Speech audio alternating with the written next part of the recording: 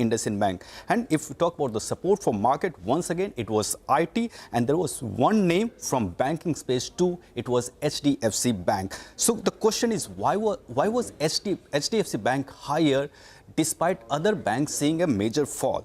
The answer is investors were waiting for the June shareholding, which came yesterday evening, and it indicates that FI holding in the company has slipped below 55%, which has created a headroom of more than 25% and may lead to flows in the range of $3 to $4 billion in the company. Now, even in today's session, the stock is expected to be a major support for both Nifty and Nifty Bank. Now, talking about the institutional flows, we saw continued selling by FIs, while DIIs have bought for third straight day.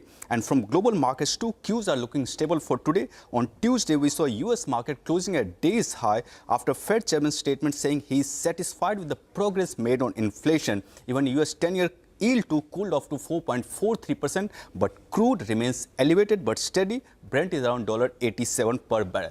And tracking all these cues, GIFT Nifty is indicating start once again at a record high. Lastly, in the cues to watch, we have US initial jobless claims.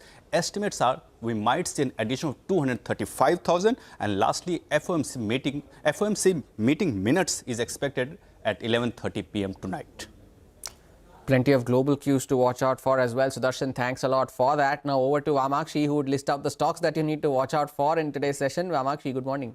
Well, good morning, Hormaz. Let me first start off with HDFC Bank. FII holding has fallen below 55%, and this in turn paves way for possible increase in MSCI weight, and this in turn leads to could lead to fresh inflows. Nuvama expects $3.2 to $4 billion worth of inflows to come through for HDFC Bank. Yes Bank is the next stock that we will be watching out for. Q1 update coming in from them. Deposits saw an uptick of 21% YOY, but were down nearly 0.5% on a sequential basis. Advances were up nearly 15% and up only 1% on a sequential basis. M&M Finance reported a rather weak operational update for the first quarter. Disbursements for the month of June were up 2.8% YOY and down nearly 1% on a month-on-month basis. Asset quality also deteriorated, with stage 3 at around 3.6% as compared to 3.4% sequentially, and stage 2 at around 6.1% as compared to 5% sequentially. Avenue Supermarts is the next counter we will be watching out for, and that is because the standalone revenue in the first quarter was up 18% YOY, and the total number of stores as of June 30th now stand at 371. Mall reported an uptick of almost 14.5% in its sales, and production was up by nearly 8%. Hindustan Zinc reported a 2% jump in mined metal production, 1% jump in saleable metal production, 1% higher in refined zinc production, and 2% higher in refined lead production. IEX in its business update for the month of June said that total electricity volume was up nearly 25% YOY. Green market volume also improved significantly. Day ahead market volume was up nearly 18%, and real-time electricity market volume was up 20%. Order wins galore for KEC International. They've received new orders worth 1,000 odd crores in the T&D business. Badi Energies have bagged an order to supply nearly 900 megawatt of modules for Serentica Renewables in Rajasthan, and RVNL has bagged an order worth 133 crores from Central Railway. And lastly, we will be focusing on Zee Entertainment. Anurag Bedi has resigned as the Chief Business Officer of Zee Music, and his role will be now taken over by Mr. Umesh Bansal, who is currently heading the movies business of the company. Well, another top-level exit at Zee Entertainment. We'll keep an eye out of that. Vamakshi, thanks a lot for those updates. And lastly, Nigel joins in with cues from the FNO space. Nigel, good morning. We took a bit of a break yesterday, but I guess the upside is likely to resume today. Well, that's right. HDFC Bank, that's going to be the big focal point in today's trading session. We start off in the green just in the back of that big heavyweight because of the MSCI rejig, with the street will start pricing in. But just to give you a couple of data points, well, the street is positioned for this event actually. And they're positioned very, very well. In fact, if you look at it from the Valentine's Day low, well, the stock is up close to around 25%. And in today's trading session, which is the 3rd of July 2024, we're all set to hit a fresh 52-week high. And last year, this is exactly at the same time last year, we hit a 52-week high. The price is up for you on the screen, 1,758 rupees odd. What about the FI positioning? Well, they continue to remain net long, 83% of the positions on the long side, 17% on the short side. Even if you look at it in absolute terms, the FIs, they are net long, while the clients, they are on the short side. So both of them in different directions on index futures. Though on stock futures, both of them on the same side because both of them are net long, both are the FIs as well as the clients. And if you look at the FIs in the last few sessions, well, the net long exposure to the stock futures have come down. From around 6.8 lakh odd, it's come down to around 6 lakh odd, but both of them are on the long side. Looking at the options data, you have the two goalposts, so to call it. 24,200 call was active, 23,800 put was active. So the levels come up for you on the screen. Though we're going to see a gap up, that 24,300, 24,350, that's a bit of a resistance zone in the near term. And the level we went to a few sessions ago, 23,800, that's important on the downside. Though in the near term, that 24,000 odd mark is something we look at. The Nifty Bank, it's going to get that booster shot from HDFC Bank. Can it make a fresh all-time high? That's going to be important. My gut is, if HDFC Bank opens up 4-5% odd, maybe much of this play is already in the price, and that it'll be rather tricky to get in if we see such a big gap up. Back to you. Returning gains with love to investors is HDFC Bank. An interesting observation from Nigel. Thanks a lot for that. The time for a short break here on Power Breakfast. Up next, HDFC Bank's FI holdings declined, potentially opening up room for more inflows. We get you more details after this short break on the other side. Stay tuned.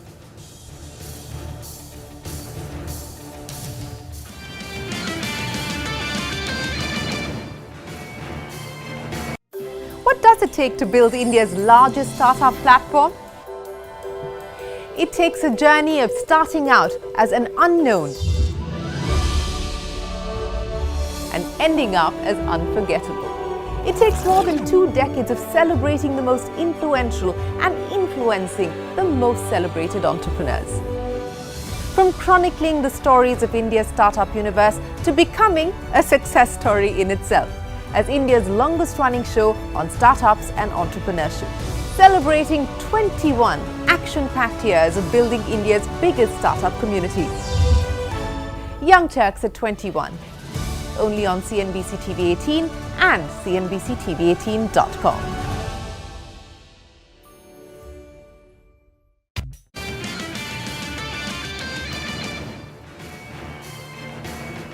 Welcome back to Power Breakfast, and continuing our coverage on HDFC Bank, the latest shareholding data indicates that foreign shareholding has fallen, which may open it up to more inflows from foreign investors. Abhishek is joining in to tell us more. Abhishek, good morning.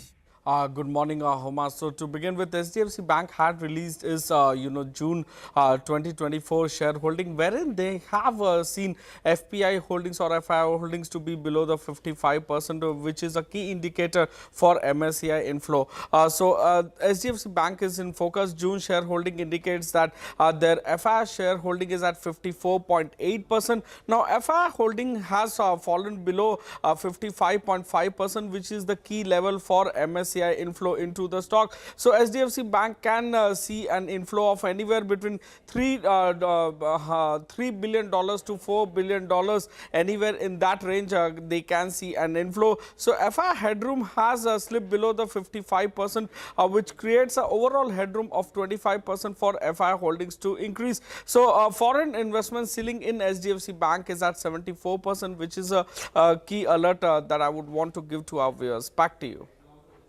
Abhishek, thanks a lot for that update. We'll keep an eye out on the moves in HDFC Bank. But from one bank to another, after being named by Hindenburg, Kotak Mahindra International distances itself from the issue, saying that Hindenburg has never been a client of the firm. Now, this comes after Hindenburg received a show cause notice from SEBI in the Adani Group case. Now, Ritu Singh has details of Kotak Bank's clarification to the exchanges. Ritu, over to you.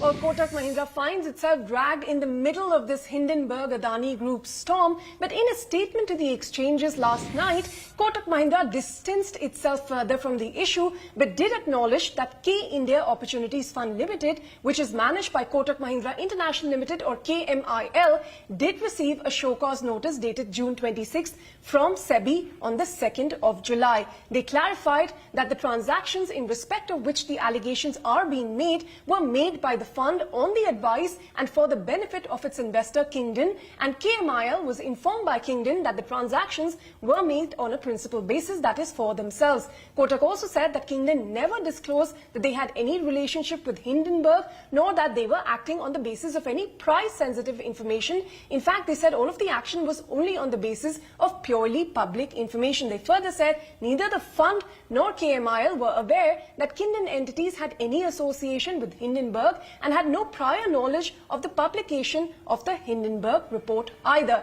So Kotak denying any allegations of acting in collusion in any manner with Kingdon or with Hindenburg, and also adding that they're extending their full cooperation with SEBI in their investigation.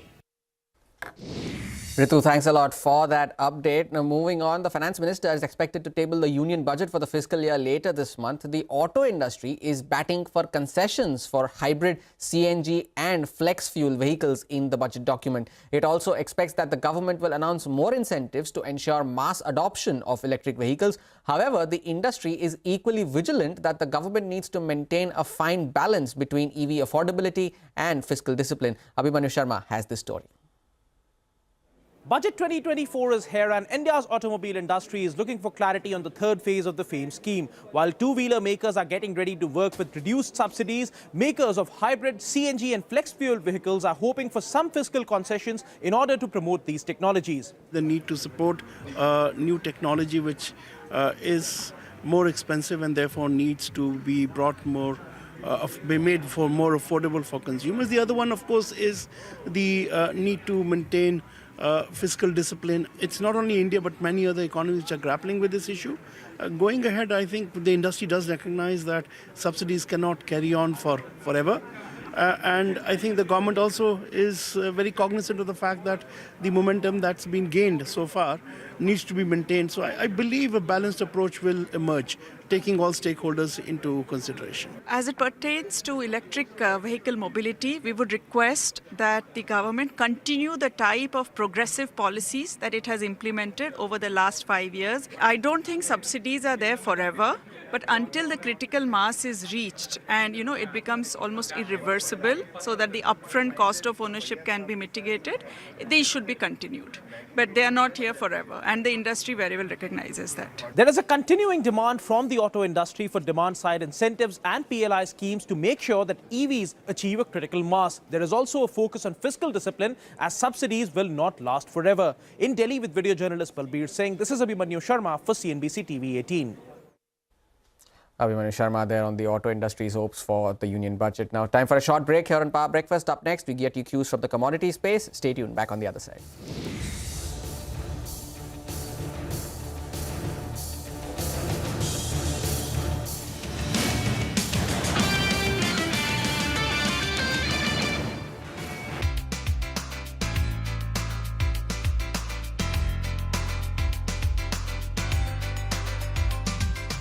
Ola Electric is in the fast lane after receiving the market regulator's go-ahead recently.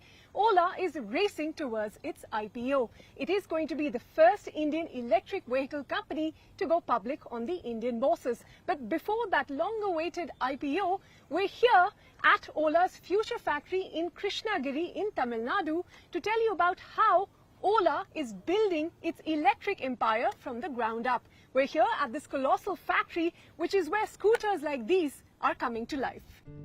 Set up in 2021, Ola claims its future factory in Krishnagiri is one of the most advanced two-wheeler factories in the world, boasting of automation and cutting-edge processes.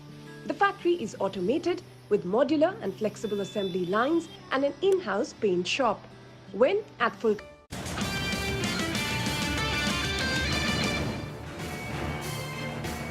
Welcome back, and as promised, Manisha Gupta is now joining in with all the updates from the commodity space. Manisha, good morning. What are you picking up?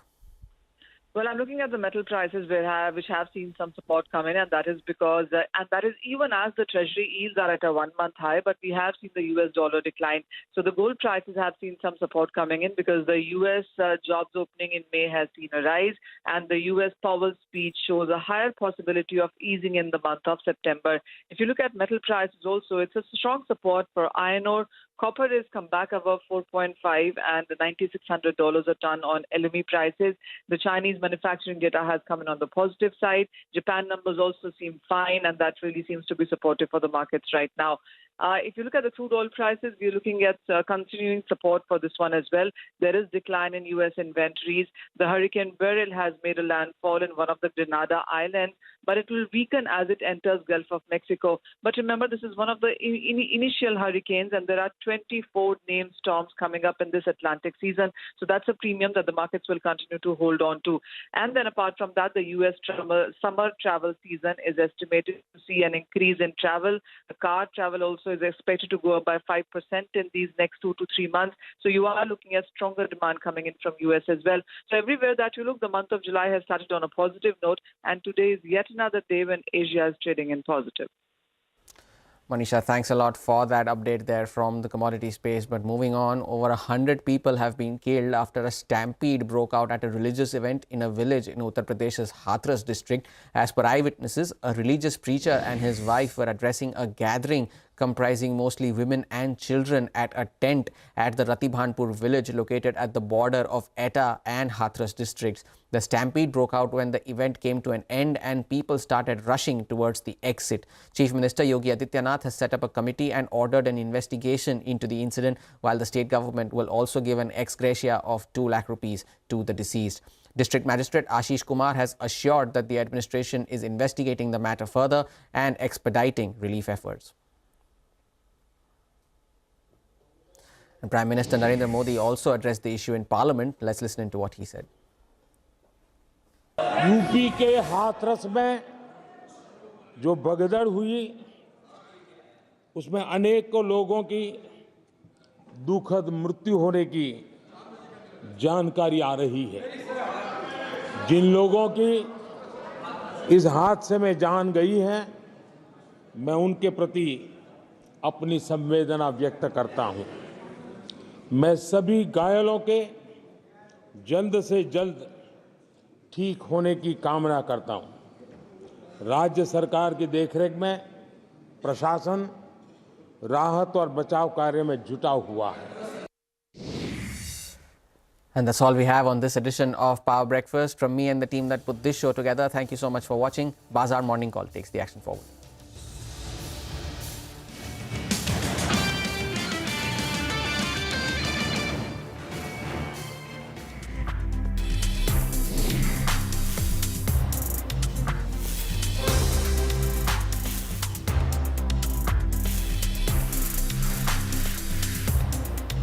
Production lines at the plant are expected to grind out 1 scooter every 3 seconds. However, at the moment, the future factory has 1 manufacturing line and is producing anywhere between 2,300 to 2,700 scooters a day. This Ola Future Factory where we're at is spread on a 600,000 square feet area and has an annual install capacity of 1 million units. It was built from ground up in less than 8 months in the middle of the pandemic, and there's a few things that really stand out as you enter this factory.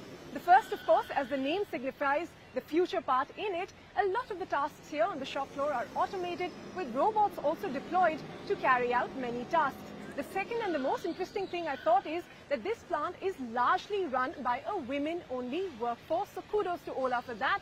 And third, for a manufacturing facility, it is surprisingly quiet.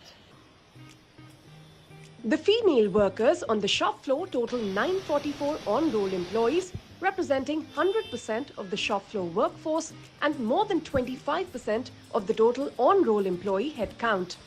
After the future factory, Ola also plans to have an all-woman workforce in its cell manufacturing facility, the Giga Factory, as well. The reason we set up the women factory was that we want to set up an example for the industry that in India, women can actually participate in the workforce. Ola began the production of its second-generation EV scooters in September last year, and its founder says Ola will start the production of motorbikes in the factory later this year. We're focused on the two-wheeler, Ritu. Scooters already has given us such a strong growth over the last 2 years, and last year we expanded our portfolio of scooters from the S1 Pro to multiple S1 platform scooters. Now we are working on the motorbikes. Like you said, we showed you motorbikes 15th August last year. Yeah. Those were early concepts, and we've been working on the R&D of those things. Okay. So through next year, you will see us launch some motorbikes, and I do hope that the consumers love them.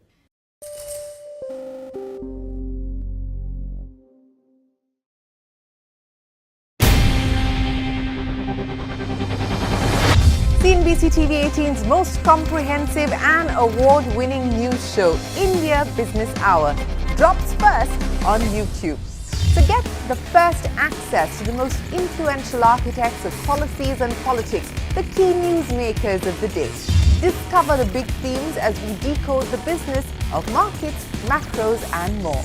Be the first to go to the heart of all the top stories that drive the day's agenda. Catch the award-winning India Business Hour live every night on YouTube with me, Shireen Bhat. India Business Hour live on YouTube at CNBC-TV18 weeknights at 7 p.m.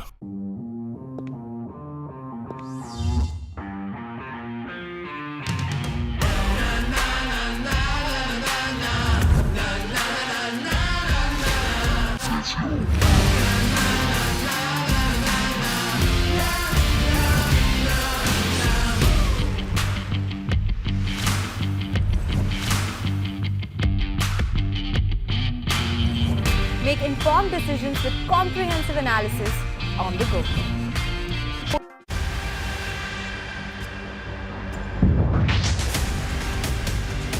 India's market news headquarters. Cutting-edge analysis. Influential insights. Market-moving intelligence. Broadcasting live from the CNBC-TV18 Motilal Oswal studios in Mumbai.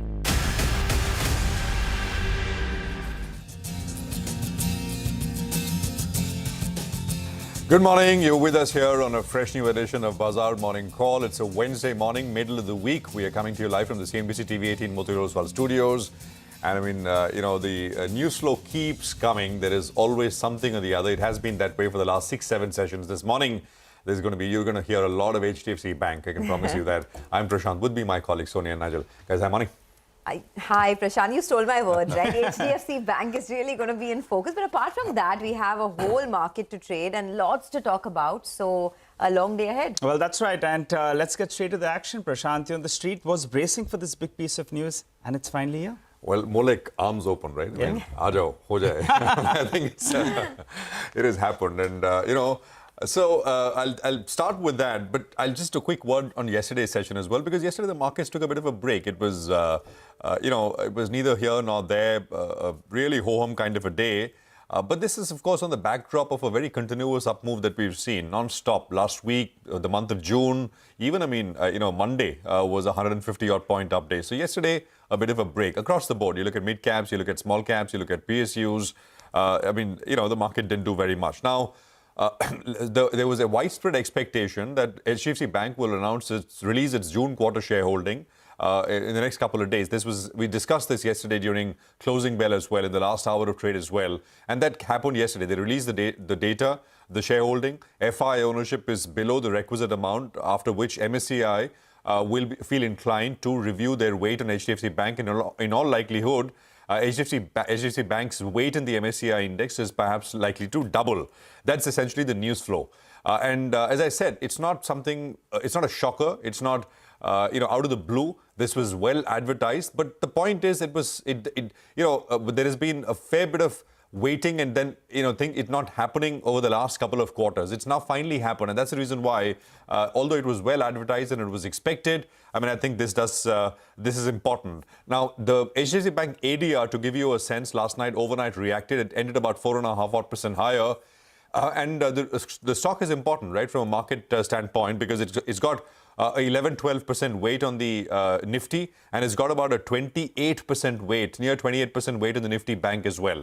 So for both these constituents, both these important frontline indices, it's got an outsized impact. Now, the point is, even yesterday, HDFC Bank was higher, but you had every other financial name in the Nifty which was lower. And, the Nifty, of course, ended slightly lower. But I think today is going to be a slightly bigger reaction, maybe a 4-5% kind of a reaction, possible looking at the reaction overnight as far as the ADR is concerned. But I think it's not just about today. It is about the next several days, because there will be pre-positioning. These are just pure estimates based on MSCI benchmark ETFs, that there could be some $3 to $4 billion worth of buying which will be required to adjust to the weight, to the new weight in MSCI. Now, if you calculate the number of shares which are delivered every day on for HDFC Bank, to account for that $3-4 billion worth of buying, which may happen, it's basically about between 8 and 10 days worth of buying on HDFC Bank. And that's the reason why I'm saying it's not just today, it's beyond today. This review, of course, was only going to happen in August. But, as always is the case, there is pre-positioning, etc., which happens, ahead of the announcement, the actual announcement. And, of course, then there's the date of implementation, etc. But the point is, you get a reaction today, and then you basically get a bit of a floor here on HDFC Bank. More on this later, not just passives, but I think it is important for active fund managers as well. Although that $3 to $4 billion number that I'm talking about is just passive, but I think it has an influence on active fund managers as well. Now, overnight, handover was positive. S&P was up about 0.6%. NASDAQ is up about nearly 1%. The 10-year was down 3 basis points. The dollar index is down about a quarter. And there was some important commentary from Fed Chair Powell, who sounded very, very dovish. He basically repeated at a conference several times that the Fed is making progress on inflation. And he said that US has returned to a disinflationary path after the upside data surprises in Q1. This is important because he's now directly saying that, of course, there's acknowledgement that Q1 data surprises were positive. People were waiting for data to start to weaken, and it did not happen. But he's saying that we are now on a disinflationary path. It's got implications for what happens as far as interest rates are concerned. Now, just to circle all of this back to levels, Nifty yesterday made a new high, took out the previous high of 24,174, but could not sustain gains. It ended lower. Today, I think with, of course, a big thank you to HDFC Bank, there is that sort of, lift which the market will get. I'll start with supports. Nifty's support is at about 23,977, which is the 40-hourly exponential. The resistance zone, I would still say, is the previous high in about 24,236. These are very, very short-term, near-term levels that we're looking at. I mean, 24,236 is the more relevant number for you now. Bank Nifty ended well below the 40-hourly exponential moving average. That was the weaker index. Nifty was not the weaker index. Bank Nifty was.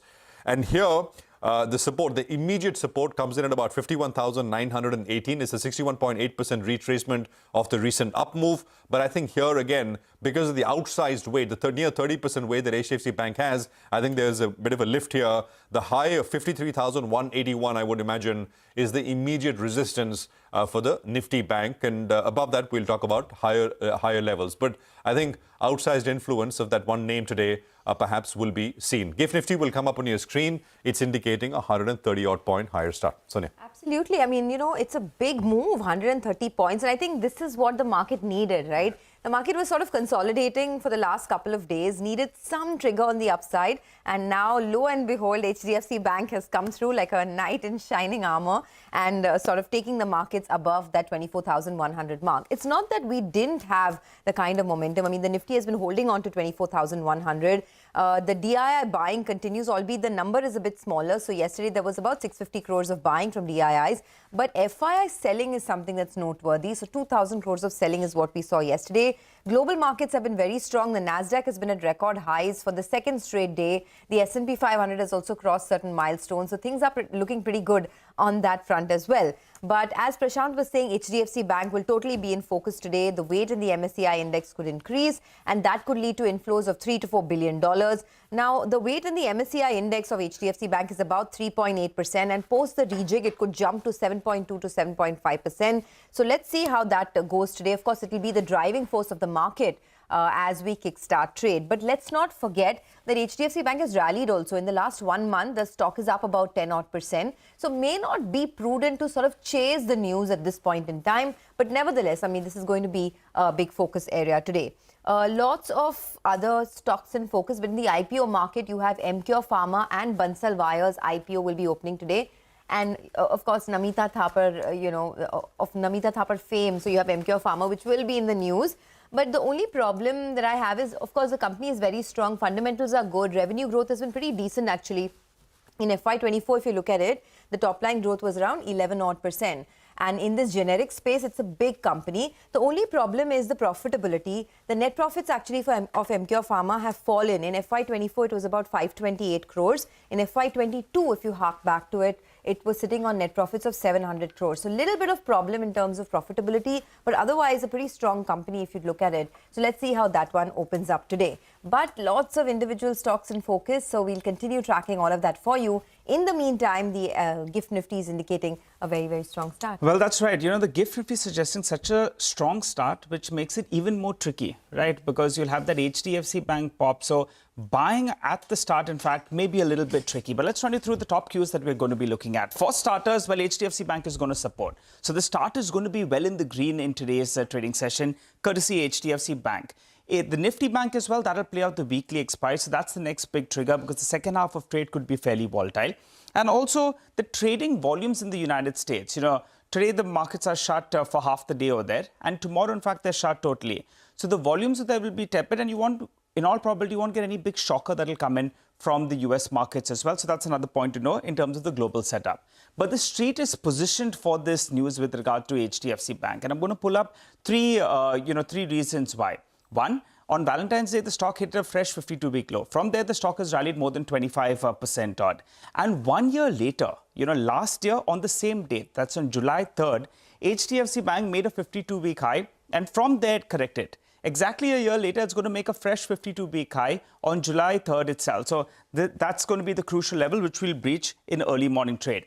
On the delivery side, there's been massive delivery-based buying on HDFC Bank in the last few days. In fact, in the last 1 month or so. And also there was some bit of short covering, but then we've seen a big long build up as well. So that's another factor in there. On weightage, well, HDFC Bank's weightage had come down and it had narrowed the gap with Reliance because Reliance weightage had gone up. Now, if you look at it, the weightage is back up to around 12.2% on the Nifty, and it's, you know, expanded that gap with the next largest weight. 2.3% odd. At one point in time, it had come down to around 0.6% odd. So the street is perfectly positioned for this speed of news. If the stock opens up 4-5% odd, I don't think chasing the stock will be a very, very bright idea because the street is already positioned for this. There's no surprise element in there. How are the FI is positioned? Well, on the long side, they have around 83% of their positions. Even if you look at it in absolute terms, they have close to 3.5 lakh contracts on the long side, while the clients are net short at around 2.5 lakh contracts. On the stock futures, we've been making this point that both the FIs and the clients, both of them are net long. But if you look at it from the start of this week itself, well, the long exposure on stock futures has come down by close to around 10% approximately, though net, both of them continue to remain net long. Looking at the options data then, a quick couple of levels should come up for you. 24,200 call as well as 23,800 put. Both of them were fairly active, which brings us to the levels. We're going to start off closer to around the resistance, which is at around 24,300. And that's a bit of a resistance zone. 24,300, 24,350. Near-term support at around 24,000 odd. 23,800 is the level from where we bounce. And the Nifty Bank, that's going to get a booster shot coming in from HDFC Bank. Can it go closer to around the all-time high that we made a few sessions ago? That's going to be important. But I think chasing the gap up could be a little bit tricky for today's trading session. Okay, well, lots of big cues to watch out for. By the way, the S&P 500 has hit that 5,500 mark for the first time ever. So lots of milestones across the US markets as well. Let's not lose sight of that. But let's kickstart the trade with one of the best minds in the business, Rhythm Desai of Morgan Stanley, who says that this market is different from the previous bull market of 2004 to 2007 in at least 3 ways. He says it is characterized by macro stability, implying falling correlations with global equity returns, an incessant domestic bid and a market capitalization which makes it difficult to ignore for global investors. He says they prefer cyclicals over defensives and large caps over small and mid caps. He says they are overweight financials, technology, consumer discretionary and industrials, and underweight other sectors. Okay, so money market views here. This is Pankaj Chitlangia of First Basis, who says that weekly chart indicates a slightly downward trend for USD INR, potentially dipping towards 83.33. He says resistance is observed around the 83.57 to the dollar mark, and an unexpected rise above 83.62 to the dollar may invalidate the bearish outlook for USD INR. He says positive outlook for India's growth and optimism about attracting more capital flows in the coming months should keep the currency pair below resistance levels and even fall below the recent established support of 83.33. Okay, and on the bonds, Neeraj Gambhir of Axis Bank says the 10-year benchmark bond yield traded in a narrow range of 6.98 to 7.02% last week. He says the market remains supported in anticipation of FPI flows for the JP Morgan bond index. However, he adds, GSEC auctions saw a tepid response and cutoffs were lower than market expectations. He says the US Treasuries also rose with steepening bias owing to fiscal and inflation woes due to Trump's lead in the post-debate poll. He expects the 10-year benchmark bond yield to trade in a range of 6.95 to 7.05% in the coming week. Well, we've got a lot of stock-specific action to track for you. Get to that in just a bit from now. But let's run you through the list. HDFC Bank, Avenue Supermarts, V-Mart Retail, Yes Bank, Moil, all of them will be reacting to positive news flow. IEX, you have NLC India and KEC International. While on the flip side, two stocks will react to negative news flow. Mahindra and Mahindra Financial Services and Hindustan Zinc as well. Okay, well, let's talk about what else but HDFC Bank. I promised you, right? A lot of HDFC Bank through the course of the day, and why not? We have Sriram Velayudan, who is Vice President, Alternate Research at IIFL Securities. Sriram, good to have you with us here. Good morning. Thanks for your time. Prashant, this side. Now, 2 points. One, the review, MSCI review is in August. Most likely the weight should go up. So you can confirm that. But more importantly, how much of this is in the price and how much of this is yet to play out? And what we're talking about between $3 and $4 billion. So if you can sort of weigh in there as well. Sriram. Sriram, can you hear us? Okay, I think we lost it. Yeah, disconnected. Yeah, you're back. We can hear you, Sriram. Go on. Did you get my question? Hi. My point. Hi. My question was, I'll repeat that, was how much of this news is in the price and how much of this is likely to play out? When we say $3 to $4 billion worth of buying has to take place, that's about 9-10 days worth of buying. How much of that is sort of how pre-positioning has taken place and how much is likely to play out? Sriram, go on. Sure, Prashant. Good morning.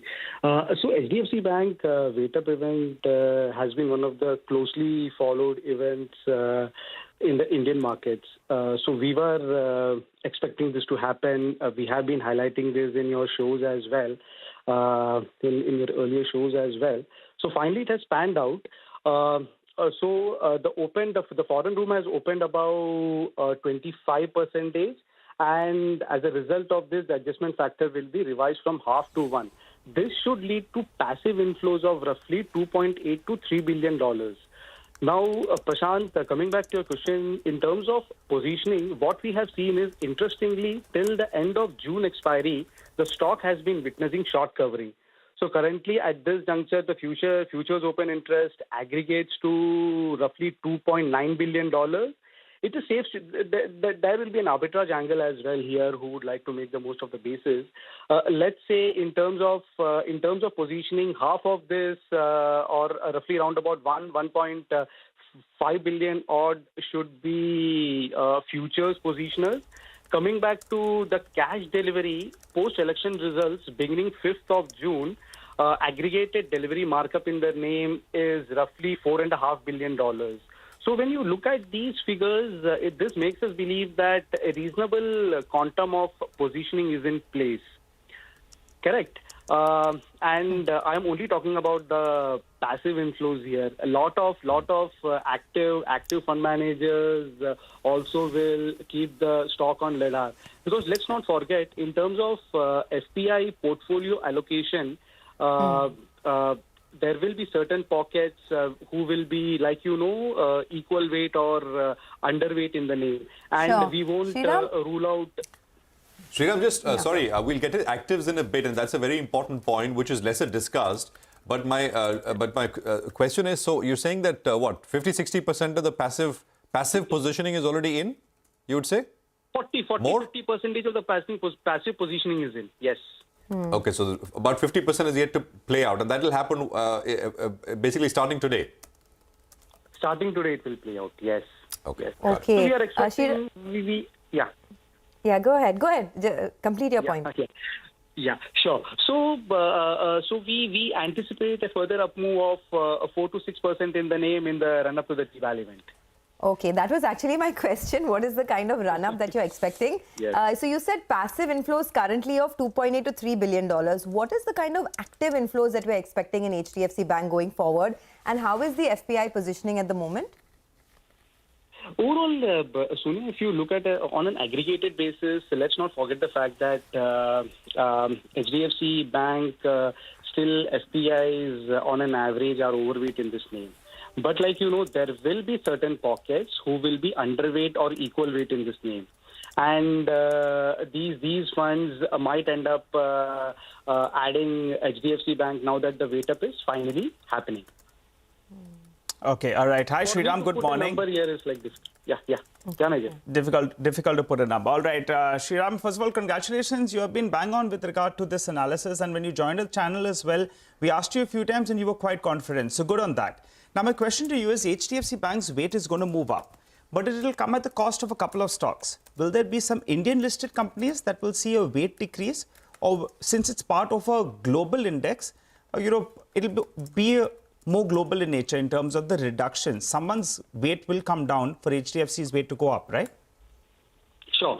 So, Nigel, the HDFC Bank's weight up should add a decent quantum of weightage to India's weight in the overall emerging market basket.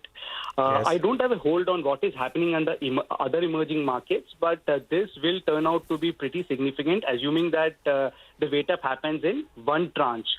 So, as you rightly pointed out, it should ideally be as I said, I don't have a hold of what is happening in South Korea, Taiwan, China and all.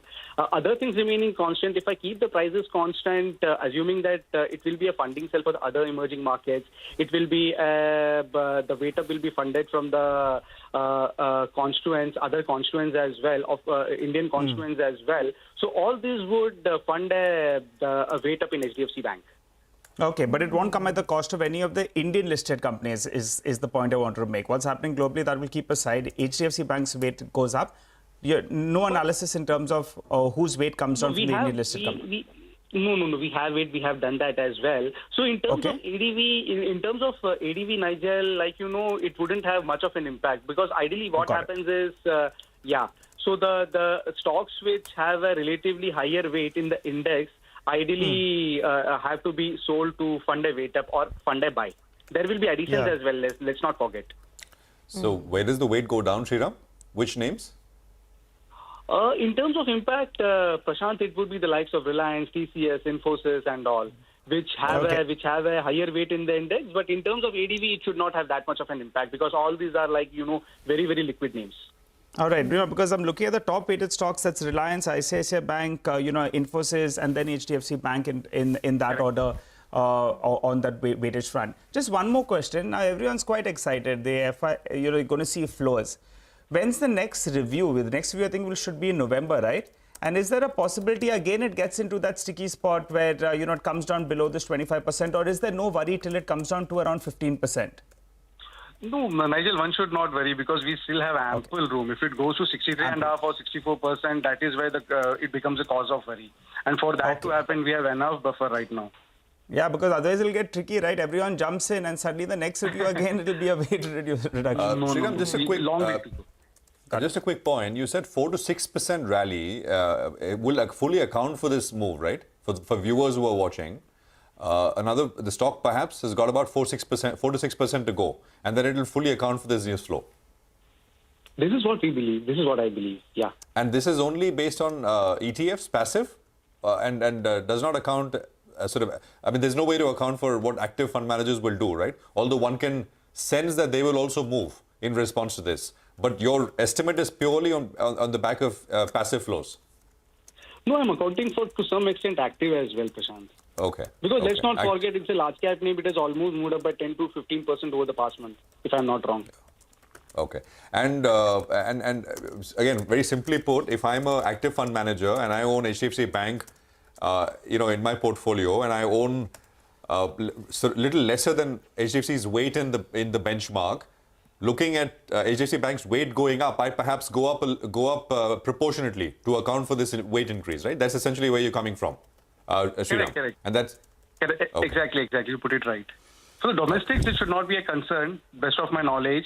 Maybe for the foreign fund managers, this will be an issue. Okay, all right, Sriram.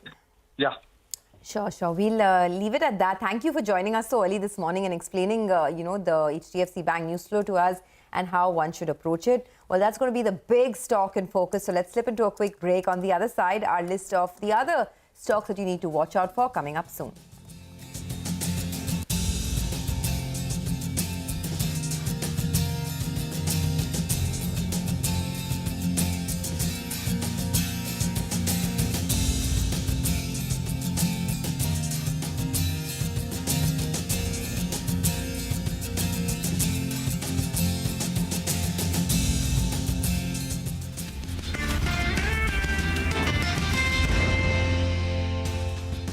portfolio with real-time market updates on the go.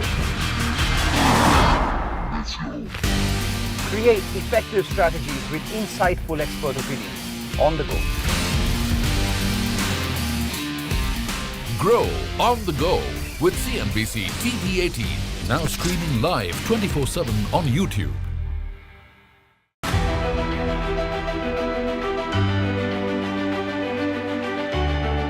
The Indian markets have not just grown, they've broken several records in the last 25 years. India's contribution to incremental global GDP was as low as 0.2% 25 years ago.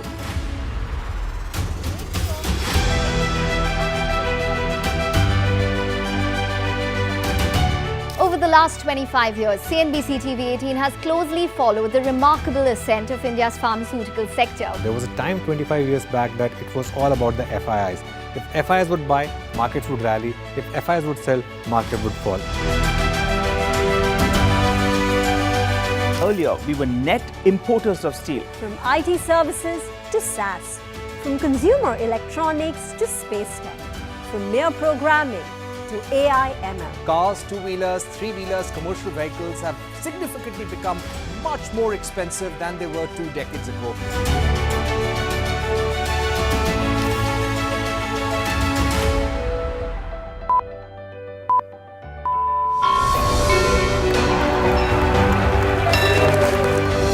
Discounting is high there, but their focus is squarely on the 125cc segment.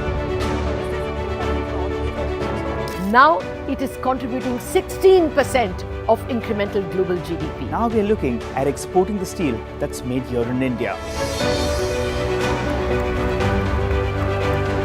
Welcome to the first ever India Business Leader Awards.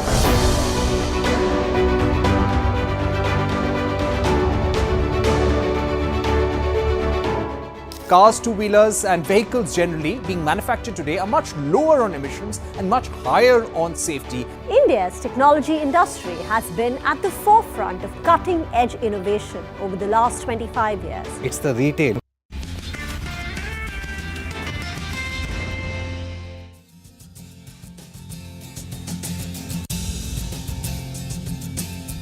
Welcome back to Bazaar Morning Call. It's going to be a very strong start to trade today. No two ways about that. Our research team is standing by with a list of top 10 stocks for the day. And no surprises that HDFC Bank is definitely the top stock to watch. Abhishek is here to give us the latest on that. Abhishek, good morning. Good morning, Sonia. So, to begin with, HDFC Bank has released its June 2024 shareholding, wherein the FI holding has fallen below the 55% mark. So, June shareholding does indicate that the FI holding in HDFC Bank has fallen to 54.8%. This provides opportunity for their weight increase in MSCI. So, the FI holding had fallen before 55.5% for MSCI flows. So, HDFC Bank can see an inflow of around $3 billion to $4 billion. Now, FI headroom slipping below 55% creates a headroom of another 25% over here. That is what analysts are saying. Now, foreign investment ceiling in HDFC Bank is at 74%. Just an alert to our viewers. Now, IFL Alternate Research has written that in August 24 review, they expect the weight to increase in a single tranche. So, they expect the stock to gain close to 4 to 6% further in the run-up for the weight increase due to this event. Back to you. All right, Abhishek, thanks a lot for that. That's going to be the big stock to watch in today's trading session. But let's hop across to Mangalam. He's here. He's tracking Avenue Supermarts as well as V-Mart. Morning, Mangalam. Good morning. So we have, the updates coming in for both D-Mart and V-Mart. Let's start with D-Mart. It's a good update that has come in. 18.3% growth in standalone revenues, closer to around 13,700 crores. The standalone revenue CAGR over the last 3 years has been around 18.2%, so this is pretty much in line. The company's added 6 stores in the first quarter, total at 371 stores. And if you look at the stores year on year, it's an addition of 13.5%, implying there could be about 5%, 5 to 6% same store sales growth. So then the key to track would be product mix, the gross margin trend and performance of their e-commerce business, because that comes in the consolidated business. Remember, the company had told CNBC-TV18 that their goal is to add new stores and also, look for moats in the e-commerce business. As far as V-Mart is concerned, remember last year was a weak one for them, but this one started really well.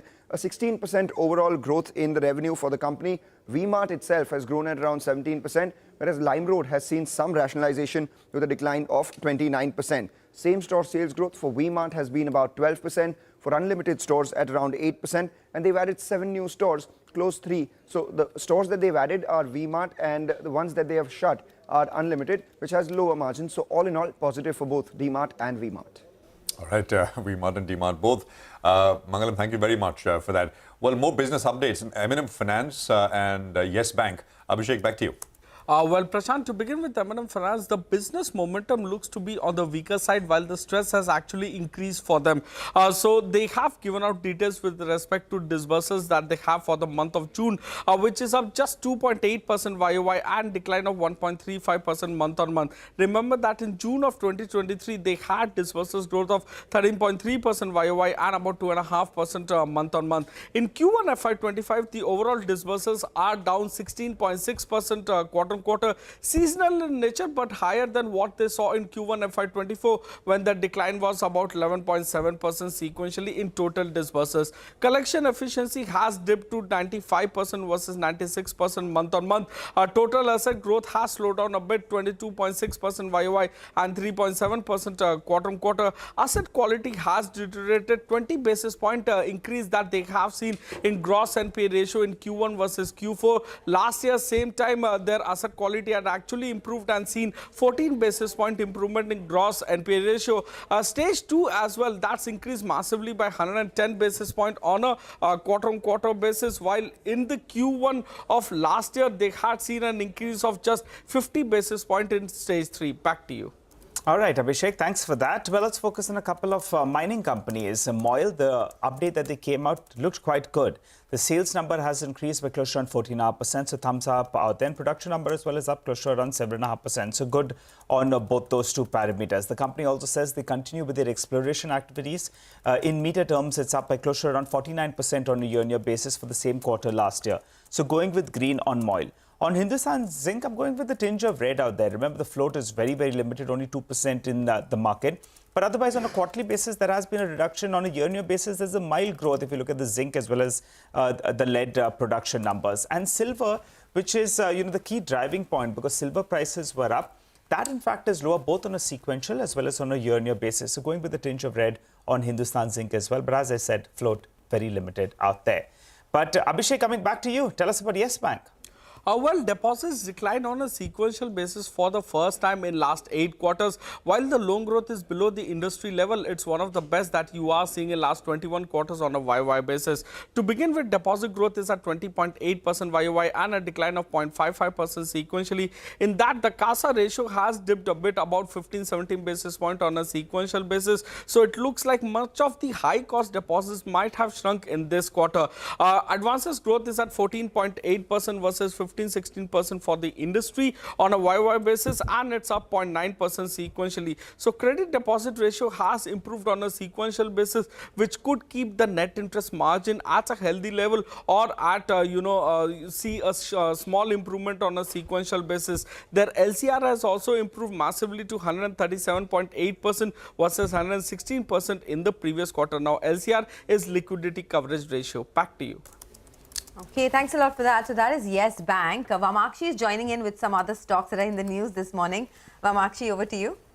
Well, yes, absolutely. Let me first start off with IEX. There's a business update coming in from this counter. In the first quarter, there were hot weather conditions. It meant bad news for us, but it meant good news for IEX, and that is because it led to an unprecedented surge in electricity demand. Volumes, that is the electricity volume in the month of June, surged by almost 25% on a YOY basis. The green market volume also doubled for IEX. Day-ahead market volume was up nearly 18%, and real-time electricity market volume was up nearly 20%. So overall, a good operational update coming in from IEX. Expect the stock to do well in the trading session today. But another stock that could do well is NLC India. They've reported an increase of almost 22% in the lignite production. They've also raised their coal production to 28.4 lakh tons, and this is an uptick of almost 35% on a YOY basis. And their gross power generation too is seeing an uptick of almost 10%. So good update out there as well. And lastly, let's focus in on KEC International. The stock is expected expected to open higher as the company has won new orders worth almost 1,017 crores in T&D as well as their renewable businesses. And with this order inflow, the year-to-date order intake now stands at over 5,000 crores. Okay, thanks a lot for that. Here's a quick recap of our top stocks. Stocks with positive news flow. There's HDFC Bank, Avenue Supermarts, V-Mart Retail, Yes Bank, MOIL, IEX, NLC India and KC International, while stocks with negative news flow, M&M Finance and Hindustan Zinc. Well, let's also get you a roundup of what's happening in the world of commodities. Brent crude, by the way, slow and steady, has been inching higher.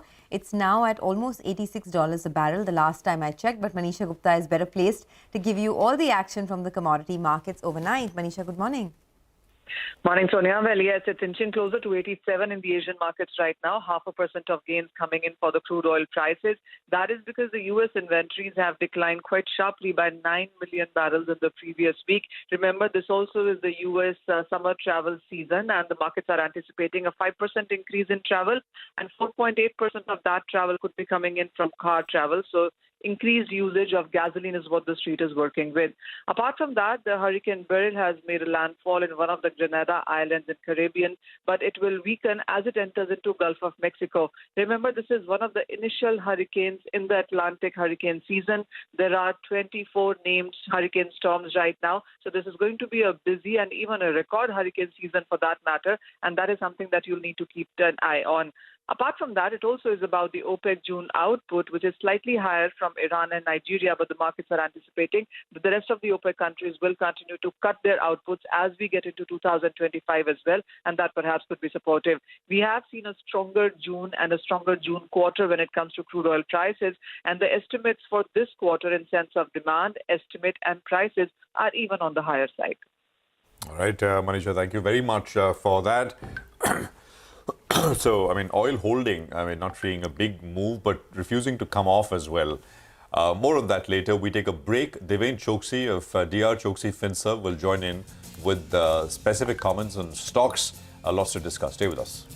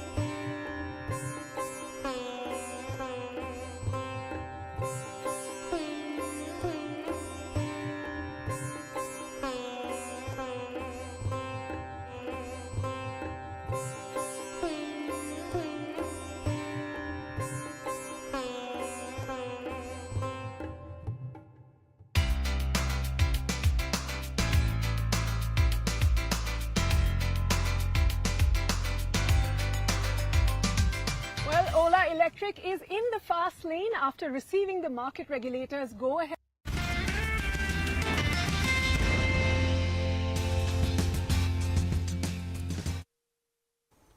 Welcome back. You're watching Bazaar Morning Call here on CNBC TV18. Well, Sudarshan joins us to run us through a few brokerage notes that he's picked up from his early morning reading. Morning, Sudarshan. Morning, Nigel. So we have positive notes coming in for ICICI Lombard. CLSA has today upgraded the stock to outperform from hold and target is raised to 2,000 per share. It says company's April-May motor insurance premium growth was at 31% against industry's growth of 15%. And it says worsening of peers' motor third-party loss ratio is leading them to curtail growth, and premiumization of cars and benefits from Motor Vehicle Act may aid motor book of ICICI Lombard. It has raised its overall premium growth estimate by 2% for FY25, and it believes momentum in motor book could persist further. There is a positive note for REC and PFC. Bernstein has initiated coverage on both these stocks with a buy call, and target for REC is 653 and for PFC target is 620 per share. It says both these companies are amongst most preferred plays in power cycle, and investors are underestimating duration and intensity of this power cycle, and NPA risk for both PFC and REC is much lower in this cycle, and both have better ROEs and growth than peers, and valuations for both these companies are cheaper despite the rally that we have seen in the last 1 to 2 years. Okay, Sudarshan, thanks a lot for that. So those are brokerage views coming in. Deven Choksi, Managing Director at DR Choksi FinServ, is joining us now. Deven, hi, good morning and good to see you in. Well, you know, the biggest question, right? What do you do with HDFC Bank? Now, the stock has also run up a lot. I mean, it's up 10% in the last 1 month, and that's a lot for a behemoth like HDFC Bank. So from here on, is the risk reward still favorable for investors post the news flow? Yeah, good morning, Sonia. Well, I would think so. I think though it has moved up about 300 rupees, I think, from what it used to be. And I think today it is putting somewhere around 700 plus levels. I believe that I think the valuation is still favorable for HDFC Bank. So that is the first point, I think, as an argument going in favor of holding this stock in the portfolio. On the other side, the loan growth is continuing upwards of 16 to 18% for this bank, which is a large size bank. And in some of the loans, I think they are acting about 20%, including housing finance. So from a perspective of looking at this particular bank growing the size of the asset book in next 3.5, 4 years or 4.5 years, I think this company should be doubling the size of the book going forward. Up till now, the situation has been, I think, troubling them was the front end, that is your fintech platform adoption. I believe, I think, significant amount of progress has been made on that front, which should allow them to expand the book size systematically, and at the same time, I think, making the process much more efficient than what currently I think they are having. So from a perspective of looking at efficiency as well as I think the growth in the business too, I think the fintech is likely to play a major role as far as HDFC Bank is concerned. And at the same time, I think the ownership of the stock probably would be increasing, given the kind of holding that the foreign institutional investors have currently. I would think that I think they would have more dollars to put into this particular stock. So all the equations are suggesting positive. Maybe the stock should have the upside going forward of at least 15 to 20% in the next 15 months or so. Wow, 15 to 20% after the big run as well. Good morning, Deven, and good to see you, Ben. Well, we have a couple of other updates as well that did come in. Mangalam told us he was quite impressed with Avenue Supermarts as well as V-Mart's quarterly numbers that they gave out. What's your sense in both these two companies? Avenue Supermarts not cheap at all, but still the street has been bidding up the stock. Yeah, Nigel, good morning. Yes, certainly, I think this stock is never remaining cheap. I think it is always putting at a premium. But most important part, I think they continue to show a really better performance.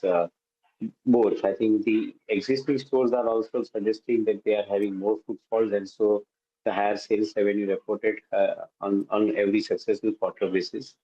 And at the same time, the new store addition is giving them the volume play, if not immediately the margin play. So I think from that perspective too, I think this particular company is doing its math right. I think they continuously keep on adding the higher amount of growth by way of opening the new stores and probably, I think, managing the operations also systematically well. I believe that in this game, I think, which is a volume game for even for the DMart stores, I believe that I think it's a game where I think probably if you manage your supply chain properly, the margins are intact, and on the higher volume, I think you end up generating better profits. So yes, I think equations are working well for this company. Valuation wise, not cheap, so definitely not adding this stock in the portfolio at this point of time, as far as we are concerned in our PMS. Right. I've got that. You know, another group of stocks which took a hammering yesterday, and we'll have these stocks up for you, was the entire sort of capital market play, not entire capital market space, but exchanges and brokers, etc. And just if you can have these names up, you'll see what I'm talking about. So Angel One, there was BSC, Motilal Oswal on your screen, anything between 5 and 8-9%. Angel, of course, took the biggest knock. Look at BSC. There was Share India, which is another broker which was down about 6-7%. There was IIFL Securities. There was MK, which also sold off between 4-5-6%. So, damage here in the broker exchange sort of pack. Now, the news, of course, is well known. And yesterday, the founder of Zerodha, Nitin Kamath, actually put out a post. He, of course, started by talking about, we'll just have the play to what he set up for you. He, of course, started by explaining, what SEBI has really done in terms of the, changes which have taken place. And then he kind of went on to explain what the impact on Zerodha specifically really is. He says, well, this is, done globally, so this is nothing new, what was happening so far. But the changes which SEBI has implemented now in its directive to exchanges will have an impact on brokers like Zerodha as well. So this is what he says. He says that rebates account, and I'm reading this now out verbatim, rebates account for about 10% of Zerodha's revenues. And with this SEBI mandate, this revenue stream likely goes away. Remember, Zerodha is important because it's the largest broker. Also, Nitin said that in all likelihood, Zerodha will now have to let go of the zero brokerage structure or increase brokerage for F&O trades. And he expects this to happen across, the broker ecosystem, for which this rebate actually was not just 5%, but as he said, up to 40 to 50% of their particular revenue stream. So, important to note as we go forward. Devin, I don't know if you have a view on names like Angel, etc. Would you dip in, or you think that there perhaps is more damage here? Prashant, I think good morning. Well, I believe that immediately, instead of putting names up, I believe that it's a move which is, a probably much overdue kind of a move that the regulator has taken. I think the volume-based discounting or the incentive schemes, which probably the exchange they will carry on for cornering the volume, has a side effect. That side effect has been, increasing significant amount of trading activity in the market. And as a result of which, I think it is against the interest of the investors, I would say. It prejudices the interest of the investors on that account. So maybe I think in order to maintain a proper integrity into the marketplace, if the regulator has taken a view that I think this kind of practice, will have to be controlled, I would see, a reason behind that. And that reason definitely, I believe, is to curb the excessive speculative activity in the market, which some of the discount brokerages, are promoting into the market. So on one side, you argue that they bring in a lot of new investors into the market.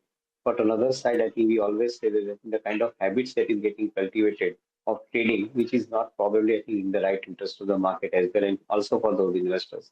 So from that perspective, I probably believe that this move will have a positive impact going forward. So in the near term, some of the models, the brokerage companies' models, will have to be tweaked. And I think they may have to probably start charging from what they used to offer zero charges, on delivery-based transaction particularly. There probably, they will have to start charging the brokerage rate, which will offer also a fair play across, as far as market participants are concerned. Okay, well, let's do one thing. Let's take a quick commercial break. On that note, on the other side of the break, Mitesh Thakkar and Sudarshan Sukhani will be joining in for some technical trades. Stay tuned.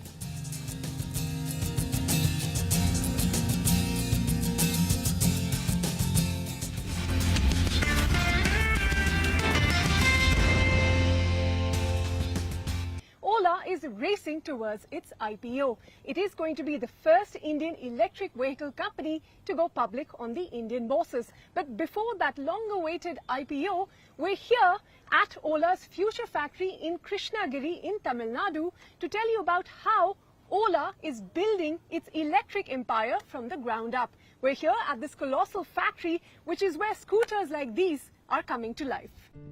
Set up in 2021, Ola claims its future factory in Krishnagiri is one of the most advanced two-wheeler factories in the world, boasting of automation and cutting-edge processes.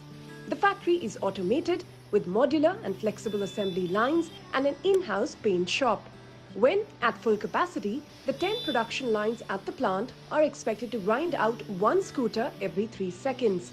However, at the moment, the future factory has one manufacturing line and is producing anywhere between 2,300 to 2,700 scooters a day. This Ola Future Factory where we're at is spread on a 600,000 square feet area and has an annual install capacity of 1 million units. It was built from ground up in less than 8 months in the middle of the pandemic, and there's a few things that really stand out as you enter this factory. The first, of course, as the name signifies, the future part in it, a lot of the tasks here on the shop floor are automated, with robots also deployed to carry out many tasks. The second and the most interesting thing I thought is that this plant is largely run by a women-only workforce, so kudos to Ola for that. And third, for a manufacturing facility, it is surprisingly quiet. The female workers on the shop floor total 944 on-roll employees, representing 100% of the shop floor workforce and more than 25% of the total on-roll employee headcount. After the future factory, Ola also plans to have an all-woman workforce in its cell manufacturing facility, the Giga Factory, as well. The reason we set up the women factory was that we want to set up an example for the industry that in India, women can actually participate in the workforce. Ola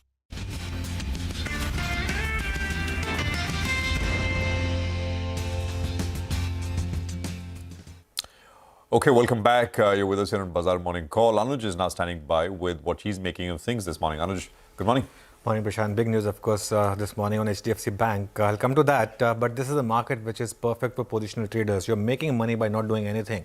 Just look at what the Nifty low has been. I presented this table yesterday as well, and now just updating it. And you know, before that, it was 23,350 and 23,562 as well. And then 23,670, 23,805, 23,985, 23,992, and yesterday's low was 24,056. All you got to do is trail your stop loss to previous day's low, and the market's been rewarding you from 23,350 all the way up to 24,000 thereabout. So the Nifty made another higher low, 7th day of higher low. I think this could be some kind of a record, and it rallied 70 points from the lows. Bank Nifty expiry today. We need to see how it reacts to the gap up. HDFC Bank alone, going by arithmetic, would account for 500 points. First up on the Bank Nifty today.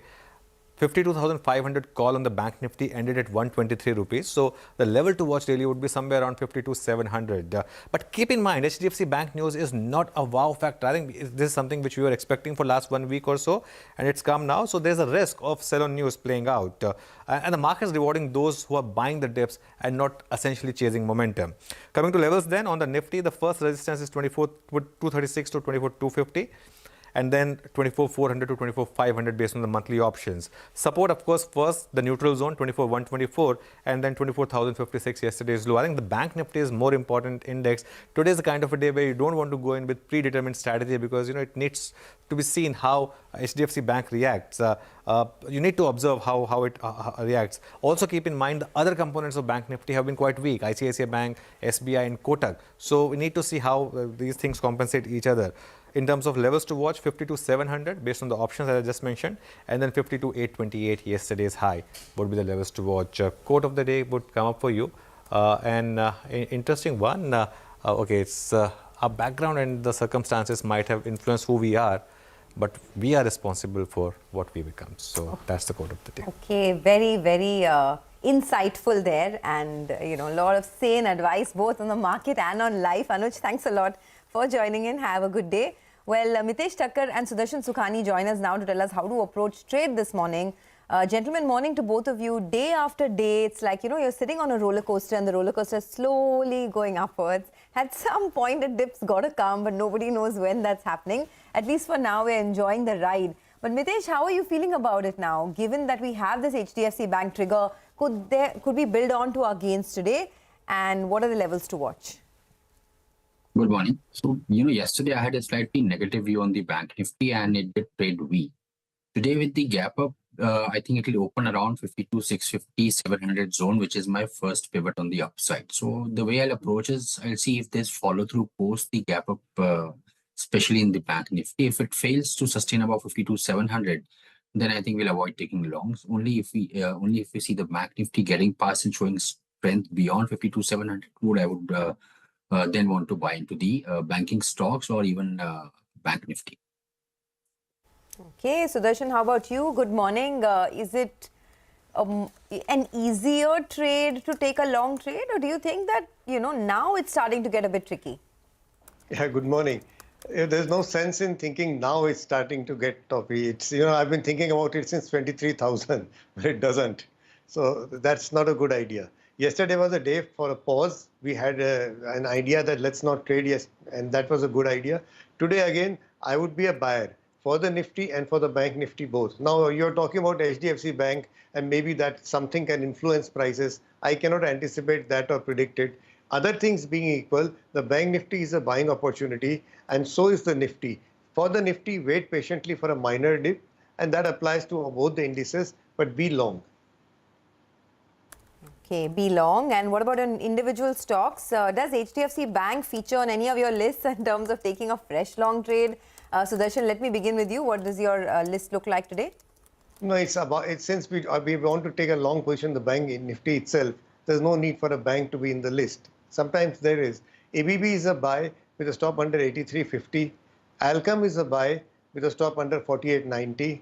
IDFC is my only intraday short with a stop above 120. And finally, L&T is a positional and intraday buy both with a stop under 35.50. Got it. All right, Sudarshan. Well, Mitesh, let's get you as well into the conversation. What are the picks that you have for us today?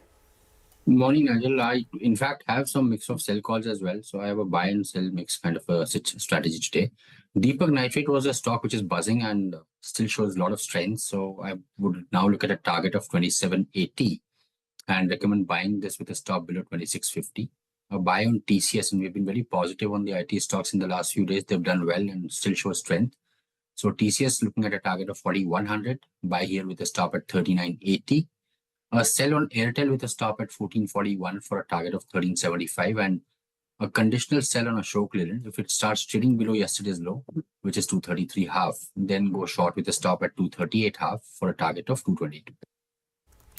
Okay, let's do one thing. Let's take a short break. We'll come back with the pre-opening rates. Also with us, we'll have Krishna Chandra Parvani of JM Financial Institutions who put focus on the chemical sector. Do stay tuned in for that.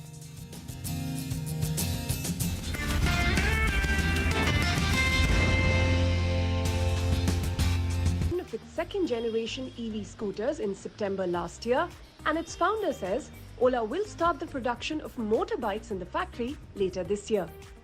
We're focused on the two-wheeler, Ritu. Scooters already has given us such a strong growth over the last 2 years, and last year we expanded our portfolio of scooters from the S1 Pro to multiple S1 platform scooters. Now we are working on the motorbikes. Like you said, we showed you motorbikes 15th August last year. Yeah. Those were early concepts, and we've been working on the R&D of those things. Okay. So through next year, you will see us launch some motorbikes, and I do hope that the consumers love them.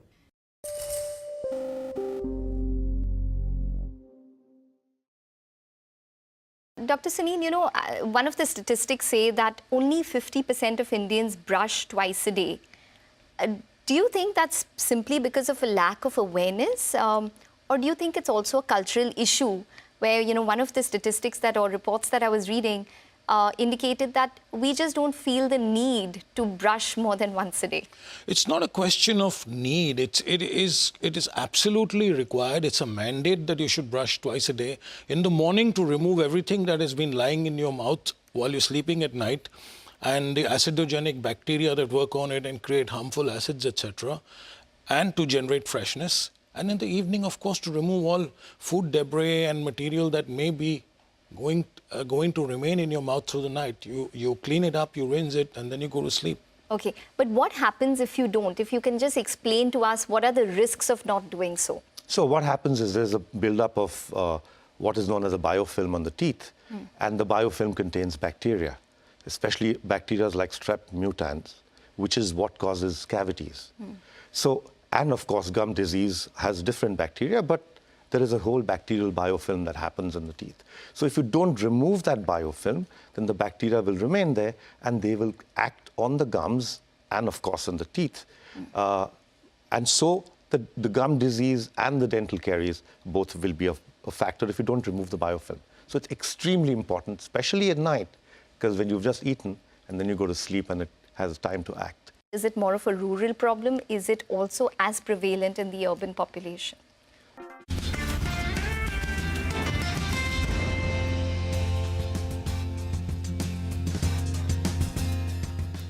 Welcome back. This is Open Exchange. You're watching us live from the CNBC-TV18 Motilal Oswal studio. We have 15 minutes to go before the opening bell kicks in.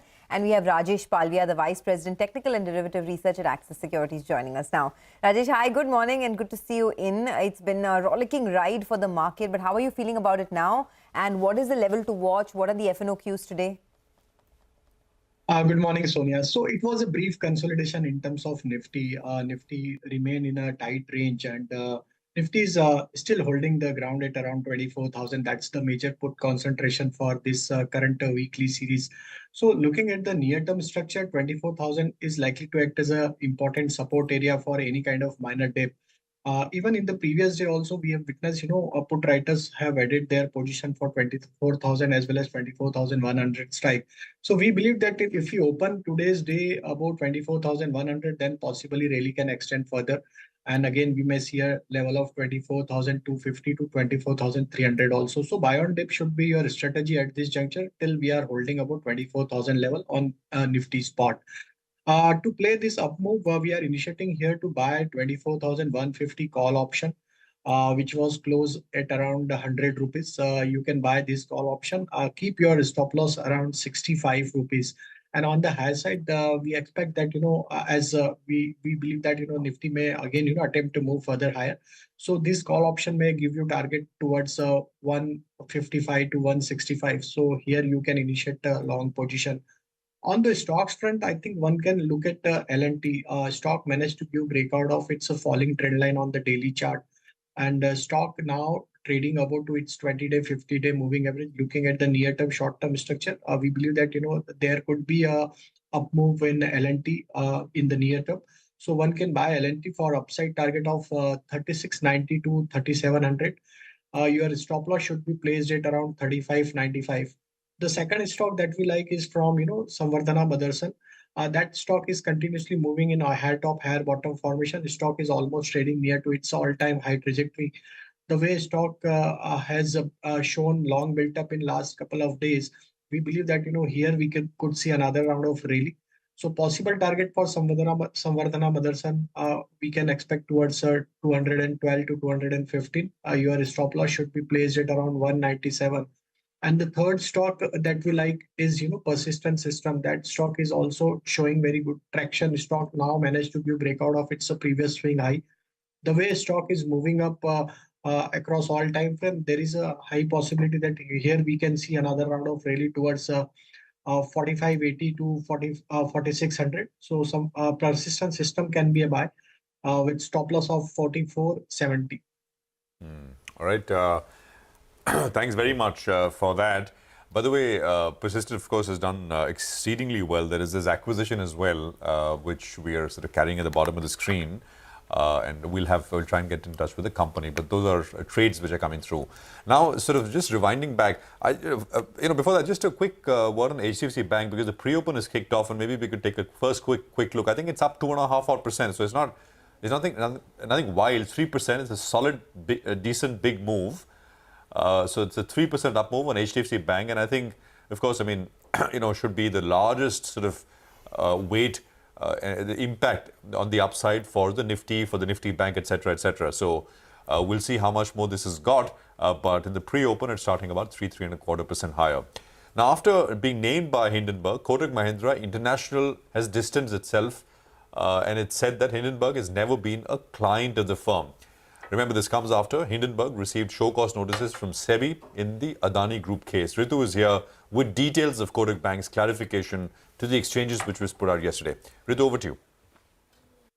Well, Kotak Mahindra finds itself dragged in the middle of this Hindenburg-Adani Group storm. But in a statement to the exchanges last night, Kotak Mahindra distanced itself further from the issue, but did acknowledge that K India Opportunities Fund Limited, which is managed by Kotak Mahindra International Limited or KMIL, did receive a show cause notice dated June 26th from SEBI on the 2nd of July. They clarified that the transactions in respect of which the allegations are being made were made by the fund on the advice and for the benefit of its investor Kingdon, and KMIL was informed by Kingdon that the transactions were made on a principal basis, that is for themselves. Kotak also said that Kingdon never disclosed that they had any relationship with Hindenburg, nor that they were acting on the basis of any price-sensitive information. In fact, they said all of the action was only on the basis of purely public information. They further said neither the fund nor KMIL were aware that Kingdon entities had any association with Hindenburg and had no prior knowledge of the publication of the Hindenburg report either. So Kotak denying any allegations of acting in collusion in any manner with Kingdon or with Hindenburg,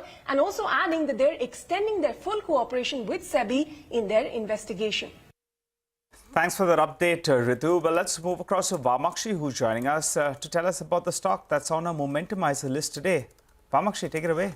Well, absolutely. I'll be talking about Sumitomo. The stock was up nearly 7% yesterday. And in fact, from the lows seen in March, the stock has managed to recover by over 50%. And in fact, the stock hit a 52-week high yesterday. This uptick that we saw yesterday was also backed by very strong volumes. Volumes were nearly 3.5 times the 10-day average. And the traded value on NSE was the highest since May 29, 2024. Now, going forward, some of the triggers that are playing out for this counter seems like there has been an improvement in agrochemical demand. We were joined by Sharda Cropchem as well yesterday, and they said that the worst of the pricing pressure is over. So again, that bodes well for Sumitomo. And in fact, there was another report that came through very recently which suggested that the new BT cotton variety will be approved soon, which will lead to higher glyphosate usage, and this in turn could benefit Sumitomo. So as of now, the stock is on our radar. Okay, thanks a lot for that. Well, by the way, that's Federal Bank's Q1 update. Looking pretty good, actually. Deposit growth of almost 20%, advances growth of 20%. It's that season when you get a lot of updates from many of these banks. And banking is in the spotlight, so expect, some of these stocks to be in the green today. But the spotlight is also on the chemical sector. Krishna Chandra Parvani, who's a chemical analyst at GM Financial Institution, joins us now to talk about the sector and, how one should approach that one. Krishna Chandra, thanks a lot for joining in. I just want to first understand, before we talk about individual stocks, right? What's the outlook for the sector in FY25? Are you bullish? If yes, what are the big triggers that you see? Sure. Hi, good morning. See, on the demand front, we have seen some signs of improvement in the polymer additive space, adhesive chemicals, oil-filled chemicals. So this in turn has resulted in demand uptick of various bulk chemicals as well. And we have highlighted that the outlook for the agrochemicals is likely to improve in FY25. But a meaningful recovery is yet to be seen. But so the demand uptake in agrochemicals is likely to be on the back of robust grain output forecast. Number two, improving inventories at distributor levels, as highlighted by AgChem distributors in the US and LATAM. And number three, a favorable stocks to use ratio, which is supporting the crop prices. Okay, all right. Hi, Krishna Chandra. Good morning and good to see you. When any particular chemical that you're looking at which has seen either phenol or something where you're seeing that the spreads have likely to have bottomed out and now things will improve from here on? Yes. So there are various chemicals where the pricing has improved. I'll highlight a couple of reasons. So in fact, what we are seeing in several chemical prices that they have stabilized, and in certain cases, a couple of factors are pushing bulk chemicals prices higher, like bromine or even phenol. So these factors are a Red Sea issue, congestion at some ports in China. So as a result, a lot of Indian players are facing issues in finding container availability, especially over the last 1 month or so. Okay. A lot of exporters have been talking about higher freight costs impacting margins, right? And we've spoken about this in the past as well. Is it fair to say that this margin pressure is something that can continue well into FY25, or do you see some respite there? On the freight cost front, see, if you look at the freight from Shanghai to Los Angeles, that has jumped from around $3,000 to $6,600 or so, which is, and this is just in last 1 month. So for sure, that there is going to be some pressure in terms of the logistic costs. And in fact, what's happening is that if these issues continue for a prolonged period, then we could see some restocking happening to negate the impact of shipping delays. And with the increased demand, there could be further spike in chemical prices.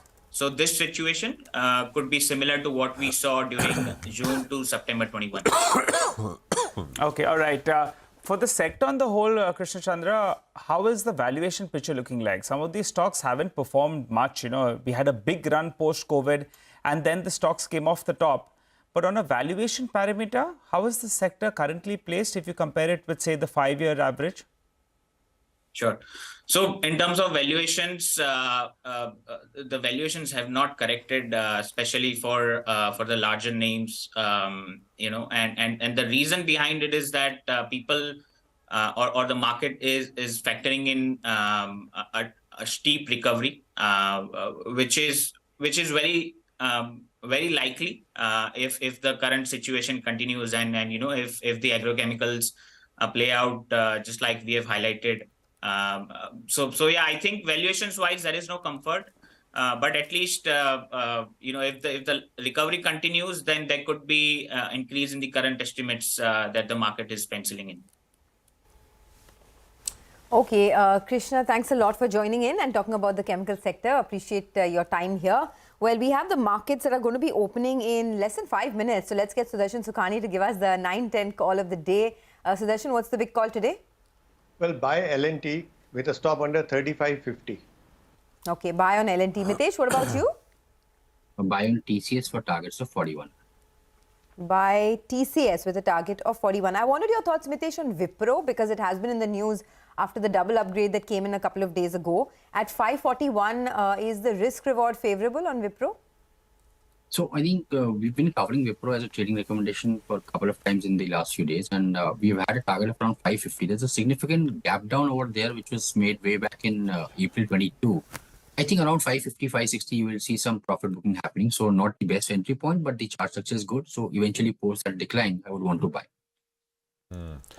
Mitesh, just one question on some of the other. So today it's HDFC Bank, which is leading the gains. But yesterday you had, everything in the banking space coming under pressure. In the Nifties, mostly outside the Nifty, PSU banks were weak. Beyond today, I mean, how's and of course the impact of the HDFC Bank move. How are banks looking generally? The bank's index as well. See, the short-term chart patterns look, there's scenario of some profit booking pullback happening. In fact, IndusInd Bank, Bank of Baroda, SBI all look slightly negative on the hourly and the 2-hourly setup. So with the gap up today, we'll see if there's reversal signal. But I suspect if there's not, then I think we might look at shorting these and going long on the Bank Nifty or HDFC Bank against it.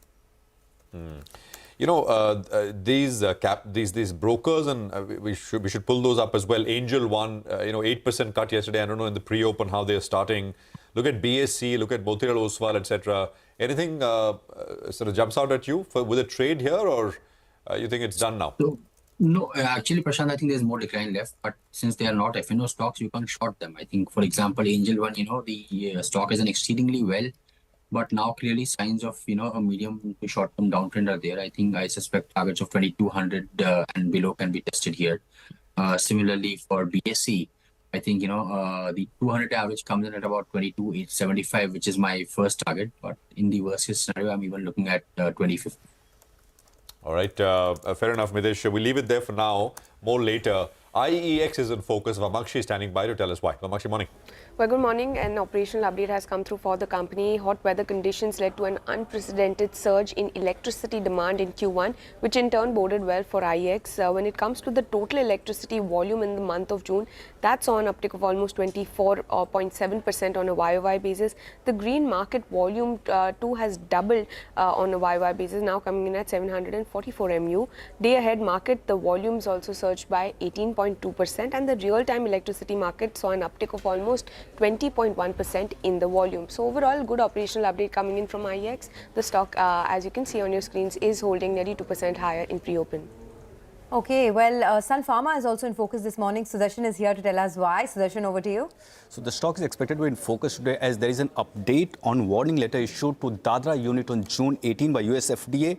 And now US FDA has posted warning letter details on its website. But more than 2 observations, the concerns raised by US FDA are related to repeat violations. And it's not just for Dadra unit, but for multiple sites. US FDA says repeated failures indicate inadequate oversight and control over manufacturing of drugs, and it demonstrates that company does not operate an effective quality system. And on the back of this, US FDA has recommended Sun Pharma to engage a consultant to assist in meeting current good manufacturing practice requirements. So keep an eye on Sun Pharma for the day. Okay, thanks a lot for that. Well, we're just heading into the market opening in less than about 15 seconds. Looks like it's going to be a strong one. The GIFT Nifty is suggesting a very strong start. Remember, the Nifty has been holding on to 24,100. Today, of course, HDFC Bank will be top of mind for everyone because the weight in the MSCI index will increase. So there'll definitely be large amount of inflows coming in there. Passive inflows of $2.8 to $3 billion is what is expected in HDFC Bank, so 3.5% higher. But apart from that as well, right? I mean, you've had lots of stocks that have been providing support to this market, whether it's Reliance Industries, whether it's something like an Axis Bank, Kotak Mahindra Bank sitting at fresh highs. ICICI Bank has been at a fresh high as well. Some of the other IT stocks have started to come back in a big way. So there's plenty of leadership that we're seeing in the market. 80,000, okay. Well, I think we hit. Did we hit that level already? Did you see 80? I didn't see 80. I didn't see it. No, but not yet. No, I don't think we... But it just flashed. I was like, okay, when did that happen and how did I miss it? Okay, I think Actually, I think the high of the day is actually showing in our system at around 80,039. So... our team should just check that and put that out if he did sort of hit right at the word go. Yes, it did actually. And so we'll just, there you go. Sensex hits 80,000 and then of course it's cooled off very quickly after that. So that's essentially what's coming through.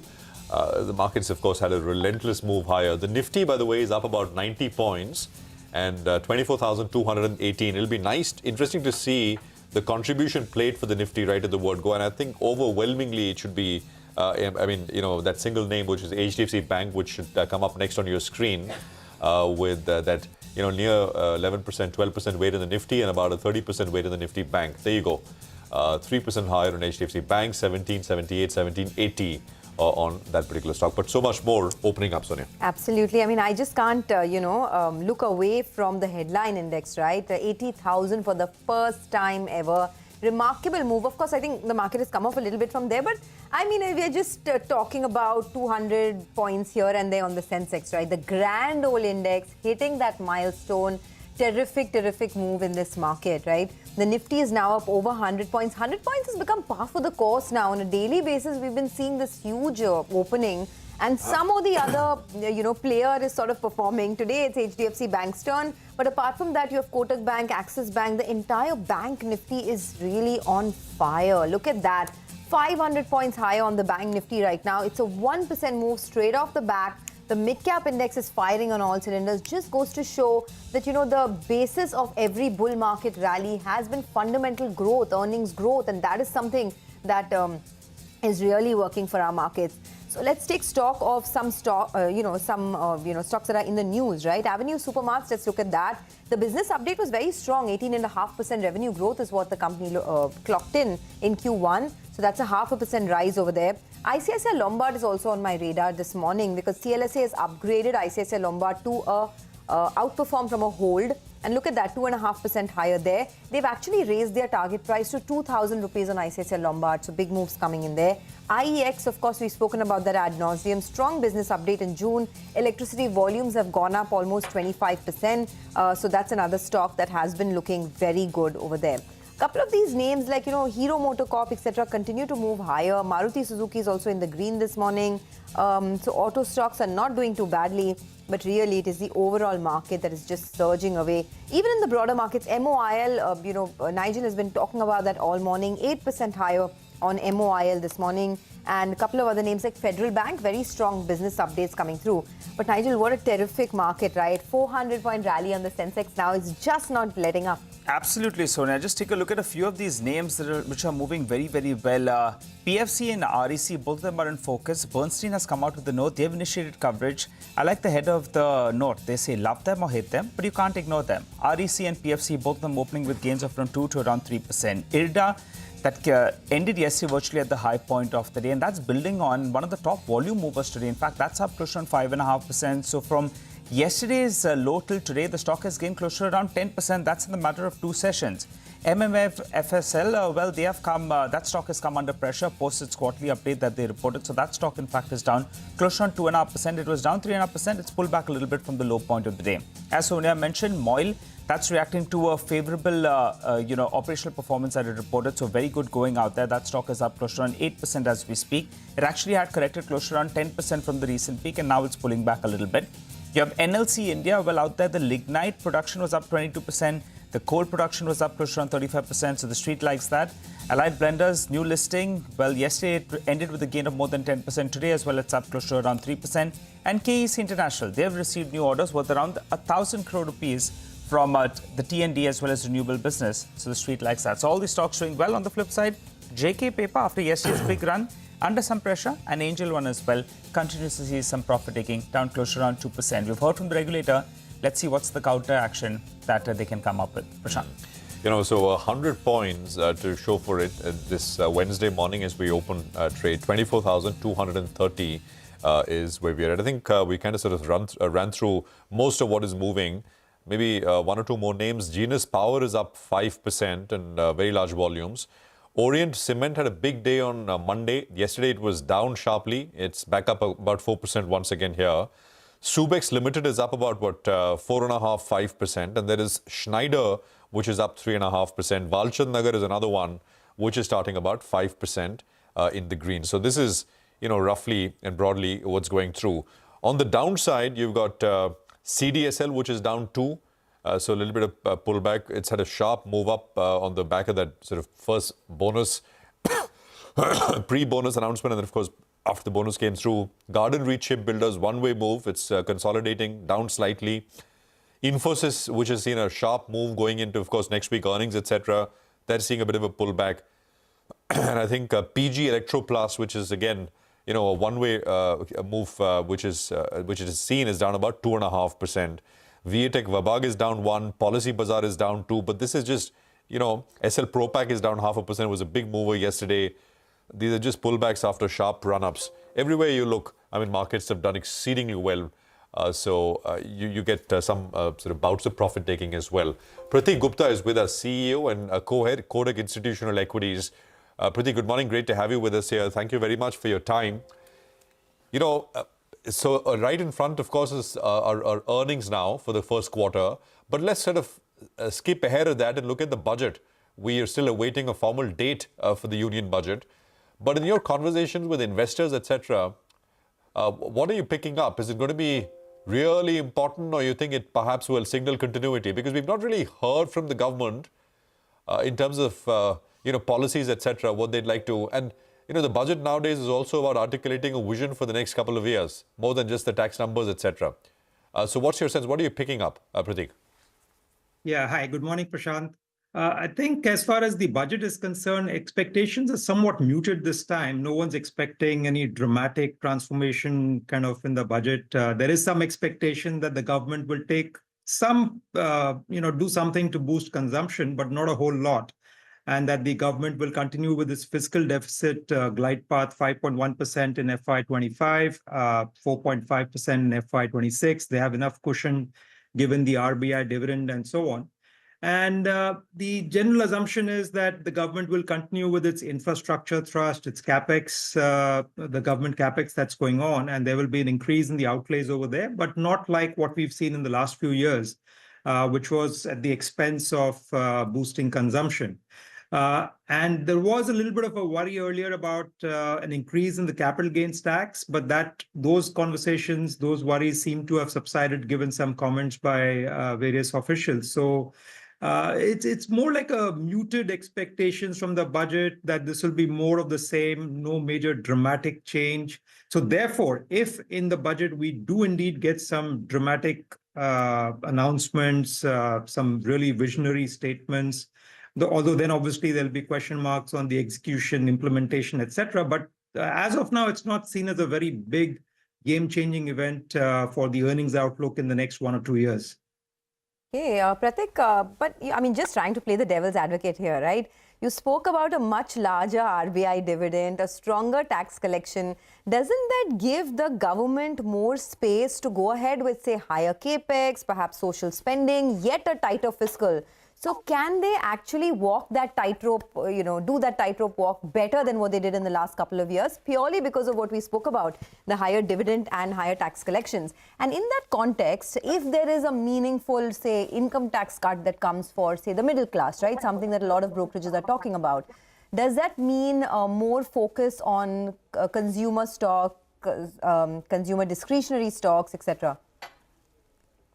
So, Sonia, yes, we do expect a little bit of a boost to consumption. And like I said, I don't think that boost to consumption would come at the expense of capex growth or infrastructure spending growth. That we think will continue, although the pace of growth, the growth rates may slow down compared to what we've seen in the last few years.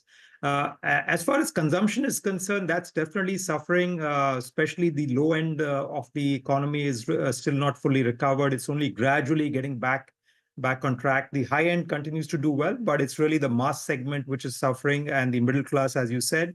So there will likely be some kind of relief for the middle classes and the lower income classes, perhaps in the form of tax cuts, or it could be some direct benefits to them, or other kind of SOPs. But definitely some steps to boost consumption are quite likely.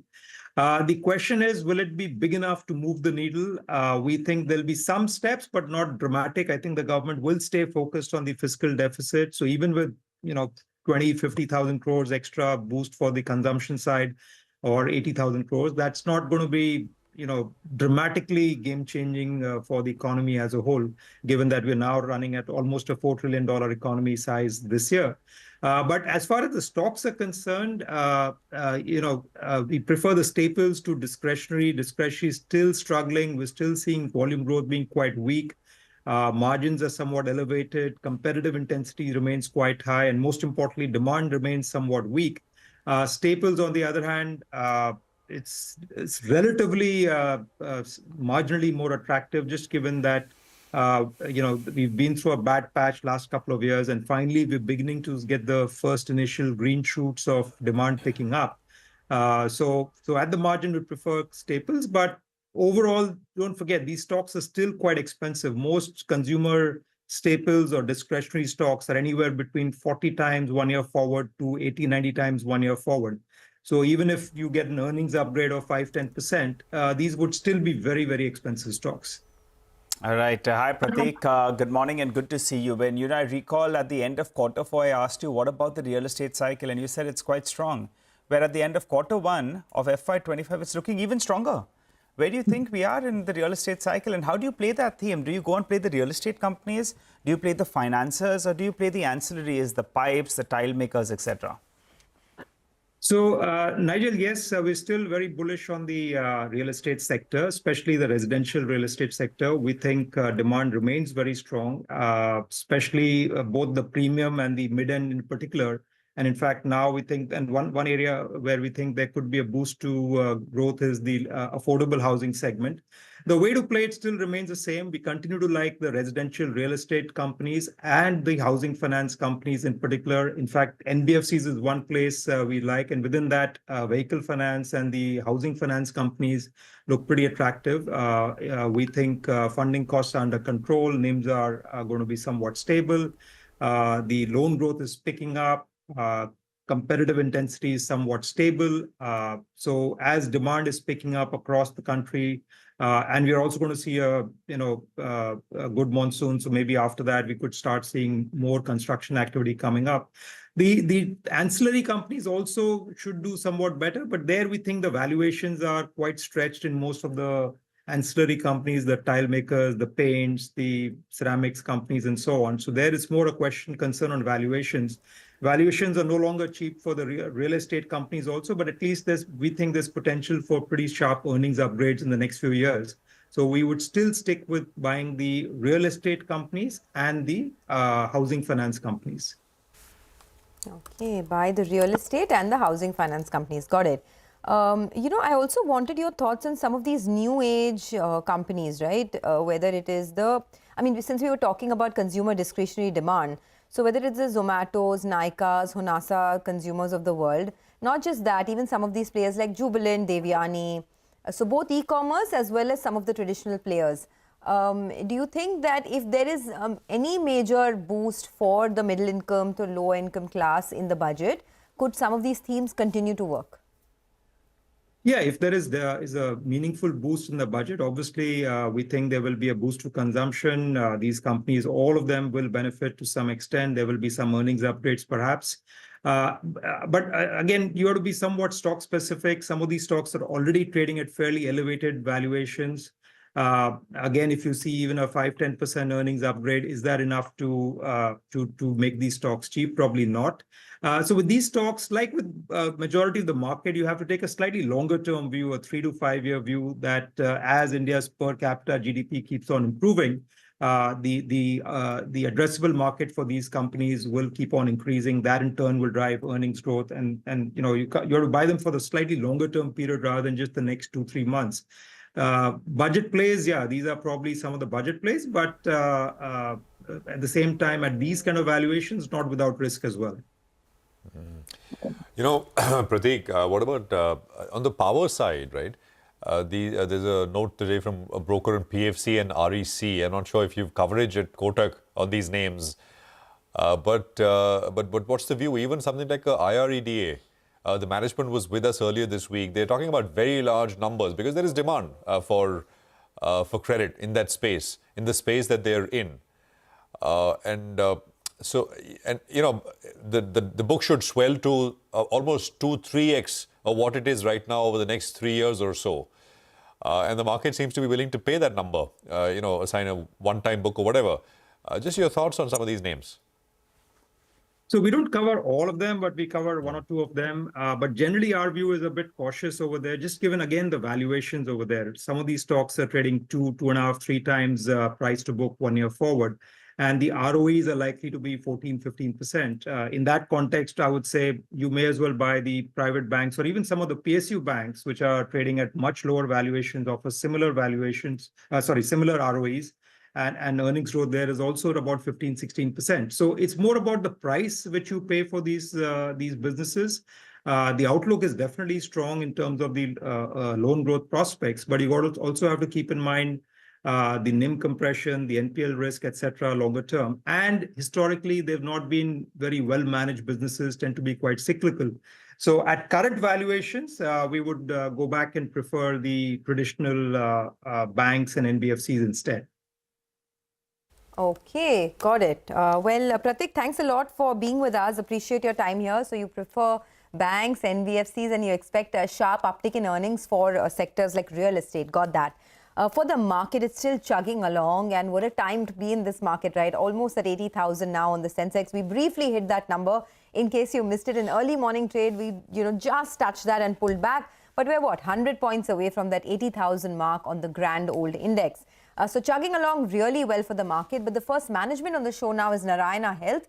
The company announced the launch of its first health insurance product called Aditi. The plan is launched in 4 districts around Mysore initially, allowing them space to gather feedback. Viren Shetty, Executive Vice Chairman of Narayana Health, joins us now to talk more about that. Viren, thanks a lot for joining in. You know, I just want to understand a little bit about what the scope is in this, with this product. I mean, you've made headlines with this product, Aditi, but I want to just understand, would this product only be available for treatment at Narayana hospitals, or are you looking at, sort of offering this product across all hospitals? And in terms of geographies as well, what are we looking at? Sure. What would differentiate our insurance offering compared to most other insurance offerings that are on the market is, one, it is very comprehensive. It covers a very large range of procedures, and it will operate in a narrow network. So it wouldn't be restricted just to getting treated in our hospital. For emergencies, you can get treated anywhere. But one of the key features of the product is that it will work in a very narrow coverage area. We're not looking for national distribution anytime soon. And so this is how we're able to offer it at such an attractive price. Right. Sorry, Viren, hi, morning. Prashant here, and congratulations. So, just to clarify, you're saying that this is, for now, only your hospitals? Only the Narayana hospitals? It will start out in our hospitals, and as it rolls out, we will start adding more and more hospitals to the coverage area. But one of the features of this product, which some people may find quite different from what's available in the market, is that we will not look to cover thousands and thousands of hospitals under this. There will be very few hospitals that are vetted, verified by us, and that offer really good quality of care. That will be in network, and that will be part of the cashless plan. Okay. I'll ask you two things. One is when you say it'll stay a little narrow, right? I mean, the product, even after it goes beyond the Narayana hospital, beyond the Narayana hospitals. So what is narrow, and what are you looking at in terms of the expanse and breadth of offering this product? And second, will this price stay the same, or will we see upward revision over the next couple of years? 10,000 rupees per year. And what are we baking in here? Yeah. So the Aditi plan that we offered is the entry-level plan. This is the most basic offering. This is mostly aligned around surgeries and life-saving procedures. It doesn't cover much by way of medical, and it's not as comprehensive as the plans we will announce later. The next plan we should announce sometime end of this month or early next month will be much more comprehensive. That will include a lot of outpatient benefits, and that will be priced a little higher, but that, of course, covers a lot more. Aditi plan covers your stay in a general ward. The other plans will cover in a semi-private, and there'll be one plan that comes above that. That's for private and deluxe ward. So the pricing will be adjusted accordingly. Within Aditi itself, the pricing also adjusts based on the risk factors, based on the age, based on the comorbidities, based on the size of the family that you're looking at. The price will adjust slightly upwards and downwards from there. So but in terms of actual taking price increases for this 10,000, the basic Aditi plan, what will, the adjustments, of course, it will depend on individual factors, but say 2-3 years down the line, will this base 10,000 rupees stay 10,000, or will we see a sort of price increase? A lot of that will depend on how we see the utilization of the plan and how the costs go out. So 10,000 is the entry-level price. We have priced it quite aggressively for 2 reasons. One is that we want people to experience what it is to get insurance for the first time. The other is it is also a very large learning experience for us. For us, we're trying to understand. Now, we've done a lot of actuarial model and figure that this is a sort of break-even price.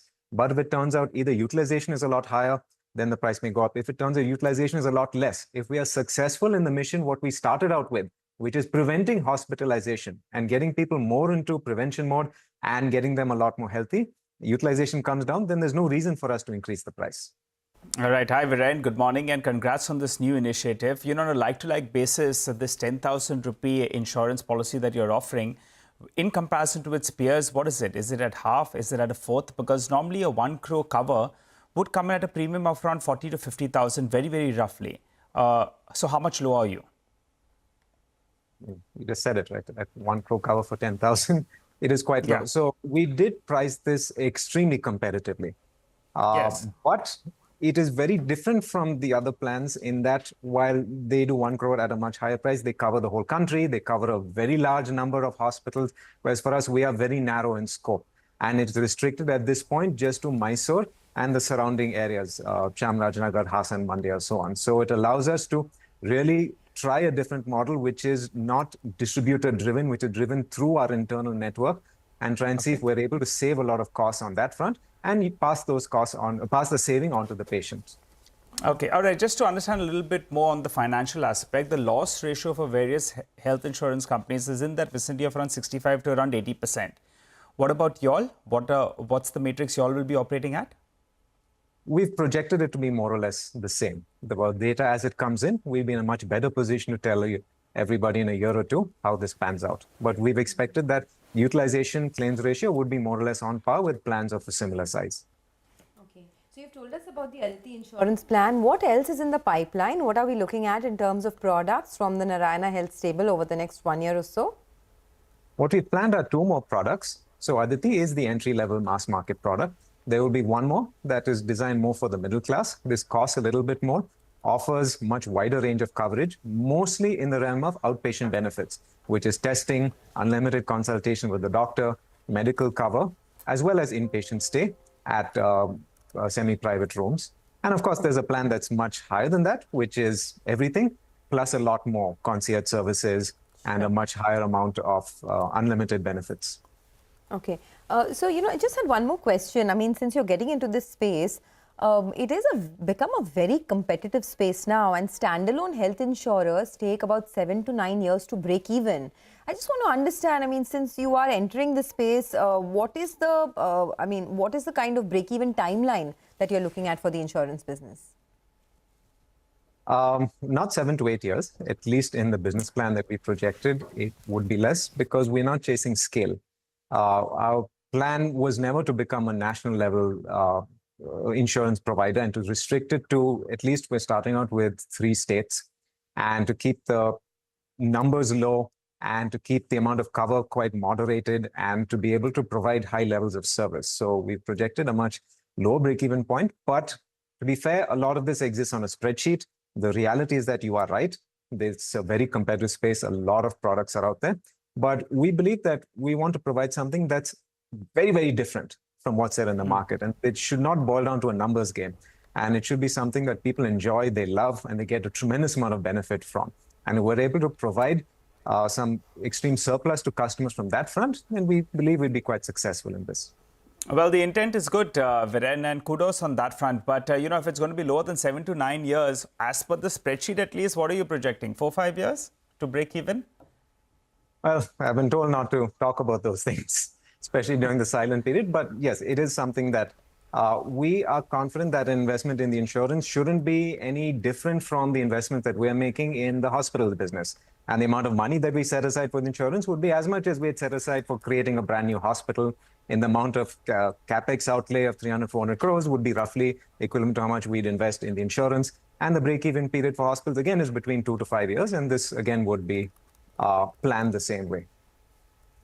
Okay. So for the health insurance industry, right, there are some changes that have been brought about by IRDAI. I just want to understand a little bit about that. The moratorium period has been cut to 5 years. Waiting period has been reduced to 3 years from 4 years, and which is a really big relief. I mean, waiting period for critical illnesses at 4 years is something that a lot of people can't manage, given how much illnesses like cancer have started to spread, right? But would it be possible to implement these for the health insurance industry, the changes that have been brought about?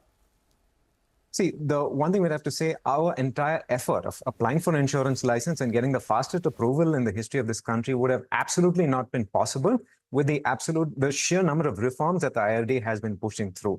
Now, they have a mandate that the insurance penetration in India is in single-digit percentage, and they need to bring it up to 40%. And the sort of reform that are required to make insurance available to 40, 50% of the population are along the lines of all the consumer-friendly things that you mentioned, which is the increasing the age limit, reducing the waiting period, and so on. So whether it's practical or not, these are the guidelines and recommendations. It's up to a healthy conversation between the insurance companies and the regulator, as well as their customers, to find out what is the right mix of things that are good for patients and things that are good for the numbers. If it is tilted too much in favor of making the economics of insurance looks good, no customer's happy, because you end up with claims being rejected, you end up with a lot of dissatisfied and customers and mis-selling.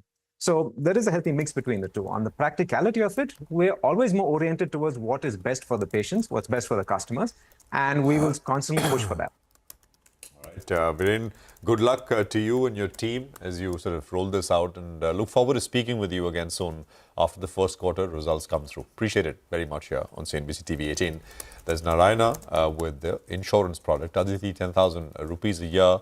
A crore cover, but of course, I mean, limited in scale, scope right now to Narayana hospitals, but will be expanded beyond that in the times to come. But not, as Viren said, the aim was never to become a pan-India large insurance player itself. So that's that. 12:30 on the stock right now. We'll take a quick commercial break here. 130 points higher, 24,250 is where we're at. We come back and we connect with the management of NLC India to discuss their first quarter business update. Stay tuned.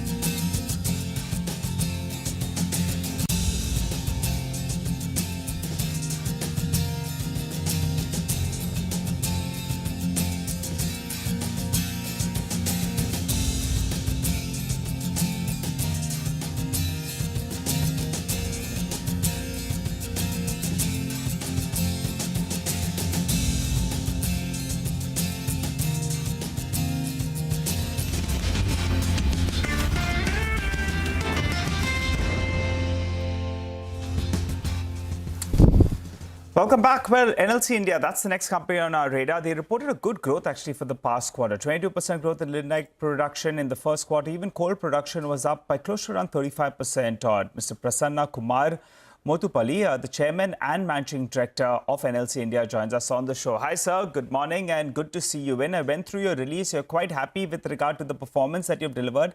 And you'll have also highlighted the stock move, in the past quarter, which is good news. And your shareholders will want to know what's the guidance from here on. So let's get a couple of basic numbers out of the way. What's the lignite production target as well as the coal production target for the entire fiscal? It's been a fantastic start with a 20 to 35% growth. What do you end the year with in terms of an absolute number? Good morning. As you rightly said, quarter one is an outstanding quarter for the NLC India. There is an all-round improvement in the performance over the last financial year.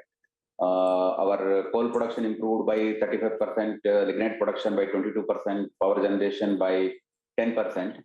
And this is mainly because of whatever constraints were there last year for lignite production, coal production. Those things have been addressed. That is the reason why this performance in the quarter one is excellent.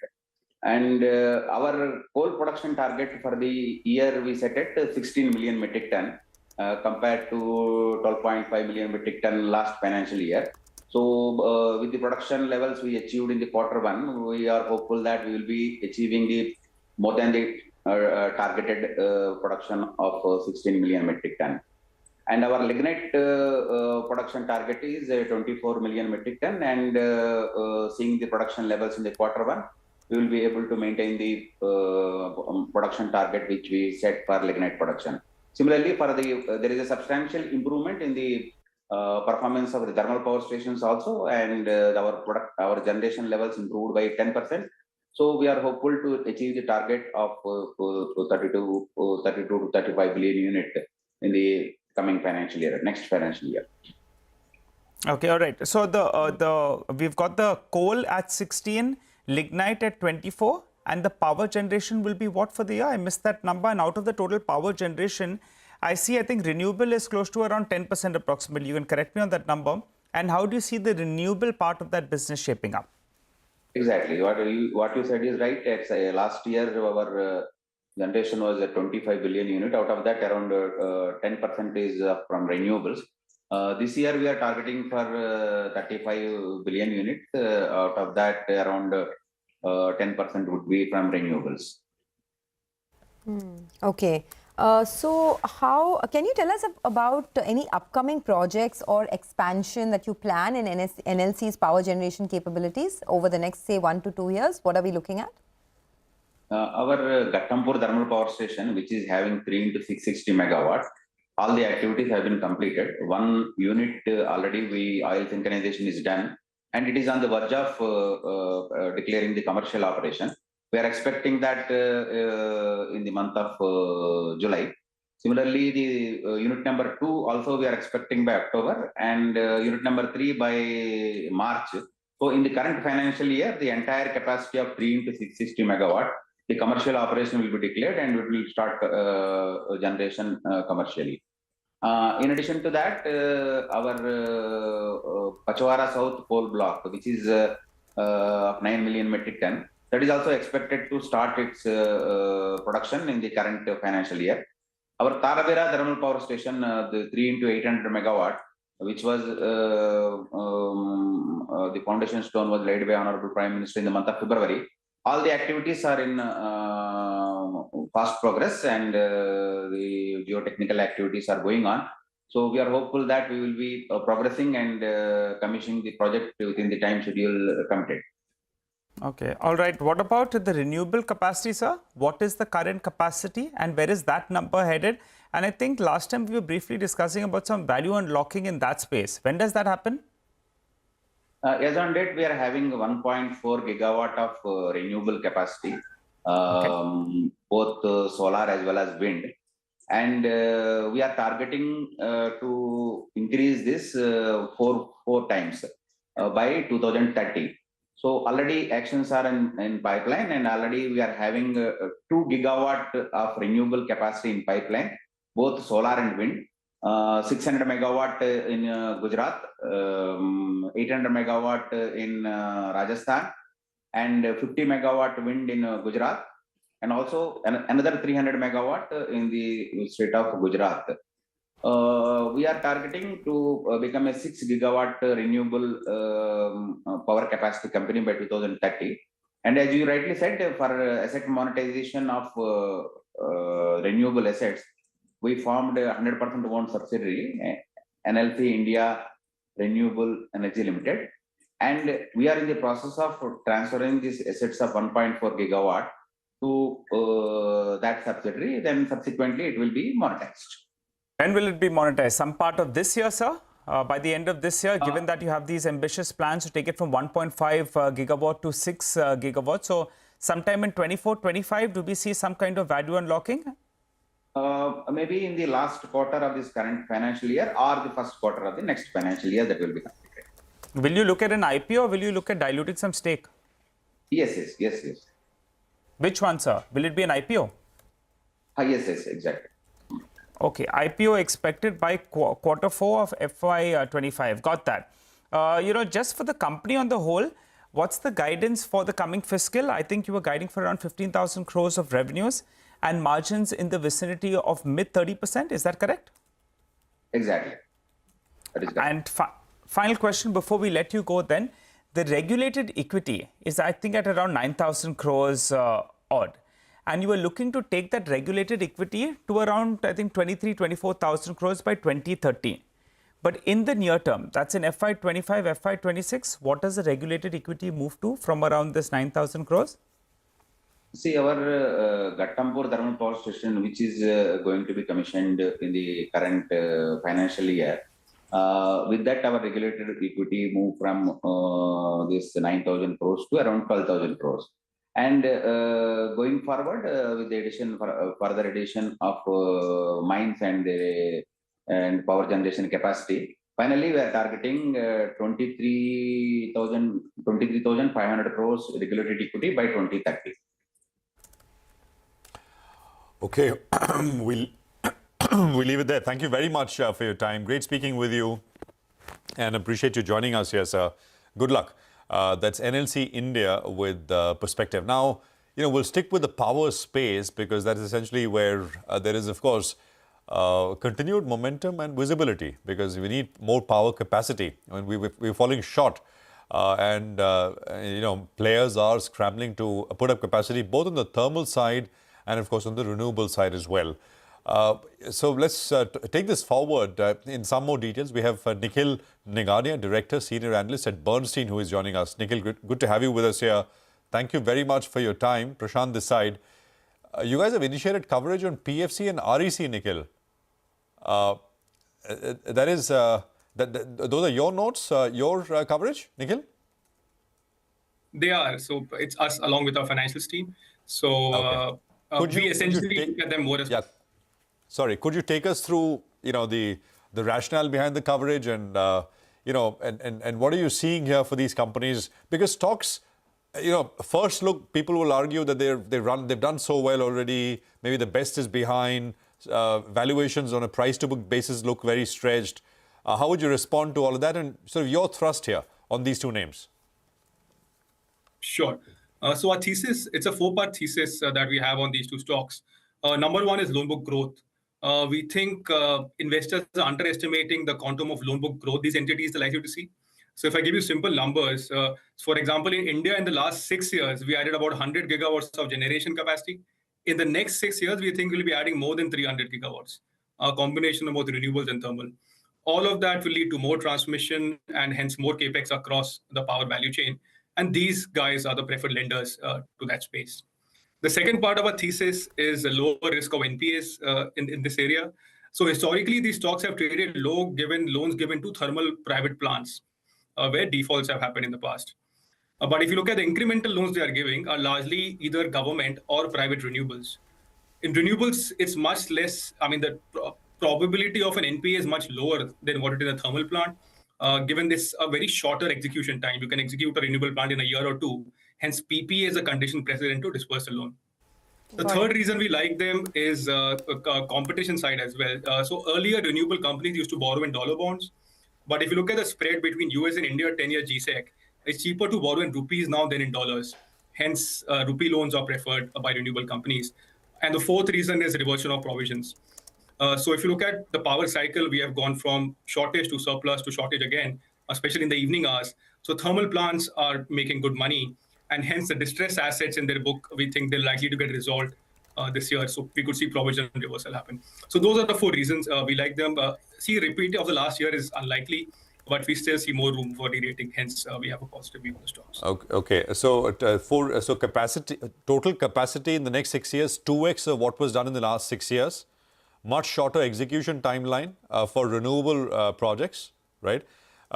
You're saying that rupee loans, so currency risk in that sense is lesser.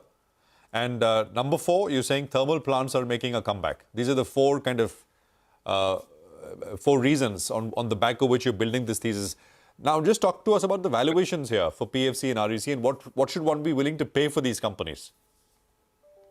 Yeah, exactly. So if you look at these stocks, on an earnings multiple basis, they are still at 8 to 10x earnings multiple.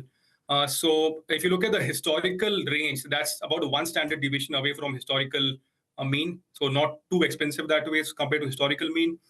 And even on a book multiple basis, the target we have on both of these names implies a close to 1.5 to 2x of book value of FY25 ending, which we understand is higher than historical, but nothing like the last cycle peaks these stocks have seen.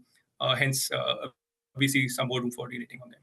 Okay, but just one follow-up there, right? I mean, if you look at a stock like, say, Power Finance Corporation, it has done nothing in the last 4 years. It only started to perform in 2023. I mean, in 2023, it was, I think, around 100 rupees, and now it's gone to 520. So one asks the question that although there may perhaps be more legs on the upside, but has a large part of the rally been missed by investors? Your thoughts? No, I agree. The large part of the rally is behind us. So even the upside we see in these stocks as we have initiated on is about 20-25%. Nothing like the big rally we saw the last year. The rally last year, which was not just them, it was the entire power sector actually, was a turn in the entire power cycle, as I said, from going from surplus power to shortage, especially in the evening hours of the day, which is what led to that. So yeah, to your question, we can't repeat last year, but still more room for upside. Okay. And in terms of earnings upside, right? I mean, you spoke about the potential, the loan growth potential, etc. But what are you factoring in? From this price, is there further earnings upgrades that you're looking at both in PFC and REC? If yes, what are your EPS estimates? What are your target prices? Yeah. So from a loan book growth perspective, which is the key driver for earnings for them, we anticipate more than 15% loan book growth for each of them. So for REC, we have built in about 17-18% loan book growth for the coming 3 years. And in the case of PFC standalone, we have built in a loan book growth of about 16% or so for the coming 3 years, which translates to an earnings CAGR of about 12-13% on both of them for this 3-year period, per se. I got it. Nikhil, so let's look ahead, right? By the way, you have coverage on other power names as well? I mean, what's the coverage universe for you in power? So we cover NTPC Power Grid on the conventional side. Then we have some renewable names as well, which is Renew and Adani Green, and the Power Exchange IEX. So that's a broad coverage apart from these two names. Okay, and you have a positive sort of view on most of these names? So we are positive in terms of the stocks we like. Apart from PFC, REC, we like NTPC and Power Grid. Both those names we have been positive for quite some time now. So yeah, so these are the 4 stocks where we are positive within our coverage on the power side. All right. Now, in terms of policy push, right, is everything in place, or will we should we expect anything more? I mean, the budget is around the corner. What can the government do? I mean, are there any expectations at all, or is basically now about execution?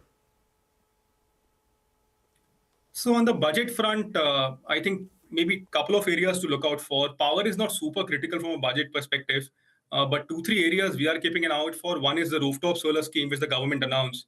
So that requires a big budgetary outlay. So we are waiting to see, what kind of outlay is planned for this year and how big a push that rooftop solar scheme sees.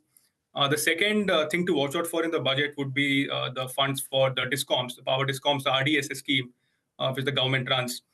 Because DISCOMs, I mean, they have historically been the Achilles heel for both lenders, generators, everyone.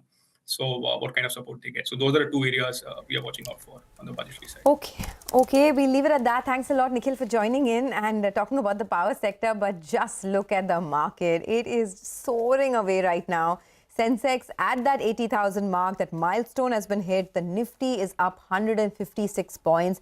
This is not a joke, the kind of rally that we're seeing in this market. I mean, every other day it's being fueled by one or the other large cap. Today, HDFC Bank is at a fresh 52-week high, up 3%. It has so many large cap blue chip banks for company. Axis, ICICI, Kotak are all well in the green right now. So it's really a party out there on the Lal Street. And we are here to give you, the minute-by-minute coverage on that. But Mitesh Thakkar is back with us. Mitesh, this is really a phenomenal move that we're seeing on the market right now. How does one deal with this? I mean, what are the stocks to look at? Where do you take positions afresh? And do you close your long positions if you have them running? So closing the long position won't be a good option, Sonia. I think, earlier in the day, I talked about the fact that if we sustain about 52,700 or 100 on the Bank Nifty, then we might see continuation on the upside. I think that's playing out well. So now let's look at stocks from the banking space, which possibly can show further upside traction. And Axis Bank, you were mentioning, I think that's come on my radar as well earlier in the day. Axis Bank can be bought with a stop at about 12.55 and look for targets in excess of 13.10 here. While Dr. Reddy's and Pharma is also doing very well today. So Dr. Reddy's is a buy with a stop below 6,400 for targets of 65.40. By the way, in the broader market, if I can put up a few names, as we always do, because so many new sort of stocks start to get added. Look at this. GM Breweries was a big mover yesterday, but it's up 15%. GM Breweries right now. It'll be up on your screen. Stocks at about 916.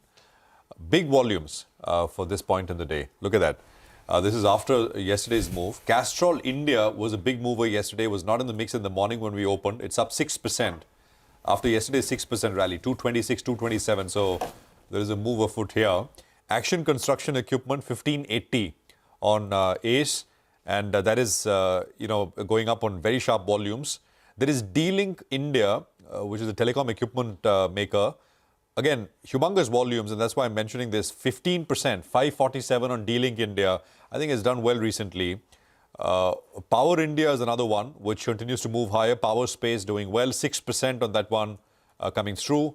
Solar Wilson is up 5%, and 723 on SW Wilson, again coming through with very large volumes. So these are some of the sort of bigger volume-led gainers which we have in our hands through and through. 160 points right now is where we are at on the index. Mitesh, we'll come back to you for more in a bit, but we'll have to take a break here. We come back and put the focus on commodities and what's top of mind there. Manisha is here to do that.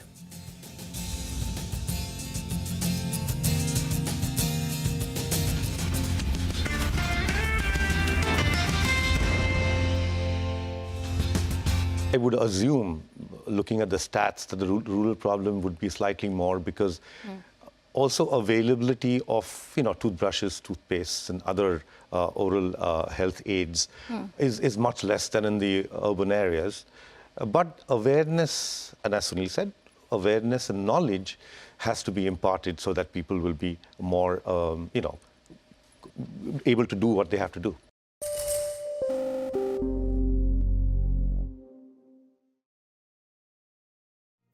What does it take to build India's largest startup platform?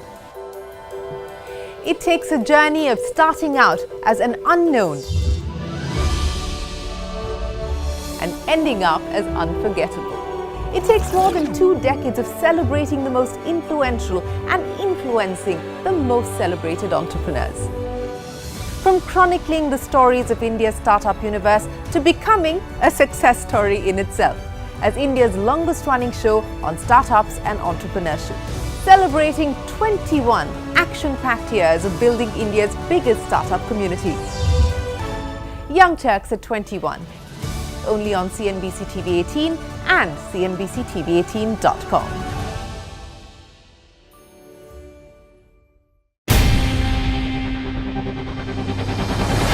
CNBC-TV18's most comprehensive and award-winning news show, India Business Hour, drops first on YouTube.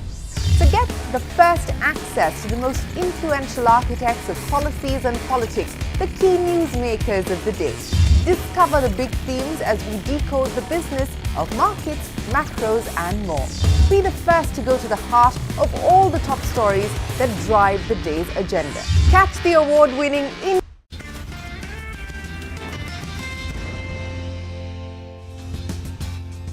Okay, welcome back. This is really a raging market, 150 points higher now on the index, but we also have a commodity market to trade. So Manisha Gupta is joining in. Manisha, what's the one commodity you're tracking today? Well, I'm looking at aluminum. I haven't talked about that for some time. We did see the prices decline by nearly 6% on that one in the month of June, but that was the case for many of the metal prices. July has opened slightly on a better note for many of these commodities. One, you have the treasury yields declining. The US dollar is off its highs as well. And now the markets are anticipating that you would see perhaps a first interest rate cut in September with the kind of economic data that we've seen come in and also the kind of statements Powell put out there. If you look at the numbers in sense of China, well, the primary production has hit a 2-year highs. China, remember, is the biggest producer and consumer of aluminum as well. So globally, those prices and those moves do matter in that sense. Also, when you look at the Chinese imports and production, both of them have been on the higher side. We also are looking at aluminum LME inventories, which have surged, almost doubled in the matter of last couple of months to 1.1 million tons. That is another thing that is keeping the prices in check, perhaps. If you look at Trafigura, that is also dumping aluminum right now. They are the largest traders when it comes to commodities globally. 400,000 tons has been put in warehouses. So that tells you that the near-term demand perhaps in aluminum is not so strong there. But aluminum has varied interest and sense of consumption there. And with the US sanctions on Russian aluminum, that only has added further volatility in case of prices there. I want to take you through on what the prices have done in this year. We started with 2,300. We've seen a decline of 2,100, and that was a 2-year lows as well. And then the prices jumped to 2,770, almost 2,800 on charts, currently trading at 2,500. Now, interesting is that we also have seen $4,100 a ton as an all-time high in 2022. So from those kind of levels, it's near half that the aluminum prices are trading at. But most of the producers are still in profit because cost of production is anywhere between $1,500 to $1,900 a ton onto this one. If you look at the markets overall, the alumina production also has been kind of increasing, but India clearly stands far behind at 7.3 million tons. Also, when you look at the per capita consumption coming in for aluminum, and while India is high on charts, but again, very far away in sense of numbers there. So while the world capita consumption for aluminum is 12 kgs and China stands at 32, India very small at 4.5 kgs. The last plate should come in on your screens, and that tells you on what the expectation is in sense of aluminum prices going forward. So currently we are trading at $2,500 a ton. But as you can see across, not too many Wall Street banks or brokerages believe that that is where you will see aluminum prices ending this year at. So there is some pressure that has continued. A very interesting report from Citi says that in 2025, you could be looking at prices at 2,900. So 2024, not too much, but 2025 is definitely the year of aluminum. Okay, thanks a lot for that. 2025, the year of aluminum. Let's focus on the stocks now that are on the move. First up is Federal Bank. Abhishek is here to tell us more about that. Abhishek. Well, Sonia, Federal Bank is up 4% in trade today after they gave their Q1 FY25 business update, which showed strong momentum on a sequential and YOY basis with respect to deposits and advances. Deposit growth is at 19.6% YOY and 5.5% sequentially. Now, the industry is struggling with deposit, and Federal Bank is able to show healthy growth rate over there. Industry, as of mid of June, the industry growth in deposit was 12% YOY. CASA has improved. That's grown by 10% YOY and about 5% sequentially. However, the CASA ratio is at a 9-year low of 29.3%. Customer deposits have increased by 5% quarter-on-quarter. Loan growth is very healthy at more than 20% YOY and close to 5.4% on a sequential basis. So CD ratio has improved for them both YOY and quarter-on-quarter, suggesting that the net interest margin may remain stable or improve on a sequential basis. Back to you. All right, Abhishek, thanks for that. Well, the other big mover today is MOIL. The stock had gone to a high of close to around 565, and then it corrected to around 480 odd. So it corrected close to around 15%. But now, post the quarterly update, well, the street is quite excited. What do the numbers state? The sales numbers are up by close to around 14.5% odd, while the production numbers is up by close to around 7.8%. This was more or less in line with what the Antique analyst was estimating. But for the time being, the street likes the headline index since the sales is up in double digits. Also, they're saying that their focus continues on exploration, and that's why their core drilling, in meter terms, it's up by close to 49% on a quarter-to-quarter basis. That's this quarter, of this year in comparison to the same quarter last year. So put all that together, the stock is up close to around 6.5%, cutting some of those losses that we saw from the recent high. Okay, well, that's on MOIL. Let's zip into a quick break. On the other side, our special segment, Indianomics. Lata will connect with Barry Eichengreen, the American economist, University of California, Berkeley, to discuss about the Fed's rate cut trajectory. Stay tuned.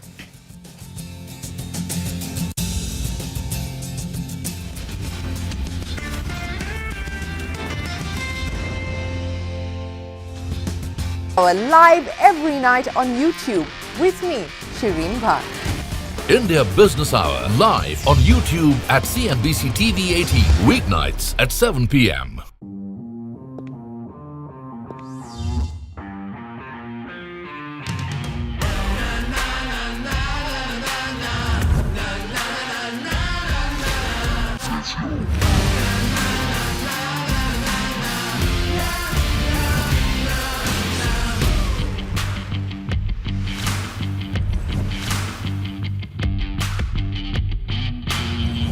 Make informed decisions with comprehensive analysis on the go.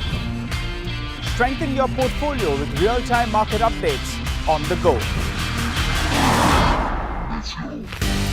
Create effective strategies with insightful expert opinions on the go.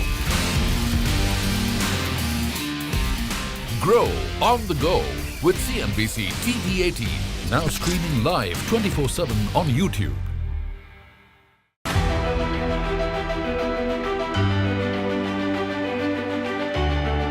The Indian markets have not just grown, they've broken several records in the last 25 years. India's contribution to incremental global GDP was as low as 0.2% 25 years ago.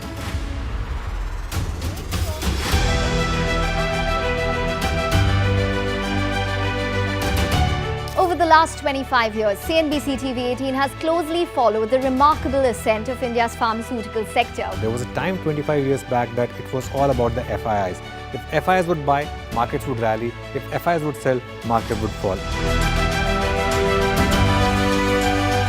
Earlier, we were net importers of steel. From IT services.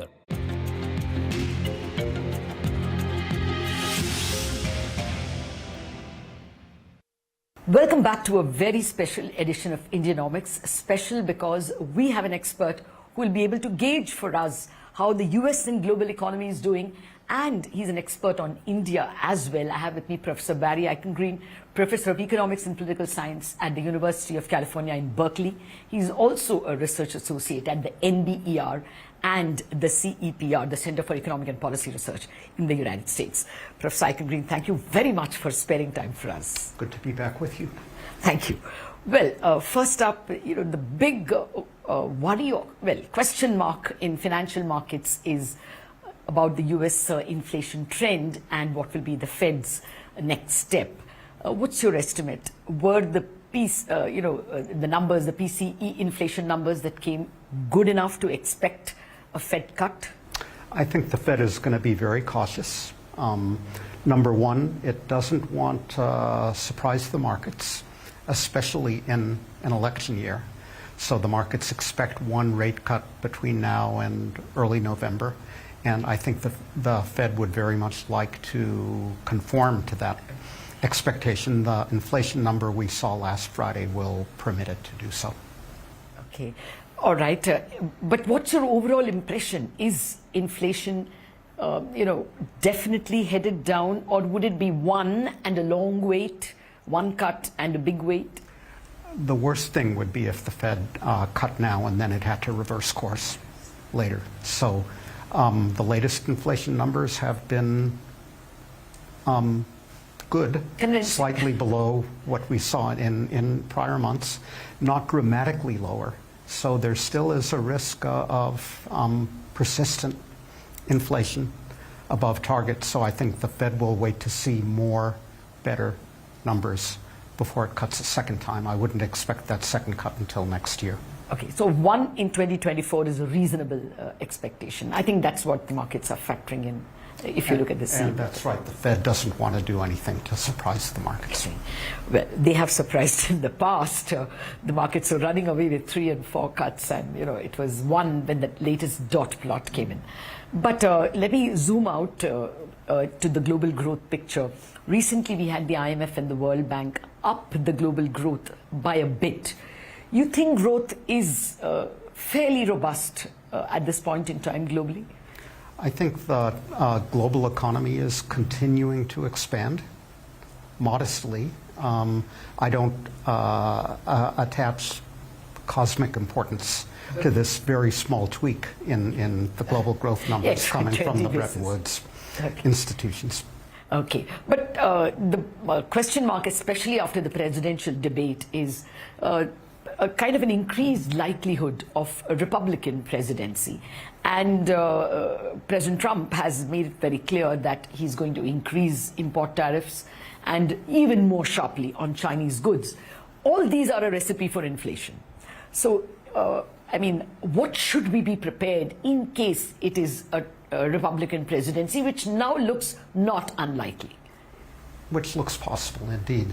The other thing to bear in mind is that Trump will apply pressure to the Fed not to raise interest rates to counter those inflationary pressures. So I think this is a recipe for inflation, and it's a recipe for a weaker dollar. So a weaker dollar is kind of a mixed blessing from the point of view of emerging markets. It makes dollar debts easier to service. That's not a big positive for India, which borrows in its own currency, but for a lot of other emerging markets, it will be a positive. Oh, okay. That was my next question, actually. Where do you see the dollar going? Because that's the only reason why we are interested in the Fed rate. So this could be an unlikely combination of rising import tariffs and yet not rising interest rates. But where does this leave global growth? The geopolitical concerns are not just with China. It's also, and he said it in the debate, that he will get out of Ukraine or get the US out of Ukraine even before January the 20th. So do you think that there can be impact on growth because of huge geopolitical changes in the North Atlantic countries? Well, there are geopolitical problems in Ukraine, around the South China Sea, in the Middle East, but there are domestic political problems as well in the United States, in France, at the European Commission.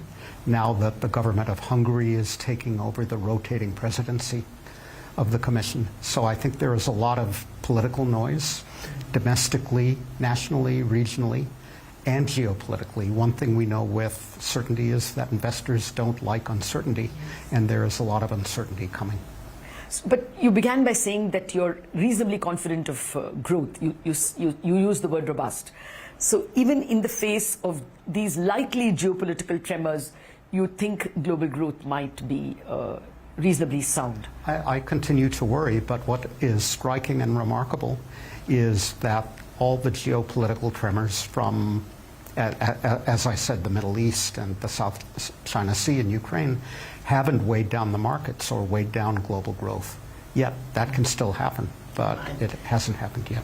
Yeah, the way you put it, it sounds more reassuring.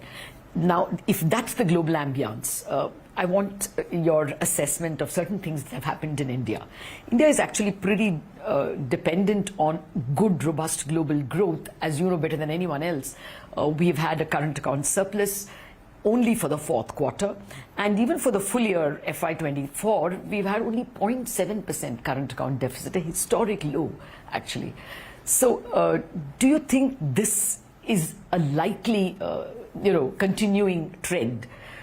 Do you think our service exports can continue to be as robust as they have been? Well, I think India will continue to grow its exports and its service exports in particular, but India needs to invest more also. And another way of thinking about the current account balance is the difference between savings and investment. India needs to increase its saving, but it definitely needs to increase its investment. You and I talked, what was it, 6 months ago, and I was skeptical that India could maintain 7 or 8% growth. Yes. Indefinitely. I'm still a little bit skeptical. I was going to ask you that pointed question, and I take your point that a current account surplus also indicates that savings are not finding enough spaces to invest. Clearly, industry is not able to absorb as much, and that should be a worry. Let me touch upon fiscal deficit and then come back to the twin deficits. The tax collections, both in FY23 and FY24, have been above expectation and reasonably above expectation, which is tempting the conclusion that tax to GDP is rising. Have you studied these numbers, and would you say that we are on the path to higher tax to GDP? Well, I've looked at these numbers, and I think 2 data points, 2 years running, is better than 1. Yes. The administrative changes are definitely a positive. So India does need to raise more tax revenue in order to fund public investment, and this has been a step in the right direction. But whether it will continue in an upward direction or not is a different story. We don't know. We are actually on the cusp of a budget, as you know. A budget is expected in perhaps 3 weeks. What would you look for that would be good for India? Well, I think the infrastructure investment drive has been good. India, in order to continue to enhance its competitiveness, has to invest in people as well. So in addition to physical infrastructure, physical capital, I would look for more investment in human capital. So that's part a task for the central government, part a task for the states. They need to work together. One of the themes during the debate leading up to the budget has been and is going to be whether the government will spend more on welfare. There is one interpretation that the ruling party got fewer seats because there has been genuine distress at the bottom of the pyramid. Would you endorse higher welfare expenses, or would you think that it should go to capital and should not be giveaways? Well, I think how the welfare is administered, and again, whether people are given skills and training as opposed to handouts or food and fuel subsidies. Those are different approaches. As an economist, I would endorse the investment in people, the education and training. Okay. You know, when I was recently in the US, there was a lot of criticism of the CHIPS Act, saying that it requires, $52 billion is what the US government has given it. It requires repeated investments. And there were a lot of people thinking that, they shouldn't have gone down that path. There has been less strident criticism of India's subsidies to the semiconductor industry here. You think that was a good idea to give subsidies for semiconductor, or do you think it's quite a bit? It's about $10 billion or almost that. You think that money should have been spent in what you're saying, skilling, jobs, education? Yeah, I would have preferred to see it spent that way. The money that is going to build semiconductor fabs is in effect going to big incumbent firms like Taiwan Semiconductor and Samsung and Intel. I would rather invest in the kids of working class people than I would in these already big firms. Okay. Yes, if that's the way the choice is, clearly a lot of people would prefer, but there is this fear of Chinese supremacy in certain areas, and I think this is more a self-reliance move, but not adequately debated. Let me come to this 8% theme that you spoke about. We've got 3 years. Now, one can understand the first year, FY22, it was because 21 was a contracting year. So we ought to have done well. It was almost 10%, 9% plus. And then it was a 7.2, and this year it's an 8.3. Do you think we are reasonably on the path of an 8% growth, or we just got lucky? I think there has been an element of bounce back from COVID, as you said. I think there has been good policy in terms of infrastructure investment where it was needed. But if you do the math, as it were, it's really hard to come out with 8% growth, it seems to me. Demography will probably be less favorable going forward. There's a scenario we spoke of where the external environment is less favorable. So we can hope, but I'm skeptical that if you and I talk again here a year from now, India will still be on that path. Okay, no, that's a possibility. I think the RBI's forecast is above 7%, 7.2, but the entire street has not latched onto it. But you said the demographic advantage. I thought demography is an advantage, isn't it? We have a larger workforce. The average age is 28. Which will mean a lot of, we could encash this dividend for some time. You don't think that will bring... No, I think that will help, indeed. I continue to think the 2 Ds, demography and democracy, are positives for India now that democracy is embattled in many other parts of the world. It's good to see that the country of India has been through a more or less normal election and come out on the other side. So I think both of those are advantages. Oh yes, democracy certainly bounced back with some elan. But I just want to persist with this growth issue. I did a math, the Prime Minister has given an aspiration of a developed or an advanced economy by the time the Republic turns 100 in 2047. Now, the Reserve Bank did an arithmetic and said that you have to grow at 7.6% for 25 years to become an advanced economy by 2047. I did a math 25 years past, and the average I got was about 6.4, 6.5. Do you think we can get 1 percentage point more growth in the next decade or so, given this demographic dividend, given the virtuous cycle of higher taxes? Everything will have to go right in order for that to happen. And I think we've been reminded by COVID and all the other things we've experienced recently that we can't take that for granted. So I think the aspiration is justified and a positive, but India will have to be lucky in order to achieve it. What's your best guess? 25 is a long time, as you say. There can be pandemics and other things, and climate. But suppose you have to make a reasonable guess up to 2030. What would your guess be in terms of the pace of growth? So my belief is, my argument would be that India can maintain a 7% rate of growth only if it invests in its people, not only in elite education, but in effective education for the masses. And it has only begun to do that. Okay. Thank you very much, Professor. I'm sure we all would have been happy if you had said India can get 8 only if they invest. But yes, 7 is aspirational if you looked at the last 25 years. Thank you very much for spending time with us. And I do hope that a year from now when we talk, we will hopefully see a better growth rate for India. That's it on this edition of Indianomics. Thanks for watching. After a break, Chartbusters.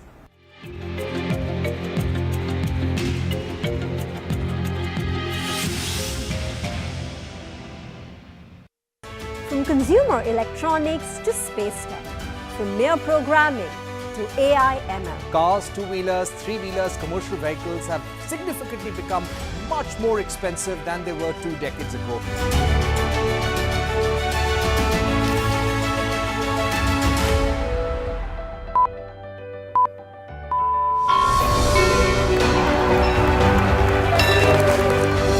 Discounting is high there, but their focus is squarely on the 125cc segment.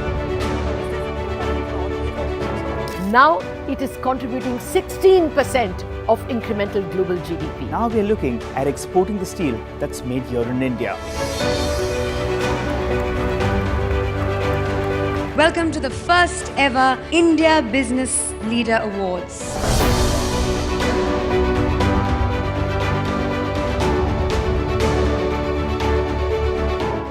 Cars, two-wheelers and vehicles generally being manufactured today are much lower on emissions and much higher on safety. India's technology industry has been at the forefront of cutting-edge innovation over the last 25 years. It's the retail which is the driving force for the market right now. Clearly, we have arrived on the global economic stage.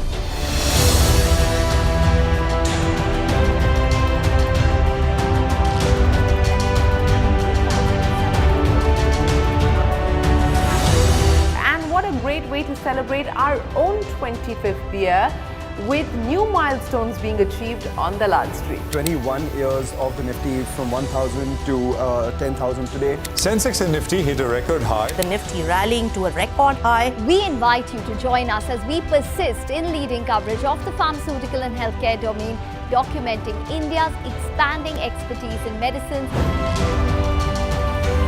25 years of excellence and unparalleled growth.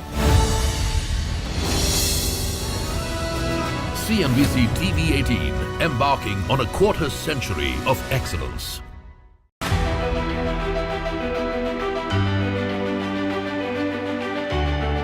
The Indian markets have not just grown, they've broken several records in the last 25 years. India's contribution to incremental global GDP was as low as 0.2% 25 years ago.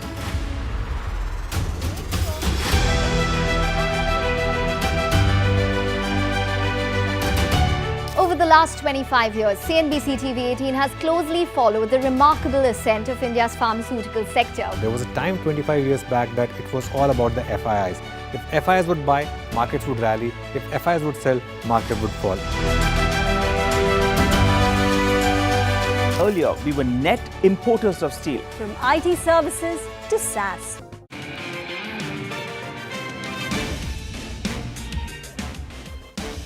HDFC Bank, that's the stock that is taking the top honors today, up over 3% as the bank's latest shareholding pattern shows a 55% drop in FII ownership, suggesting headroom for further flows. V-Mart, Moil and IEX, all of them surged after delivering good first quarter business updates. V-Mart sees quarter one total revenue rising by 16%, while Moil's quarter one sales rise by around 14.5%. IEX also sees a 25% rise in the total electricity volume in June. M&M Financial dips on the back of its quarterly business update as asset quality deteriorates. Disbursements in the first quarter also come down 16.6% sequentially. Power financing companies, PFC and REC, both of them zoom after brokerage firm Bernstein initiates coverage on both the stocks with buy calls, citing both stocks as their preferred plays in the power cycle. Bernstein tells CNBC-TV18 they expect earnings CAGR of around 12 to 13% for both these two companies. KEC International zooms after the company bags orders worth nearly 1,000 crores in the T&D renewables business.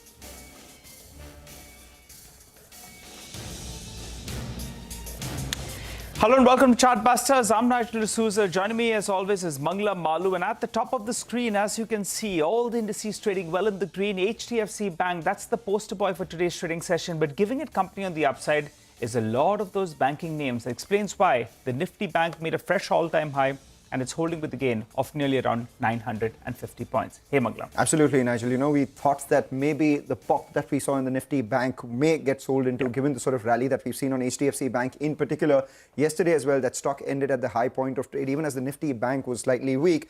And today, what's powering the Nifty Bank is the call writing at 53,000. You know, once we cross past that mark, a lot of those call writers at 53,000 who were hoping for the Nifty Bank weekly options expiry to be below that level are now running for cover, causing further up move on that index. But the baton has been passed. You know, over the last couple of trading sessions, we saw, you know, the IT stocks do extremely well. But today, the IT index is actually taking a bit of a backseat. No problems for the market, as the Nifty Bank says that I will do the honors today. So the IT index at the low point, the Nifty Bank at the high point, with a gain of 150 points on the Nifty. Let's talk about the primary market then. Mcure Pharma's near 2,000 crore IPO has opened today for subscription. Will close on the 5th of July. So to discuss the objectives of this issue and the post-listing growth strategy, we are now joined by the MD and CEO of the company, Mcure Pharmaceuticals, Satish Mehta, along with the whole-time director, Samit Mehta. Thanks a lot, Satish and Samit, for joining in. Congratulations for coming to D Street. It's a near 1150 crore offer for sale, 800 crore rupees, or rather 600 crore rupees in terms of fresh issue. 800 crore is the fresh issue, of which 600 crore rupees is what you've allotted for debt repayment. So the first obvious question then is, what's the total debt on your books as of right now? With the debt repayment, what would be the delta when it comes to your finance costs? How much will they come down by? First of all, good morning, and I very much welcome the opportunities of interacting with you. Thanks a lot. Obviously, this is a great moment in the history of the company, in the sense, you know, somebody like me who started his career in early 80s and started with handful of people. In fact, you know, I'm a graduate from Ahmedabad, only person, you know, from my batch who did not, you know, for any placement because I felt, you know, I will do something on my own. And this has been a journey of last 40 years, in the sense, you know, I very jokingly keep on saying that in my 40 years journey, I never got any promotion because I started as managing director. I continue to be a managing director, CEO, even today as well. So this is what it is. Now, coming back to what you asked me, you know, the question, very specific question. As far as the debt is concerned, as reflected in RHP on 31st of March, you know, it was something, you know, close to 1,550. And out of that, you know, 600 CR, you know, out of 800 CR that we are raising on account of primary, will go for reducing the debt. All right. You know, we will ask you about the reduction in finance costs and the impact on the EPS thereafter. But you jokingly said that you've never got any promotion in your life because you started out as MD. Well, if one got, you know, the position of MD and the 1% commission of profits as salary that are amounting to nearly 22 crore, I don't think anyone would mind. So that's just on a lighter note, Nigel. Well, that's right. And, you know, Mr. Mehta, you went straight into bat at the opening. Whether it was Sachin, Virat, Rohit, all of them, they started in the middle overs. You know, and then, in fact, middle order, and then they went into the top of the order. But you debuted straight at the top. So good on you. But let's get back to the numbers then. You know, as you said, out of the total money that you're raising, 600 crores will be used for debt repayment. So what does it bring your debt number down to? Point number one. And point number two, the 600 crores, what was the borrowing cost of it? So we could get an annual saving on that number? No, that's a good question. But again, coming back, you know, to this one, that as far as Rohit and all these guys are concerned, they become professional players. As far as I'm concerned, you know, I started in league, you know, small league, you know, in Maharashtra. So to that extent, there's no comparison really. It's a great feeling, you know, to lead this great company that has been built, you know, with a lot of passion. Yeah. And coming back to what you said, you know, that as far as 600 CR is concerned, that is going to be for reduction of debt. So obviously the interest cost, you know, should go down. And obviously that should get reflected in EPS as well. Now, listen, as far as I'm concerned, the numbers, you know, they're all in... I think the cost of interest is around 8 or 9%. So that should obviously get reflected in the PAT, you know, going up, going forward. So 54 crores order will be the savings. I imagine so. Yeah, all okay, right. All right. And the debt number comes down by how much once you repay the 600 crores? As I told you some time back, as the debt is concerned, that was 1,500 ballpark figure. Okay. On 31st comes down, and again, what really happens going forward, the company should also generate cash. So I think, you know, we are quite comfortable. And having said that, you know, I must tell you that built up the company from scratch. So to that extent was not really averse, to borrowing. Got it. And that's what is getting reflected because, as I am listing the company today, the promoter group, holds 83% of the equity. So I think, in my career, long tenure of 40 years, there is not a single incidence where we have missed the financial covenants. Got it. So I think, it's a new journey and we are very excited about it. All right, you are excited about it. Let's bring in Samit in the conversation as well. Samit, I'm looking at the last 3 years, the data that you guys have provided. The revenue has grown at a CAGR of 6.6%, which is actually, one would say, a lot lower than what a lot of the other companies in your peer set have grown as well. And in doing so, your EBITDA has actually declined at a compounding of, or rather discounting of 4%. And the EPS also has declined on an annual basis by a rate of around 13.5%. So going forward, I just want a couple of details. One, what is a sustainable rate when it comes to your revenue growth going forward? What is a sustainable margin that you're looking at? And as a result of which, what could the growth in your company's EPS be? Because the last 3 years, we've seen a decline. Absolutely. I think a couple of things that can explain, the numbers that you were just mentioning. Of course, if you start off with FY22, there was a bit of COVID noise that, the entire industry experienced. We were also beneficiaries in terms of a lot of our products like zinc, vitamin C, enoxaparin, gaining high revenues in that specific year. Other than that, I think the growth has been, quite steady.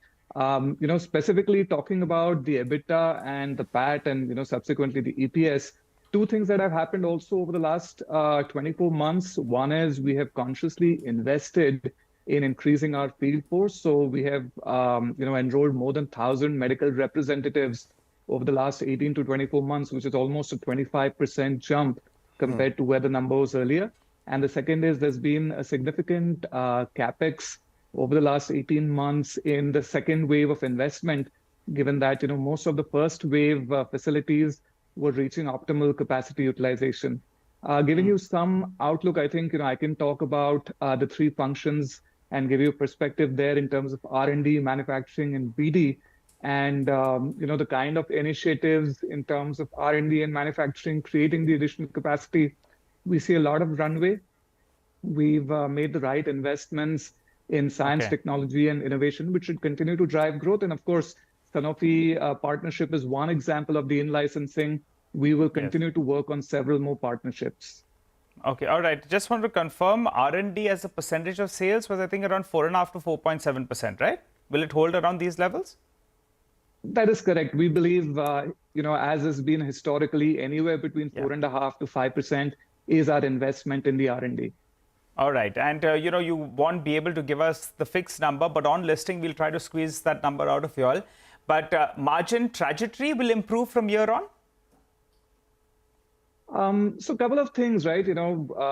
Once the debt reduction happens, and like you correctly mentioned, the, interest cost or the financial cost improves, that probably should flow in, right? In terms of an improvement that could happen in terms of either the PAT or then subsequently the EPS. Okay, all right. The PAT and EPS, but we'll want further color on the operational performance because obviously that interest cost repayment will come post the operational performance. Be that as it may, let's understand the business a little bit more in detail. The domestic as well as the export mix, currently it's at around, I think, 49-51% odd. How do you see this number progress moving ahead? And also you're forayed into the CDMO business, right? What is it as a percentage of your total mix and where do you see that number headed to? Sure. Question. Before going for this question, I would just like to add to what Samit was saying some time back, that as far as the 1,000 medical representatives that we have added, it takes time, to reach the productivity, desired productivity. So as we increase the productivity, that should also have a positive impact, on the EBITDA and margins that we have. And the second thing, that we had 9 manufacturing facilities, we added 4 manufacturing facilities. So that will also take some time, to ramp up. So that is something, we'll keep on doing. The other area that I would like to say, draw your attention, the way the company has been built up by us, we have essentially been focusing on science, technology, and innovation. That has been the gene of the company. So to that extent, I think, the type of differentiated products, that my company has given, in last 25 years of our journey in marketing, that will continue. That is something which is very close to our heart. Whether it is chemistry-driven products or biotechnology, that we will keep on doing. That's the core of the business. Now, coming back to what you asked, about exports, as far as exports are concerned, I mean, we all like, the emerging markets. I mean, the way we are extremely passionate about the domestic market, and we want to grow in the domestic market. That's the main area we will pursue. But at the same time, we like emerging markets, because they mimic the domestic market, to a very great extent. There are a lot of countries, where we sell branded generics. And there what really happens, the products, that we have in India, which are differentiated, or the biotech products, that we have, they also have a very good future, in the emerging markets. So we are very bullish about emerging markets. And as far as Canada and Europe is concerned, we have done well. It's on the back of the acquisitions, that we had in 2014-15, and the recent acquisition that we have in Canada. So that will also be driven by complex products and complex injectables, to give some color to the whole thing. I would also like to add. One more thing. Mcure is the first company which has got approval for amphotericin B, a liposomal injectable, very difficult, complex, to manufacture, apart from the innovator Gilead in UK. So we get that, Mr. Mehta. We get that. What we really want to know before we let you go quickly is, where do you see this mix going? Export versus domestic, and also acute versus chronic. Where are the margins better? Yeah, coming back to what you were saying, absolutely spot on. As far as today is concerned, 48% is being given by domestic contributor, 52% comes from export. I would like the ratio by and large will remain same, but I wish as far as the domestic is concerned, it tilts towards domestic. I'll be happy if domestic is 53, 54, 55, and as far as the exports are concerned, that is 45, 50, or whatever it is. So focus will be on the domestic market. That is something which will happen. And the second question that you asked me was regarding acute and chronic. So today what really happens, that acute and chronic, we do around 45% in chronic and 55% in acute. But at the same time, what really happens, we are very strong in gynec. In fact, gynec is one area where we are leaders by distance. So as far as gynec is concerned, some time back, that was taken as subchronic. If you add that, in that chronic and subchronic put together, we are at 70, and 30%, is coming purely from acute, where you are talking about anti-infectives and pain management, gastrointestinal products, and so forth and so on. So basically, as far as chronic is concerned, the area we like. And obviously, as far as chronic is concerned, the margins are better, and company will keep on, focusing on that. I would also like to draw your attention to the recent, arrangement that we have entered with Sanofi, where we got their portfolio of cardiology, and even for that matter, 220 medical representatives of Sanofi. They also joined the seamless, what I would say, induction of these guys, took place in Mcure. That will also help us to build on the chronic portfolio. All right, Mr. Satish Mehta and Samit Mehta, thank you so much for joining us and giving us a brief look into what the company is all about. The IPO opens today. Of course, we will be joined by you when the company lists as well. And that time, we'll press you more when it comes to numbers and future growth prospects that you have, along with some specific questions that we'd have as well. Yeah, Mr. Mehta, we have explained the company in detail. Post-listing, we are looking forward to those numbers. And where do you see the company headed in the next few years? For the time being, we appreciate it, both of you gentlemen joining in and filling us in on all of those details. Well, for the time being, we'll continue the show. We'll have to slip into a short break. On the other side, we'll get a technical check. Sony's waiting for us on the other side.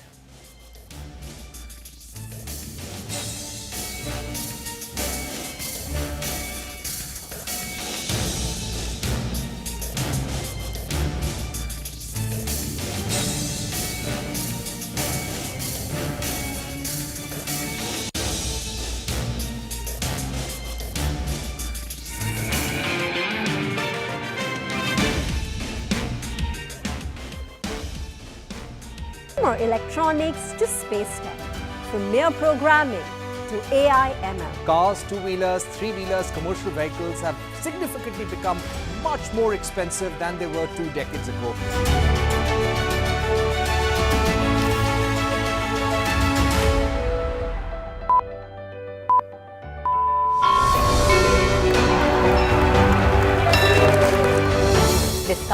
high there, but their focus is squarely on the 125cc segment.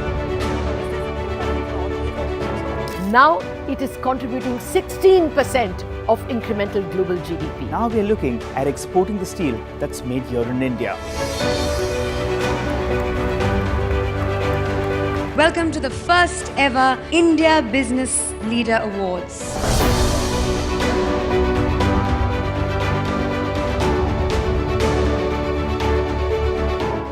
Cars, two-wheelers and vehicles generally being manufactured today are much lower on emissions and much higher on safety. India's technology industry has been at the forefront of cutting-edge innovation over the last 25 years. It's the retail which is the driving force for the market right now. Clearly, we have arrived on the global economic stage.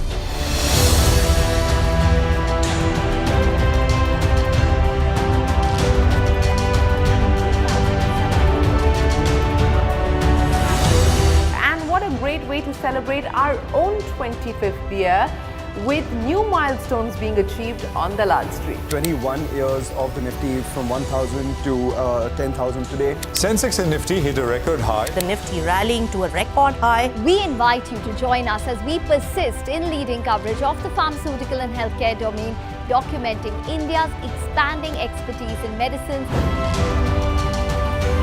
25 years of excellence and unparalleled growth.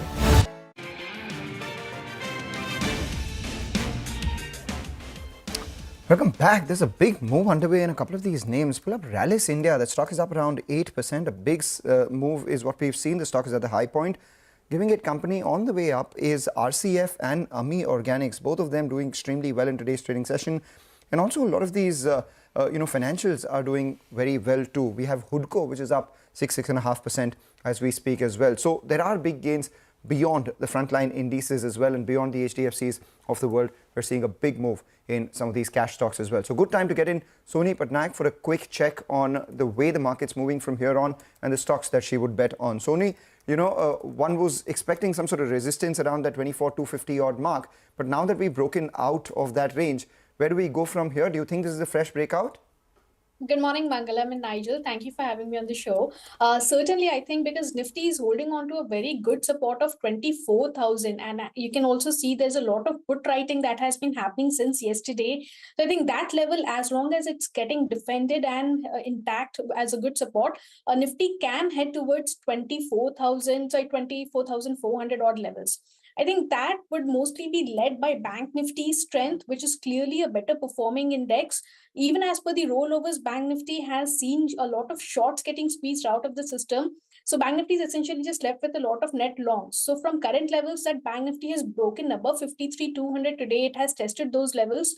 There is a high probability of the index testing 54,000 for July series. So I think as long as the support for Bank Nifty also remains intact, Nifty may consolidate, but it can also test the higher levels. Stock specific, we can see a lot of heavyweights contributing to Bank Nifty. There's ICICI Bank, there's Axis Bank, which is looking quite strong, even Federal Bank. So I think these bank individually will also contribute to overall indices. Got it. All right. What about, we've got that, Soni, on those banking names as well as on the index at large. Any more individual stocks you're tracking, if you'd give us levels on them? Definitely. Nigel, the first would be from realty space, which is DLF. One can trade and longs at current level in futures. DLF futures can be bought at current levels with a stop loss of 820 and a target of 860, 865 can be seen. The second pick would be from the banking space, Axis Bank, which is looking quite strong at current levels. So one can take a position in Axis Bank futures at current level for a target of 1320, 1330, keeping a stop loss of 1245. All right. Thanks a lot, Soni, for joining in and giving us your view on the indices. You like Nifty Bank more than the Nifty, and a couple of stocks that you've recommended to our viewers as well. Take a short break. Actually, before we do that, let's get you a few more ideas for profit coming in from colleagues at Money Control Pro. And today we have Madhu Chanda Day with an idea. We're talking about Fed Bank Financial Services, or FedFina, which had a tepid listing in November 2023, and the stock has since then underperformed. Loan growth, however, has been robust in the past, and in FY24 it clocked a loan book growth of 34%. The loan book is predominantly secured, comprising of mortgages and gold loans, and the company is now gradually pivoting the book in favor of high-yielding assets like small ticket mortgages and gold loan. It has also started co-lending in the gold financing business. FedFina has a strong parentage in Federal Bank and has seen a credit rating upgrade, which should incrementally lower its cost of funding. We therefore expect stable margin. With a largely secured asset book, asset quality hiccups have been rare. With a strong expected growth in loan book, stable margin, moderation in credit cost, and lower expected operating expenses due to operating leverage benefit, we see headroom for ROA uptake. The valuation is now reasonable in the context of a healthy ROA. Thanks a lot for that, Madhu. For the time being, though, we'll slip into a short break, come back, continue to focus on markets and on stocks that are moving around. Don't go anywhere.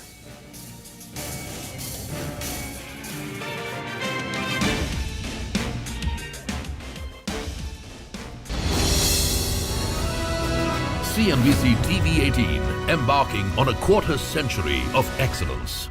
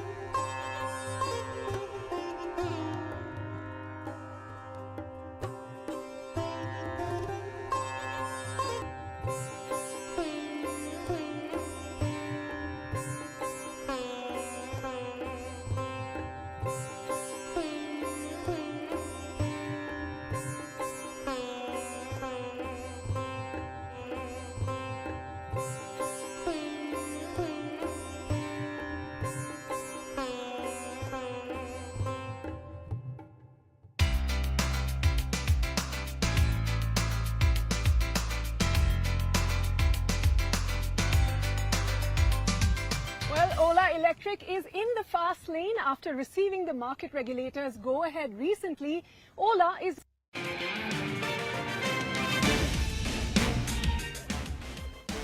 Welcome back. You're tuned in to Chartbusters here on CNBC TV18. Well, a couple of business updates came, namely on Avenue Supermarts as well as V-Mart. Mangalam, tell us, those numbers were quite good, huh? Those numbers were quite good, more for V-Mart than D-Mart, but D-Mart also has seen a bit of a rally from the lows, so which is why it's not moving as much.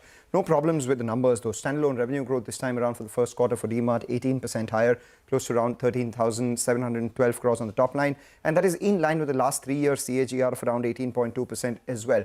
We've added 6 stores during the quarter. Total stores stand at around 371. And if you look at last year and this year, the store addition is close to around 13.5%. So revenue growth of 18.5%, store addition of 13.5% implies that there could be around 5 to 6% same store sales growth positivity. So to that extent, it will be very important to see what has sold. So you look at the product mix, you look at the gross margin trend, because that has been an imponderable for D-Mart. And secondly, these are standalone updates. So the performance of the e-commerce business would come by in the consolidated business. So those are some things that we'll keep an eye out on as well. Remember, the company had told us that in the very near future, their goal is to add as many stores in the physical retail and also look for moats in e-commerce business and grow that as well. The other one, which is actually a bigger mover in today's trading session, is V-Mart Retail, and that's because all of last year it was very slow, sluggish, poor performance coming in, and on that base the company is now showing growth as well. Total revenue grew 16% for the key business V-Mart. Their revenues actually grew 17%, and even if you look at the same store sales growth, this time around for V-Mart it has been around 12%. Unlimited, which is the acquisition that they made from Arvind, there the same store sales growth has been around 8% as well. They've opened 7 stores during the quarter, closed 3. They've added 5 V-Mart stores and 2 Unlimited stores, and they've also closed 3 Unlimited stores, and this is a positive largely because there is a big margin differential between Unlimited and V-Mart. So V-Mart has higher margins than Unlimited, so adding more V-Mart stores and closing some of the non-performing Unlimited stores are better for their margins. So as a result of which, we are seeing an up move on V-Mart as well. All right, Mangalam, thanks for that. For the time being, though, we'll have to wrap up on this edition of Chartbusters. You stay with us, though. Trading Hour comes up next.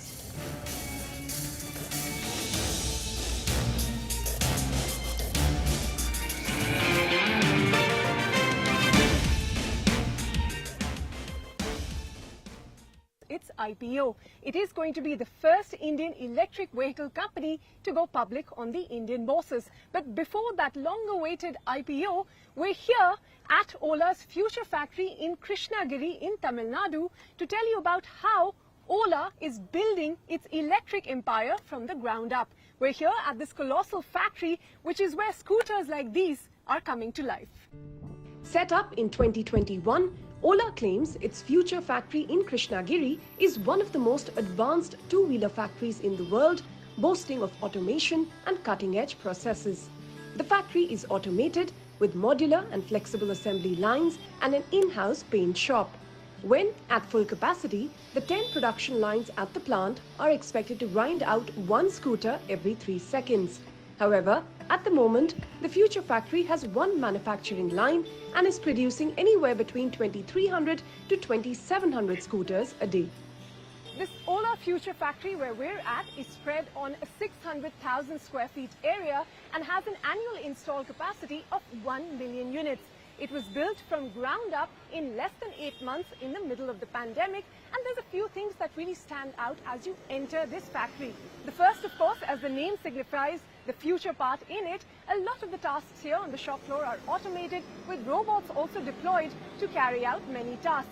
The second and the most interesting thing I thought is that this plant is largely run by a women-only workforce, so kudos to Ola for that. And third, for a manufacturing facility, it is surprisingly quiet. The female workers on the shop floor total 944 on-roll employees, representing 100% of the shop floor workforce and more than 25% of the total on-roll employee headcount. After the future factory, Ola also plans to have an all-woman workforce in its cell manufacturing facility, the Giga factory, as well. The reason we set up the women factory was that we want to set up an example for the industry that in India, women can actually participate in the workforce. Ola began the production of its second-generation EV scooters in September last year, and its founder says Ola will start the production of motorbikes in the factory later this year. We're focused on the two-wheeler, Ritu. Scooters already has given us such a strong growth over the last 2 years, and last year we expanded our portfolio of scooters from the S1 Pro to multiple S1 platform scooters. Now we are working on the motorbikes. Like you said, we showed you motorbikes 15th August last year. Yeah. Those were early concepts, and we've been working on the R&D of those things. Okay. So through next year, you will see us launch some motorbikes, and I do hope that the consumers love them.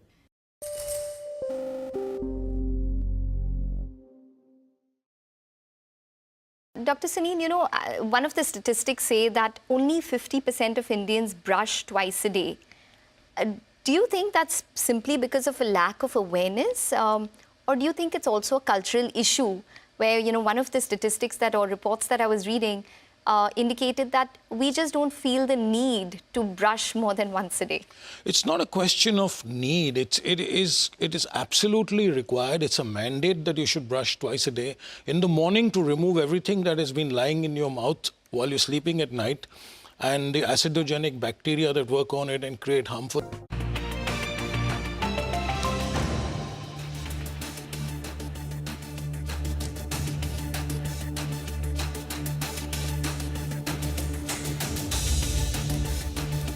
Good morning. Welcome to Trading Hour. And what a good morning this has been. The Sensex scales 80,000 mark for the first time ever.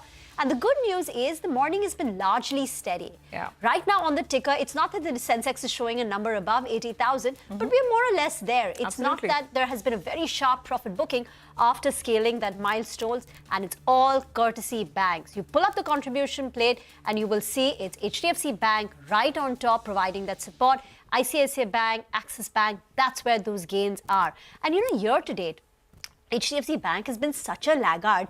Year to date, HDFC Bank is only up 5%, and all those gains have come in this week itself, while an ICICI Bank is up 20%, and Axis Bank has gained close to about 16%. Remember, today is also the Nifty Bank weekly expiry. And on a side note, the telecom tariff, so Airtel and Jio is effective today. For Vodafone Idea, it's tomorrow. Well, it's banks all the way, Rima, absolutely. And this is a market that's really moving on steroids. The momentum is real. Like you're saying, it wasn't a touch the milestone and then a big profit taking come through. It's been a very steady morning. So we're digesting these gains rather well. Yesterday was a day of pause, and today the bulls are back at it. And HDFC Bank has provided that much needed ammunition for the entire banking pack. In fact, pull up, some of the top movers. You'll see HDFC Bank is right up there, but Kotak, ICICI Bank, the entire list, even SBI for that matter, all frontline banks are running. So that's the first good piece of the story.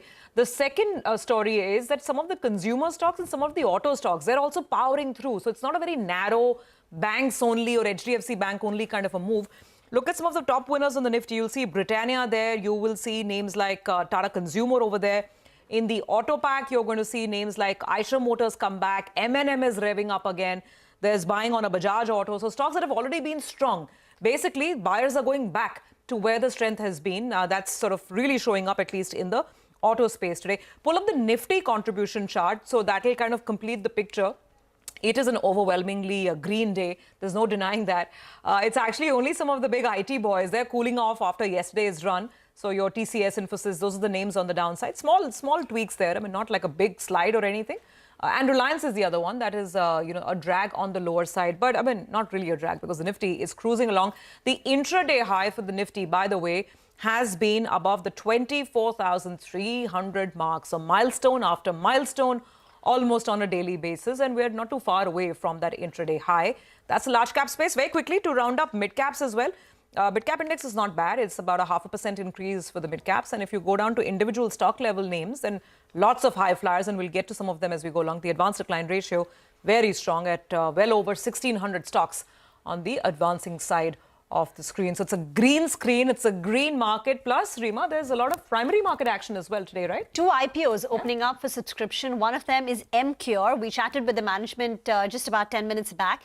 And the other one is Bansal Wires. And Bansal Wire management is going to be joining us on Trading Hour. It's a smaller company. They're looking to raise 750 crore. But Mcure, of course, is the larger one. 19,000 crore will be the post-issue market capitalization. While for Bansal Wires, which is a manufacturer of stainless steel wires, their market cap will be about 4,000 crore rupees. But back to the big story. And the big story undoubtedly has been HDFC Bank, as the stock continues to hold on with a big gain, surging after the latest shareholding pattern has shown a drop in the FII ownership, which basically means there is headroom for further inflows by MSCI. MSCI is likely to increase their weight in HDFC Bank when in the month of August. Earlier today, we had a chat with Sriram of IIFL Securities, and he's talking about a massive inflow of $3 to $4 billion. Listen in. So HDFC Bank weight up event has been one of the closely followed events in the Indian markets. So we were expecting this to happen. The foreign room has opened about 25%, and as a result of this, the adjustment factor will be revised from half to 1. This should lead to passive inflows of roughly $2.8 to $3 billion. We anticipate a further up move of 4 to 6% in the name in the run-up to the TVAL event. In terms of impact, Prashant, it would be the likes of Reliance, TCS, Infosys and all, which have a higher weight in the index. But in terms of ADV, it should not have that much of an impact because all these are very, very liquid names. Okay, so the much anticipated FPI headroom has opened up for HDFC Bank. And the anticipation is that because of this, MSCI will finally increase the weight of the stock on its indices. And that figure that you heard there, $2.8 to $3 billion, that's only passive flows, in funds which are just following the MSCI indices as a benchmark. And then there's the active fund management part of it. So maybe more money comes in. And that's really caused a big flutter on the stock and the banking pack today. Well, let's discuss the market and this development further ahead with Aditya Sood, fund manager at Incred Asset Management. Aditya, great to have you with us on the show. It's a good green morning and the market's gotten kind of used to it. Let's actually discuss this big news on HDFC Bank and what it really means, because I think for the longest time, the market has been waiting for that big bull run to start playing up on blue chip bank stocks as well. How do you view today's announcements with respect to HDFC, and what is your stance on frontline banks? Yeah, so we have been, slightly turning positive on frontline banks, after being underweight for like close to 6 months. And the reasons are very, very simple. I think so. If you look at banking as a space after 6 months of underperformance, possibly it is one of the most reasonably priced, space. If I look at sectors. Secondly, there is considerable room, for price to book multiples to expand over a period of time, because essentially, if you look at retail banks, and that is true of HDFC and Kotak, last 5 years practically returns have been 4 to 5 years returns have been zero. So our view is that, as they gain market share, as the credit growth accelerates, obviously there is some bit of room in terms of, expansion. And what we are seeing in, for example, Federal Bank, reported the numbers today. What we are seeing is that, the loan growth continues to be very, very strong. So the price to book multiple expansion coupled with loan growth, and obviously, asset quality continues to be, decent for a lot of these large cap banks. Federal Bank is the other big mover on the back of its Q1 update. The stock has hit a record high. But Aditya, particularly on HDFC Bank, now this was a trigger which has played out. The next one will be the earnings, when they report their Q1 FY25 earnings. And I remember last quarter was a bit of a disappointment. So particularly on HDFC Bank, what is Incred expecting? Do you think earnings can provide that next trigger, which will drive the next leg of an upside for HDFC Bank? I think so. More than earnings, people are really concerned about deposit growth at this point in time, because, there seems to be a deposit wars, sort of a situation which is going on, particularly on the banking side. As far as earnings are concerned, there was an element of, one-off with the management also highlighted, and that came essentially because of the merger from the asset quality side. I think so. Earnings are going to be key. But what we see, it is more about under ownership and, one round of sell-off, because, essentially a lot of people thought that, the stock has underperformed massively. And obviously, it is a very large weight in the, MSCI index itself. So what we do believe is that, it is more of, under ownership and market clearly looking at incremental deployment or in terms of, under ownership. And secondly, also, people are focusing on areas wherein, there is considerable margin of safety. And obviously, there is an element of, where can you put, large sum of money to work as an asset manager. And that is the reason why we are seeing, somewhat of catch up in terms of, stocks wherein, essentially, if you look at, IT, for example, what we are essentially seeing at this point in time is that after 5 quarters of discretionary spending not picking up, what people are expecting is that, this is a good space to be in. And this is where consumer was, 6 months back. So I think so it is more driven with, under ownership and, putting a large sum of money to work. Absolutely. Got your point. So it's more of a tactical play, perhaps on HDFC Bank, Aditya. We want to ask you also just purely on fundamentals and earnings. Which are the bank stocks that you like? But before that, allow us to go to our colleague Abhishek, because a lot of these updates you were mentioning, Federal, a lot of these Q1 updates have started pouring through for banks. Abhishek is running us through the details. Abhishek, fill us in. Well, to begin with, Federal Bank, quarter on quarter, the loan growth is pretty healthy and one of the best in last 7 quarters. CASA ratio is at, the 36 quarter low or 9-year low, but no taking away from the fact that it's remained vulnerable on account of healthy growth in other kind of deposits that you have seen. So deposit is up 19.6% YOY and 5.4% quarter on quarter. CASA growth is at 5% quarter on quarter in absolute value. It's a healthy growth rate, but due to the fact that other deposits have grown faster, this ratio has dipped a bit. So CASA ratio has come in at 29.3% versus 29.4% in the previous quarter.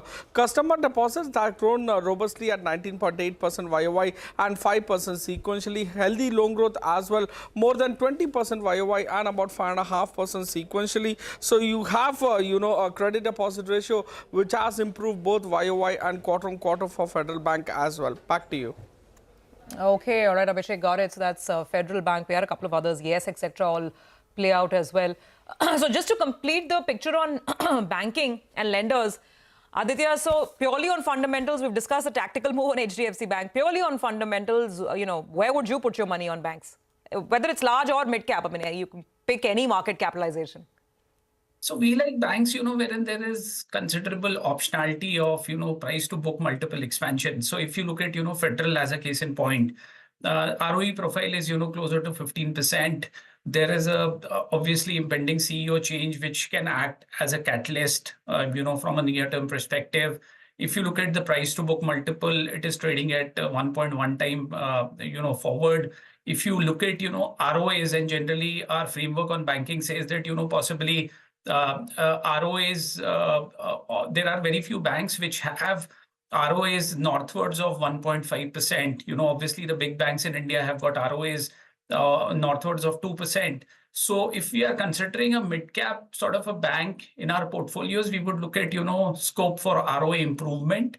And what we have seen is that, price to book multiples move more or less in line with, they have a very higher correlation of ROA improvement. So we are looking at banks wherein there is significant scope of ROA improvement, and that includes, Federal, that includes CSB, which we own. Obviously, both these banks have got, considerable amount of gold loan as a part of their portfolio. So we like secured lenders at this point in the cycle. We also have an exposure towards NBFC, which is obviously, majority owned by Federal Bank, which is known as FedFina. So if you look at, FedFina, for example, they would have 85% of their book, which is in a combination of mortgage and gold loans. So mortgage and gold loans within banking space, if we are evaluating a, small mid-cap bank, becomes a very, very interesting combination at this point in time.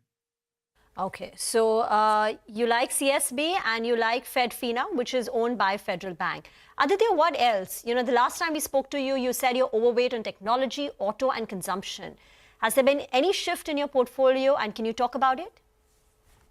Sure. So on the technology side, we like product companies, particularly wherein there is got a lot of scope for expansion in terms of, headroom in terms of margin improvement. And we own, a company known as Intellect Design Arena. What we structurally believe is that, there could be optionality in terms of, margins moving from 21%, which is getting reported currently. Obviously, it is a combination of the GEM contract, which they have, sort of vacated very recently. That would lead to a scope of, working capital improvement for them. More importantly, for structurally speaking, I think so margins can move from 21% to more like 24 to 30% over a period of time. A 3-year view, what we are forming is that, margins can be as high as, 27 to 30%. One of the themes that we like is BharatNet. There is an impending order, I think so this is going to be a more or less in line with a $10 billion order, which is going to come through. And we like Tejas Network here as a proxy play on BharatNet. I think so the TAM is expanding very, very rapidly. And once BharatNet contracts, come through, and it is going to be also beneficial to the cabling companies, so we own Finolex Cable in this space. So this is a theme that we like a lot. I think so TAM is expanding very, very rapidly. More importantly, the profitability that we are going to see in terms of improvement in profits, and these companies are, more or less reasonably priced. in our framework. So we like this complex. We like obviously the ARPU growth story on the telecom side, but we are playing it through companies like Tejas, which obviously are going to benefit. On the technology side, we like companies which are focusing on a combination of discretionary spending, because we expect post the US election, discretionary spending to pick up. If you look at the large cap technology companies like Tech Mahindra, Infosys, or TCS, the dividend yield will support. So I think so valuations are very close to bottoming out here. And as and when the US spending, US elections are behind us, possibly this sector should do well. So we have an overweight stance on technology as well. On the consumer side, we like companies which are more exposed to rural as a focus area, wherein we have got Hero, we have got Stovecraft on the consumer durable side. And what we are witnessing now on the consumer durable side essentially is that there is demand revival, particularly on the rural side. So the clear-cut focus area, and this is now getting reflected, for example, in the SSG growth that VMart is also reporting, because essentially VMart has got more exposure to tier 3 and tier 4 as a play. So what we are seeing is that, same store growth is improving over a period of time on the rural side. So we like these plays which should benefit on account of a rebound in rural consumption. Okay. All right. Good chat. As always, Aditya, thank you very much for joining in. Appreciate you being with us on the show this morning. Well, that's a view coming in from Incred. Well, with that, we do have to look at quite a few of the stocks that are, buzzing around in trade. We'll do that. But before that, a quick break as well. We'll, of course, take that break and come back on the other side, and we'll look at Bansal Wire. This is the, new IPO that has opened out. We'll touch base with the management, try and understand the business model. Arun Gupta and Pranav Bansal will be with us.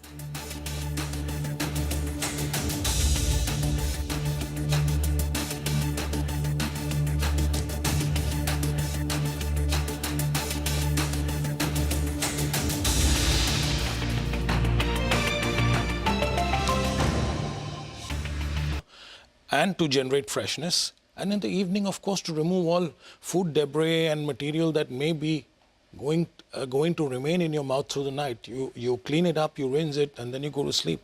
Okay, but what happens if you don't? If you can just explain to us what are the risks of not doing so? So what happens is there's a buildup of what is known as a biofilm on the teeth. And the biofilm contains bacteria, especially bacteria like strep mutans, which is what causes cavities. So, and of course, gum disease has different bacteria, but there is a whole bacterial biofilm that happens in the teeth. So if you don't remove that biofilm, then the bacteria will remain there and they will act on the gums and of course on the teeth. And so the gum disease and the dental caries both will be a factor if you don't remove the biofilm. So it's extremely important, especially at night, because when you've just eaten and then you go to sleep and it has time to act.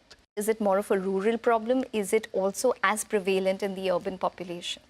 So I would assume, looking at the stats, that the rural problem would be slightly more because also availability of toothbrushes, toothpastes, and other oral health aids is much less than in the urban areas. But awareness, and as Sunil said, awareness and knowledge has to be imparted so that people will be more, able to do what they have to do.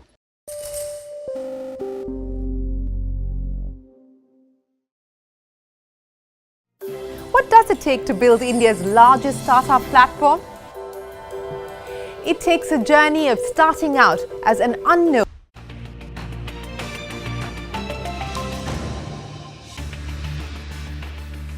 Welcome back. This is IPO KYC, and stainless steel wire manufacturing company Bansal Wire Industries' 745 crore IPO opens today.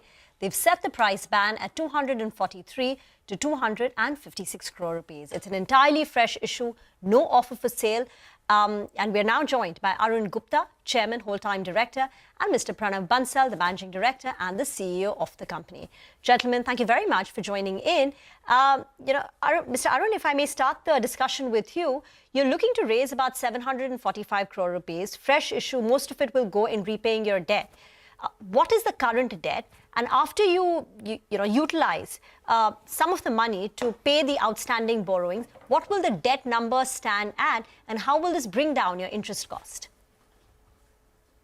We are coming with a 745 CR IPO, out of which around 560 will be repaid against the old debt, which will satisfy almost maximum debt what we have, and balance money we will use, because we are a growing company, we will use for a working capital from there on.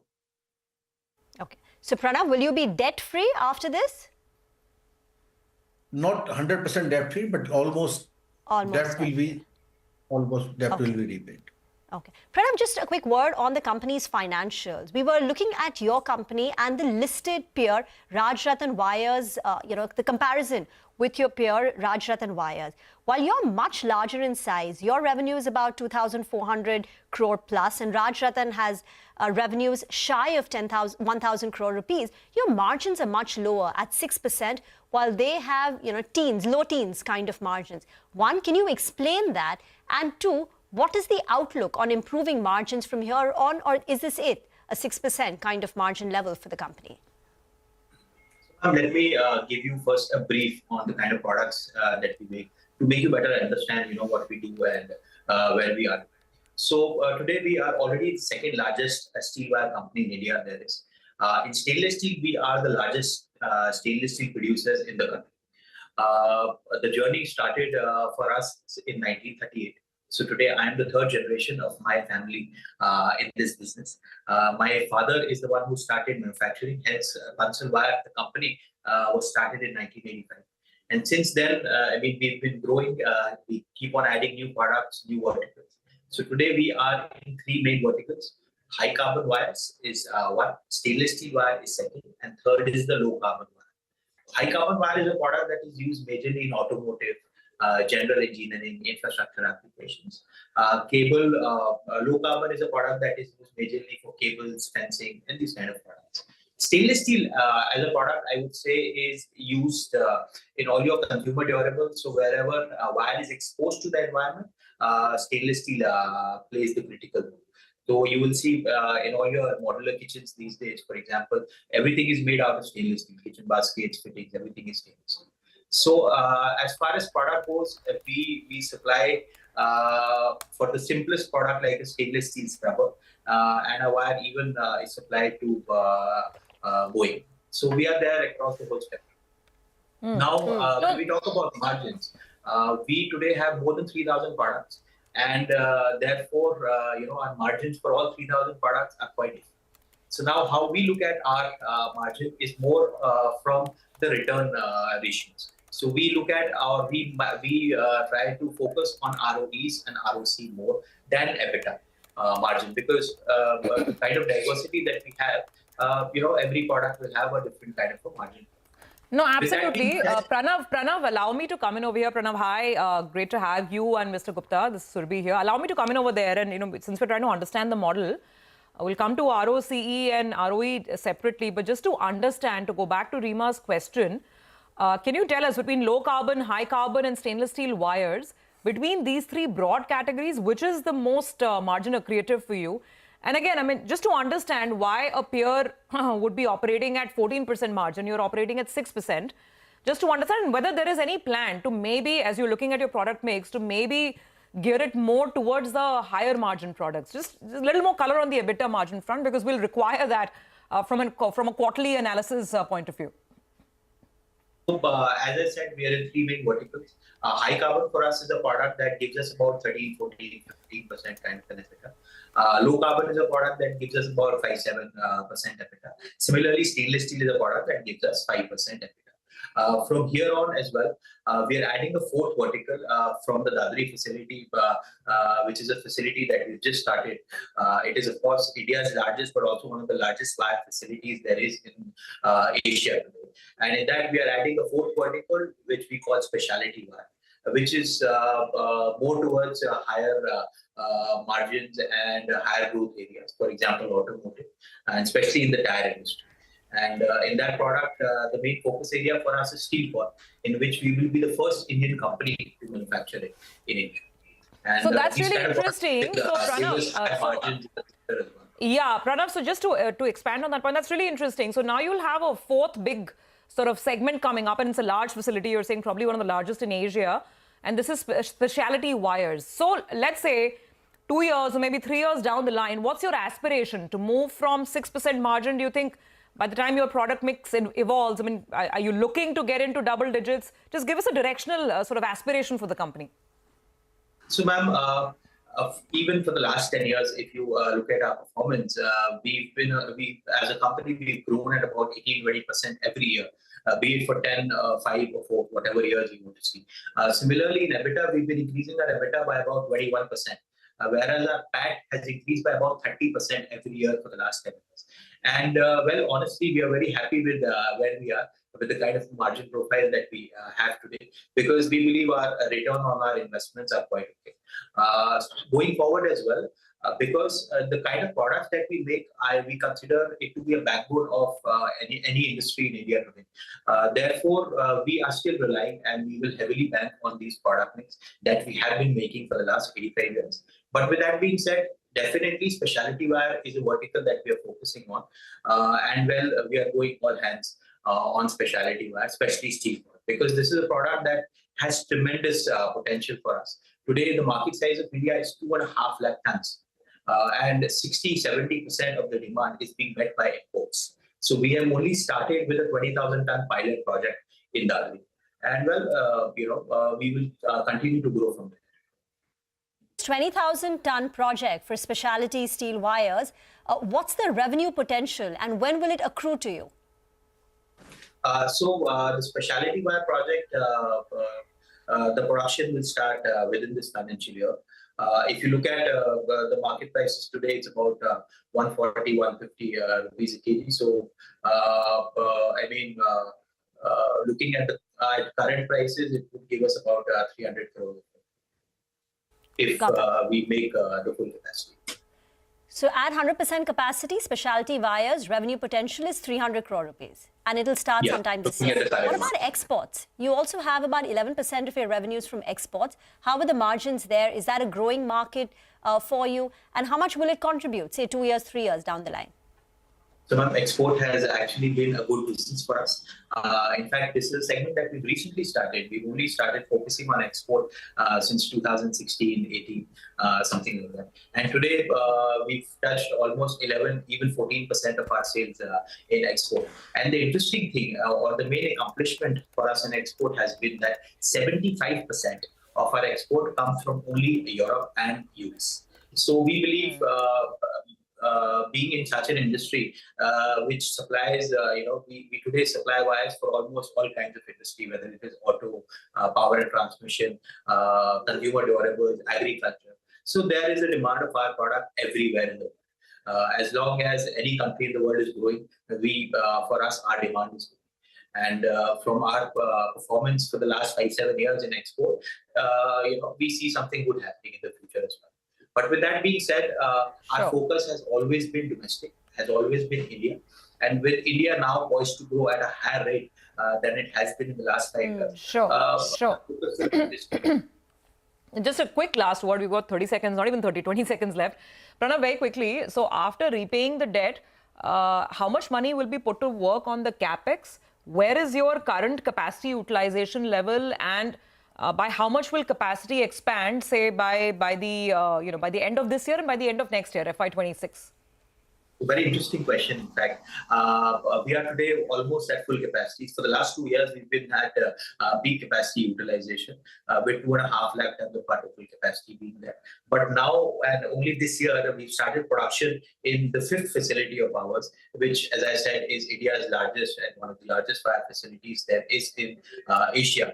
And that facility standalone has a capacity of 3.5 lakh tons. So basically, what I'm trying to tell you is that from 2.5, we are jumping to 6 lakh tons of capacity, which is already up and running now. Mr. Gupta, Mr. Bansal, thank you very much for joining in, and wish you all the very best. Look forward to more such conversations. Get into a break. On the other side, we'll put the spotlight on individual stocks which are in the news.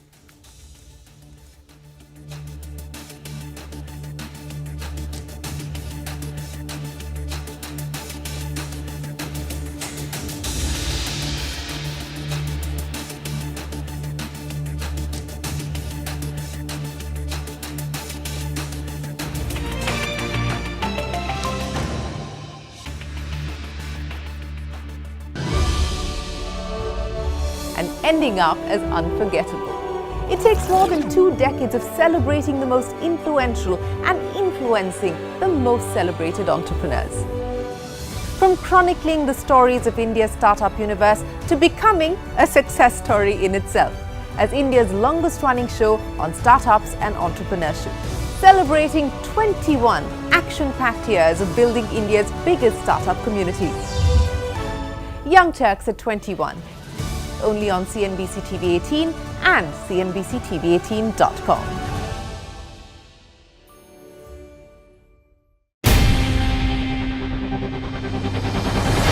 CNBC-TV18's most comprehensive and award-winning news show, India Business Hour, drops first on YouTube.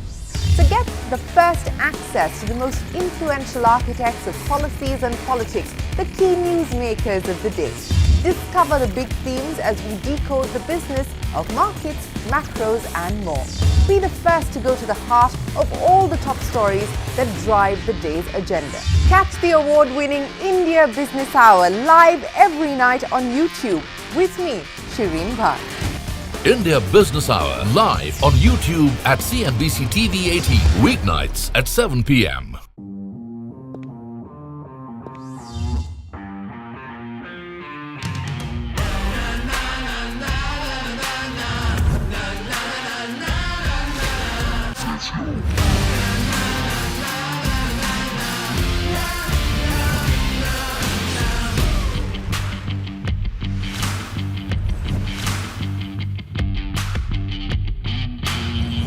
Make informed decisions with comprehensive analysis on the go. Strengthen your portfolio with real-time market updates on the go.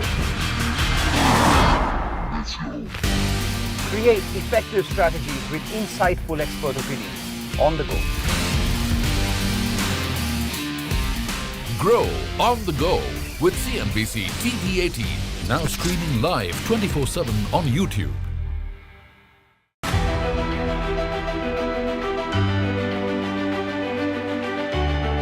The Indian markets have not just grown, they've broken several records in the last 25 years. India's contribution to incremental global GDP was as low as 0.2% 25 years ago.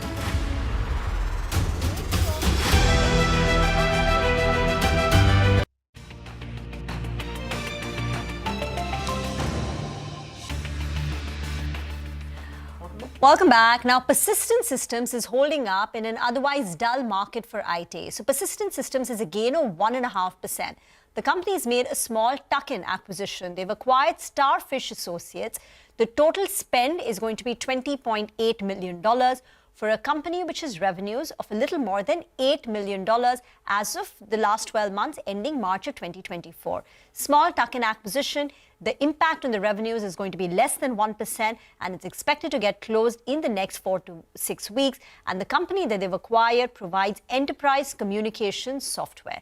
The street seems to be pretty okay with the acquisition. The stock is up 1.2%. But another note, I was going through a lot of brokerages, right, to start preparing for the earnings season. And amongst the mid-caps, Persistent Systems is likely to report one of the strongest growth. The rough average is likely to be a 5% on a quarter-on-quarter basis. So there you have it. From June, one of the big... So while IT itself has done very well, right? But from mid-June, Persistent Systems has been a big beneficiary of the rally. The rally started at 3,200, 3,200, 3,300, and now it's at 4,500. It's pre-positioning, I guess, people anticipating those big numbers. 5% roughly. Which we haven't seen from most IT companies. 5% quarter-on-quarter growth is just, haven't seen that in a while. Absolutely. So let's quickly move on to the next stock that's on our radar. And this one is MOIL. MOIL has been surging almost 6-7% right from the morning after coming up with its quarterly update. We have Nigel with us in the studios. Nigel, they're surely pleasing the street. How do those numbers look? Well, that's right. MOIL, if you look at it, if you just pull up a chart first of the stock, you'll see that it went to around 565, 570 odd. It went one way from around 380 all the way to around 565. And from there, it saw nearly around a 15% correction from the top. Now, post this operational performance, which according to Antique's estimates, it's more or less in line with what they're working with. But because the stock had corrected, the street seems to be liking it. On the sales side, well, it's up close to around 14.5%. Even the production number is up by close to around 7.8%. So the street likes both these two numbers.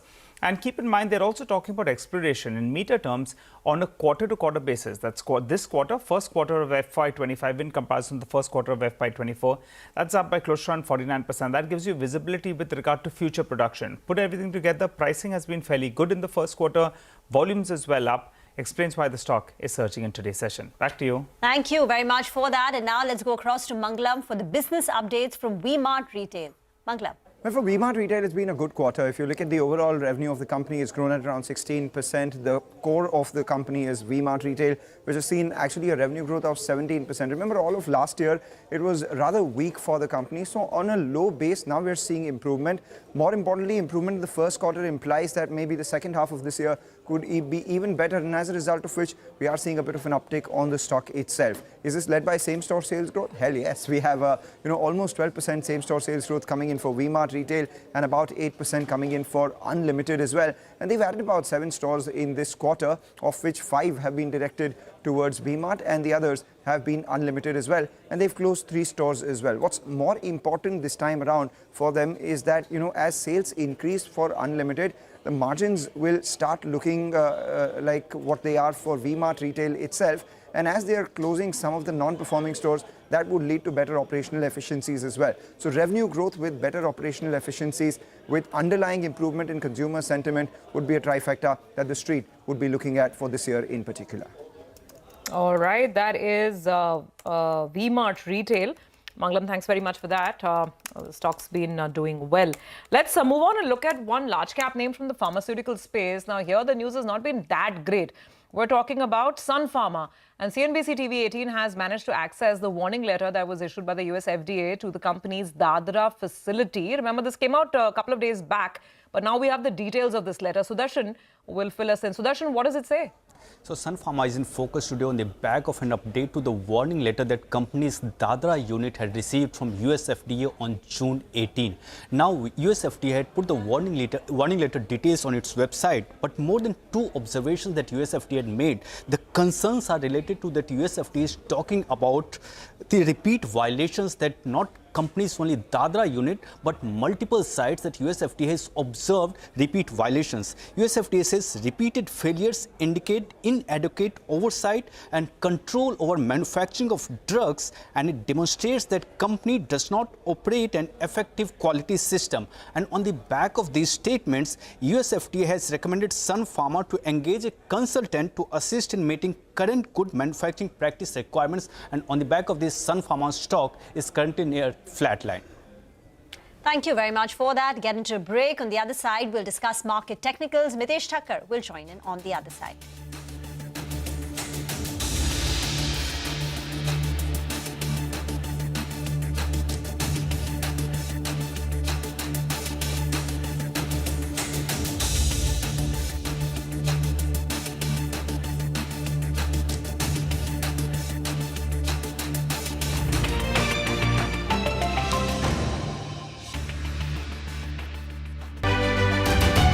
Over the last 25 years, CNBC-TV18 has closely followed the remarkable ascent of India's pharmaceutical sector. There was a time 25 years back that it was all about the FIIs. If FIIs would buy, markets would rally. If FIIs would sell, market would fall. Earlier, we were net importers of steel. From IT services to SaaS, from consumer electronics to space tech, from mere programming to AI ML. Cars, two-wheelers, three-wheelers, commercial vehicles have significantly become much more expensive than they were 2 decades ago.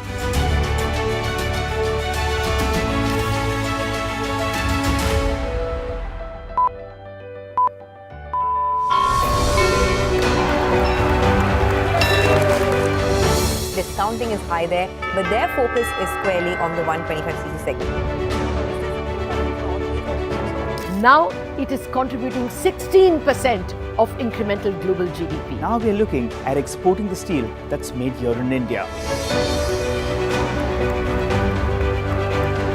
Welcome to the first ever India Business Leader Awards.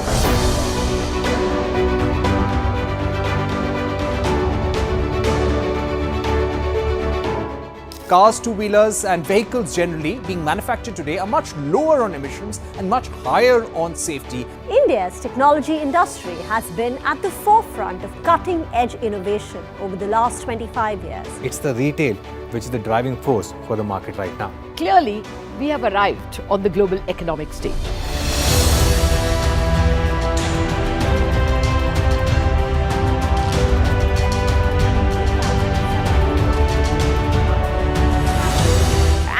Great way to celebrate our own 25th year with new milestones being achieved on the Lal Street. 21 years of the Nifty from 1,000 to 10,000 today. Sensex and Nifty hit a record high. The Nifty rallying to a record high. We invite you to join us as we persist in leading coverage of the pharmaceutical and healthcare domain, documenting India's expanding expertise in medicines. 25 years of excellence and unparalleled growth. CNBC-TV18.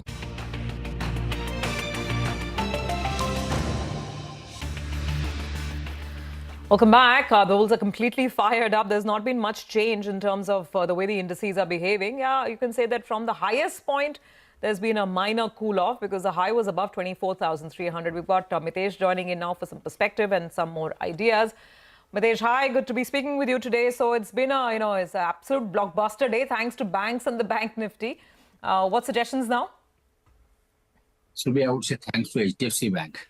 Yeah, absolutely. So I think it looks like, after a good move on the hourly chart, just a mild phase of consolidation doesn't look very bad to me.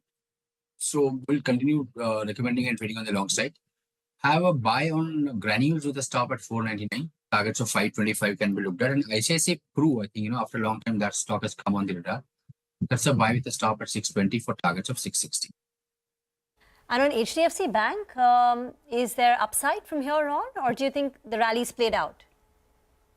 I think there will be more upside. See, there's some option writers concentration at the 1800 strike, but the stock has just made a fresh high. With the news, with the gap up, I think they should see continuation even if there's a pullback for 1 or 2 days. So I would be buying on declines over here, or if it starts getting past 1800, then look at a target of 1900 or thereabouts. Okay. All right, Mitesh, thanks very much. We'll touch base with you again later in the afternoon for some more ideas. Thank you very much for those trades right now. Need to take a quick break. We'll come back with more on the markets in just a bit.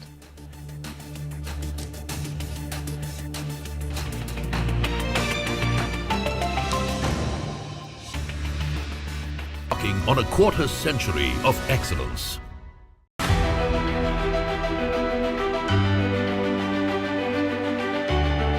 The Indian markets have not just grown, they've broken several records in the last 25 years. India's contribution to incremental global GDP was as low as 0.2% 25 years ago.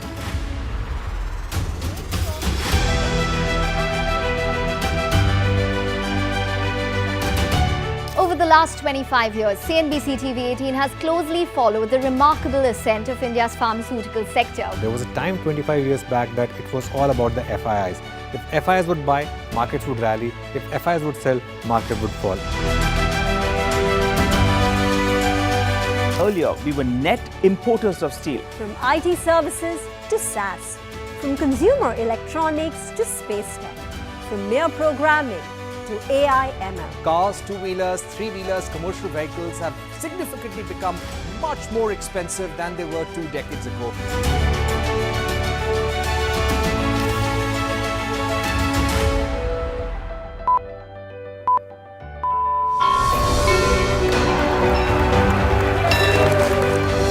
Discounting is high there, but their focus is squarely on the 125cc segment. Now it is contributing 16% of incremental global GDP. Now we are looking at exporting the steel that's made here in India. Welcome to the first ever India Business Leader Awards.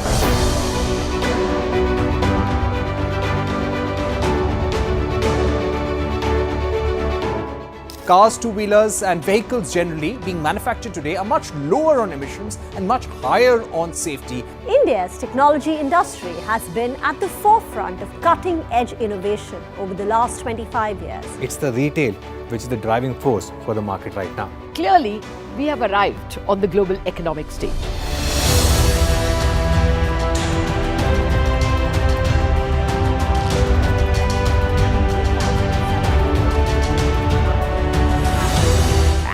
Great way to celebrate our own 25th year with new milestones being achieved on the Lal Street. 21 years of the Nifty from 1,000 to 10,000 today. Sensex and Nifty hit a record high. The Nifty rallying to a record high. We invite you to join us as we persist in leading coverage of the pharmaceutical and healthcare domain, documenting India's expanding expertise in medicines.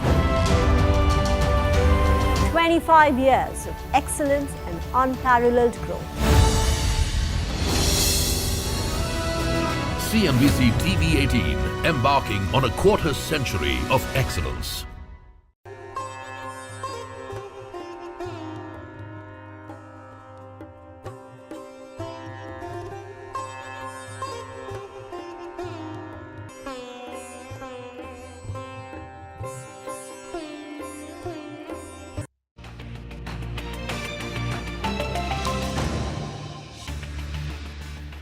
Welcome back. EPL, Epigra Limited, is a stock which has seen some buying for the second day in a row. This is a company which makes laminated tubes, caps, closures, dispensing systems and applicators, which is commonly used in a lot of consumer products like like a toothpaste, etc. They make those laminated tubes. Yesterday there was a Motilal Oswal note on EPL and they pegged the target price to 250, and that's the reason why EPL has seen buying for the second day in a row. But ICICI Lombard, PFC, REC, these are all stocks where we've got some fresh brokerage calls coming through. Sudarshan joins in with the highlight. Sudarshan.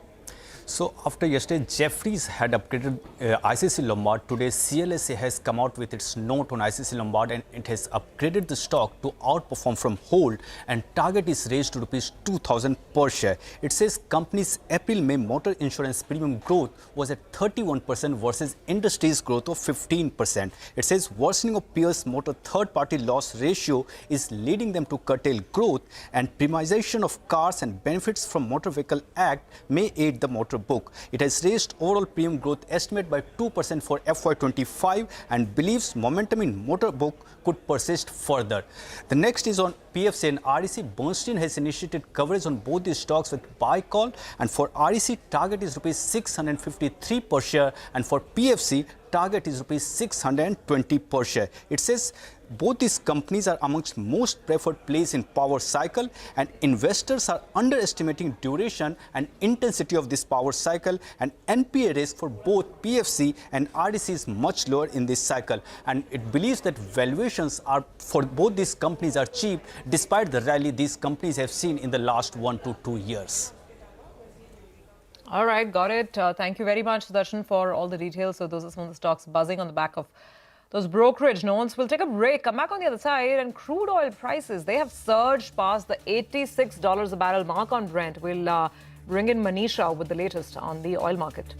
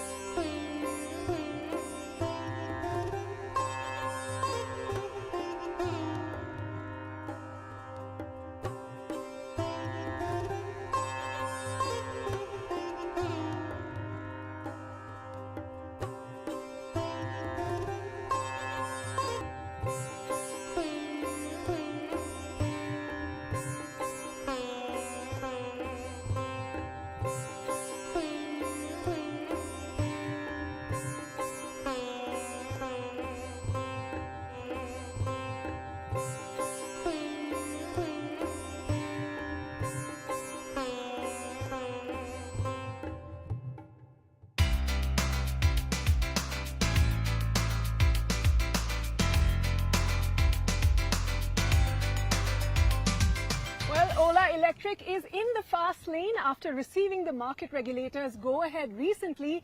Ola is racing towards its IPO. It is going to be the first Indian electric vehicle company to go public on the Indian bourses. But before that long-awaited IPO, we're here at Ola's future factory in Krishnagiri in Tamil Nadu to tell you about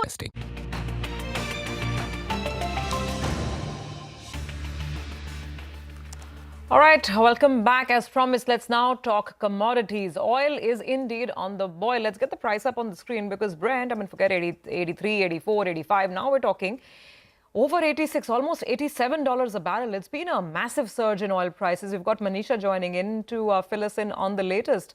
Oil indeed on the boil, Manisha.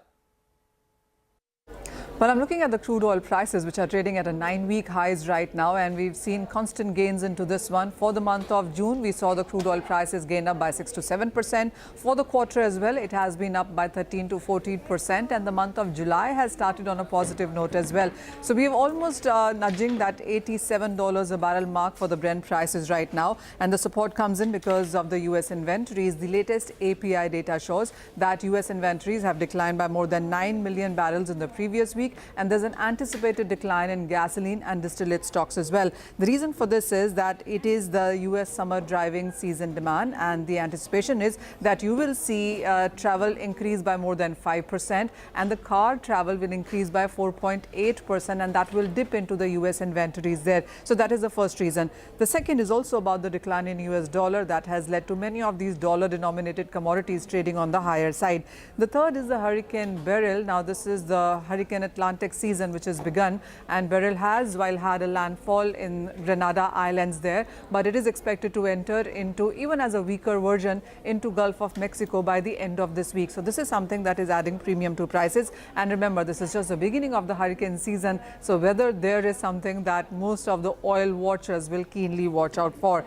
It is also about the markets looking at the OPEC June output, which was slightly higher because of increased output from Iran and Nigeria, but the expectation that OPEC would want to push in for a higher understanding in sense of agreement is yet another reason that you have seen support from most of the world. Wall Street banks and brokerages also seem to believe that this quarter you could be looking at increase in demand, increase in deficit in sense of supplies, and higher prices also. A larger range that you're getting to see for this quarter for the crude prices is anywhere between 78 on the lower side to 98 on the higher side. Thank you very much for that. That's an important update on crude. Tata Consumer continues to see buying. It's an upward chart through the day. 3% rally on Tata Consumer. It's crossed its 100-day moving average.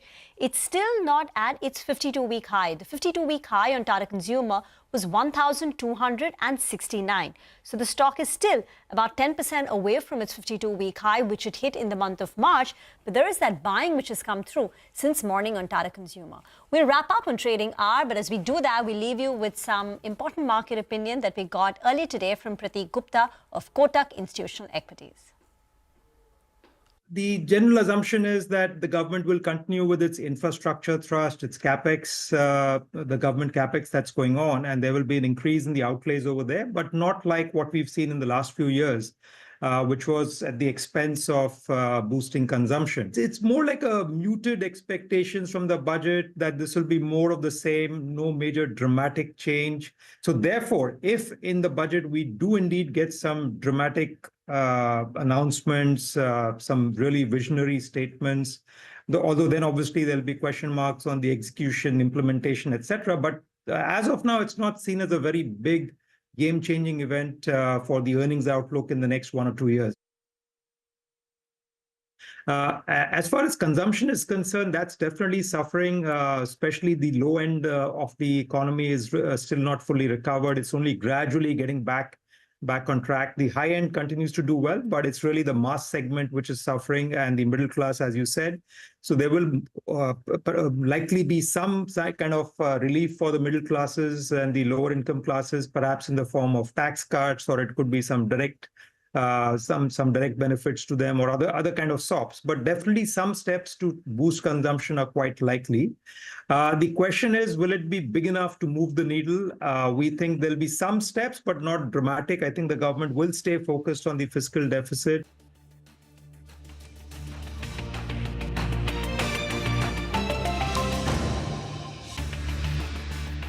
is building its electric empire from the ground up. We're here at this colossal factory, which is where scooters like these are coming to life.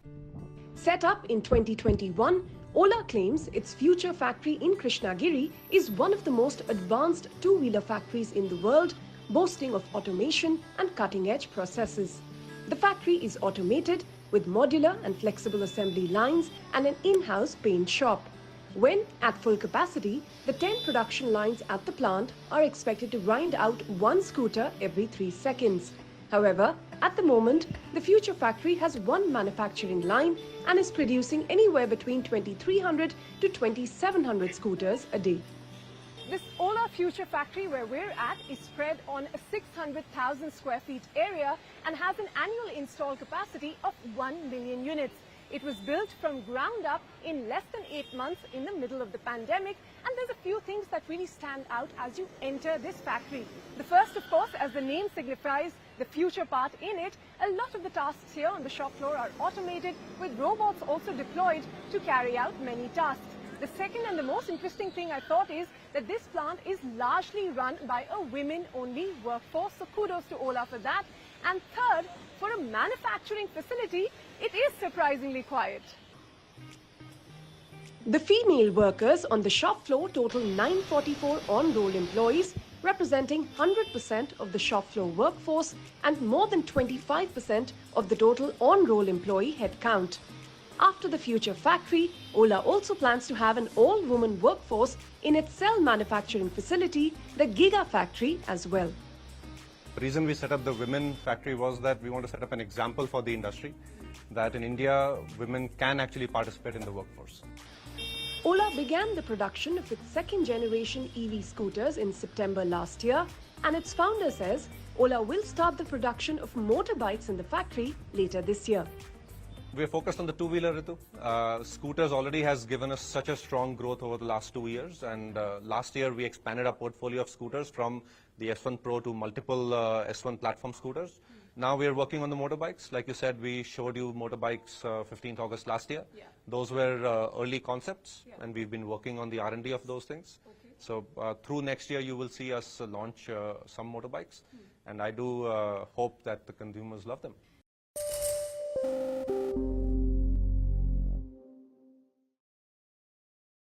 Dr. Sunil, you know, one of the statistics say that only 50% of Indians brush twice a day. Do you think that's simply because of a lack of awareness? Or do you think it's also a cultural issue where, you know, one of the statistics that or reports that I was reading indicated that we just don't feel the need to brush more than once a day? It's not a question of need. It is absolutely required. It's a mandate that you should brush twice a day. In the morning to remove everything that has been lying in your mouth while you're sleeping.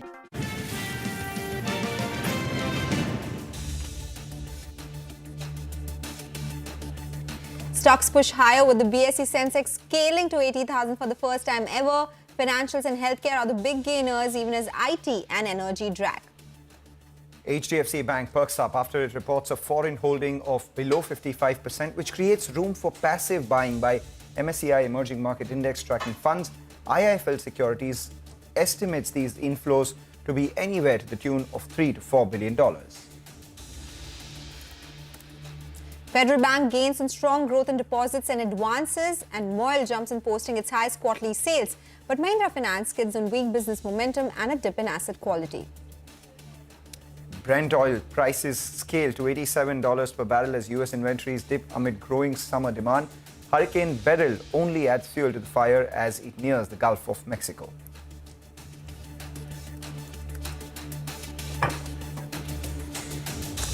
Good afternoon. You're watching us here on Halftime Report. I'm Manglam Malu. With me, Sonal. We're seeing a big move in the markets.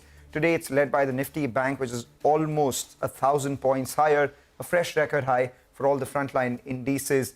most importantly, the Sensex, the grand old index, hitting that 80,000 mark high. Yeah, hey Mangalam, you know, it's like just a while back you were talking about that 30,000 mark, celebrating it on air. Then we reached that 60,000 mark, and here we are at that 80,000 mark. So time really flies, and it's 80,000 on the Sensex, and as you said, it's a grand old index, and a lot of market watchers who've been in the market for a long time, they look at Sensex very closely, right? So it is for that generation who've been investing for years. So definitely a big milestone here. A big milestone. You know, Nifty is for the cult traders and Sensex is for culture. But, you know, just a trivia question. When you joined CNBC-TV18, do you remember what the Sensex was that time? I think it had just touched 30,000. I remember the celebrations that happened, and then it fell quickly from those levels. So. Hopefully soon we'll also look at the Nifty looking at 30,000 at some point in time. But, you know, the big mover in today's trading session clearly has been HDFC Bank. The stock of the day surges after the bank's latest shareholding pattern shows a 55%, the shareholding pattern for foreigners falling below 55%, suggesting headroom for further flows. So we have, that stock which is on our radar. Earlier today we spoke, okay, let's go across to Abhishek first and understand what this means, and then we discuss more about HDFC Bank itself. Abhishek. Well, to begin with, HDFC Bank has released their June 2024 shareholding, wherein the FI holding now is below the 55% level. So June shareholding indicates that, there are chances that MSCI weight may increase for HDFC Bank. FI shareholding as of June was at 54.83%. Now, FI holding had to fall below 55.5% for MSCI flows. So HDFC Bank over there is expected to see an inflow of about $3 billion to $4 billion with respect to the headroom they have. FI headroom slipping below 55% creates a headroom of 25% is what analysts are saying. Just to alert our viewers, foreign investment ceiling in HDFC Bank is at 74%. Now, we have a note from IFL Alternate Research which says that in the August 24 review, they expect the weight to be taken up in a single tranche itself with respect to MSCI, and they expect the stock to gain anywhere between 4 to 6% further in the run-up to the weight up to the event. Back to you.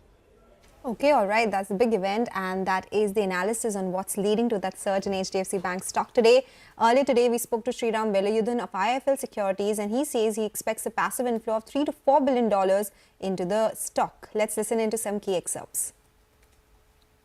So HDFC Bank weight up event has been one of the closely followed events in the Indian markets. So we were expecting this to happen. The foreign room has opened about 25% days, and as a result of this, the adjustment factor will be revised from half to 1. This should lead to passive inflows of roughly $2.8 to $3 billion. We anticipate a further up move of 4 to 6% in the name in the run-up to the deval event. In terms of impact, it would be the likes of Reliance, TCS, Infosys and all, which have a higher weight in the index. But in terms of ADV, it should not have that much of an impact because all these are very, very liquid names. All right, that's about HDFC Bank. But, it's the financials which are in focus today. A whole host of BFSI stocks also on our radar on the back of their first quarter FY25 business updates. Abhishek joins in with a roundup of all of that. M&M Financial is the underperformer out there with a big move in Federal Bank. Abhishek. Well, to begin with good news, that is Federal Bank, the business momentum is really healthy over there. More than 5% growth and deposit, CASA or advances as well on a sequential basis. So deposit momentum is, healthy over there at 19.6% YOY and about 5.4% sequentially. In absolute value, CASA has grown by 5%, but it's below the overall deposit growth. Hence, you are seeing a slight decline in the CASA ratio, which is at, 36 quarter low of 29.3%. Customer deposits, that's held up really well, growing at 19.8% YOY and about 5% sequentially. Advances growth pretty healthy at 20.1% YOY and about 5.4% sequentially. That's helped the credit deposit ratio improve both YOY and quarter on quarter. Now, M&M Finance, the business update is weak, especially on the growth front. The growth rate continued to decline because the disbursements are on the lower side and asset quality has also deteriorated sharply. Unlike in the last last year Q1 FY24. This year the asset quality deterioration is much higher. So let's talk about the disbursals. Monthly disbursals of June is up 2.8% YOY and it's declined by 1.35% month on month. June of 2023 had seen about disbursals momentum to be strong at 13.3% YOY and about 2.4% month on month. Q1 FY25 disbursals are up 4.6% YOY, but they have declined 16.6% quarter on quarter. Collection efficiency has also dipped. It's now down to 95% for the month of June 2024 when you compare to 96% that they had in the previous month as well. So collection efficiency for Q1 FY25 is at 94% versus 98% on a sequential basis. Total asset or business momentum has been at 22.6% YOY and about 3.7% sequentially. Talking about asset quality, that's seen a deterioration. Gross NP ratio is up 20 basis point quarter on quarter, while the stage 2, that is loan dues between 60 days to 90 days, now that's increased massively to 6.1% versus 5% that they had in the previous quarter. Back to you. Okay, all right. That's all about the financial updates, and that keeps coming in ahead of the earnings season that we are going to talk about very soon. The other update is MOIL. It is surging in trade on the back of its Q1 business update. Nigel is joining us with all the details here. Nigel. Well, that's right. MOIL, in fact, is higher in today's trading session. And if you look at a broader chart, you'll see that the stock went to around 565 odd, and then it corrected closer to around 15%. So post that correction, the street has read these numbers rather positively in terms of an operational update. It's more or less in line with what the antique analyst was expecting in terms of a production update.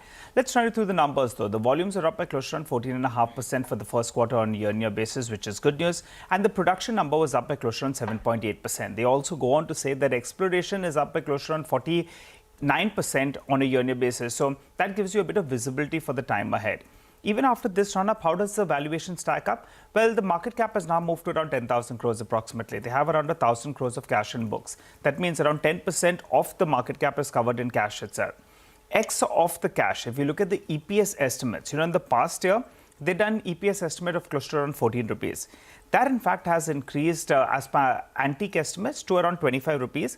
And post that, they're expecting it to go to around 39 rupees odd.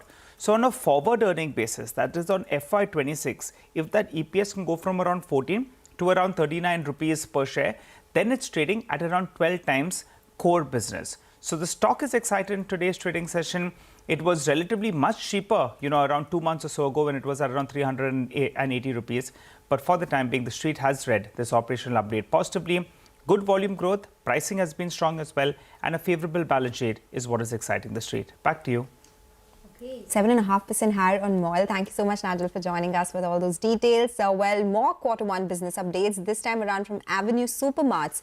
It reported its standalone revenue growth and the other updates as well. Mangam, tell us more about this. Well, it's been good for DMart. The stock's mildly in the green right now. If you look at, the last 6 months or so, you would see that it's seen a rally of almost 36-37% from its lows already. So large part of the street was actually factoring in some sort of improvement in operational environment and in the environment itself for Avenue Supermarts. 18% revenue growth is what they've posted, 18.3% to be precise on a standalone basis year on year. And this is pretty much in line with the 3-year CAGR that they had for Avenue Supermarts revenue itself. So, no further deterioration. In fact, only improvement in consumer sentiment is what we're seeing here. More importantly, they've added about 6 stores during the quarter. And if you look at the store addition year on year, the store addition is close to around 13.5%. So revenue growth of 18%, store addition of 13.5% implies same store sales growth of anywhere between 5 to 6 odd percent. And that's what the street is expecting this time around. The most important thing to watch out for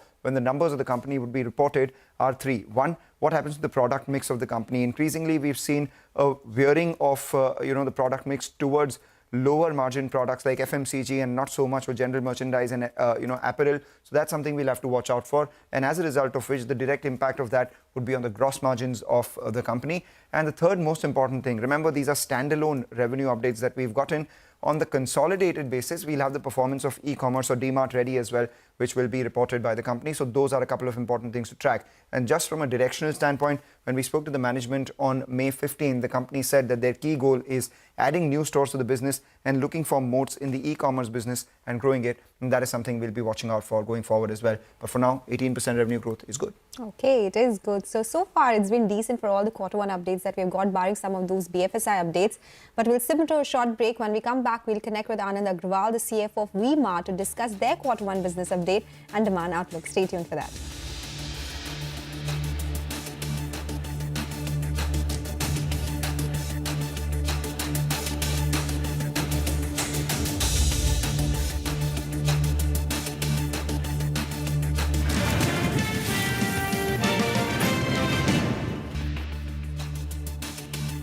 And the acidogenic bacteria that work on it and create harmful acids, etc., and to generate freshness. And in the evening, of course, to remove all food debris and material that may be going to remain in your mouth through the night. You clean it up, you rinse it, and then you go to sleep.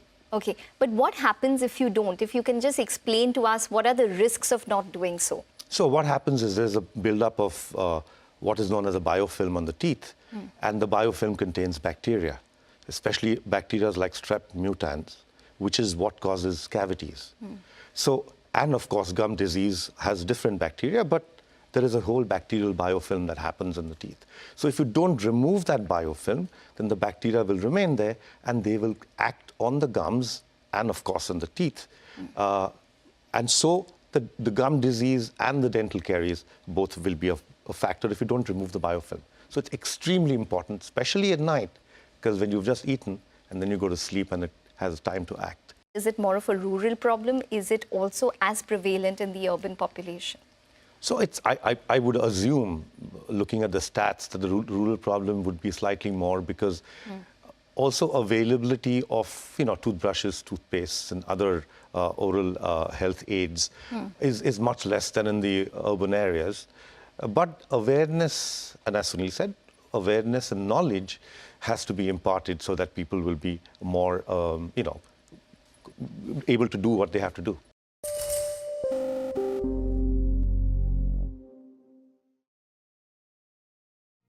What does it take to build India's largest startup platform? It takes a journey of starting out as an unknown and ending up as unforgettable. It takes more than 2 decades of celebrating the most influential and influencing the most celebrated entrepreneurs. From chronicling the stories of India's startup universe to becoming a success story in itself, as India's longest running show on startups and entrepreneurship, celebrating 21 action-packed years of building India's biggest startup community. Young Turks at 21, only on CNBC-TV18 and CNBCTV18.com.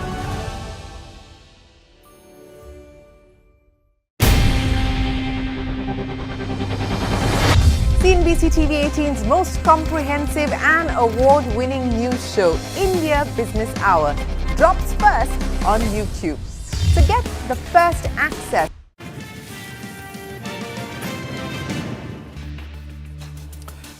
Well, ahead of the result season, you always have the preview season. We've been talking about how the first quarter preview for a lot of the financials have been, and before going into break, we spoke about D-Mart as well. But let's talk about V-Mart. That stock is abuzz in today's trading session after reporting what was a good set of the first quarter preview update itself. The stock at the high point of trade, remember the company's revenue grew at around 16%, with V-Mart same-store sales growth coming in at 12% for the first quarter as well. Anand Agrawal, who's the CFO of the company, now joins us. Thanks a lot, Anand, for joining in.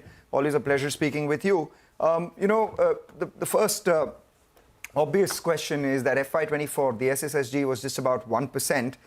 The first quarter, SSSG is 12%, so obviously it comes on a low base. What's the target for this entire year? Thank you, Mangalam. I think we should still be targeting mid to high single digit for the full year, while the first quarter, as you rightly said, might be on a low base, but definitely with the disruptions in elections and also almost zero marriages in the first quarter did not really help us in terms of getting any tailwinds. But definitely we look forward to a much stronger year throughout. Okay, so it's low double digits right now that you've seen in terms of SSSG growth, and you said there were certain factors which did not work in your favor. Despite that, you're talking about high single-digit growth in FY25. Are you being conservative here? Because it looks like the other quarters could be better than quarter one. Not really, Sonal. I would still want to be cautiously optimistic. I think we've seen a lot of downturn, especially in the rural and the semi-urban space in the last 2-3 years, especially post-COVID. We've seen a lot of consumer behavior getting changed. So we've tried to adapt a bit to that. And I would still want to be cautiously optimistic and make sure that at least we get back to where we were pre-COVID levels in terms of the sales per square feet. So SSG is just one of the metrics which we track. But I think more importantly, we want to increase our throughput at the store level, which obviously should mean that we would want to grow our SSG in high single digit, at least for this year as well as the next year. You actually anticipated the next question. Then you spoke about SSSG being at high single digits, but that not being the only metric that you track as well. So let's talk about some other metrics. If you could, share how the other internals been during the quarter: product mix, average ticket size, footfalls, any data that you can, share with us that describes consumer sentiment better. I think we've definitely seen a bit more traction in the consumer footfalls. We've seen slightly better numbers, and also in terms of the number of bills that we cut, we've seen much higher growth there. Particular regions which were not doing so well in the last 1 year, they've started to come back, started to grow. We've also closed a few stores in the last year. We took a hard call on almost 25 stores closure last year. So that's also now behind our back. So that's also slightly helping. Overall, I think in terms of the product portfolio, we have made the product slightly younger. We're trying to reach out to much bigger audience, and especially the youth audience. We've reduced our marketing significantly. We're going more digital. So there are a lot of changes that we've been doing. And especially on the product side, I think we've implemented a full new design team in the last 1.5 years. We've set up a new warehouse in the last 1 year, which has now got operationalized. So internally, I think there's a lot of work which has happened in the last 1.5 years. And I would say almost 30-40% of that has now started to bear fruit. There's still a lot of projects which are underway. There's still a lot of work which is, happening. But yes, everything takes a bit of time. But we're quite hopeful that we should be able to get back to the pre-COVID levels and improve our performance even better. Okay, take that point. So let's talk about revenues then. A 16% growth this time at 786 crore rupees in quarter one. What's the target for FY25? Now that elections are over, we do have monsoons coming up. What's the demand like in Uttar Pradesh, Bihar, Jharkhand, Uttarakhand around monsoon? And what's your take here? So monsoons are expected to be slightly better this year. It's been a slow start so far. But what the forecast currently suggests, we should have a bountiful monsoon this year. And that should bode well for our key markets of UP, Bihar, West Bengal, Jharkhand. And given the backdrop of last 2 years, while the national average of monsoons was okay, but in the Indo-Gangetic belt, the monsoon deficit was almost like 16%. So hopefully this year it should be much better, and that should also reflect in better purchasing power for our core customers. So far, we have seen good demand coming in from all of these states, UP, Bihar, Jharkhand, and West Bengal. Despite the fact that, it was acute summers, no monsoons, no early onset of monsoon. But yes, we remain hopeful, and, given the spate of how the rains have happened in the last 10 days or so, it definitely looks like that it is going to be a good season this year. Good season this year. You've spoken about, all the things that are driving the top line this time around, and also a lot of the things that you've done at the back end to improve efficiencies, be it closing stores, having a new warehouse, increasing your, focus towards digital spends, etc. What happens to the margins? Because with all of this coming together, one would assume that margins would grow ahead of revenue, right? What kind of margins are you targeting this year? Because last year you fell back quite sharply. Yeah. So I am not too optimistic on the margins. We will definitely want to improve on our performance, definitely. But at the same time, I must also highlight that we have also taken some price cuts in the last 2 years. We've also been reducing our average selling prices. So there will definitely be some pressure on the margins. But yes, with some amount of same-store sales growth or reasonable amount of same-store sales growth, there will be some amount of betterment in the margins. Being a value retailer, we would want to push back the maximum value that we can give back to the customer and thereby increase the top line and increase rupee margins rather than increasing the percentage margins. So that's always been our core focus, so that we are able to convince and make sure that our customer repeat buys always with us, and that is something that we will still want to drive. So I will not really commit or comment on too much of margin growth. Also, that the inflation has not really been very helpful. But yes, there will be some amount of margin growth versus last year. Okay, so let's take the margin question forward and the two segments. Just want to understand, when will Unlimited's margins meet that of VMart? And also on LimeRoad, do we expect it to be a bit positive this year, maybe first half or second half? So Unlimited has definitely been a turnaround story. We've been seeing good growth in Unlimited. We've also closed a lot of unprofitable stores in Unlimited, and that should start helping, looking at some better numbers coming in from the brand. In terms of how they equate to the core VMart business margins, I think that is still at least a year away. But the journey looks quite positive and very, very visible now. As we are opening more number of new stores in South India under Unlimited brand, we are able to get similar level of margins, especially in the new stores. So it's just a matter of time before the the average margins for the entire chain becomes almost equal to VMart. As far as LimeRoad is concerned, we've been stressing a lot in terms of making sure that fits in very nicely in the omnification of the entire group's offline business.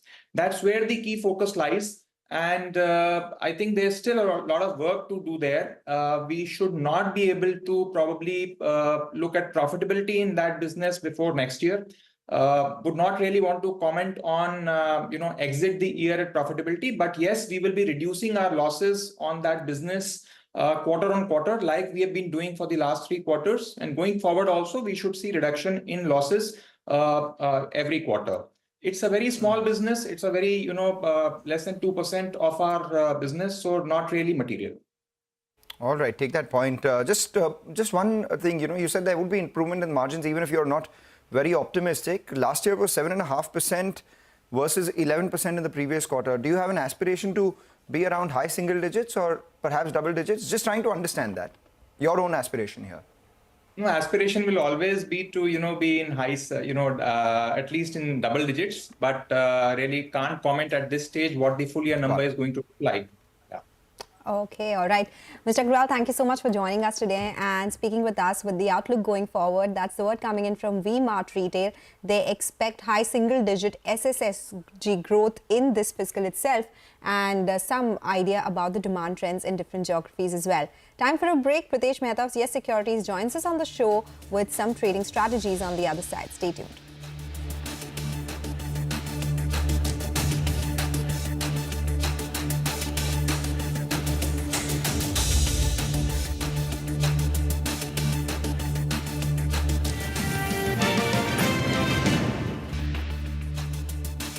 Influential architects of policies and politics, the key newsmakers of the day. Discover the big themes as we decode the business of markets, macros and more. Be the first to go to the heart of all the top stories that drive the day's agenda. Catch the award-winning India Business Hour live every night on YouTube with me, Shireen Bhatt. India Business Hour live on YouTube at CNBC-TV18 weeknights at 7 p.m.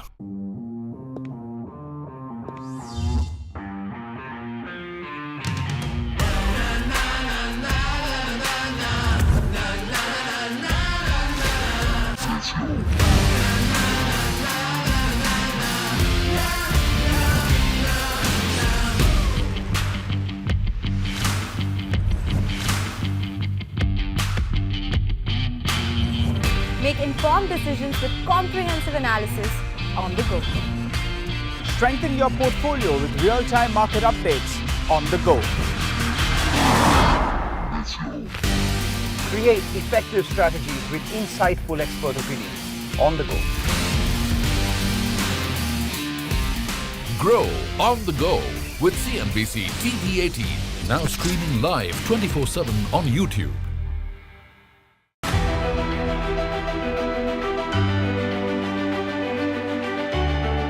The Indian markets have not just grown, they've broken several records in the last 25 years. India's contribution to incremental global GDP was as low as 0.2% 25 years ago.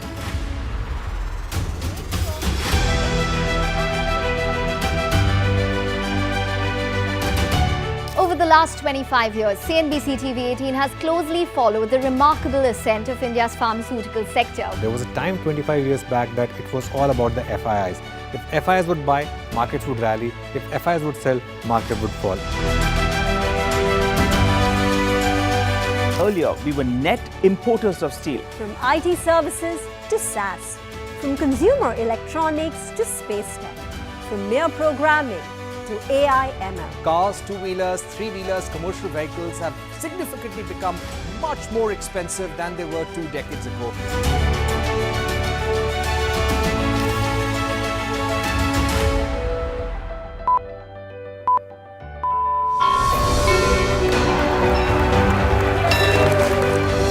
Discounting is high there, but their focus is squarely on the 125cc segment. Now it is contributing 16% of incremental global GDP. Now we are looking at exporting the steel that's made here in India.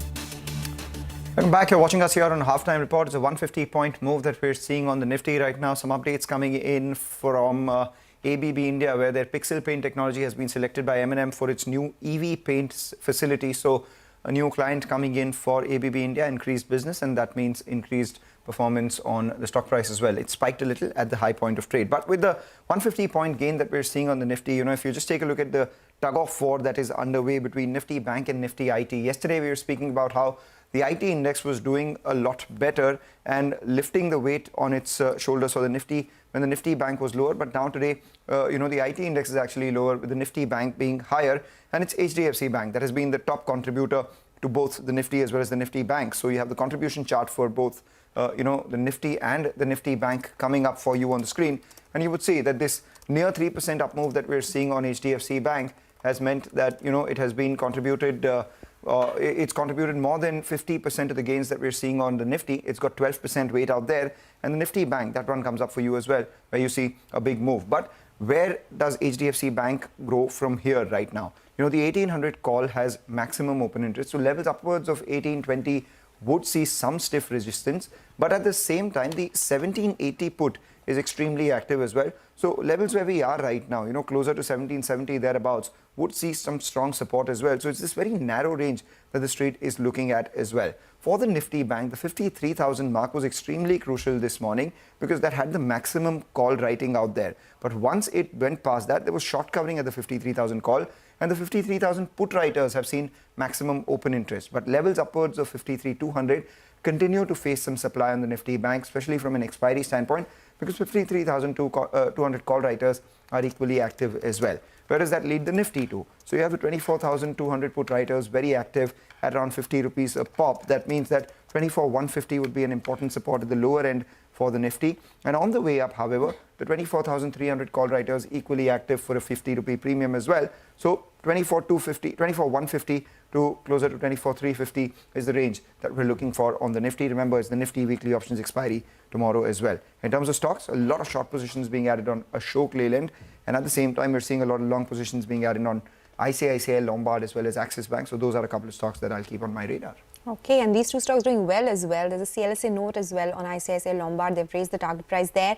But let's get in Pritesh Mehta, Senior VP Research, Yes Securities, joining us now. Pritesh, good afternoon. Thank you so much for joining us. Well, what are the next levels to watch out for on the Nifty and any individual trades that you have for us? Yes, good afternoon. I think we should not be concerned with the upside potential of the index. See, a market is driven momentum. Whenever a market which is driven momentum takes control of the proceedings, numbers are, we should not focus more on numbers because it can be breached on the upside.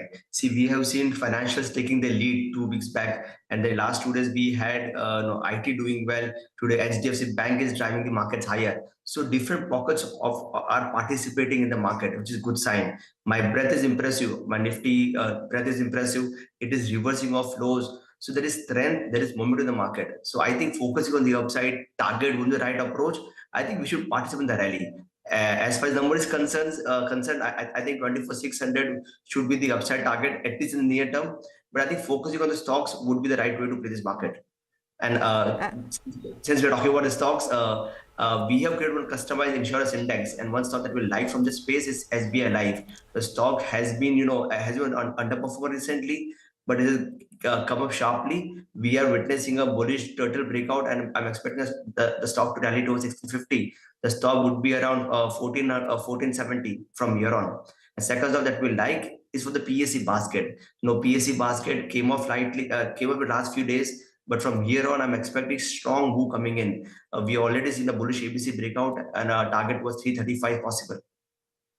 Okay, all right. Thank you so much, Pritesh, for joining us with that take. Let's slip into a short break. When we come back, we'll get you more on the markets and also put focus on ICICI Lombard, PFC and REC. They all are buzzing in trade today.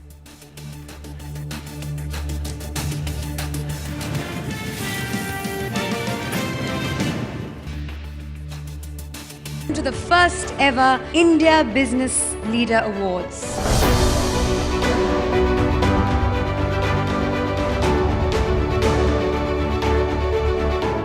Cars, two-wheelers and vehicles generally being manufactured today are much lower on emissions and much higher on safety. India's technology industry has been at the forefront of cutting-edge innovation over the last 25 years. It's the retail which is the driving force for the market right now. Clearly, we have arrived on the global economic stage.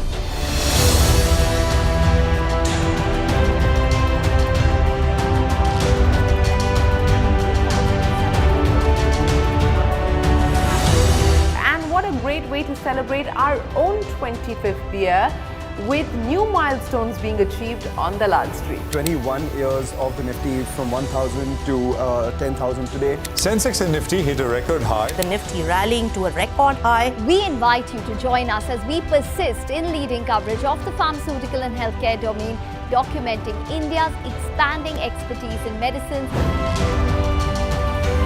25 years of excellence and unparalleled growth. CNBC-TV18, embarking on a quarter century of excellence.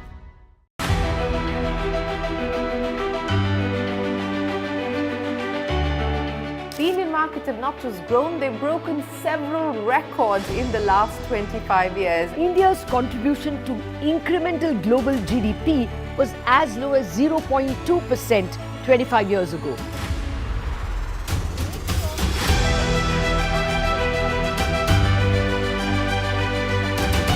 Over the last 25 years, CNBC-TV18 has closely followed the remarkable ascent of India's pharmaceutical sector. There was a time 25 years back that it was all about the FIIs. If FIIs would buy, markets would rally. If FIIs would sell, market would fall. Earlier, we were net importers of steel. From IT services to SaaS, from consumer electronics to space tech, from mere programming to AI ML. Cars, two-wheelers, three-wheelers, commercial vehicles have significantly become much more expensive than they were 2 decades ago.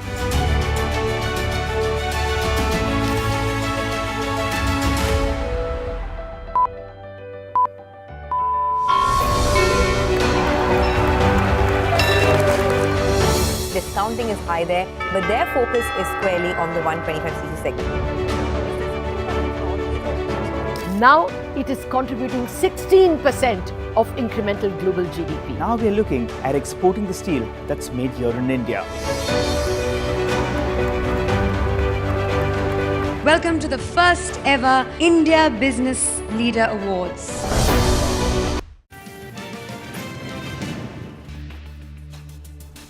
Welcome back. You're still tuned into Halftime Report. Well, of course, the star of the day today is Bank Nifty, but there's a lot of action that continues in the broader markets as well. Castrol India, for instance, is up 9% in trade as we speak. There's been a one-way move on this one. Remember, the peer Gulf Oil Lubricants has been doing well, and Castrol is catching up here now. Zydus Wellness is the other one, which is up 7% in trade right now. We have Wockhardt after that announcement of that new drug that they were developing on Friday. It has seen a one-way move since then, and there's another 7% rise on that stock today. There you go. Wockhardt has recovered sharply from the lows as well.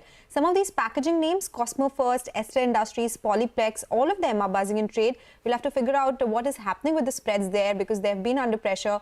But whether demand is coming back or not is something that we'll check with the managements as well. But this is a pocket which is doing really well. Ester Industries, Polyplex, the other players in the packaging market as well. But let's talk about some brokerage action as well, because ICICI Lombard, PFC, REC are buzzing in trade on the back of fresh brokerage calls. Sudarshan is joining us with the key highlights. Sudarshan. So there is another positive note coming in for ICICI Lombard after Jefferies CLSA has upgraded the stock to outperform from hold, and target is raised to rupees 2,000 from 1,760 per share. It says company's April-May motor insurance premium growth was at 31% versus industry's growth of 15%, and worsening of peers' motor third-party loss ratio is leading them to curtail growth, and premiumization of cars and benefits from Motor Vehicle Act may aid the motor book. It has raised overall premium growth estimate by 2% for FY25 and believes momentum in the motor book could persist further. On PFC and REC, Bernstein has initiated coverage with buy call, and target for REC is rupees 653 and for PFC it's 620 per share. It says both these companies are amongst most preferred plays in power cycle, and investors are underestimating duration and intensity of this power cycle, and NPA risk for both PFC and REC is much lower in this cycle. On the valuation front, it says it's still cheap despite the run both these companies have seen in the last 1 to 2 years. All right, Sudarshan, thanks a lot for that. That's about REC and PFC, both these stocks among top F&O gainers in today's trading session. But let's take a short break, and as we do that, here's something very important. While SMEs are pivotal to the nation's economic growth, what are the key factors driving their journey to success? CNBC-TV18 has dedicatedly owned up to empowering and celebrating these small and medium enterprises, highlighting their achievements and contributions to the economy, with HSBC presents CNBC-TV18 SME Champion Awards. And today, we put the spotlight on the inspiring journey of Freyr Energy Services, a company that not only contributes to economic growth, but also champions sustainability. So let's discover how their innovative approaches and strategic partnerships are shaping a brighter and more sustainable future. That's Freyr Energies.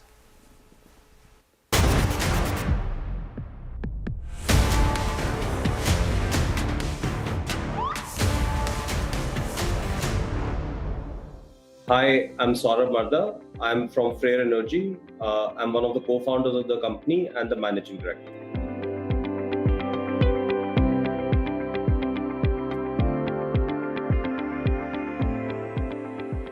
Radhika and I started the company in 2014. The idea behind starting this company was, we wanted to provide rooftop solar solutions to homes and MSMEs. Basically, we wanted to give homeowners and MSMEs an option to choose their own supply of power, which was clean, which was less expensive.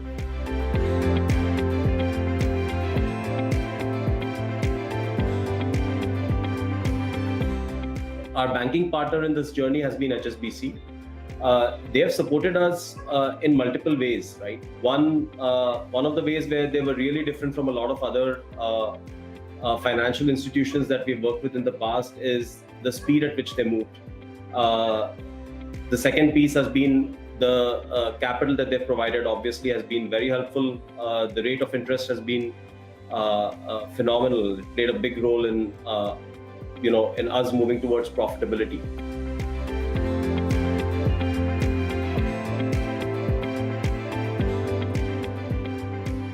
For us, basically the phase one or of focus is India.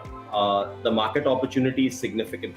Basically an untapped market opportunity of upwards of $40 billion that's available right now, growing at 10 to 15% per annum. The other element over here will be what other innovation can we bring to the table that helps us very clearly differentiate ourselves from the competition. So there are a few things that we're working on. A couple of our investors are two of the world's leading energy companies. So we are able to leverage on their capabilities, and we are developing solutions that are India specific, and we expect to roll them out in the next few months. That's going to be very interesting.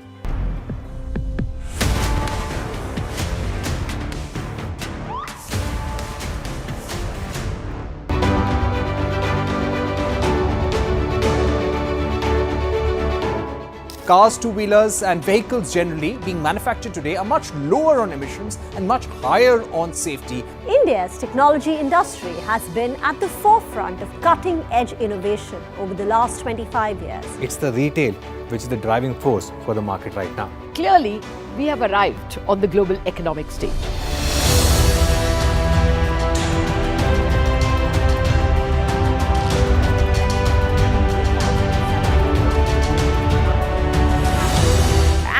Great way to celebrate our own 25th year with new milestones being achieved on the Lal Street. 21 years of the Nifty from 1,000 to 10,000 today. Sensex and Nifty hit a record high. The Nifty rallying to a record high. We invite you to join us as we persist in leading coverage of the pharmaceutical and healthcare domain, documenting India's expanding expertise in medicines. 25 years of excellence and unparalleled growth. CNBC-TV18, embarking on a quarter century of excellence.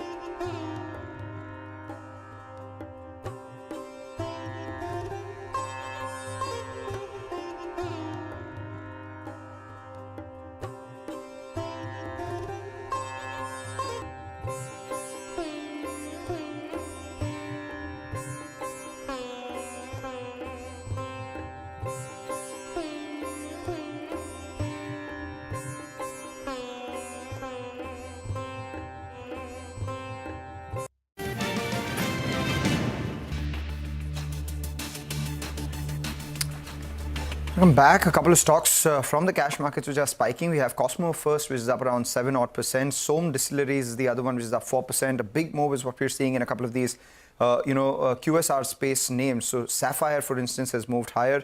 And also something like Imami continues to rally. In fact, this year so far, the stock is up 32%. And in the last 12 months, if you look at Imami, the stock is up around almost 75%. A lot of things coming together for this company. But that's about the secondary market. Let's talk about the primary markets. We have a steel wiring company, Bansal Wire Industries, 750 crore IPO open today. Earlier today, we spoke with Arun Gupta, who's the chairman and whole-time director of the company. Pranav Bansal, who's the managing director and CEO of the company as well. Let's listen in to the excerpt of this conversation, and thereafter, we'll listen in to what the other IPO, Mcure Pharma, the management of that, had to say.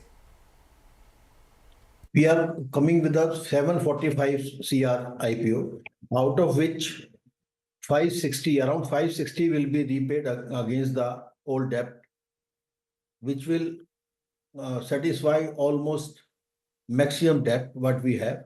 and balance money we will use, because we are a growing company, we will use for a working capital from there on.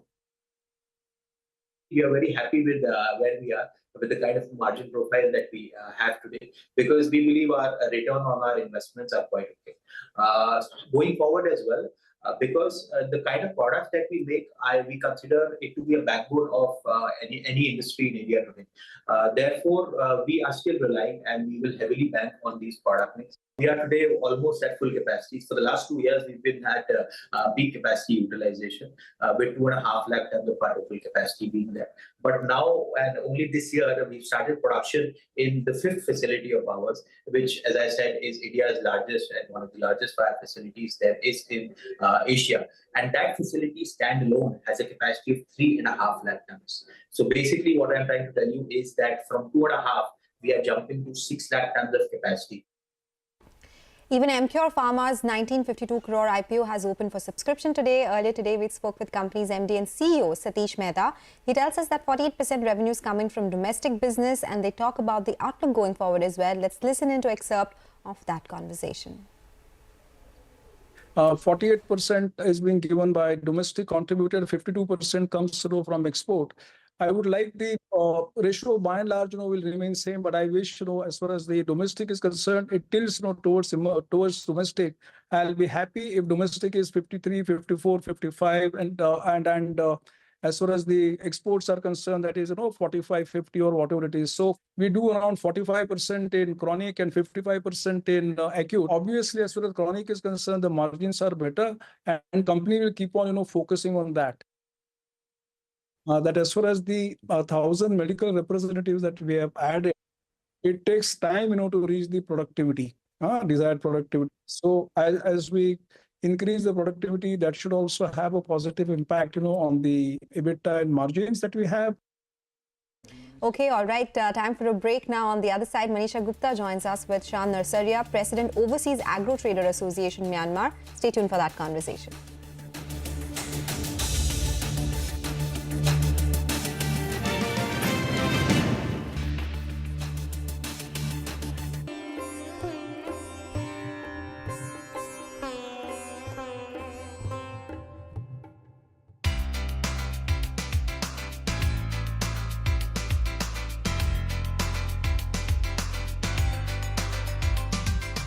Ola Electric is in the fast lane after receiving the market regulator's go-ahead recently.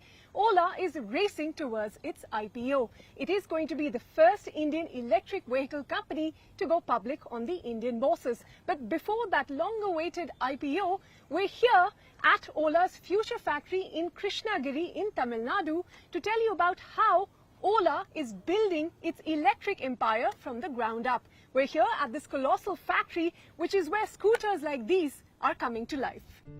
Set up in 2021, Ola claims its future factory in Krishnagiri is one of the most advanced two-wheeler factories in the world, boasting of automation and cutting-edge processes. The factory is automated with modular and flexible assembly lines and an in-house paint shop. When at full capacity, the 10 production lines at the plant are expected to grind out one scooter every 3 seconds. However, at the moment, the future factory has one manufacturing line and is producing anywhere between 2,300 to 2,700 scooters a day. This Ola Future Factory where we're at is spread on a 600,000 square feet area and has an annual install capacity of 1 million units.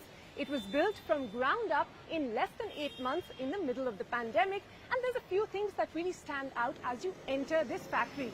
The first, of course, as the name signifies, the future part in it, a lot of the tasks here on the shop floor are automated, with robots also deployed to carry out many tasks. The second and the most interesting thing I thought is that this plant is largely run by a women-only workforce, so kudos to Ola for that. And third, for a manufacturing facility, it is surprisingly quiet.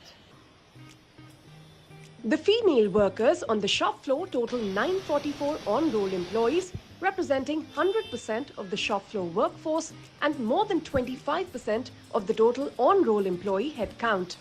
After the future factory, Ola also plans to have an all-woman workforce in its cell manufacturing facility, the Giga Factory, as well. The reason we set up the women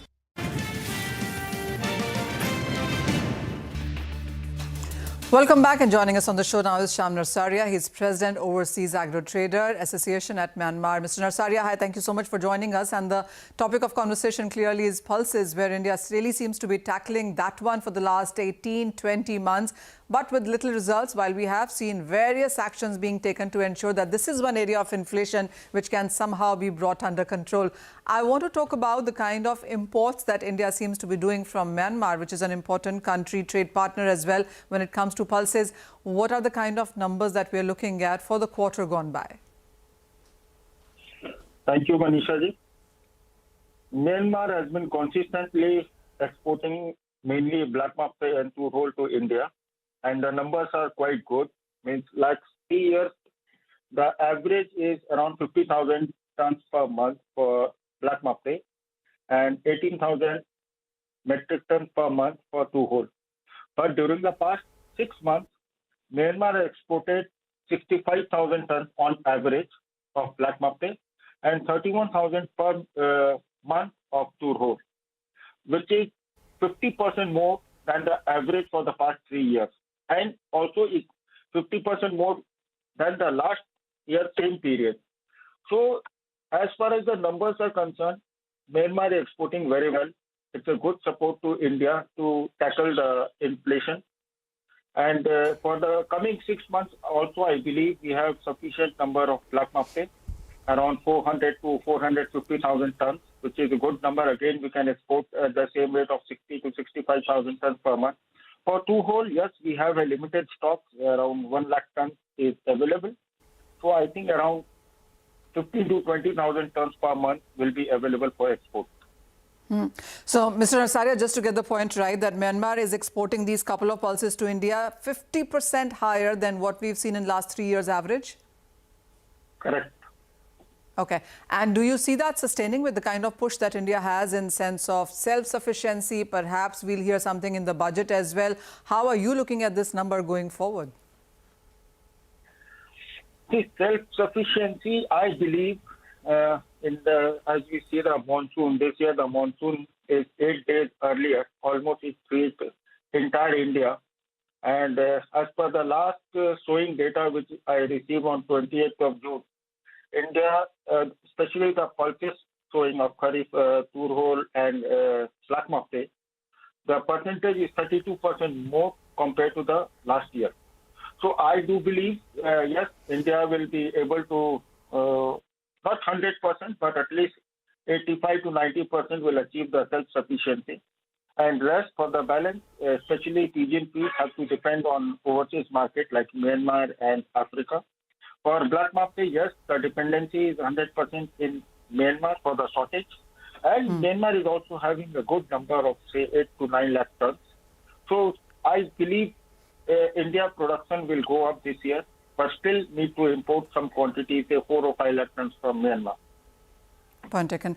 How are you also looking at the kind of restrictions that Indian government has put for a couple of these pulses in sense of stock disclosures, etc.? Do you see India getting away from that anytime soon? I don't see in the near future, unless there is a big number in the production for the coming Kharif crop, there is any change. But I do believe that last India took 3-4 major steps which are very good for the industry, especially like the increase the MSP last month, which is a very healthy sign. And as a result, as I mentioned, the sowing is 32% more. And then India then imposed the stock limit, which is again a welcome sign. I appreciate the effort because that will tackle somehow the price. And it has, means like 5 rupee per kg has come down after that. And the stock limit is successful, we can say. For the coming, say, 6 months, I don't see any further policy changes will be there regarding to this pulses, because the target of the government is almost achieved. They are able to bring down the prices, almost not 100% control level. It's too far from the MSP. Like for pigeon peas, the MSP is around 75-50, but the current market prices are 115. Wide difference, 40 rupee difference. But still, next month, if Africa crop starts for pigeon peas, I think the prices will be down. And same for black market. like next 2 months, there will be India crop. The sowing numbers are very promising. But we have to see the monsoon, how it behaves in the month of August when the flower comes. If there is a extra rain, that will be a problem. But if the way monsoon is going now, if everything goes well, there will be no shortage of this kind of pulses. Of course, Mr. Nasaria, as you said, everything depends on monsoon and the sowing numbers, and we'll get a clarity of that by mid-July, perhaps 20th of July. We'll have to see the monsoons until then as well. There have been various concerns about not just hoarding within India, but in the past about hoarding at the origin as well. Would you say all of that perhaps has been sorted by now? Actually, there is no hoarding either in India also and in origin, say Myanmar. I'm from Myanmar, so I say in Myanmar there is no hoarding. I have a proof. I have numbers to prove. As I mentioned, that we are exporting 50% more than the average, and by 6 months we have exported almost more than half of the quantity, almost 65 to 70% we have exported out of Myanmar. So where is the hoarding?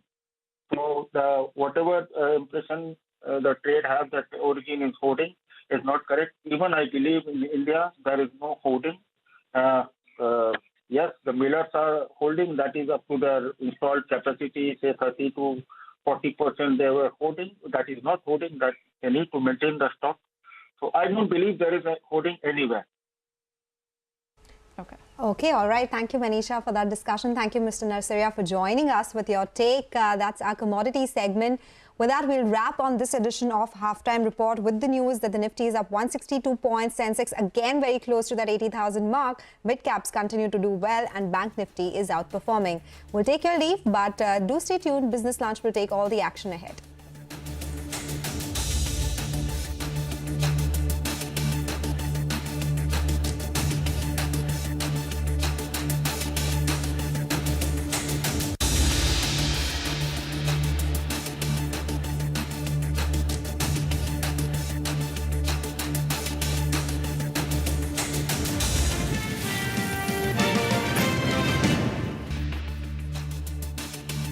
An example for the industry that in India, women can actually participate in the workforce. Ola began the production of its second-generation EV scooters in September last year, and its founder says Ola will start the production of motorbikes in the factory later this year. We're focused on the two-wheeler, Ritu. Scooters already has given us such a strong growth over the last 2 years, and last year we expanded our portfolio of scooters from the S1 Pro to multiple S1 platform scooters. Now we are working on the motorbikes. Like you said, we showed you motorbikes 15th August last year. Yeah. Those were early concepts, and we've been working on the R&D of those things. Okay. So through next year, you will see us launch some motorbikes, and I do hope that the consumers love them.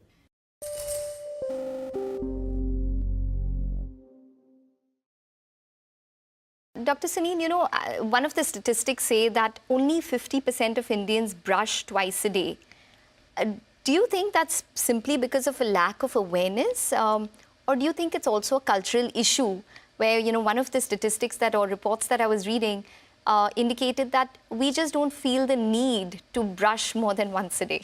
It's not a question of need. It is absolutely required. It's a mandate that you should brush twice a day. In the morning to remove everything that has been lying in your mouth while you're sleeping at night, and the acidogenic bacteria that work on it and create harmful acids, etc., and to generate freshness. And in the evening, of course, to remove all food debris and material that may be going to remain in your mouth through the night. You clean it up, you rinse it, and then you go to sleep.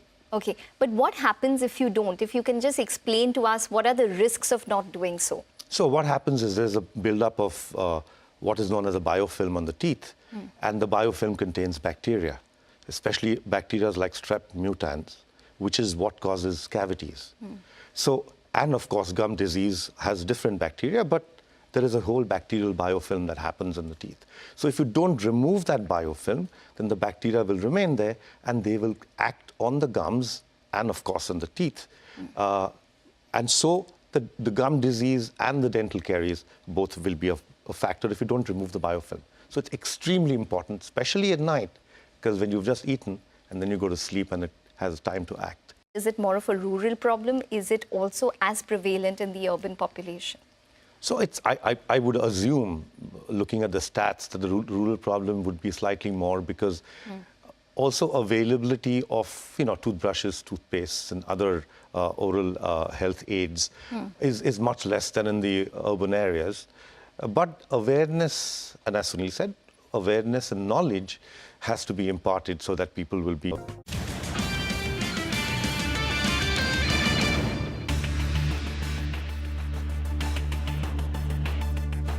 Stocks push higher with the Sensex scaling 80,000 for the first time ever. Financials as well as healthcare are the big gainers today, even as IT and energy drag. And HDFC Bank perk up after it reports a foreign holding of below 55%, which creates room for passive buying by MSCI Emerging Market Index tracking funds. IIFL Securities estimates inflows of $3 to $4 billion. Federal Bank gains on strong growth in deposits and advances, and Moil jumps on posting its highest quarterly sales, but Mahindra Finance skids on weak business momentum and a dip in asset quality. And Brent oil prices scale to $87 per barrel as U.S. inventories dip amidst growing summer demand. Hurricane Beryl only adds fuel to the fire as it nears the Gulf of Mexico. The death toll in Hathras stampede at a religious congregation rises to over 120. The Uttar Pradesh police registers an FIR against the organizers while the hunt is on for the self-styled godman, and Chief Minister Adityanath meets the injured and takes stock of the situation.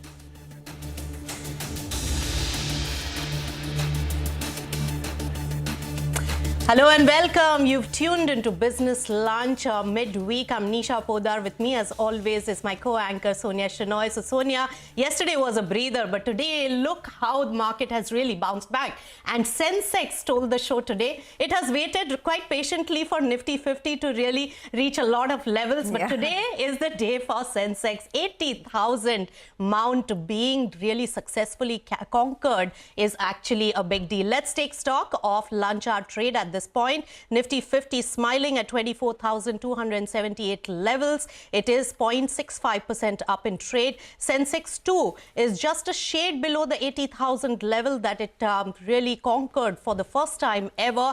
Just about 40 odd points lower than that particular level, but still gaining over 500 points in the trading session. Bank Nifty, buoyed by the big announcement and the news development in HDFC Bank's shareholding pattern. That is one of the biggest, influencers today, if I can call HDFC Bank that. 1.78% up in trade. Bank Nifty really taking the charge, and Midcaps also not too far away. 0.5% up in the broader market as well. Advance decline ratio clearly in favor of the advances. So, Sonia, the screen looking really pretty today. Oh, it is. And you know what? The grand old index hitting 80,000, right? It's a huge milestone, Nisha. I remember when I had joined in 2008, the index was 8,000, right? It had fallen to that level. It's a 10x rise that you've seen in the market in 15 years. I mean, that's the kind of potential that the stock market has had and the kind of wealth it has created for investors in the last 15-20 years, right? I mean, it's been phenomenal, really. It's largely led by a lot of the domestic money that has come into the market, a lot of the potential that we've seen because of the way the government has been moving as well. Now, on the 24th of July, you will have the union budget, which is the first union budget of the government, which has taken power for the third time. So it assumes a lot of importance, the kind of, seat at the table that India has got as far as the global investor community is concerned. So this is really a big milestone for the market, and it's been chugging along with so much gusto. But one of the stocks that has really made it happen today is HDFC Bank. The bank's latest shareholding pattern shows that the FII shareholding has fallen below 55% in June, which suggests that there is headroom for further flows. IIFL Securities Sriram Veliyudhayan expects a passive inflow of $2 to $3 billion into the stock. Let's listen into some key excerpts of the interview we had. So HDFC Bank wait up event has been one of the closely followed events in the Indian markets. So we were expecting this to happen. The foreign room has opened about 25%, And as a result of this, the adjustment factor will be revised from half to 1. This should lead to passive inflows of roughly $2.8 to $3 billion. We anticipate a further up move of 4 to 6% in the name in the run-up to the T-Bal event. In terms of impact, it would be the likes of Reliance, TCS, Infosys, and all, which have a higher weight in the index. But in terms of ADV, it should not have that much of an impact because all these are very, very liquid names. All right. On that note, we'll slip into a short breather on business lunch. But up next, remember, Federal Reserve Chair Jerome Powell says that the U.S. Central Bank requires more data before reducing the interest rates. That's a very important story for global markets. We'll get you all the details after this very short break. Stay tuned.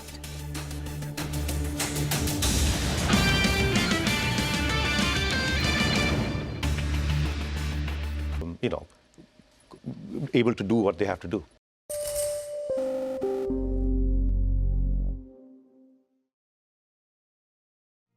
What does it take to build India's largest startup platform?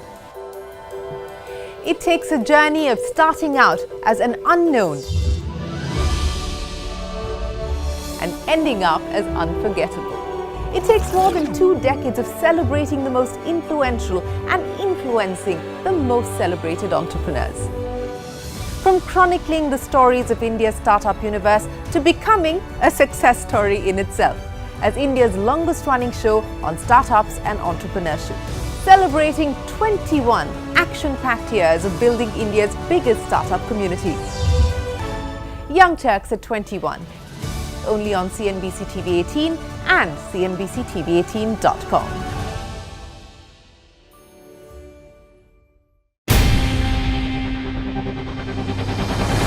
CNBC-TV18's most comprehensive and award-winning news show, India Business Hour, drops first on YouTube. So get the first access to the most influential architects of policies and politics, the key newsmakers of the day. Discover the big themes as we decode the business of markets, macros, and more. Be the first to go to the heart of all the top stories that drive the day's agenda. Catch the award-winning India Business Hour live every night on YouTube with me, Shireen Bhat. India Business Hour live on YouTube at CNBC-TV18 weeknights at 7 p.m.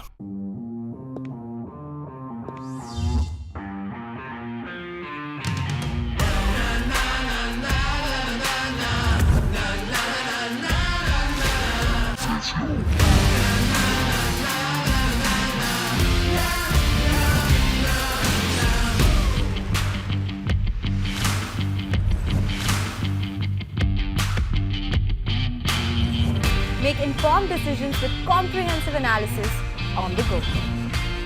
Strengthen your portfolio with real-time market updates on the go. Create effective strategies with insightful expert opinions on the go. Grow on the go with CNBC-TV18, now streaming live 24/7 on YouTube.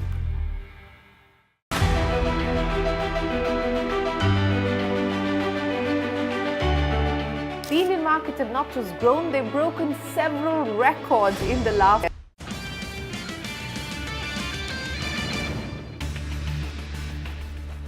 Welcome back. You're watching Business Lunch on CNBC-TV18. Well, the Federal Reserve Chair, Jerome Powell, stated that the U.S. Central Bank requires more data before reducing interest rates to confirm the recent lower inflation is accurate. Speaking at the Central Bank Forum in Portugal, he reiterated that the central bank was not quite ready to cut rates just yet. We've made quite a bit of progress in bringing inflation back down to our target. While the labor market has remained strong and growth has continued, we want that process to continue. I think the last reading and the one before it in inflation, the one before it to a lesser extent, do suggest that we are getting back on a disinflationary path.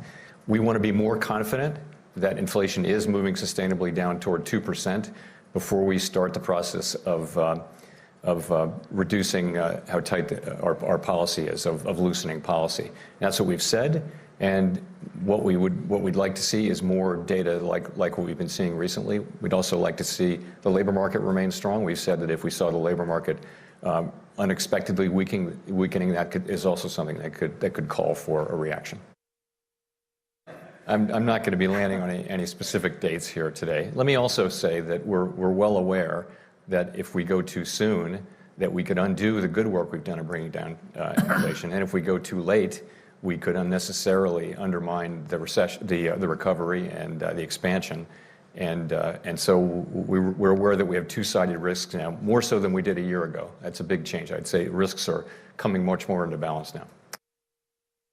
All right, so very important comments really coming in from US Fed Chair. Remember, interest rate cut is something that the market has been tapering its expectations on, the number of cuts expected this particular year. This comment also puts a little bit of a cloud on how many and when is it possible. But remember that the European Central Bank was the first to really start cutting the interest rates, and ECB President Christine Lagarde also spoke at the ECB forum and said that the bloc was very advanced on that disinflationary path.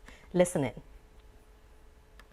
It's coming on the back of a period of hikes which was unprecedented, facing shocks that I tried to describe yesterday over dinner, and followed by a period during which we held rates untouched, and during which we were restrictive enough to actually see our medium-term target reach that 2%, which is our objective. And most recently, we have seen in our round of projections, which are really important, September, December, March and June, we've seen that 2% target with an oscillation of 0.1 about it at the last quarter of 2025.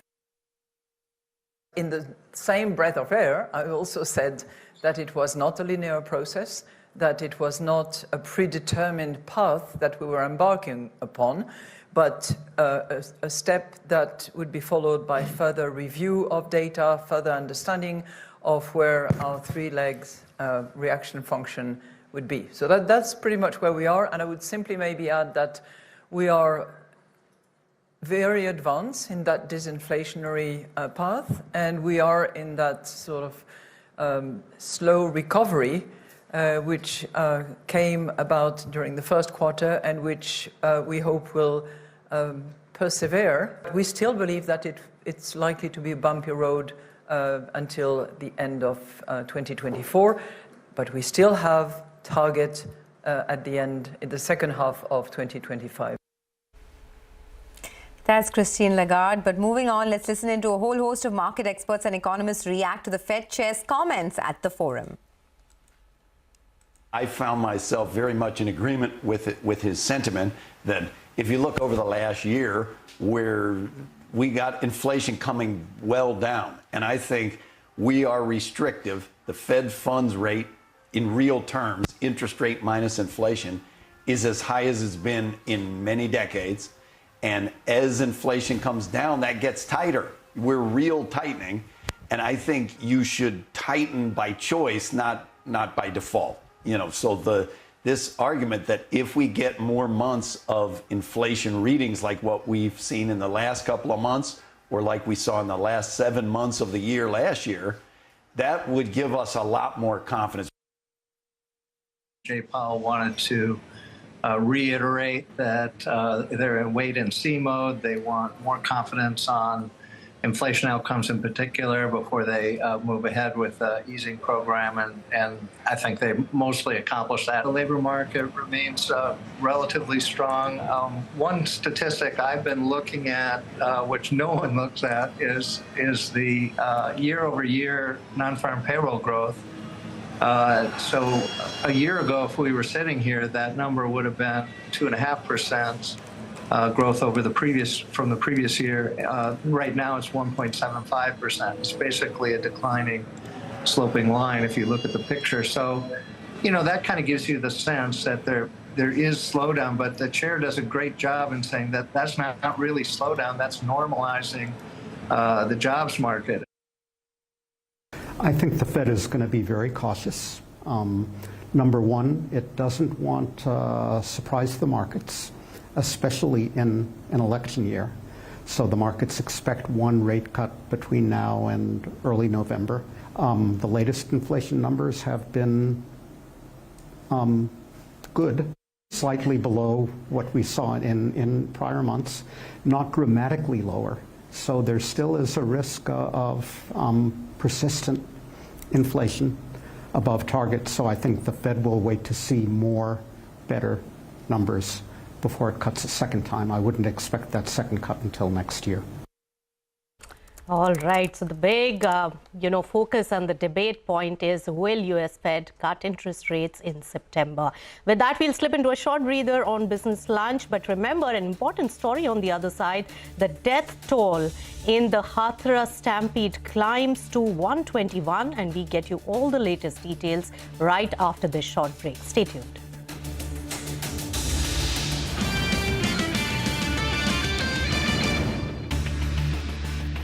India's contribution to incremental global GDP was as low as 0.2% 25 years ago.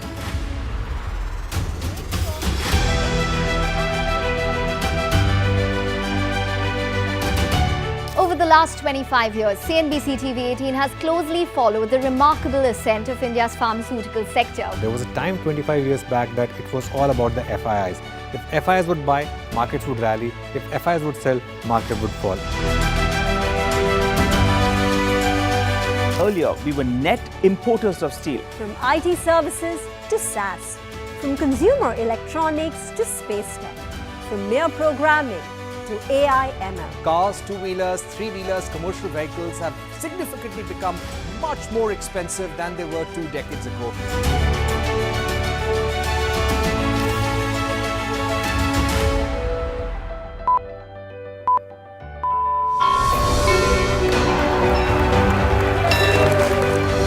Discounting is high there, but their focus is squarely on the 125cc segment.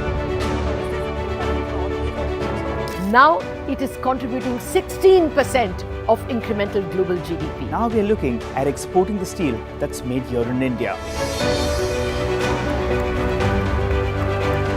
Welcome to the first ever India Business Leader Awards.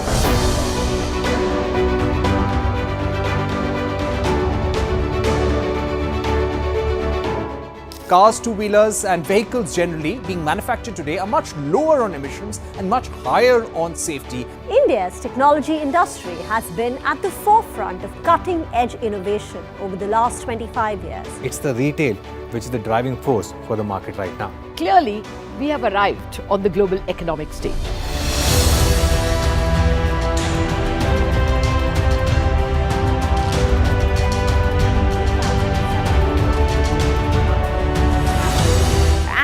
Great way to celebrate our own 25th year with new milestones being achieved on the Lal Street. 21 years of the Nifty from 1,000 to 10,000 today. Sensex and Nifty hit a record high. The Nifty rallying to a record high. We invite you to join us as we persist in leading coverage of the pharmaceutical and healthcare domain, documenting India's expanding expertise in medicines.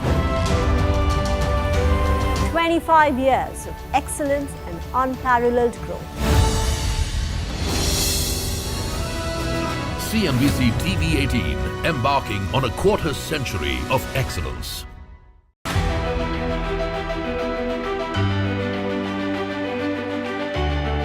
The Indian markets have not just grown, they've broken several records in the last 25 years. India's contribution to incremental global GDP was as low as 0.2% 25 years ago.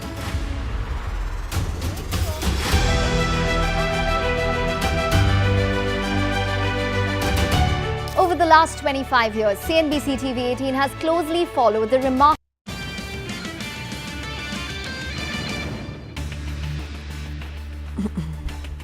Welcome back. You're watching Business Lunch, and slight perk up in the market in the last few minutes of trade. So let's take stock of that. at lunch hour. About 157 points now gaining on Nifty 50 and Sensex around 520 points. But a few counters which have gained in the last few minutes of trade or last half an hour of trade is big boy Reliance Industries from the lowest point of the trading session is seeing some bit of buying, and even the largest bank, State Bank of India, is seeing some buying. But on the flip side, Tata Consumer Products, which is the biggest gainer in terms of percentage on Nifty 50, has seen a slight bit of profit booking, but still holding strong. But from the telecom space, remember that Vodafone Idea as well as Indus Towers both are showing stupendous gains today. Moving on to some national development then, over 120 people have been killed after a stampede broke out at a religious event in the village in Uttar Pradesh's Hathras district. CNN News 18's Anshul Singh has the ground report on the developments there. Anshul, tell us what exactly took place and how's the situation currently? This was just one area. I'll try to explain you through the entire visuals as to how this entire incident happened. I'll ask my camera person Narayana Singh to actually show you the entry point of this entire event that was happening. Now, this is the only entry and exit point, as we have been telling our viewers. And through this entry point, as the cavalcade of the Baba left from there, the people started to gather around his cavalcade. Now, around his cavalcade, actually, what happens is that people actually go there, and through the route that his cavalcade goes, they collect the dust and put it on their forehead. Now, a lot of people were really excited as they were big followers of the alleged Baba, and hence they decided to go ahead and get a glimpse of him or take some sort of blessings from him. Now, there is a strong security cordon that the Baba carries along with him, and that security cordon actually made sure that these people are not allowed to reach anywhere close to the cavalcade, and hence they started pushing them. The divider that you are seeing on your screens right now, a lot of people had gathered over it, and once this pushing started from the side of the personal security of the Baba, people started falling one after the other. They continued to push the people, and in fact to the extent that the people were pushed to the other side of the road as well. Over here, the visuals that you are seeing on your screens right now, this is the other side of the road where people were actually pushed to, and one after the other people started falling atop each other, which actually led to a death of many people. Now post that as well, as the incident was happening, the cavalcade of the Baba moved away, the security guards moved away. Now there were volunteers who were present over here. Now the volunteers, instead of trying to help the people who got injured or who had collapsed in this entire stampede, what they did is they started collecting evidence that were present on the ground, such as slipper, clothes, mobile phones of people who had fallen prey to this stampede. They collected all that and threw this in the field across the road, making sure that if at all there is a police investigation that happens, then the number of people or the kind of magnanimity of the stampede is not established in some way or the other. So definitely this was a sinister plan that was at play over here. The volunteers and the security guards of the Baba were the people who actually initially pushed the people to the stampede, and then eventually made sure that the evidences that were present on the ground, that is tampered with, that is thrown away. And now that is the reason why in the FIR as well we are now seeing that sections of destruction of evidences has also been added. Okay, well, moving on. In some international developments, fears of a three-way vote split is forcing France's leftist and centrist parties to drop off from the race and cement a united coalition after the far-right party won a resounding victory in the first round of snap parliamentary elections. CNBC's Charlotte Reid brings us the details. It's still a huge number, more than expected, of these candidates standing down for the second round of the election to avoid this kind of three-way runoffs in the second round of the election to try to block the far right there. So 220 stood down for the second round. 130 of them were coming from the left-wing bloc, very much in line with the message they had. So straight away from Sunday night, they would stood down their own candidate in the third round. Around 80% come from President Macron's camp. So there will still be around 90 of those three-way runoffs into the second round, but certainly what we heard from a lot of key political figures, including François Hollande, the former president who's running again here as an MP, who will be in one of those three-way runoffs actually. He praised the reformation of the Republican front there, and that was in a sense a similar message that we had from Gabriel Attal, the Prime Minister, yesterday, calling for all the different groups to work together going forward against the far right. And certainly what was interesting is, as you were saying, is it democratic or not? And an IFOP survey was showing yesterday that the people wanting an absolute majority for the far right stood at 37%, and 16% wanted a relative majority for the far right, and only 47% wanted no majority for the far right. Certainly there is still a bulk of voters, 53%, that want the far right to have some sort of majority. So whether this carryover works or not, again, we'll have to wait and see. We don't have polls yet on new seat projection taking into account this new list of candidates. So again, voters will have the final word. Will they follow the voting instructions? We know that the particular group is the center-right voters. They're the ones that will find, according to this, to some of the polls, will find it more difficult to carry over their vote to a left-wing candidate. IFOP, again, yesterday saying if it's a Rassemblement National or LFI candidate, it will be 50-50. When it's a socialist or a Macron candidate, the votes will be carried to them against the far right. So again, this is very much the message. Jordan Bardella knows that. He's been focusing a lot of his attacks on the far left, talking about a Macron-Mélenchon axis, and again, choosing these two kind of polarizing figures there to try and get some of these middle ground voters to vote for the far right. One final thing that could move the needle is that there is one debate tonight between Jordan Bardella, Gabriel Attal, and the left-wing candidate as well. The only one between the two rounds of the election before Sunday. So that could be one that potentially could move the polls. We'll have to see in the next couple of days. All right, very interesting elections there in France. Charlotte was giving us all the update. Sonia, it's a year of elections with Indian elections done with, France, UK, and ending with the biggest of all, the US elections. So it'll be very interesting. With that, it's time to say goodbye. Thanks so much for tuning in to Business Lunch, but Midcap Radar comes up next. Stay tuned.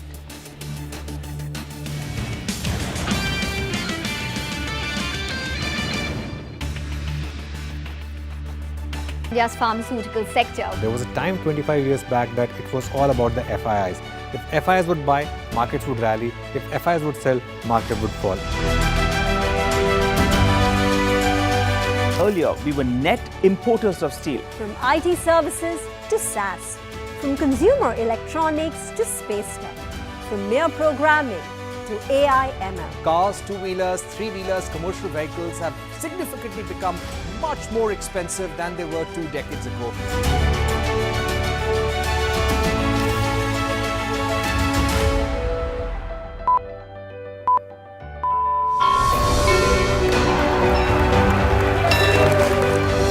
Discounting is high there, but their focus is squarely on the 125cc segment.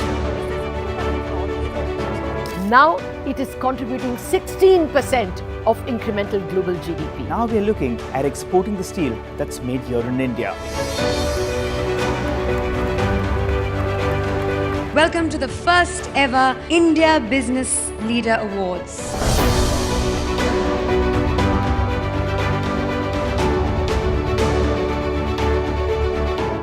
Cars, two-wheelers and vehicles generally being manufactured today are much lower on emissions and much higher on safety. India's technology industry has been at the forefront of cutting-edge innovation over the last 25 years. It's the retail which is the driving force for the market right now. Clearly, we have arrived on the global economic stage.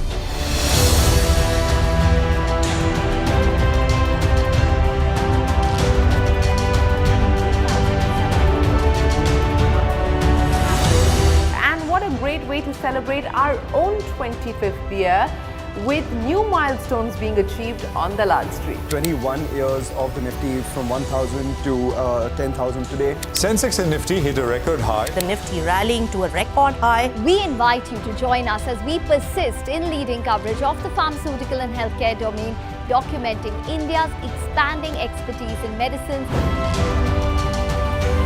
25 years of excellence and unparalleled growth. CNBC-TV18, embarking on a quarter century of excellence.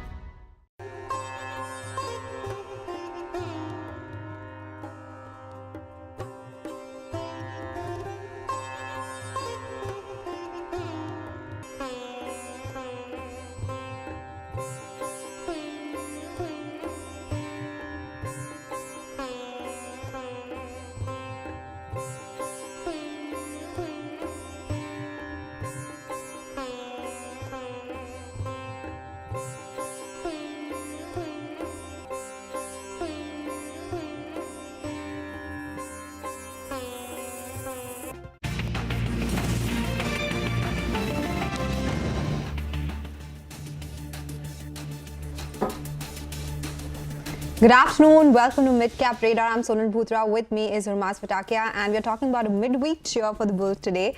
Sensex hitting that 80,000 mark, Nifty at a record high, Bank Nifty above that 53,000 mark, and so far sustaining. It's really banks which are cheering the market today, but a lot of action in the mid caps as well. Small cap index doing well, and most of the sectoral indices, they are in the green today. Can't complain. It's a wonderful Wednesday if you're a bull, particularly led by HDFC Bank and all the cheer that you can see on the benchmark indices, and of course the broader markets doing well for themselves as well. But let's start off the show with the headlines that we are tracking this afternoon. Stocks push higher with the BSE Sensex scaling to 80,000 for the first time ever. Financials and healthcare are the big gainers, even as IT and energy stocks drag. Mid-caps relatively underperform. Stocks like Angel One, CDSL and BSE are under pressure for the second day in a row after market regulator SEBI called for new and lower uniform transaction charges based on existing realizations from October 1. KC International zooms nearly 7% but is off the day's high now after the company bagged new orders worth over 1,000 crore rupees in the T&D and renewables business. The company's year-to-date order intake has now surpassed 5,000 crore. Federal Bank gains and strong growth in deposits. Loan growth is the highest seen in 7 quarters. CASA ratio at 9-year low. Stock up over 3.5%. And V-Mart Retail surges after delivering a good first quarter business update. The company reports a 16% rise in the first quarter revenue. Management tells CNBC-TV18 that they are targeting high single-digit same-store sales for FY25 and are not very optimistic about margin improvement.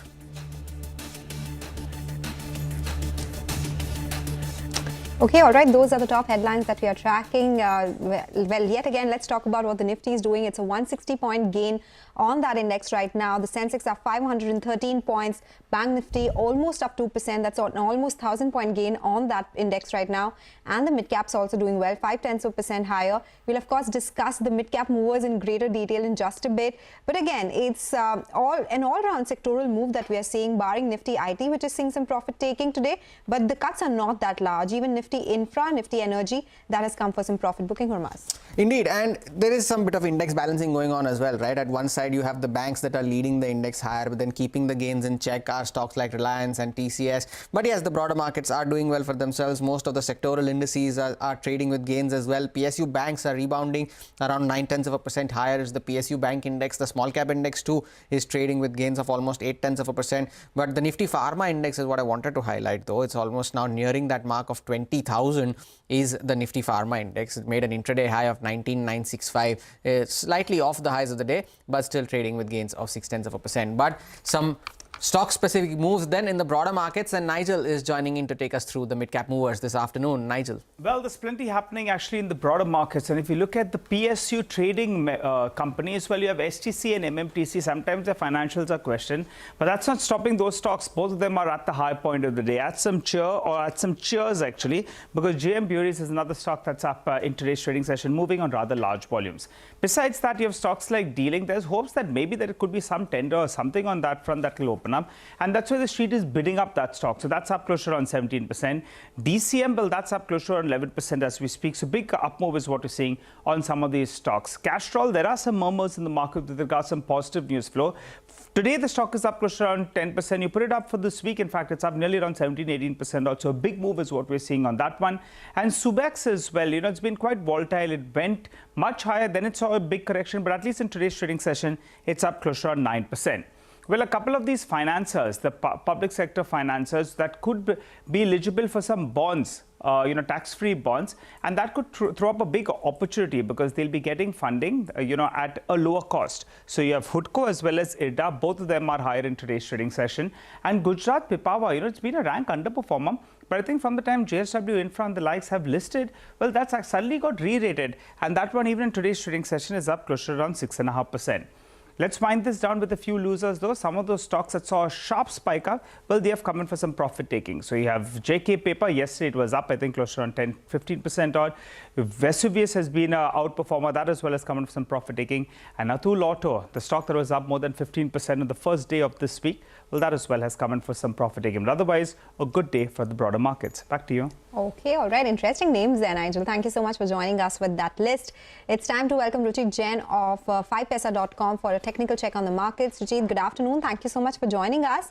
Well, what next on the Nifty? Still some legs to this rally that we are seeing, or we could consolidate at these levels? Yes, hi. Very good afternoon, Sonal. Very good afternoon, Hormas.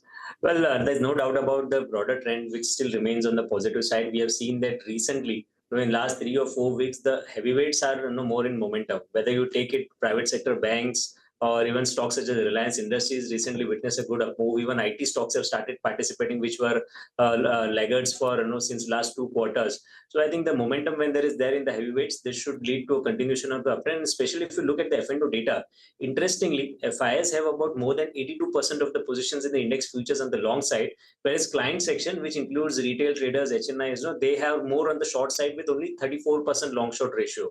And these positions from FIs were formed before the expiry, which have been rolled on. So I think they are sitting quite comfortably with the 82% long positions. So I believe that since only 34% positions are long of the client side and markets is not ready to go lower, so these positions could come to square off, and that short covering move if comes, that would help add more fuel to this rally. So I think it still has more legs to go since it's at all-time high. According to retracements, 24,600 is where the next resistance will come in. So I think it's better to trade with the trend, and I think led by the heavyweights, the markets could continue this run towards 24,600 very soon. 24,600, that's another 300 points from these levels, Ruchit. But what about specific stocks then at these levels when indices are at an all-time high, so are the broader markets? What are you recommending to your clients? So, Ormaz, I'm sticking more with the large cap names itself because of the risk reward ratio, which is favorable there. Axis Bank would be my first stock, where within the private sector banks, a high top, high bottom structure is in place. 3 days of correction, where the 20 DMAs also was not breached, and again a resumption of uptrend with good volumes. So clear signs of a continuation of the trend. One can still go long with stock below 1240 for trading targets around 1350 to 1360. And Tata Consumer is another stock which is looking quite interesting over here. The stock has went through a corrective phase in last couple of months. Around its support, we have seen a good price volume action today. Price up move supported by higher than average volumes. So the risk reward ratio is favorable over here because the stock has already gone through a corrective phase. So one can go long here as well with stock below 1090 for trading targets around 1200. Okay, all right. Thank you, Ruchit, for joining us. So those are some technical bets. We'll slip into a short break. Abhishek Kapoor from Purvankara will join us on the other side. The company has acquired a 7.26-acre land parcel in Bengaluru, and there's been a lot more updates there. So stay tuned for that.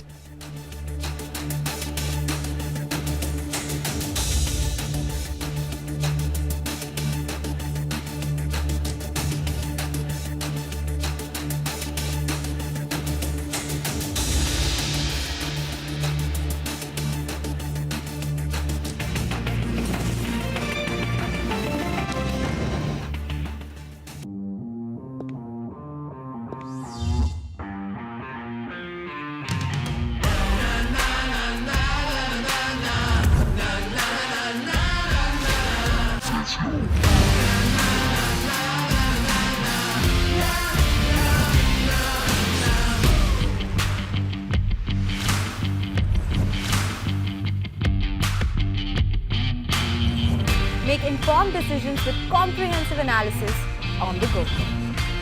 Strengthen your portfolio with real-time market updates on the go. Create effective strategies with insightful expert opinions on the go. Grow on the go with CNBC-TV18, now streaming live 24/7 on YouTube.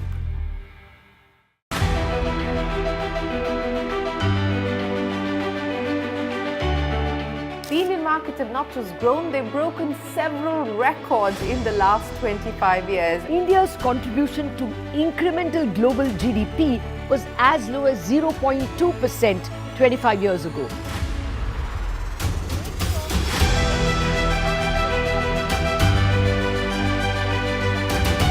Over the last 25 years, CNBC-TV18 has closely followed the remarkable ascent of India's pharmaceutical sector. There was a time 25 years back that it was all about the FIIs.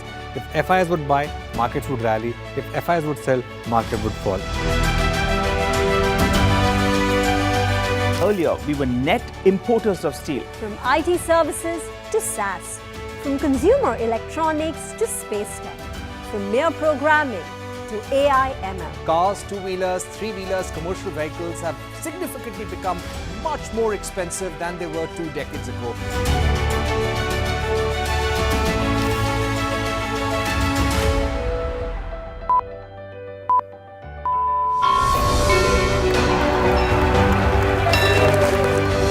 Discounting is high there, but their focus is squarely on the 125cc segment. Now it is contributing 16% of incremental global GDP. Now we are looking at exporting the steel that's made here in India. Welcome to the first ever India Business Leader Awards.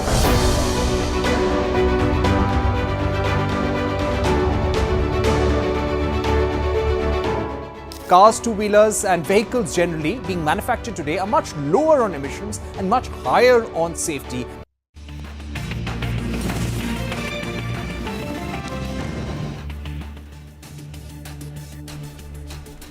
Back with us on Midcap Radar, and now we are joined by the management of Puravankara, and the stock has surged more than 190% in 2024 so far. The stock has almost tripled in value. The company has acquired a 7.26 acre land parcel in Bengaluru's Hebagodi. The Bengaluru land parcel has a potential gross development value of 900 crore rupees. Now to discuss this and more, we are being joined by Abhishek Kapoor, the Group CEO at Puravankara. Abhishek, good afternoon. Thank you so much for joining in. I'd like to first start off by asking you about this land parcels that you have acquired, first in Bengaluru and in Mumbai or in Thane as well. Now, what is the total consideration that you have paid for these land parcels, and how are you planning to fund them? Let me share with you. So we've closed a bunch of transactions between Mumbai and Bangalore. The total GDV we have added between all of this is over 7,000 crores. The last transaction which you spoke about, which is about 7.26 acres in Bangalore, plus about another 8 lakh square foot of landowner share that we have acquired in some of our ongoing projects in Goa as well as in Bangalore. The total GDV that we have added there is about 1,550 crores. Having said that, of course, you mentioned Thane. Thane, we have added about 12.75 acres with a GDV of about 4,000. And Lokhandwala, which we had announced a little while back, that is about 1,500 plus crores. So all in all, I think we've added about 7,000 crores of GDV. And our focus continues to be on new acquisitions while we continue our launches. Okay, so coming back to the same question that my colleague asked, how will you be funding this? What is the total consideration? Because you had indicated you'll be adding around 7,700 crore rupees of gross development value with the new land buys. You're at 7,000 crore rupees. So will there be any more land buys here, and what does it do to your balance sheet? See, definitely we will add further lands. This is about 7,000 crore GDV added. And our focus, as I mentioned, continues because last year, if you look at what we have done, we have sold about 7.36 million square foot and we launched about 10 million square foot. This year, again, we are looking at least 10 million square foot to open for sale, about 14 million square foot of approvals. So again, what we need to really do is replenish our land bank and the land inventory. So therefore, the focus on BD and acquisition will continue. While we do that, from the balance sheet point of view, all our options are there. Whether it is debt, MES, internal accruals, of course. As you know, we collected over 3,600 crores. We are collecting at an average of about 900 plus crores on a quarter. So accruals, then of course, equity, and of course, platform transactions like we announced with HDFC some while back. So bunch of transactions that we can do. All options are open on the table for us, and we will try and maintain a very healthy debt to equity ratio. Okay, so how much will you be spending on land acquisitions? Let me get more direct here, because that is a number which will be important to understand. Your debt increased this time around, but NCDs came down. You have approved QIP fundraise as well. There's the HDFC platform. So just to give us a sense of what will that split look like? What is the capex that you've planned for land acquisitions? How much will you be spending in FY25 and how much has already been spent? It will definitely be upwards of 2,500 crores. That's what we will look at deploying between all of these transactions. As you rightly mentioned, 1150 of HDFC is already lined up. Bunch of other transactions are lined up, which will be mixed with, of course, our internal accruals. So overall, we will look at least 2,500 plus crores of deployment in this financial year. So the QIP that is lined up, Abhishek, the 1,000 crore rupees that you guys plan on raising, have you guys had any conversations with institutional investors? What has the response been to that? And if you could share a timeline as to when do you look to raise these funds through the QIP, because your stock has done extremely well. Look, Hormuz, you know how this process works, so we can't at this point in time say more than what is there in the public domain. As I mentioned, all our options are open. Public markets are open. I mean, all the options are open for us for fundraise. And I'll be happy to share more information as we progress on it. Okay, so we understand QIP is something that you've just approved and there's no finality in terms of share price and other aspects of this fundraise as well. Let me go back to the balance sheet. As I said, NCD amount went down in the year gone by. Debt went up by 519 crore rupees, and interest cost on an average also went up from 80 to 100 crore rupees. Is this a number you will be comfortable with in FY25, or will we see more increase here? We are very comfortable with the numbers that you just mentioned. The fact is that when we repaid the NCDs, we in fact lowered our cost of capital. And what we intend to do is how we measure our business is what is very important. How we look at it is of the total area under development, we should look at per square foot debt of less than 1,000 rupees. That's how we look at our performance and our debt ratios, because that gives you sufficient coverage both in terms of debt and interest, because your average realization is say about 8,500 rupees a square foot and your debt is at less than 1,000 rupees a square foot, and your average cost of interest or debt is about at 11%. Even if I assume 11%, it's about 110 rupees a square foot per annum. So overall, I think if as long as we remain in that range bound number, we should be all right. That is one. Secondly, our net debt numbers, we are very comfortable with them as of now, and it should hover around the similar number. But our debt equity ratio, our target is to keep it under 1. So that I think we will continue to endeavor. As we as the value of equity goes up, then that's a different conversation to be had. But having said that, we'll continue to watch for our debt per square foot numbers. All right, Abhishek, we leave it at that. Thank you so much for joining in and sharing with us your thoughts on the road ahead for the company. That was the management of Puravankara there sharing with us their views. Time for a short break here on Midcap Radar. Up next, we put the spotlight on KC International that's buzzing in today's trade. Stay tuned. Back on the other side.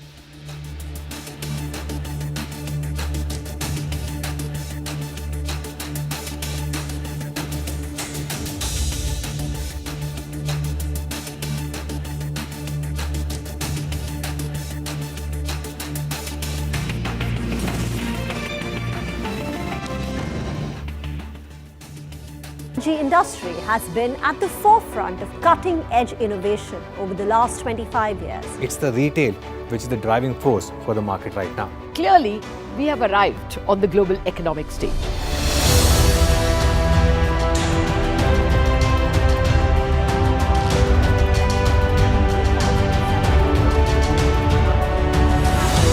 And what a great way to celebrate our own 25th year, with new milestones being achieved on the Lal Street. 21 years of the Nifty from 1,000 to 10,000 today. Sensex and Nifty hit a record high. The Nifty rallying to a record high. We invite you to join us as we persist in leading coverage of the pharmaceutical and healthcare domain, documenting India's expanding expertise in medicines.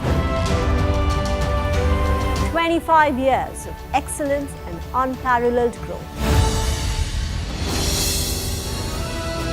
CNBC-TV18, embarking on a quarter century of excellence.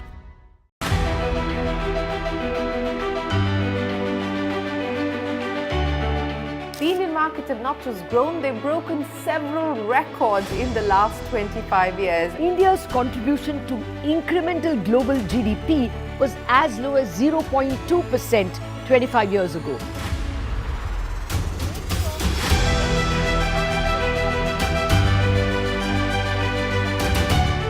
last 25 years, CNBC-TV18 has closely followed the remarkable ascent of India's pharmaceutical sector. There was a time 25 years back that it was all about the FIIs. If FIIs would buy, markets would rally. If FIIs would sell, market would fall. Earlier, we were net importers of steel. From IT services to SaaS, from consumer electronics to space tech, from mere programming to AI ML. Cars, two-wheelers, three-wheelers, commercial vehicles have significantly become much more expensive than they were 2 decades ago.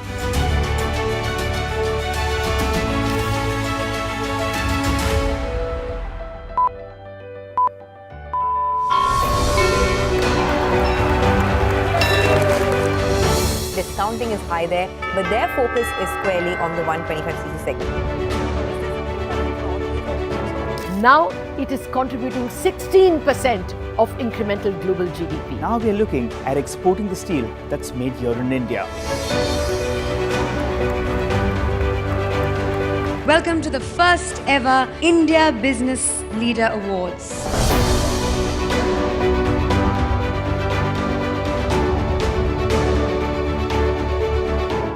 Cars, two-wheelers and vehicles generally being manufactured today are much lower on emissions and much higher on safety. India's technology industry has been at the forefront of cutting-edge innovation over the last 25 years. It's the retail which is the driving force for the market right now. Clearly, we have arrived on the global economic stage.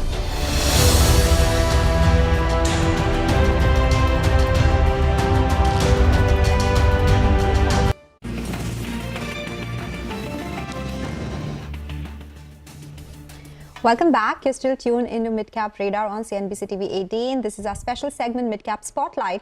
Vamakshi is focusing on KC International. The stock is buzzing in trade. There have been a lot of new order updates that have come by as well.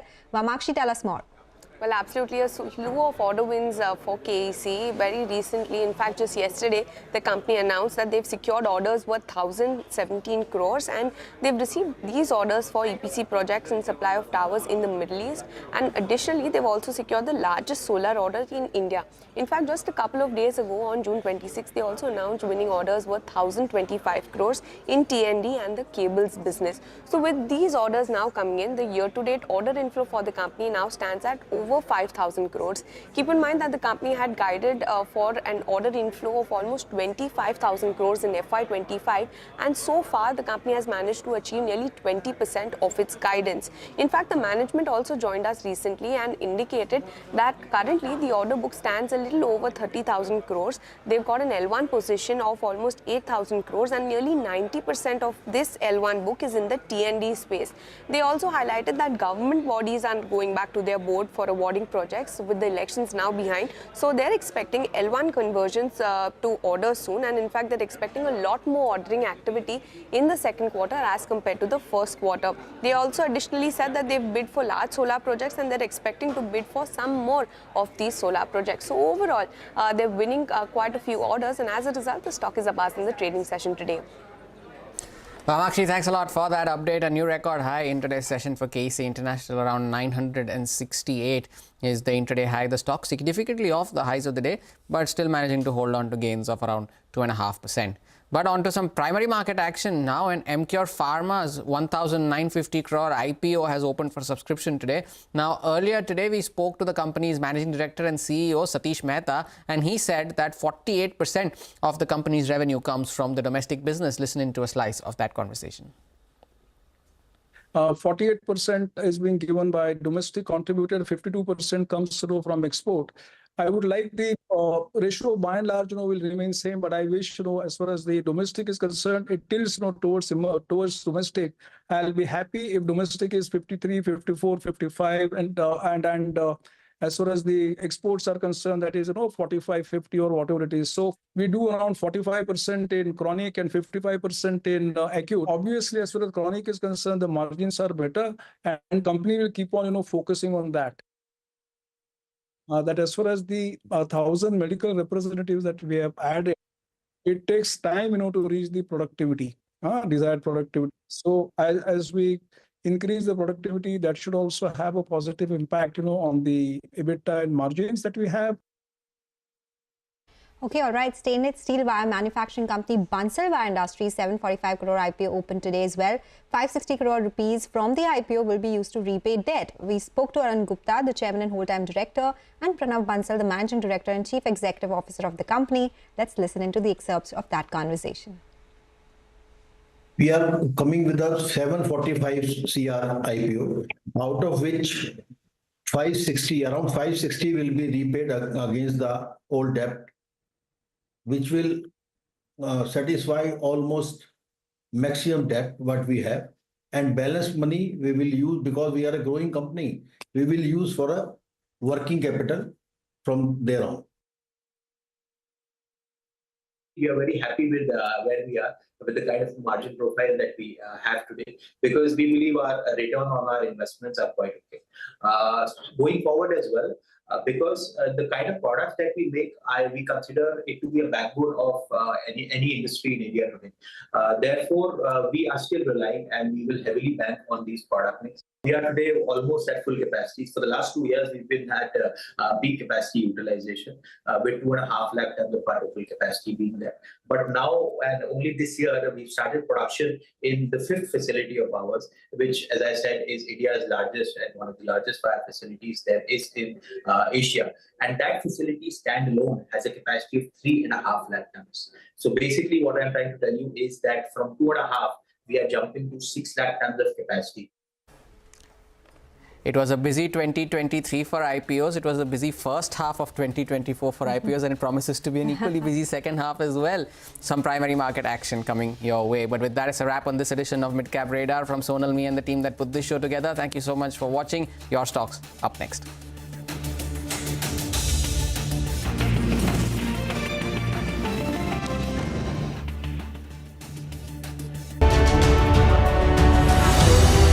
What a great way to celebrate our own 25th year, with new milestones being achieved on the Lal Street. 21 years of the Nifty from 1,000 to 10,000 today. Sensex and Nifty hit a record high. The Nifty rallying to a record high. We invite you to join us as we persist in leading coverage of the pharmaceutical and healthcare domain, documenting India's expanding expertise in medicines.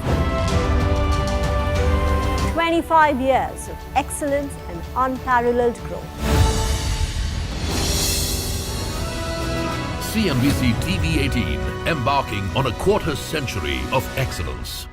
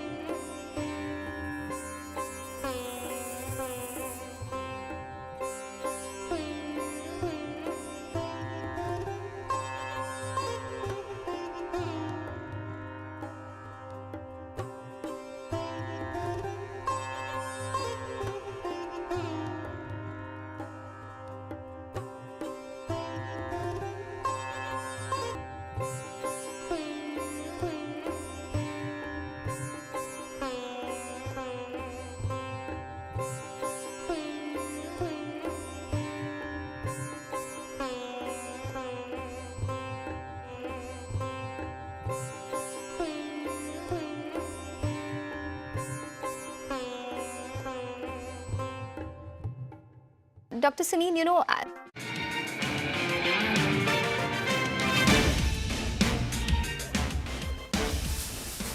Hello and welcome to Your Stocks on CNBC TV18 in the Mumbai News Center. I am Hormus Fatakia. It's been a good day for the market so far. It's the weekly options expiry as well for the Nifty Bank today. But the Nifty, after making a new high, now is trading close to the mark of 24,300.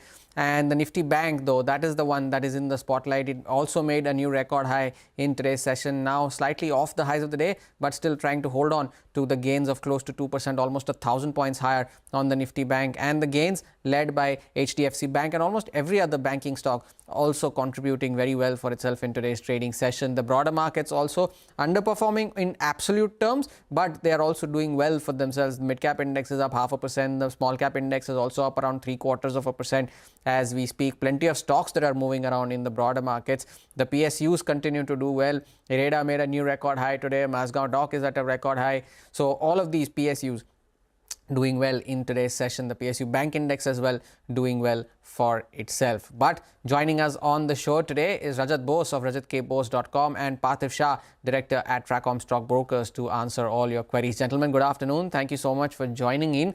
First query of the day comes from Bharat Kapoor, who's writing to us from New Delhi. He's holding 18,000 shares of IDFC First Bank at 63 rupees. Now, he's a long-term investor and he wants to know whether he could buy more shares at current levels. Parthiv is very much in the money. He bought it at around 63. The stock trades at around 80 rupees. But the stock has been trading around these levels for quite a while now. What should the viewer do? Should he accumulate more at current levels or wait for a slight dip and then add on to his positions? Good afternoon, Hormas, and good afternoon, Rajat.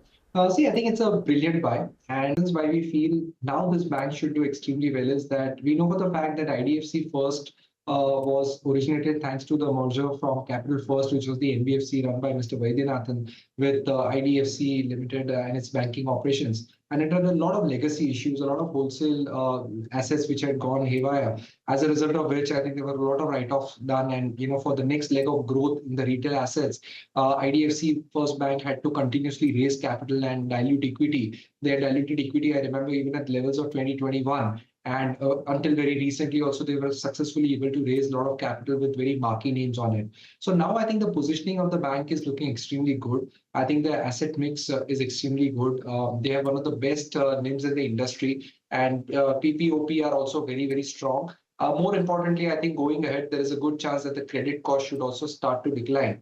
And all of this in terms of valuations, if you look at on an FY26 basis, it is at around 1.7, 1.8 times, which I think is not extremely pricey. And probably we have seen in the market that there's been a lot of fancy for mid-tier or the frontline private public sector banks. And a lot of private sector banks, I think, have kind of been laggard in this rally. Our sense is, I think, the next leg of growth for the banking sector, such, I think, private sector, mid-tier private sector banks should do extremely well, which is where IDFC First Bank is certainly open. Right. What are the charts indicating then, Rajat? The stock sometime in September last year made a high of around 100 rupees and has been in a bit of a decline since then, has not managed to retest those levels. What are the charts suggesting? What are some of key levels that you need to watch out for? The key levels would be 82 to about 84.50. If this range is taken out decisively, then a fresh upswing can happen. Otherwise, it is in a range-bound situation since April. And the range between 75 and 85, it is hovering around, except for the days when the market fell very sharply. It went down to below 72. What I would like to say is that personally, I also track banks and I prefer a 1.75 return on assets for a minimum. And this is far away from that as of now. But it is definitely going to be a good bank going forward. But if you were to buy a bank, better get the ROA above 1.75. Look at the top class banks like HDFC or say ICICI and others. They are maintaining above that level. Of course, this is a new bank. It will take some time. Definitely it will move up. But as of now, you have to be a very long-term investor in order to buy and hold a large number of stocks, large number of shares in your kitty. Interesting. 82 to 84, some key levels to watch on IDFC First Bank. But moving on then, Bhaskar Dev Mukherjee is written to us from Pune, and he's holding around 50 shares of Titagarh Rail at around 1118. Now he's asking if he can hold these shares for a 2-year time horizon. Now, Parthiv, this stock has been a rank outperformer. It's almost tripled, if we know, in value over the last 12 months or so. If he has a 2-year time horizon, would you think that this stock has the legs to compound further in the next 2 years? So no doubt it has had a brilliant run, thanks to the fact that the order intake in terms of the wagons and the railway rolling stock has been stupendous. And a lot of metro-related work has been happening in a lot of states where I think Titagarh wagon has been a key beneficiary of such ordering. So I think the momentum is extremely strong. The company is looking to grow its top line and bottom line at the rate of 20-25%. And I have no doubt that over the next 3 years, they will be able to achieve. As a matter of fact, I think last quarter was a historic quarter for them because I think the revenue run rate crossed 1,000 crores. So the company is executing extremely well. They have added new capacities, which is also a good thing. But if you look at the recent run-up, I think the valuations aren't cheap. I think if you see the valuations quoting at trail multiples of around 75, 80, which is, I think, surely pricing in at least, if not more, 1 or 2 years of good growth. So if the gentleman has just a 2-year horizon, I think I'm really tempted to suggest to book profits out here. Only if somebody has a horizon of upwards of 3 years, then probably one can hold, especially if the cost is so low. But because the gentleman has just 2 years horizon, I would suggest a selling. Interesting. Rajat, do you agree with that? Because the stock has almost gone from 500 12 months ago to almost 2,000, now at around 1,800. The buy price is somewhere around 1,100. But for a 2-year time horizon, should he hold on, or considering the run-up, he should book profits here? What I would like to say here is this, that if you look at the daily chart, at least the parabolic move since mid-April or a little earlier than that, from the levels of around 780, it started moving up, and now it is 1770, almost a 1,000-point run in such a short period of time. So my suggestion is that, see, from the levels of around 200, it was in 2023 March, it is now 1,800. So 2 year, 3 months, you are getting roughly about 9 times. So given this kind of a move, what I foresee is that either it will fall sharply going forward, or it will go sideways. You look at SRF. SRF, 2 years back, when it was climbing up this way to 2,800, everybody felt that it will go up to 3,500 or something. But these kind of stocks, once they stop moving up, that would be the problem. So if I were in his shoes, I would at least book part profits. Otherwise, if one wants to carry on, then one can carry on, but do not expect any stellar returns from the current levels. And Parthiv says that 2 years of growth is already priced in. I would say that it could be more than that. I wish you people look at the weekly chart at least once. Interesting from Rajat and Parthiv as well. Book part profits, if not more. But moving on then, Siddharth Diwan is writing to us from New Delhi. Now he says he wants to buy some fertilizer stocks, and he's asking if he should invest in Chambal fertilizers. Parthiv, the entire fertilizer space has been buzzing through and through the month of June. There's been a lot of talk ahead of the budget, and I guess that's always the trend, right? Every time the budget comes in, the fertilizer stocks are always in focus. Is fertilizer a theme that this gentleman should be investing in? And if not Chambal, then what are the other stocks that he could invest in? Oh yes, certainly. I think fertilizer as a theme certainly looks good. Good part about this particular sector is the valuations are not extremely stretched. No doubt, I think a lot of good talks regarding some reforms that the governments could take, and also I think the relief in terms of the GST rates. Not only that, I think so far so good. I think the monsoons have been pretty decent. The spread of the monsoons have been encouraging, and hoping for the fact that the second half of the monsoons also turn out to be good for the country. I think that will certainly spur up the demand for the fertilizers, because a lot of inventories are have been destocked, and it seems that good days are ahead for these companies. In terms of picks, I think we are very comfortable suggesting complex fertilizer makers, something like Coromandel International. A good way to play Coromandel is also via the holding company, which is EID Perry, which has a very good core nutraceutical business and sugar business. And it's an extremely well-run company and a company from a very good group, Murugappa Group. They've created stupendous value for shareholders. So EID Perry, looking at the SOTP in terms of the holding that they have in Coromandel, plus their core business, is looking extremely compelling to us. What about you, Rajat? Is there a fertilizer stock that looks good on the charts? It has also moved up considerably. At least it has almost doubled from the levels of around July 2023. So mostly in 1 year, there has been a good move. But here I would not say like Titagarh Rail that you need to book profits immediately, because it shows that there is a possibility that it might still move up. And I would put a stop loss below 440 and continue to carry on. But I wouldn't really buy at current levels in 515, because even this stock, as I just mentioned, that it has also had a very good run. So one would rather stay put, but any fresh entry, if anybody is considering, I would say wait for a dip at least to 450 or so, then you can move into it. Hold on to positions, but fresh entry not advised. Wait for a dip before looking to enter these fertilizer stocks, Chambal fertilizers in particular. But Pachi is writing to us from Chennai, and she is holding around 45 shares of Nestle, which she purchased at around 24.83, and she wants to know the prospects of the stock from the short to medium term time frame. Now, Parthiv, Nestle is not a stock that moves very quickly in, say, in a 1 or 3 month time frame. But since this viewer has short to medium term time horizon, what would your advice be? For a very short to medium term horizon, I think I would blindly go with what Rajita advises. But purely on a fundamental outlook, I think this company has a great future over the next 3+ years. And why I'm mentioning 3+ years is because we know for the fact that the company's already made very bold statements that over the next 3 to 4 years, they will be increasing their gross block and doing a capex of almost 5,000 crore, which will almost nearly, if not more, double their gross block. And this is a company whose parent, we know the fact, is one of the world's largest FMCG player.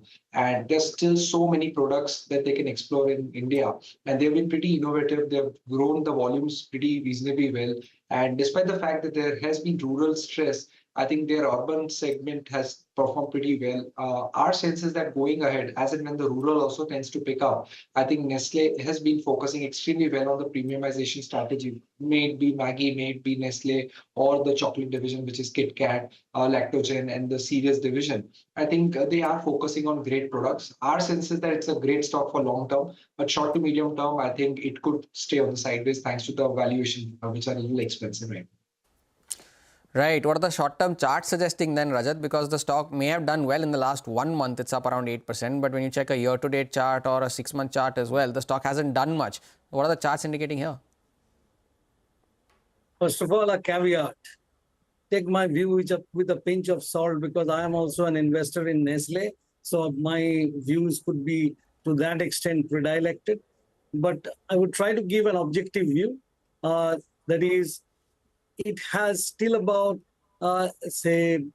January 24, it was also rising in a strong move from 2100 or even lower to a high of about 2700, 2769 to be precise. And after that, it gave a correction to roughly about 2400. And now it is in a range-bound situation. But Nestle being Nestle, I believe it will still move up because phenomenal return ratios, return on capital employed is pretty high. Pretty high means very high. And I think as per Screener.in, it could be above 100 also, the return on capital employed. And the other thing is that Nestle is a quasi-monopoly. Leaving aside Amul, most of the baby foods are sold by Nestle. So a monopoly gets a monopoly kind of price earnings. But over a longer period of time, one can expect good appreciation here. Same expectation even I hold for my purchases. So I would say put a stop loss below 2400 if at all you need a stop loss, and carry on. A stop loss below 2400 and carry on. Parthiv, Rajat, stay on because there are more queries to answer, but we'll take a quick break here on your stocks. More on the other side. Stay tuned.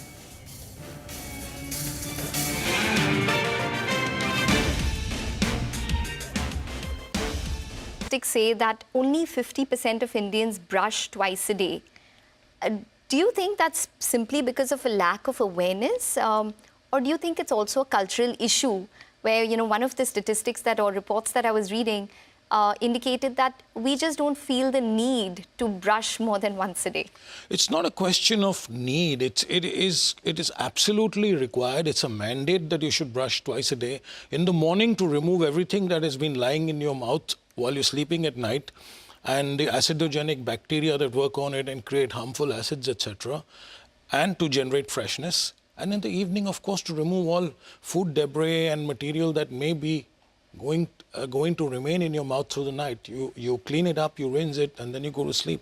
Okay, but what happens if you don't? If you can just explain to us what are the risks of not doing so? So what happens is there's a buildup of what is known as a biofilm on the teeth, and the biofilm contains bacteria, especially bacteria like strep mutans, which is what causes cavities.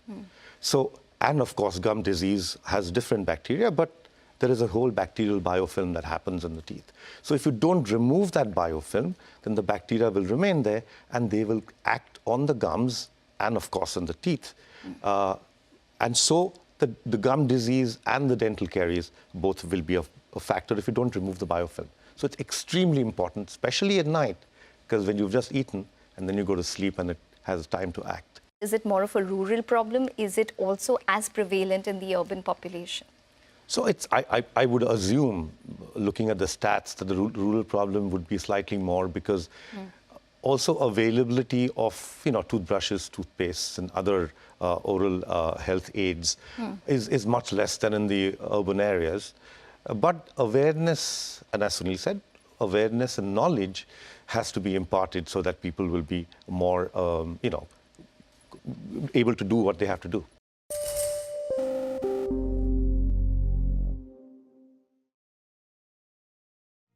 What does it take to build India's largest startup platform?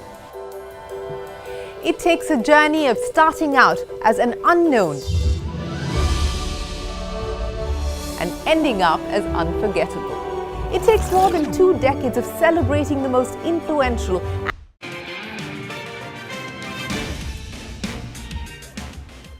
Back with us on Your Stocks, and Rajat Bose and Parthiv Shah are still with us to answer your queries. And the next one comes from Paramasivan Arunachalam, who's writing to us from Mumbai, and he's holding 50 shares of L&T.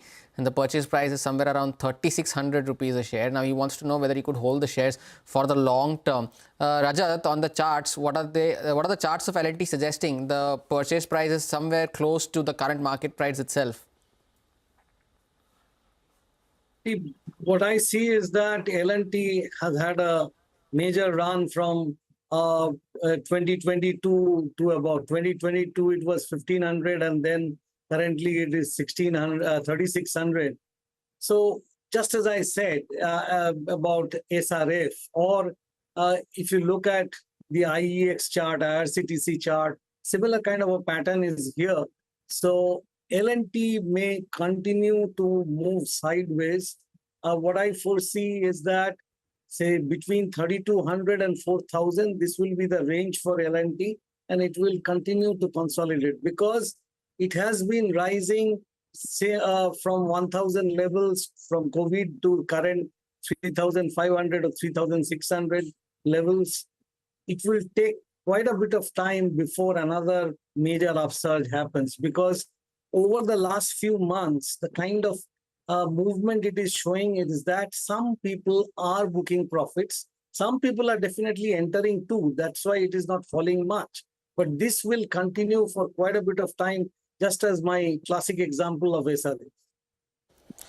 What about you, Parthiv? The entire engineering, infrastructure, construction space has been in the news for a while now, but L&T is much more than that, right? It has a gamut of businesses, the conglomerate that it is.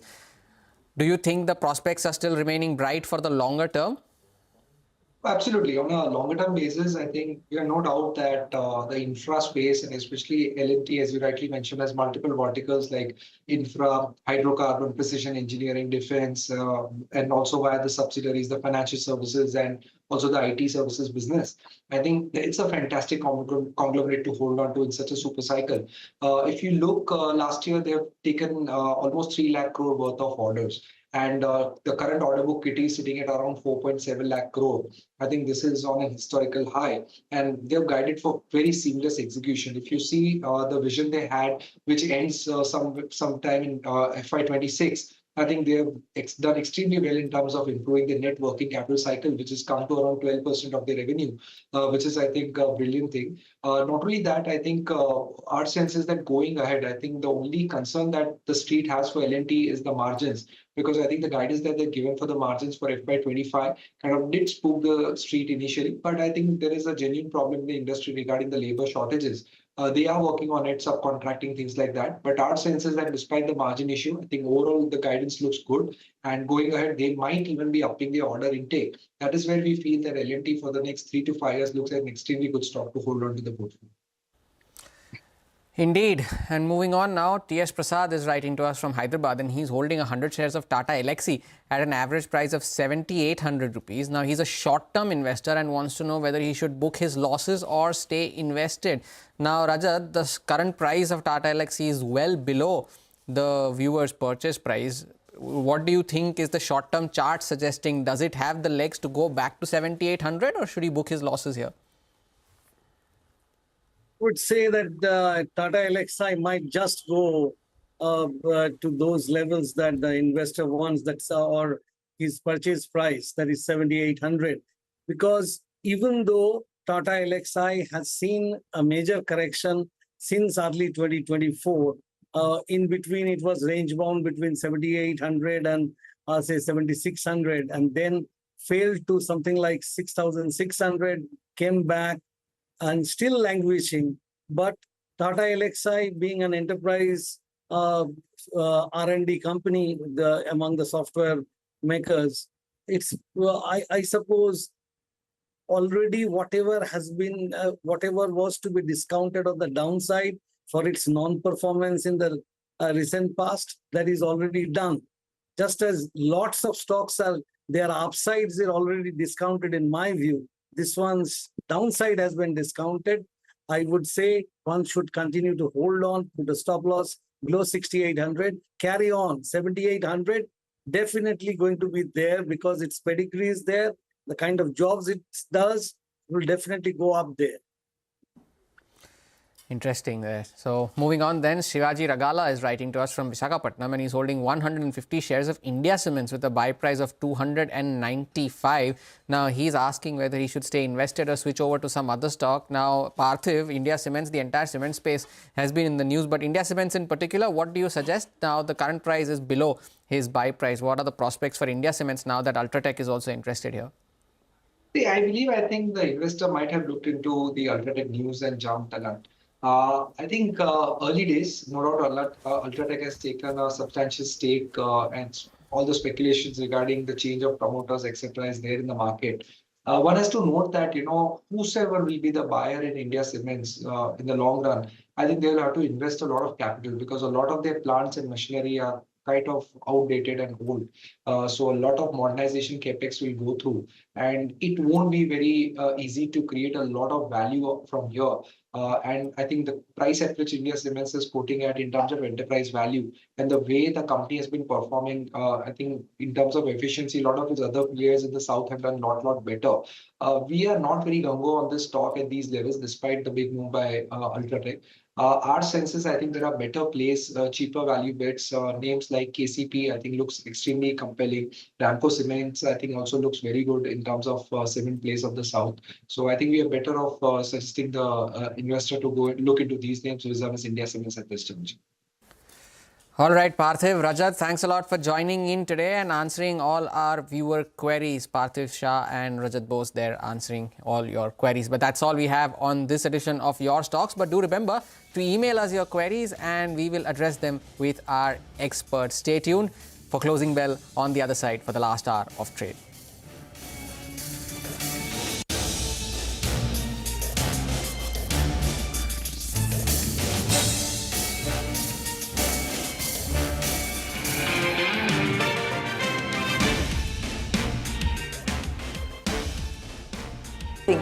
most celebrated entrepreneurs. From chronicling the stories of India's startup universe to becoming a success story in itself, as India's longest-running show on startups and entrepreneurship, celebrating 21 action-packed years of building India's biggest startup community. Young Turks at 21, only on CNBC-TV18 and CNBCTV18.com.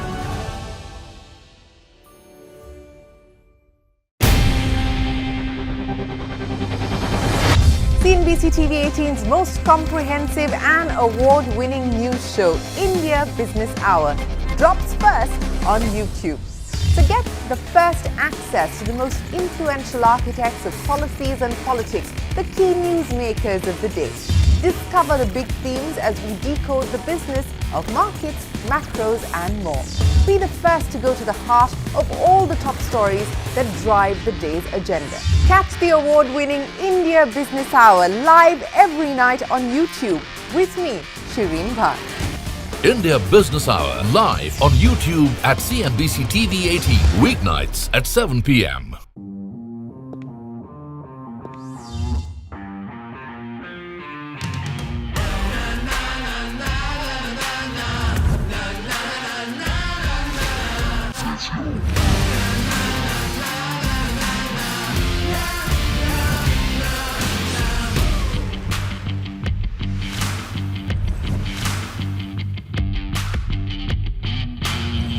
Make informed decisions with comprehensive analysis on the go.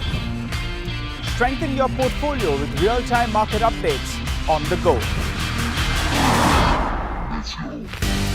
Create effective strategies with insightful expert opinions on the go. Grow on the go with CNBC-TV18, now streaming live 24/7 on YouTube.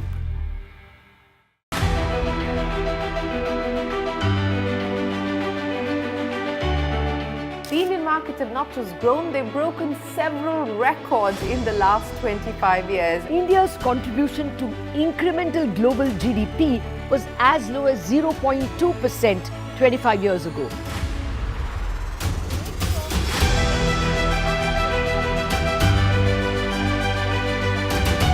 Over the last 25 years, CNBC-TV18 has closely followed the remarkable ascent of India's pharmaceutical sector. There was a time 25 years back that it was all about the FIIs.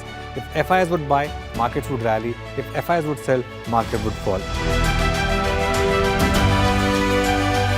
Earlier, we were net importers of steel. From IT services to SaaS, from consumer electronics to space tech, from mere programming to AI ML. Cars, two-wheelers, three-wheelers, commercial vehicles have significantly become much more expensive than they were 2 decades ago.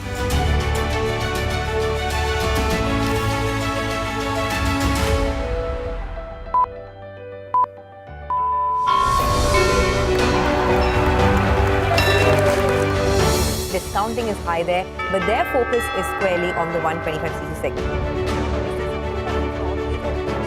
Now it is contributing 16% of incremental global GDP. Now we are looking at exporting the steel that's made here in India. Welcome to the first ever India Business Leader Awards.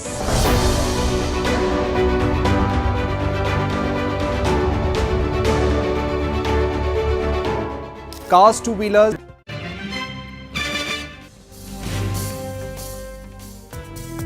I think the last reading and the one before it to in inflation, the one before it to a lesser extent, do suggest that we are getting back on a disinflationary path.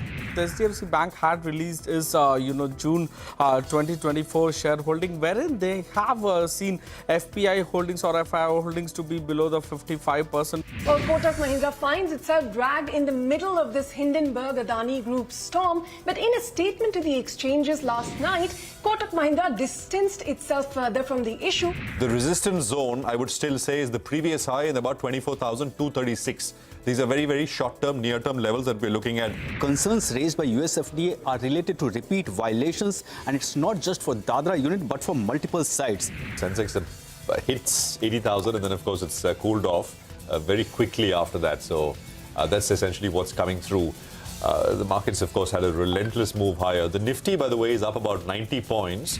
The industry is struggling with deposit, and Federal Bank is able to show healthy growth rate over there. Sensex scaled 80,000 mark for the first time ever. And the good news is the morning has been largely steady. Even for the last 10 years, if you look at our performance, as a company, we've grown at about 18-20% every year. Through this entry point, as the cavalcade of the Baba left from there, the people started to gather around his cavalcade. Let's talk about what the Nifty is doing. It's a 160-point gain on that index right now. The Sensex are 513 points. Bank Nifty almost up 2%. That's an almost 1,000-point gain on that index right now. Sharpest strategies, top market trends, unmatched perspectives, the trading day's most comprehensive roundup. Stay ahead with NLC Closing Bell. Broadcasting live from the CNBC-TV18 Motilal Oswal Studios in Mumbai.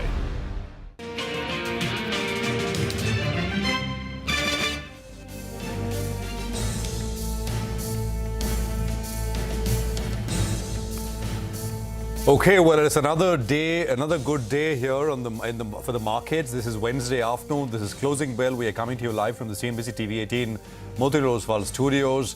I'm Prashant. With me, my colleagues Nigel and Surabhi. Guys, hi, good afternoon. Good afternoon. It's green all over again. Just wear green almost on a daily basis, right? That's this kind of a market. I think today it's a bit of an anti-climax actually that played out on HDFC Bank, right? Because it started off well in the green, and currently, in fact, it's actually at the day's low, because that's what pre-positioning does. Everyone had gone long on it, or they had taken delivery, and it appears there is some give back today. So from the high of the day, I think it's down close to around 1.5%. And though the Nifty Bank actually is up close to 1,000 points, still, HDFC Bank is holding with a gain of 2%, but it's come off close to around from that 1,800 rupee odd mark. And as we said earlier, exactly 1 year ago on 3rd of July 2023, you had the stock at a 52-week high, and today as well, 1 year later, we're back at that 52-week high, 3rd of July 2024, close to around 1,800 Let's rupees. hope though that this time from here it climbs a little bit over the next few days and doesn't sort of taper off. Otherwise, you like wait for Valentine's Day and gift it on that, because on Valentine's Day it made a low of around 1,380 odd, and from there it's Nifty Bank. No, I'm talking about HDFC Bank. HDFC Bank made a low on Valentine's Day. Whoever was lucky and happy and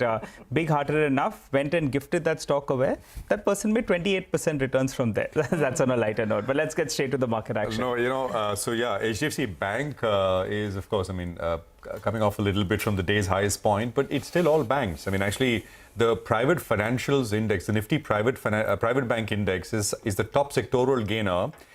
And what's happened is that yesterday it was a pretty poor day for financials all across.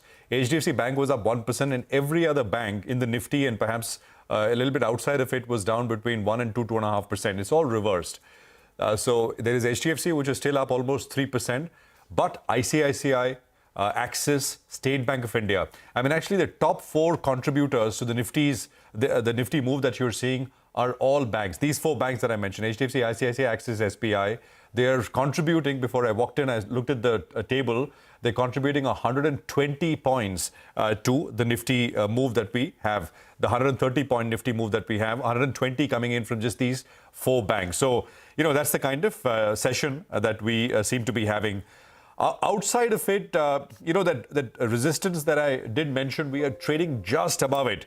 That number is on the way up. The number is 24,236. We are slightly above it as we speak. We are at about 24,256. So let's see if we close around it, or it's a decisive close once again and the market just sort of keeps flying. Outside of banks, what else is doing very well? It is a combination of PSUs, small caps, and metals. So it's a lethal cocktail combination, whatever you want to call it. But that is the part of the market which is really flying away. And we'll talk more about this as we go along. Surabhi. Absolutely. I was also looking at what's moving beyond banks. But even on the large cap screen, actually, it's not bad. You've got a lot of other participants as well. I'll just pick up some stocks as examples. Tata Consumer is having a good run. Right from the morning, that stock's been up. Now, actually, it's dethroned some of the banks to take the top slot on the Nifty. Tata Consumer is up 3.5%. Take some more examples. There's an Apollo Hospital. Power Grid is having a decent session. Coal India in sync with the PSU theme that Prashant just alluded to. So PSUs are having a decent session today. But even beyond, so the problem with the market in the morning was that IT was not performing and Reliance was not performing. Some of that is still true. If you look at the Nifty laggards, if you pull up the contribution chart, then you'll see that TCS, RIL, these are the biggest drags of the day. That's one stock that hasn't worked. But within the IT pack, now there's diversification happening. So you're seeing Reliance and TCS are the big drags. Infosys, now pull up the Infosys intraday chart. Infosys has moved to the other side of the screen. While TCS is still struggling, Infosys is perhaps it's done with a bit of a cool-off after yesterday's move.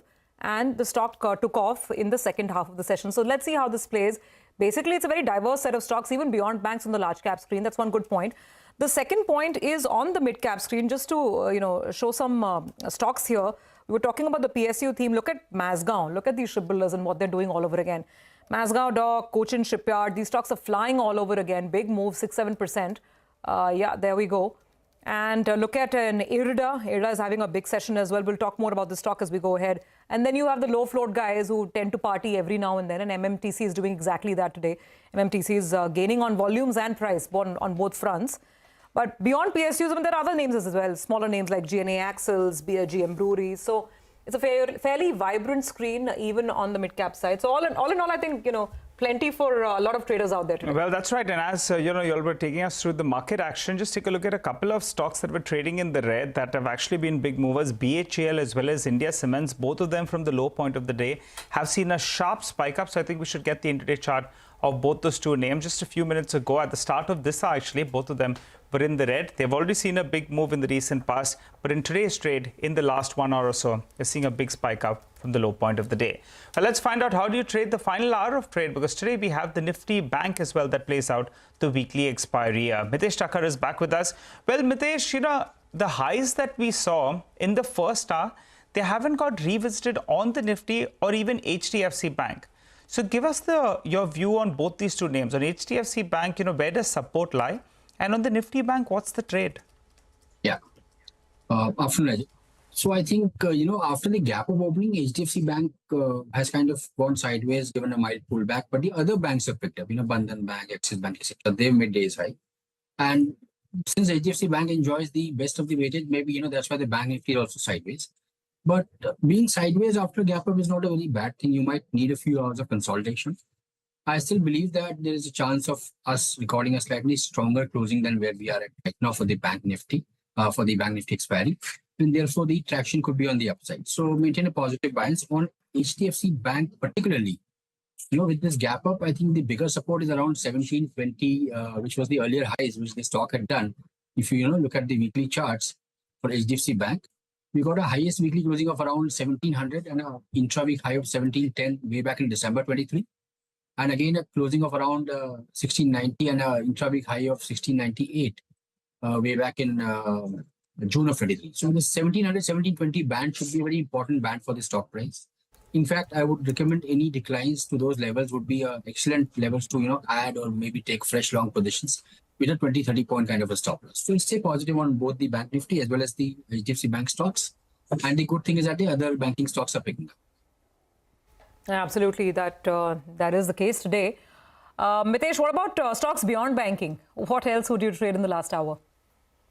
So, in fact, I have a buy on PEL, Piramal Enterprises. Keep a stop at about levels of 910, look for a target of roughly around 970 to begin with. And eventually, once these levels are crossed, I suspect a 4-digit number can be tested here.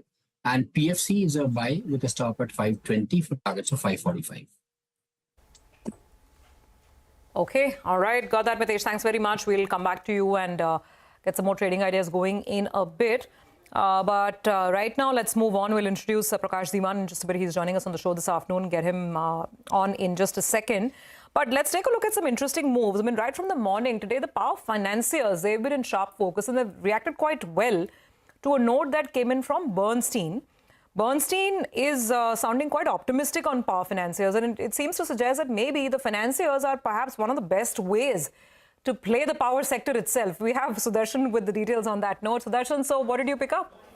So Bernstein has today come out with a note and it has initiated coverage on both PFC and REC with a buy call, and target for REC for Bernstein is rupees 653 per share and for PFC it's rupees 620 per share. It says both this PFC and REC are amongst most preferred plays in power cycle, and investors are underestimating duration and intensity of this ongoing power cycle, and NPA risk, as far as NPA risk is concerned for both PFC and REC, it is much lower in this cycle, and both have better ROEs, that is more than 20%, and growth of 15%, which are much higher than peers. As far as valuation is concerned, it says even after the rally that both these companies have seen in the last 2 years, 1 or 2 years, it still remains cheap. Okay, so Bernstein jumping into the fray, right? PFC, REC, and saying that there is 25-30% upside from sort of not these levels, but from when they issued the report, which was before today, stocks reacting. We actually had the chance to speak with the power analyst at Bernstein. So, this was sort of a collab between the power and the financials analyst at Bernstein. Listen into some of what he told us. From a loan book growth perspective, which is the key driver for earnings for them, we anticipate more than 15% loan book growth for each of them. So for REC, we have built in about 17-18% loan book growth for the coming 3 years. And in the case of PFC standalone, we have built in a loan book growth of about 16% or so for the coming 3 years, which translates to an earnings CAGR of about 12-13% on both of them for this 3-year period. In terms of the stocks we like, apart from PFC, REC, we like NTPC and Power Grid. Both those names we have been positive for quite some time now. So yeah, so these are the 4 stocks where we are positive within our coverage on the power side. All right, so that's the Bernstein view on PFC, REC. But those stocks, let's look at the longer term charts. The thing is, they've all run. Not as much as a lot of the other sort of plays in capex or in industrials. But nonetheless, you've got about a 35 to 37% kind of an increase this calendar year on these stocks. And obviously a lot more, I mean, 200%, 230% if you're looking at a 1-year return. So they've moved. The question is there more juice left on this trade or on this investment? Let's ask Prakash Diwan. As promised, he's here with us on the show. Prakash, great to have you on as usual. So PFC, REC, would you be a buyer at these levels? Good afternoon, Sabi. So I do concur with the fact that there is growth that's very clearly visible given the focus on renewables and the need to fund all of this, fuel this growth. But, to say that in spite of the rally, in spite of the strong up move, they're not inexpensive is a bit adventurous. I would stay away from that. And if I were to compare this to, let's say, a similar business, and that's IRE Day, which of course also has run up quite significantly. But given the fact that the articulation is very clear now that 5,000, 6,000 crores fundraise, which they will need to sustain, and you will see a commensurate drop in ROCs after that, you would still want to go ahead and buy that given its runway to be much more clearer. So between the 3, I think IREDA stands a far better chance to reward you and not recede or kind of go back very dramatically. REC PFCs, given the valuation historically and current elevated levels, could probably see some sort of a pullback. So I would play it a bit safe, though IREDA has also in the last 3 days done far well. But I would still look at that on dips. Okay, all right. Hi, Prakash. Good afternoon. And I like the header of this Bernstein note, right? You love them or hate them, but you can't ignore them. PFC and REC, so that was the header of that note. But I want to ask you about BHEL, because there's an article on Reuters which is suggesting that the government has asked power firms to place orders for equipment worth around $33 billion to build coal power plants. And when you're going to build that, if you're going to be looking at equipments, then BHEL could be one of the potential beneficiaries, which potentially could explain why the stock in the last 20 minutes or so has suddenly seen a big spike up. It's already a 300 rupees stock. Your view on BHEL, has it run ahead of itself? Or given the kind of news bites that we are hearing and the kind of action that we're seeing from the center, is it good for more? So Nigel, you're right. It's going to be difficult to ignore the news flow around this and then it being so positive, distinctly positive. But if you look at BHEL, it's becoming a very pure order book play rather than an execution and a conversion play. At some point, the reality check of them being able to execute a lot of these orders and at what pace will matter. And to be able to do that, and of course, it's not that they're not aware of it. I'm sure BHEL itself understands the challenge, the impending challenge, given this huge order book build-up. The advantage will be to downstream vendors. BHEL has a huge supply of EPC contractors, but equipment suppliers to support the overall delivery that it is expected to make. So, and that ecosystem is fairly large. But if you look at that, I think there'll be much more promise, faster, accelerated kind of ordering and execution from that side, which will be more rewarding. And then these are small companies, mind you. So, even a 100, 200, 250 crore order to some of these vendors makes a big difference. So I would go out there and look for those opportunities rather than BHEL, which I think will probably be stable at this level, except for a sentimental bump up once in a while. Fundamentally, I wouldn't give it too much of weightage to move dramatically from here. No, absolutely. So it's still all the power theme, right, Prakash? So this PFC, REC, this BHEL. So why not close this loop with by playing a quick soundbite of IREDA? We had the management with us on Monday morning, and stocks actually up 15-16% since then. Just a quick few soundbites, and then I'm going to come back to you, not about power, but I'm going to ask you about Castrol, Prakash. So think about that. But first, this soundbite. It appears to be some 382% jump in sanction and some 67% jump in disbursement. But disbursement and sanctions by and large used to be in the range of 50% plus percentage. So, and if you see the sector, in general sector growth is there, but yes, we are always a little higher than the sectoral growth because of our strength in our core competency. As you rightly said, 30 lakh crore rough estimate of additional investment required, and out of which roughly if you take 70-30 debt equity ratio average, so around 21 lakh crore, 22 lakh crore will be required. And from that, if you see the March statistics, around 50% coming from bond market and 35% coming from NBFC and 15% coming from banking space. And in this 31% of NBFC space is with IRDA. And we are continuing, and the way we have done the sanction disbursement in this quarter, it is confirming that we'll continue to that, having that leading role in the time to come. Okay, well, that is power, and that is the IREDA management. It's sort of buzzing again, and there is, of course, I mean, you need, there's a lot of borrowing, of course, which is going to happen, and companies like PFC, REC, IREDA, they're all buzzing. I mean, all power lenders, renewables and otherwise. That's essentially the big tailwind. And of course, on the other side, you've got equipment companies and utilities, of course, as well. All right, let's move on. Castrol, as promised. I mean, let's put the stock up. It's up, I think, about 15%. And it's having a move, isn't it? This week, it is up about 24%. That is Castrol India. Now, we've had the management with us lately. If you can have the stock up, please, Castrol.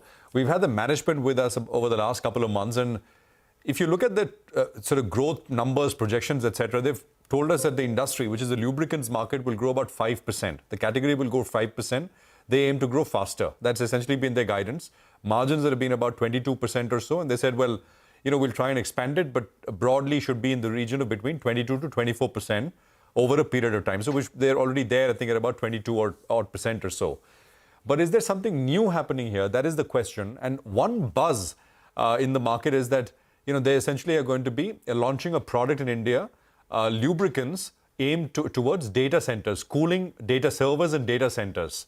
Now, around the world, there's a lot of technology which is being experimented on with regards to how to cool data centers down because, they tend to get very hot. I remember back in 2020, 2019, Microsoft, for example, for its data centers operated, sort of built something and operated a data center underwater, in the sea. And of course, they sort of discontinued that. They said we were experimenting if this is feasible. The buzz or whatever, the talk is that BP, which is of course the parent, has got products and Castrol is going to launch the product here in India. The point though is, I think, the total data center capacity right now in the country is about 800-900 megawatts. So it's not very large, but it's a very large growing opportunity, which is out there. And that's the reason why all of this excitement around data centers from various angles. Prakash, your thoughts on what's going on? Is it the excitement and sort of, around the underlying business, or do you think some of these new potential opportunities? Go on. No, absolutely. And you explained it so well, Prashant. It's the cooling solutions, not the lubricant part, the cooling solution that, which is built around servers in data centers. And by the way, Castrol apparently has already introduced this in the UK market successfully. So it's not something which is going to take time in terms of acceptance and adaptation. It'll be probably very rapid. It's just a question of their ability to scale up with all the data centers that are coming up. So do they become the favored vendor to supply cooling solutions for the upcoming facilities? That's a big question. And the answer is, for a company like Castrol, which has been throwing up so much cash and really doesn't have much of avenues of growth, what do they do with the growth? And then this ends up being a very big, solution to this pain point. So at 24,000 crores market cap, if they were to kind of revive themselves with some sort of a growth which moves towards double digits, you probably have a very different profile of the companies, right? So that's what everybody is hoping for, and I'm not surprised at this enthusiasm because it's come after a long time. There was anticipation that something would change, and this is definitely something which seems very plausible. So I would believe it should probably be more in the news for the right reasons, and the stock will see some sort of accumulation once there's more credentials being established. Well, that's right. Prakash, I think the stock is at its similar levels that we saw close to around 9 or 10 years ago when the promoter entity came and they sold some stake in the company. So as you said, I think, Prakash, some aggression coming back on the table, that's what the street likes. You're getting a dividend yield of around 3.3%, or they give dividend of roughly around 8-9 rupees approximately. And the promoter entity can't sell more in all probability because the stake has come down to 51%. With a lot of these, MNCs, the fear is that the promoter entity can come and take advantage. But for them, they've already brought it down to 51%. So that as well is not on the card. So put all these factors together, some aggression, valuations okay, dividend yield, and no selling overhang from the promoter entity BP.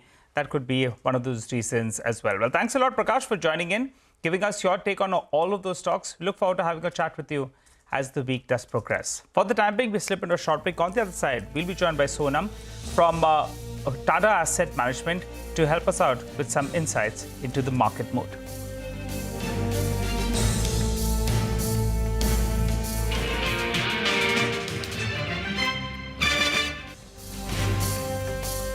Being manufactured today are much lower on emissions and much higher on safety. India's technology industry has been at the forefront of cutting-edge innovation over the last 25 years. It's the retail which is the driving force for the market right now. Clearly, we have arrived on the global economic stage.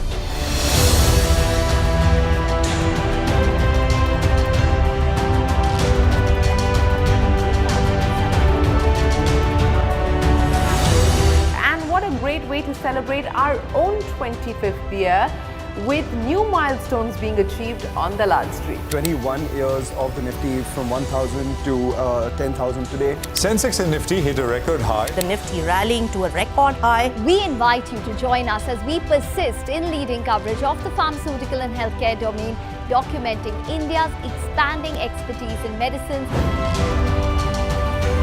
25 years of excellence and unparalleled growth.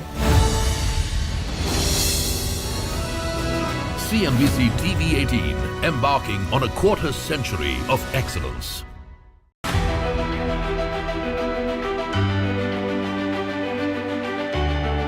The Indian markets have not just grown, they've broken several records in the last 25 years. India's contribution to incremental global GDP was as low as 0.2% 25 years ago.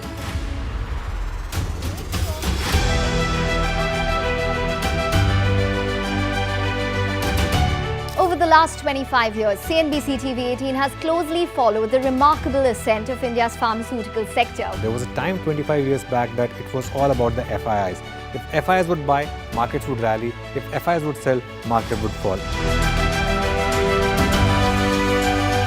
Earlier, we were net importers of steel. From IT services to SaaS, from consumer electronics to space tech, from mere programming to AI ML. Cars, two-wheelers, three-wheelers, commercial vehicles have significantly become much more expensive than they were 2 decades ago.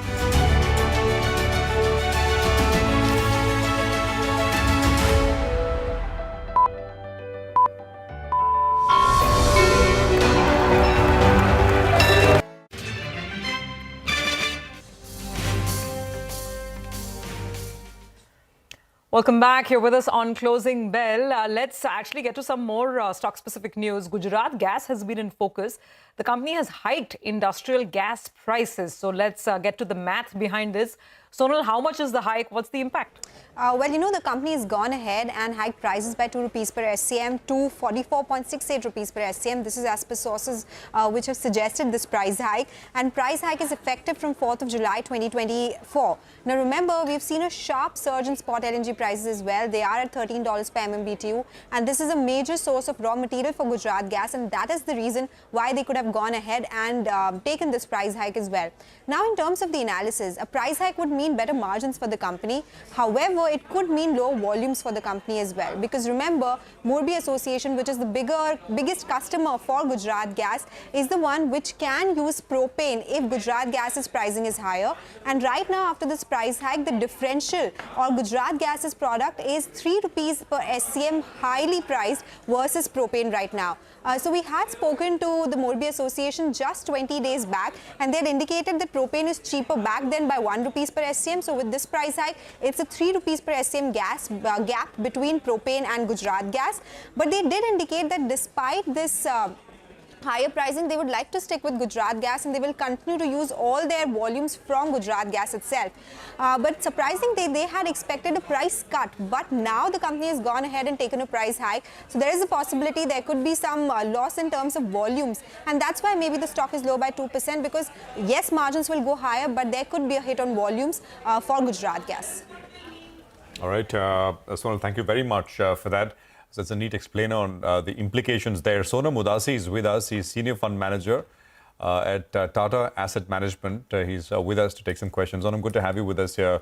Good afternoon. Prashant this side. How are you guys behaving in the market? Or rather, what are you buying? What are you selling? Are you more buying? Are you selling a little bit? And where exactly are you doing all of that? So just give us a primer first, because I think it's been a while since we spoke, Sonam. Yeah. Thanks, Prashant. We remain constructive, and luckily the market has started to broaden itself. In the last 2 months, there has been a lot of interest or perception around sectors which are large liquid, like private sector banks, IT, even consumption. And the expectation that the budget, could give more to the common man has helped some bit of broadening of that space. So there is a lot of interest on the capex and industrial side. That being said, it allows us to sort of rotate some bit, weights. That being said, we remain constructive. Valuations are a little high. But the tailwind itself is pretty decent. We think economy is doing well. Inflation seems under control. Monsoon is likely to be okay. You cannot have the best price at all times. So we take what we get, and we remain constructive. Just one thing, Sonam, and there's a lot of stories. I mean, there are always stories in the market, but some are true, some are not true. And when markets are booming, the percentage of stories which are not true go up. We've seen that across cycles. Are we getting to a point where one should start to get a little worried? Narratives and stories in that sense. Your thoughts? I got your point. So we are, we are scrutinizing more, asking more questions for our investment thesis. So you're right that sometimes narratives get ahead of the reality. We think that there is still some scope, both on the industrial side with the government focus on manufacturing. While there is scope for doing more, for the common man and spending, rural spending, etc. The bigger delta for India on a GDP front would still come from manufacturing, because services is, we are already at 54%. agree we are trying to do something, but the next level of employment that you can generate and get some investments in is from manufacturing. So on the broader side, while there may be narratives on some of the themes and there are names and specifics, etc. That being said, the overall tailwind on government policy, capex, businesses, and also the China plus Euro plus theme, that continues to remain resilient, and I think that will take us more time. Do remember that a lot of the manufacturing sort of wilted away when nothing happened for 10 years and there was no kind of return. So whoever is there and is left standing has consolidated and sort of become bigger, and therefore in some of the cases you are seeing order books 5 years plus and all that. So some of it will wilt away, but there is tremendous strength in some of the narrative where you can find some reality. I was hearing you speak to the previous guest on power and etc. That theme looks real. There is a deficit on the India side. There is a lot of demand on power itself, and then you want to do data centers and semiconductors. So that theme is very vibrant. Within that, then you have to choose which companies or stocks have run ahead of the fundamentals and then take a view there. Sure. And when we're talking about stocks running, PSUs can never be far behind. I just want to point this out. We were discussing BHEL. There are lots of other stocks. Just pull these up. Hudco is now building on those gains. There's RVNL, IRFC, lots and lots of names that are pointing to the north side. Even some of the metal names, SAIL, NMDC, a lot of stocks, PSU stocks, seeing more incremental buying this afternoon. So that's one part of it. The other is banks and tier 2 banks. Just wanted to pull that up as well. So if you're looking at the likes of a Bandhan today or a Federal today, there's a lot of buying, 4 to 5% up on these stocks. Federal's, of course, update was excellent. We saw the numbers with the advances growth looking very, very robust. But the others are also, there's general buying across the board in banks. Sonam, hi, good afternoon. Great to have you with us on the show today. So let's talk banking, because finally the elephant seems to be moving. I'm talking about the large blue chip bank space. But from an investor's point of view, what's the better bet now? Should you look at some of the tier 2 names like the ones that are doing well today? Should you just go back to the basics with the likes of an HDFC or ICICI? How would you look at positioning the portfolio?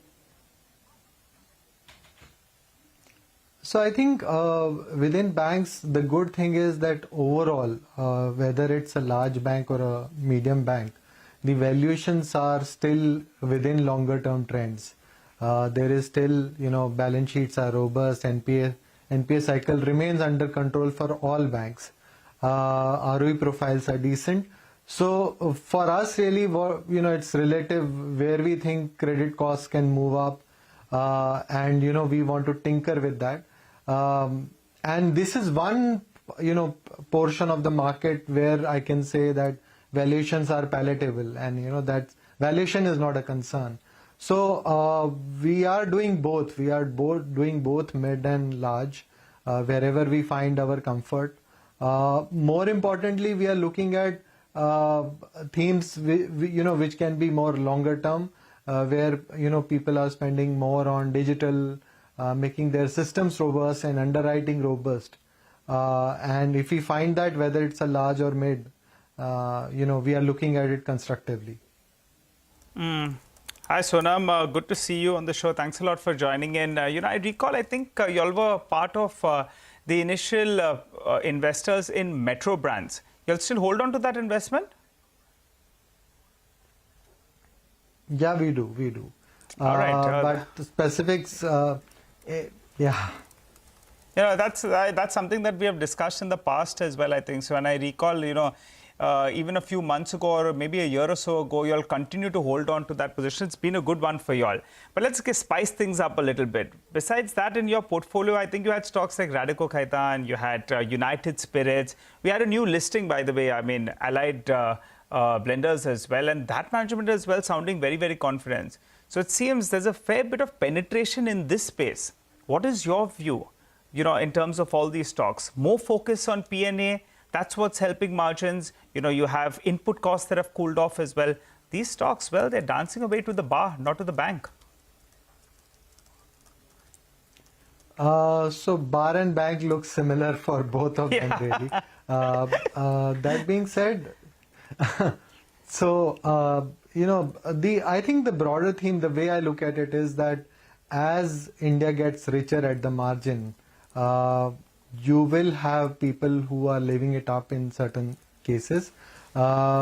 Valuations are rich, there is no doubt about it, but there's fair bit of longer term trend legs here. There are few listed names that are available here, and investor interest is therefore high here. We think longer term, over the next 5-10 years, the volume growth would continue to be decent, point to point, and India is a young country, and this space should therefore relatively tend to outperform the broader sort of consumption basket. So what else part of the portfolio? Radico, I think you all had United Spirits. Both those two, or do you all have other so stocks? within the liquor space, these are the two that we own. All right. What about Zomato? I recall you all had that one, and now suddenly everyone's very excited. I remember when the stock had fallen off the cliff, there were a lot of naysayers, but they have been proved wrong because the stock is nearly around 200 rupees and there's plenty of interest out there. The only problem is there could be a formidable competitor coming in there to challenge them. How do you view it? So I think the space is large enough, and in this, the innovator and the guys who are ahead in the game tend to have a lion's share of the overall profit pool, if there was one. Our view is constructive currently. We think there is both delivery and e-com that is playing for it well for it. There will be competition. That being said, it's early days, nascent days, especially on the e-com side. I think they have a good strategy. We are constructive. That's what I would say. From a slightly broader perspective, when we're discussing consumption, Sonam, I think a lot of people are wondering whether you have to shift the focus, towards the upper end of consumption or the lower end. Because now, for instance, the two-wheeler makers, the auto guys, they've had great sales. They've really started doing well. Even tractor sales are looking good. For instance, we heard that from M&M this time around. So the question really is that do you continue to play top-level urban discretionary consumption, your jewelry stocks, etc., or do you now shift some of that focus or that balance in favor of regular staples, or maybe any other way of any other format of rural consumption? So our thought process is very clear in this, that over the next 5-7 years within consumption, the food, see, as more women are joining the workforce, whatever makes their life easier would do well as a category. So be it consumer appliances, be it ready to eat, be it food processing, that component of consumption we think would outpace everything else. And within that, if it's a rural focused or a urban focused, we look at, and there are many names there. So we tend to be overweight there. Relatively, we think the other portions where penetration levels are quite high and it will be more volume led, we are slightly underweight in that space. Spaces where, the penetration is low. I talked about consumer appliances. There is a low penetration on durables across India. There are decent players, market leaders. Even in, eating out is a theme that will continue to go up as more, both men and women continue to work. So I think that portion of consumption is where we want to sort of be, have a larger position in than the old, staple names that may be more volume led. So tactically for the budget, we might do something for staples. No, got that. Point taken. Sorry. So maybe a tactical view, not a slightly more structural kind of viewpoint at this stage. Thanks very much, Sonam, for joining us. Great conversation as always, and look forward to our next one. 160 higher on the Nifty. We're up at about 24,283. We'll take a break. We're back. We'll get you some short-term trading ideas with our experts. Stay tuned.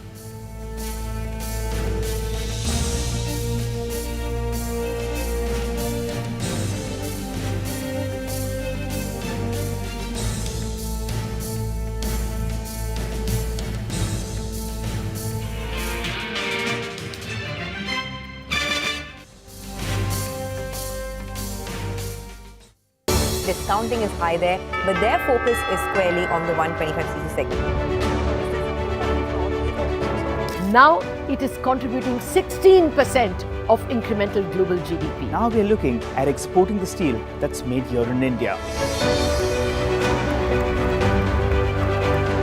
Welcome to the first ever India Business Leader Awards.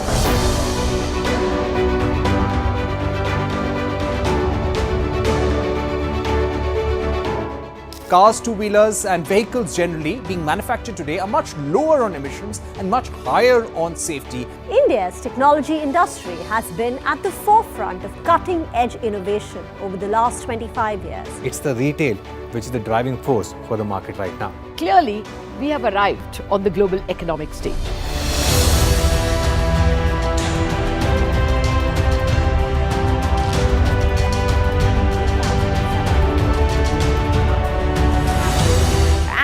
Great way to celebrate our own 25th year with new milestones being achieved on the Lal Street. 21 years of the Nifty from 1,000 to 10,000 today. Sensex and Nifty hit a record high. The Nifty rallying to a record high. We invite you to join us as we persist in leading coverage of the pharmaceutical and healthcare domain, documenting India's expanding expertise in medicines. 25 years of excellence and unparalleled growth. CNBC-TV18, embarking on a quarter century of excellence.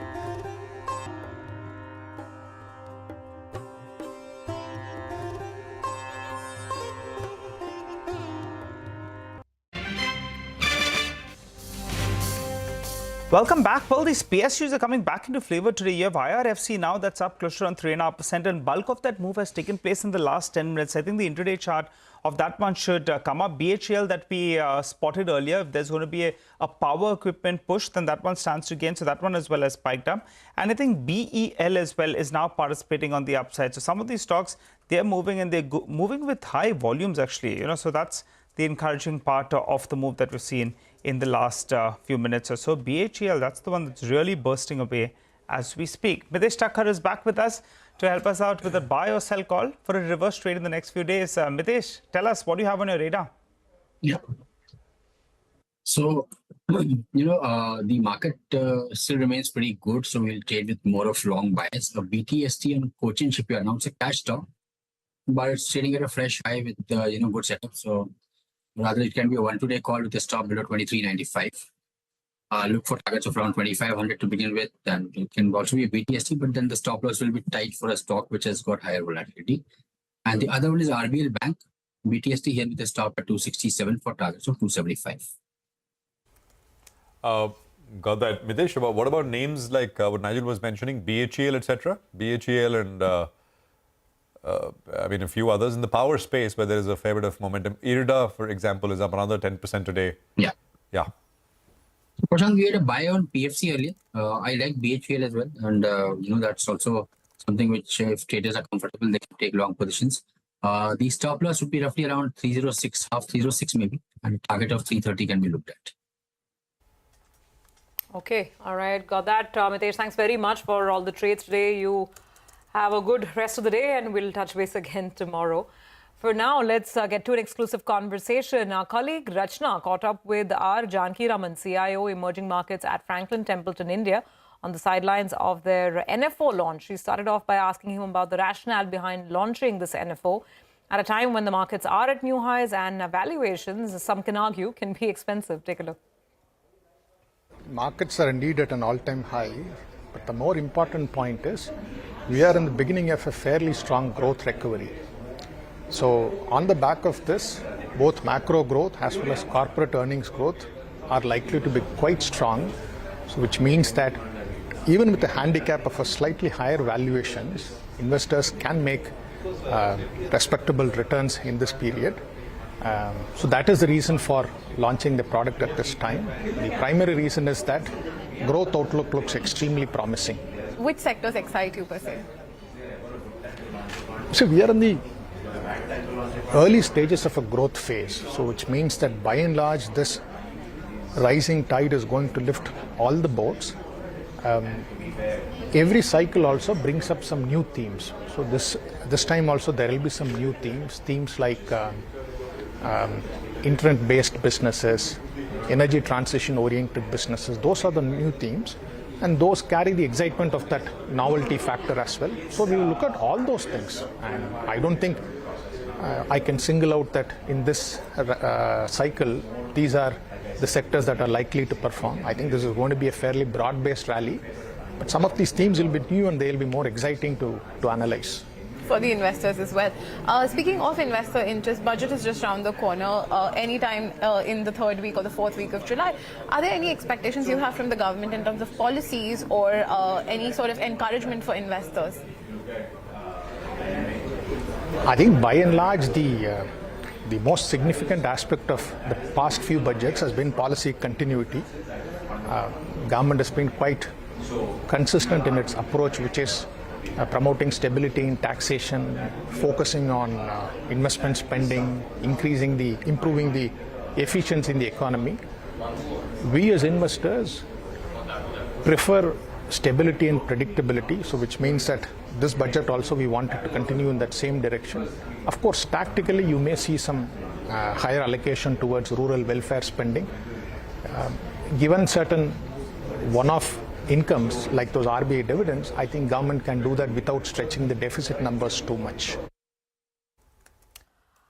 All right, so that's a view from Franklin Templeton. And now we have Mayuresh Joshi joining in. He's, of course, from William O'Neill. Mayuresh, great to have you with us on the show. So the first big question is obviously the big stock that's been making headlines since last evening, and that's HDFC Bank. The anticipation is running really high. But the question is that has the market already priced it in? And then if that's the case, then whether HDFC Bank will have enough sort of merit on its own in terms of earnings, in terms of growth, to really do that that big dance, the big jig. What's your sense? And what would your call be on the stock now? Afternoon, Surbi. Oh, yes, I think the elephant has just started dancing on one foot. So I think as the numbers start getting better, I think the dance will become even more vigorous to say. But jokes apart, I think the expectation in terms of a solid earnings recovery, specifically on the HDFC book per se, that is going to be gradual. So one can't really expect wonders to take place, say, in this quarter or the coming 2 quarters. It is going to be a gradual process as they start maturing the HDFC book and cross-selling it to their customers as well. They've obviously got access to the low-cost deposits from HDFC itself. So at some point of time, as the rate cut cycle starts happening in the Indian context as well, there is going to be incremental revision back to mean, not to the absolute means that HDFC Bank used to report, but the combined NIMs and spreads should be relatively better as both revenue and cost synergies start building in. Last but not the least, I think at Markets Petia, William O'Neill, our belief is that numbers should be relatively better as we head into the second half and keep on improving as the base starts getting created for FY25. So FY26 numbers will be relatively stronger, better as we look back in FY24. So yeah, I think we remain optimistic on this stock. EPS RS rating looks fine. And our take is that a genuine earnings recovery will start through for HDFC Bank in the second. Okay, all right. Hi, Mayuresh. Good afternoon and good to see you in. What's your view on Z, 150 rupees stock? Plenty of bad news. But is it all in the price at 150, or you say plenty of better options? Just stay away from Z. Afternoon, Nigel. I think the price damage has been done. So I think all the bad news is now getting gestated into the price.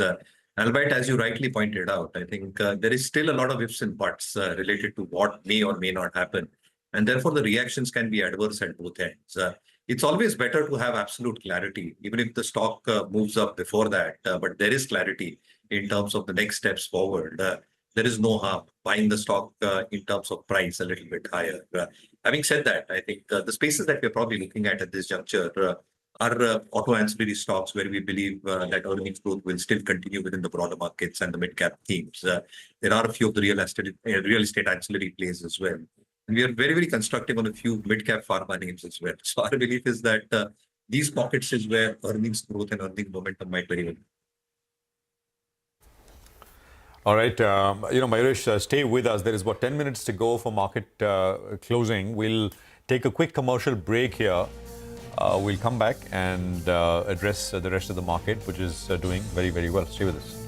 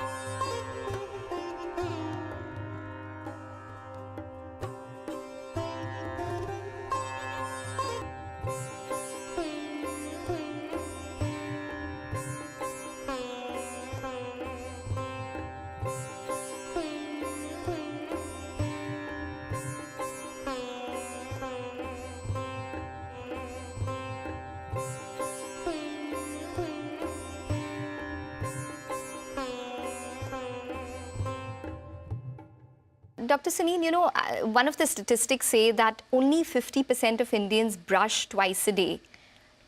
Do you think that's simply because of a lack of awareness? Or do you think it's also a cultural issue where, one of the statistics or reports that I was reading indicated that we just don't feel the need to brush more than once a day? It's not a question of need. It is absolutely required. It's a mandate that you should brush twice a day. In the morning, to remove everything that has been lying in your mouth while you're sleeping at night, and the acidogenic bacteria that work on it and create harmful acids, etc., and to generate freshness. And in the evening, of course, to remove all food debris and material that may be going to remain in your mouth through the night. You clean it up, you rinse it, and then you go to sleep. Okay, but what happens if you don't? If you can just explain to us what are the risks of not doing so? So what happens is there's a buildup of what is known as a biofilm on the teeth, and the biofilm contains bacteria, especially bacteria like strep mutans, which is what causes cavities.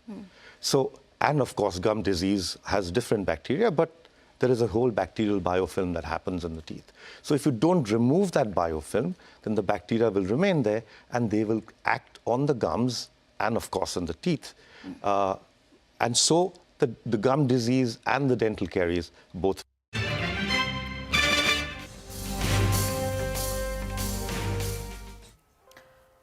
Welcome back. You're with us on Closing Bell and we're in the last leg. The markets managed to actually have a pretty good session. In fact, now as we're closing up, it's almost back to the highest levels of the day. Let's see if we'll get that close above 24,300. Mayuresh is with us. Mayuresh, so time for some stock ideas, which is the toughest part in this market that's sitting at an all-time high. But to tell us, I mean, putting fresh money to work, where are you doing it?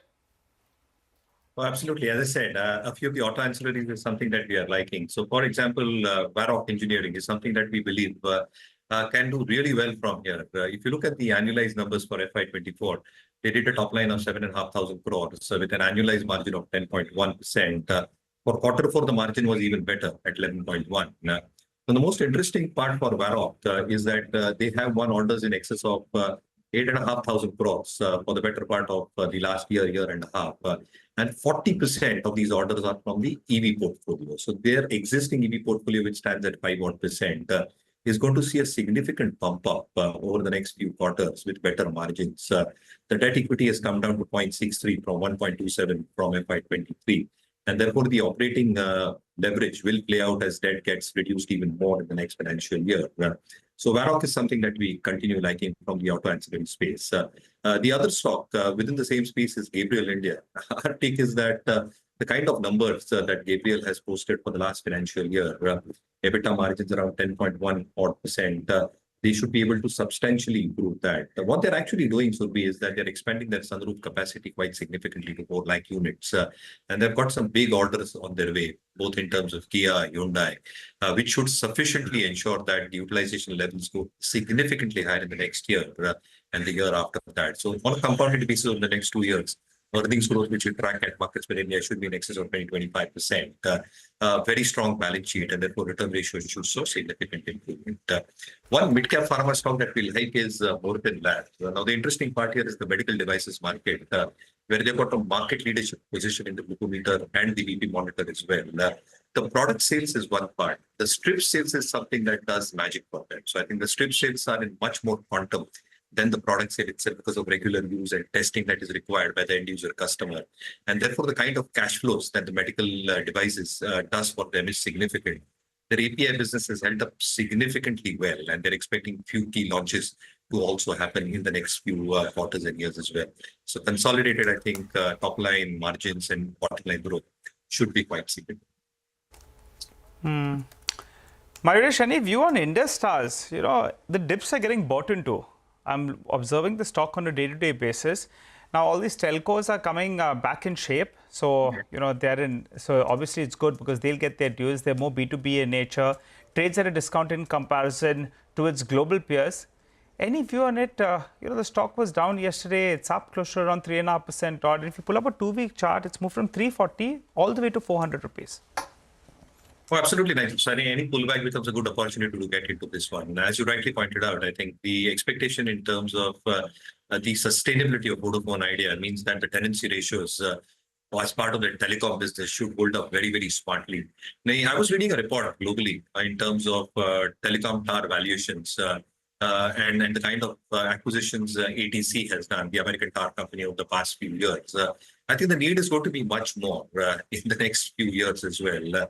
And therefore, from the telecom part of the business, tenancy rates and tenancy ratios improving is a good sign. The industrial part of the business for Industar should also hold up pretty well. And they should have a very, very manageable control in terms of their entire cost structure, which means there should be an improvement in the margin profile as we head into the next few quarters. What this really does is they improve their cash flows, and the net debt, which has gone up in the last few quarters, should start coming off. So the deleveraging effect on the balance sheet will also improve their return ratios. So yeah, I think it's a good story. Genuine long-term investors can wait for pullbacks to play this. Okay. All right. Mayuresh, good talking to you. Thank you very much for being with us and giving us a lot of those stock cues and ideas. We look forward to more conversations, but for now, we do have to get down to what has been another very strong session for the market. Look at the Nifty, 170 plus and almost closing at all-time highs, powered all the way through by the Bank Nifty. The mid-cap market didn't do too bad either. The mid-cap index also closing towards the highs of the day with a gain of nearly 1%. So the story of the day really was banks. The one that was sort of leading from the front, HDFC Bank. Now, that's not ending at the highest level, but nonetheless, there's a 2% gain on all that excitement around the possible increase in weightage in the MSCI indices. But the top winners on the Nifty, in order, Tata Consumer, almost a 4% gain pushing over there. Adani Ports has had a good session. Adani Enterprises also, last I checked, was in green, and it is about 1% higher. But then it was like really, as I said, a day belonging to the bank. So let's list them out. Kotak Mahindra Bank 2.5%, SBI 2%, Axis almost 2%, IndusInd, all of them really participating, doing well. Even Bajaj Finance from the non-bank but the financial space had a good session, 1.5% higher. Then you had other constituents, HUL, Britannia, Coal India from the PSU space, Power Grid, telling us that it was a very well-rounded sort of a session, so not too many losers. In fact, on the losing side, Reliance is the one that stands out. It was down throughout the session. A lot of the IT stocks that started the day negative, they've all moved on the positive side as the day closes out. So, well, on the large caps, very, very strong. Okay, all right. Well, on that note, though, we'll have to wrap up on this edition of Closing Bell. You don't go anywhere. Markets Forward comes up next.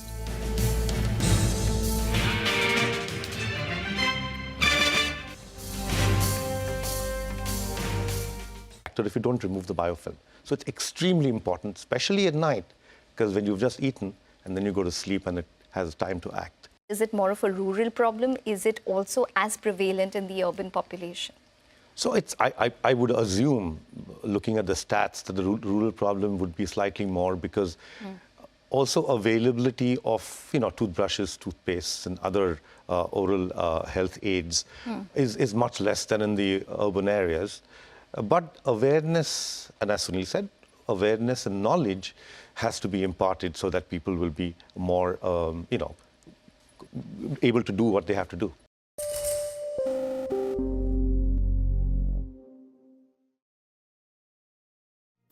What does it take to build India's largest startup platform? It takes a journey of starting out as an unknown and ending up as unforgettable. It takes more than 2 decades of celebrating the most influential and influencing the most celebrated entrepreneurs.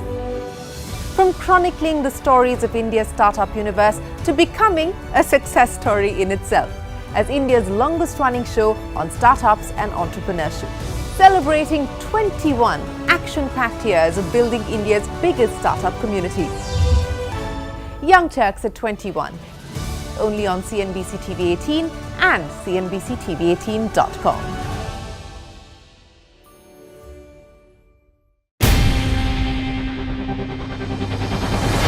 CNBC-TV18's most comprehensive and award-winning news show, India Business Hour, drops first on YouTube. So get the first access to the most influential architects of policies and politics, the key newsmakers of the day. Discover the big themes as we decode the business of markets, macros and more. Be the first to go to the heart of all the top stories that drive the day's agenda. Catch the award-winning India Business Hour live every night on YouTube with me, Shireen Bhatt. India Business Hour live on YouTube at CNBC-TV18 weeknights at 7 p.m.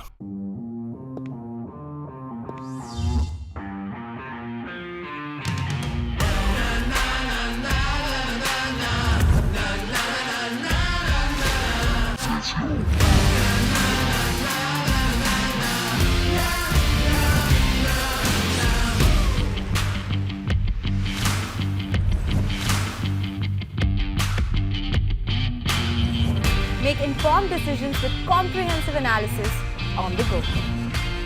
Strengthen your portfolio with real-time market updates on the go. Create effective strategies with insightful expert opinions on the go.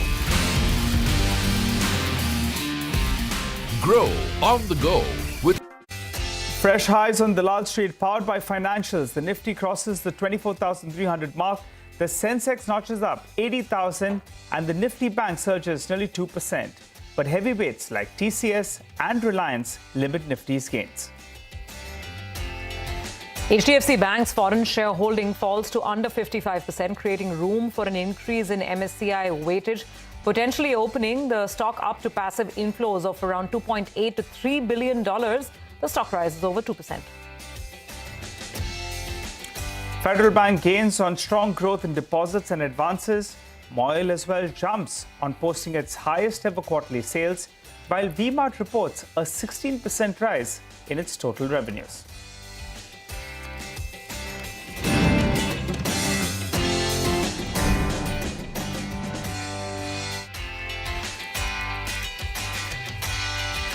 Hello and welcome to a fresh new edition of Markets Forward, your go-to show where we aim to get you all the key data points that you need to gear up for the next trading day. I'm Surabhi Upadhyay, and with me as always is Nigel D'Souza. Nigel, we may as well wear green jackets and green shirts, right? Because this is a market that's in very strong grip of the bulls. Well, that's right. You know, I was on leave last week. I was thinking of dyeing my hair green as well, you know, because that's the mood of the markets. But I'll tell you what, we've got you covered for the next 20 minutes. We're quickly going to run you through all the big news pieces, get you the key developments, and also all the top corporate voices that we spoke to all through the session. But let's first up take stock of what went on in today's trading session. The Nifty and the HDFC Bank stock, both of them opened gap up. And barring the first hour's highs, actually we couldn't get back to those levels. The Nifty actually ended closer to around the high point of the day, but HDFC Bank, all the positive news with regard to the MSCI rejig and the flows that could come about in the next 1 month or so, well, all of that seems to have been factored in the price, at least for today, just in the near term, because there was long build up on the stock, there was a fair bit of delivery-based buying on, and that's where the stock, if you pull up the intraday chart, after opening closer to around that 1800 odd mark, it ended at around the 1770 odd mark. So a bit of a anti-climax playing out on HDFC Bank. The Nifty Bank, well, that rocked though. That did very, very well in today's trading session, and that went home with gains of close to around 1,000 points, because the other big names in there, they put their hand up and they got counted. ICICI Bank did well, SBI as well did pretty well. The problem was the Nifty Bank did well, but you had stocks like Reliance Industries as well as TCS.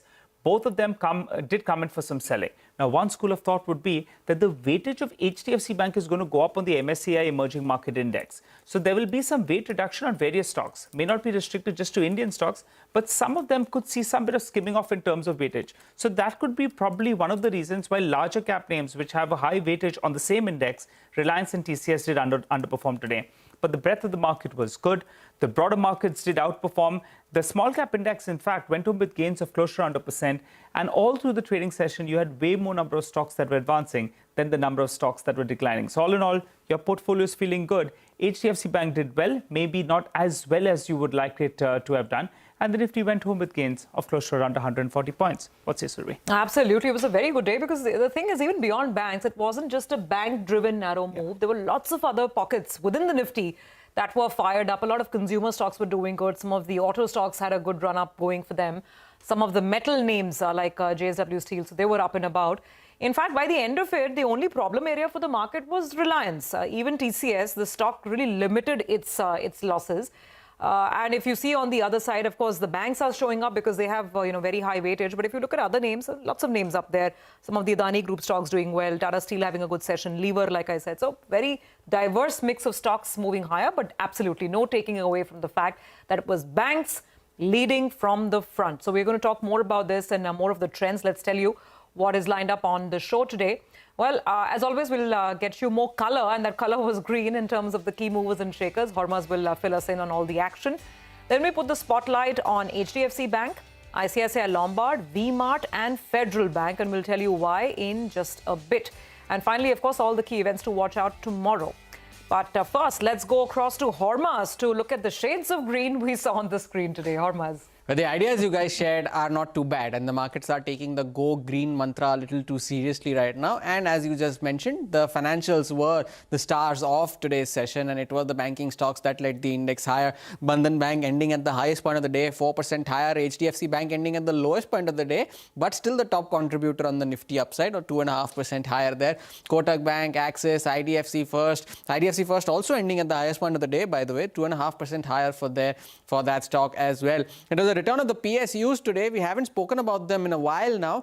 And REC and PFC, after the very bullish note from Bernstein, ending with gains of up to 6% in today's session. SAIL had a very good day today. NMDC and BHEL. BHEL ending at the highest point of the day as well, 5% higher there after that Reuters report on the power equipment ordering there as well. Some companies came out with business updates, and they are the ones that saw a bit of a reaction as well. Federal Bank, as you just highlighted, MOIL was nearing its record high today. It could not hit those levels, but still ended 7% higher. Hindustan Zinc did well. M&M Financial, recovery from the lows of the day, and that is why that stock ended in the green after opening gap down in today's session. A lot of stocks gained on the back of volumes. Castrol hit an 8-year high today, 13% higher for Castrol. MMTC, Gujarat Pipavav did well. HUDCO as well saw a block deal towards the close of trade around 0.4%, and Cello World having a good day as well on the back of strong volumes. And lastly, Wockhardt is the stock that I wanted to mention. 11 days of gains now. The stock was in the red earlier today, recovered all of those losses, ending 5.5% higher, closer to 900, and the longest winning streak on record for Wockhardt. Back to you guys.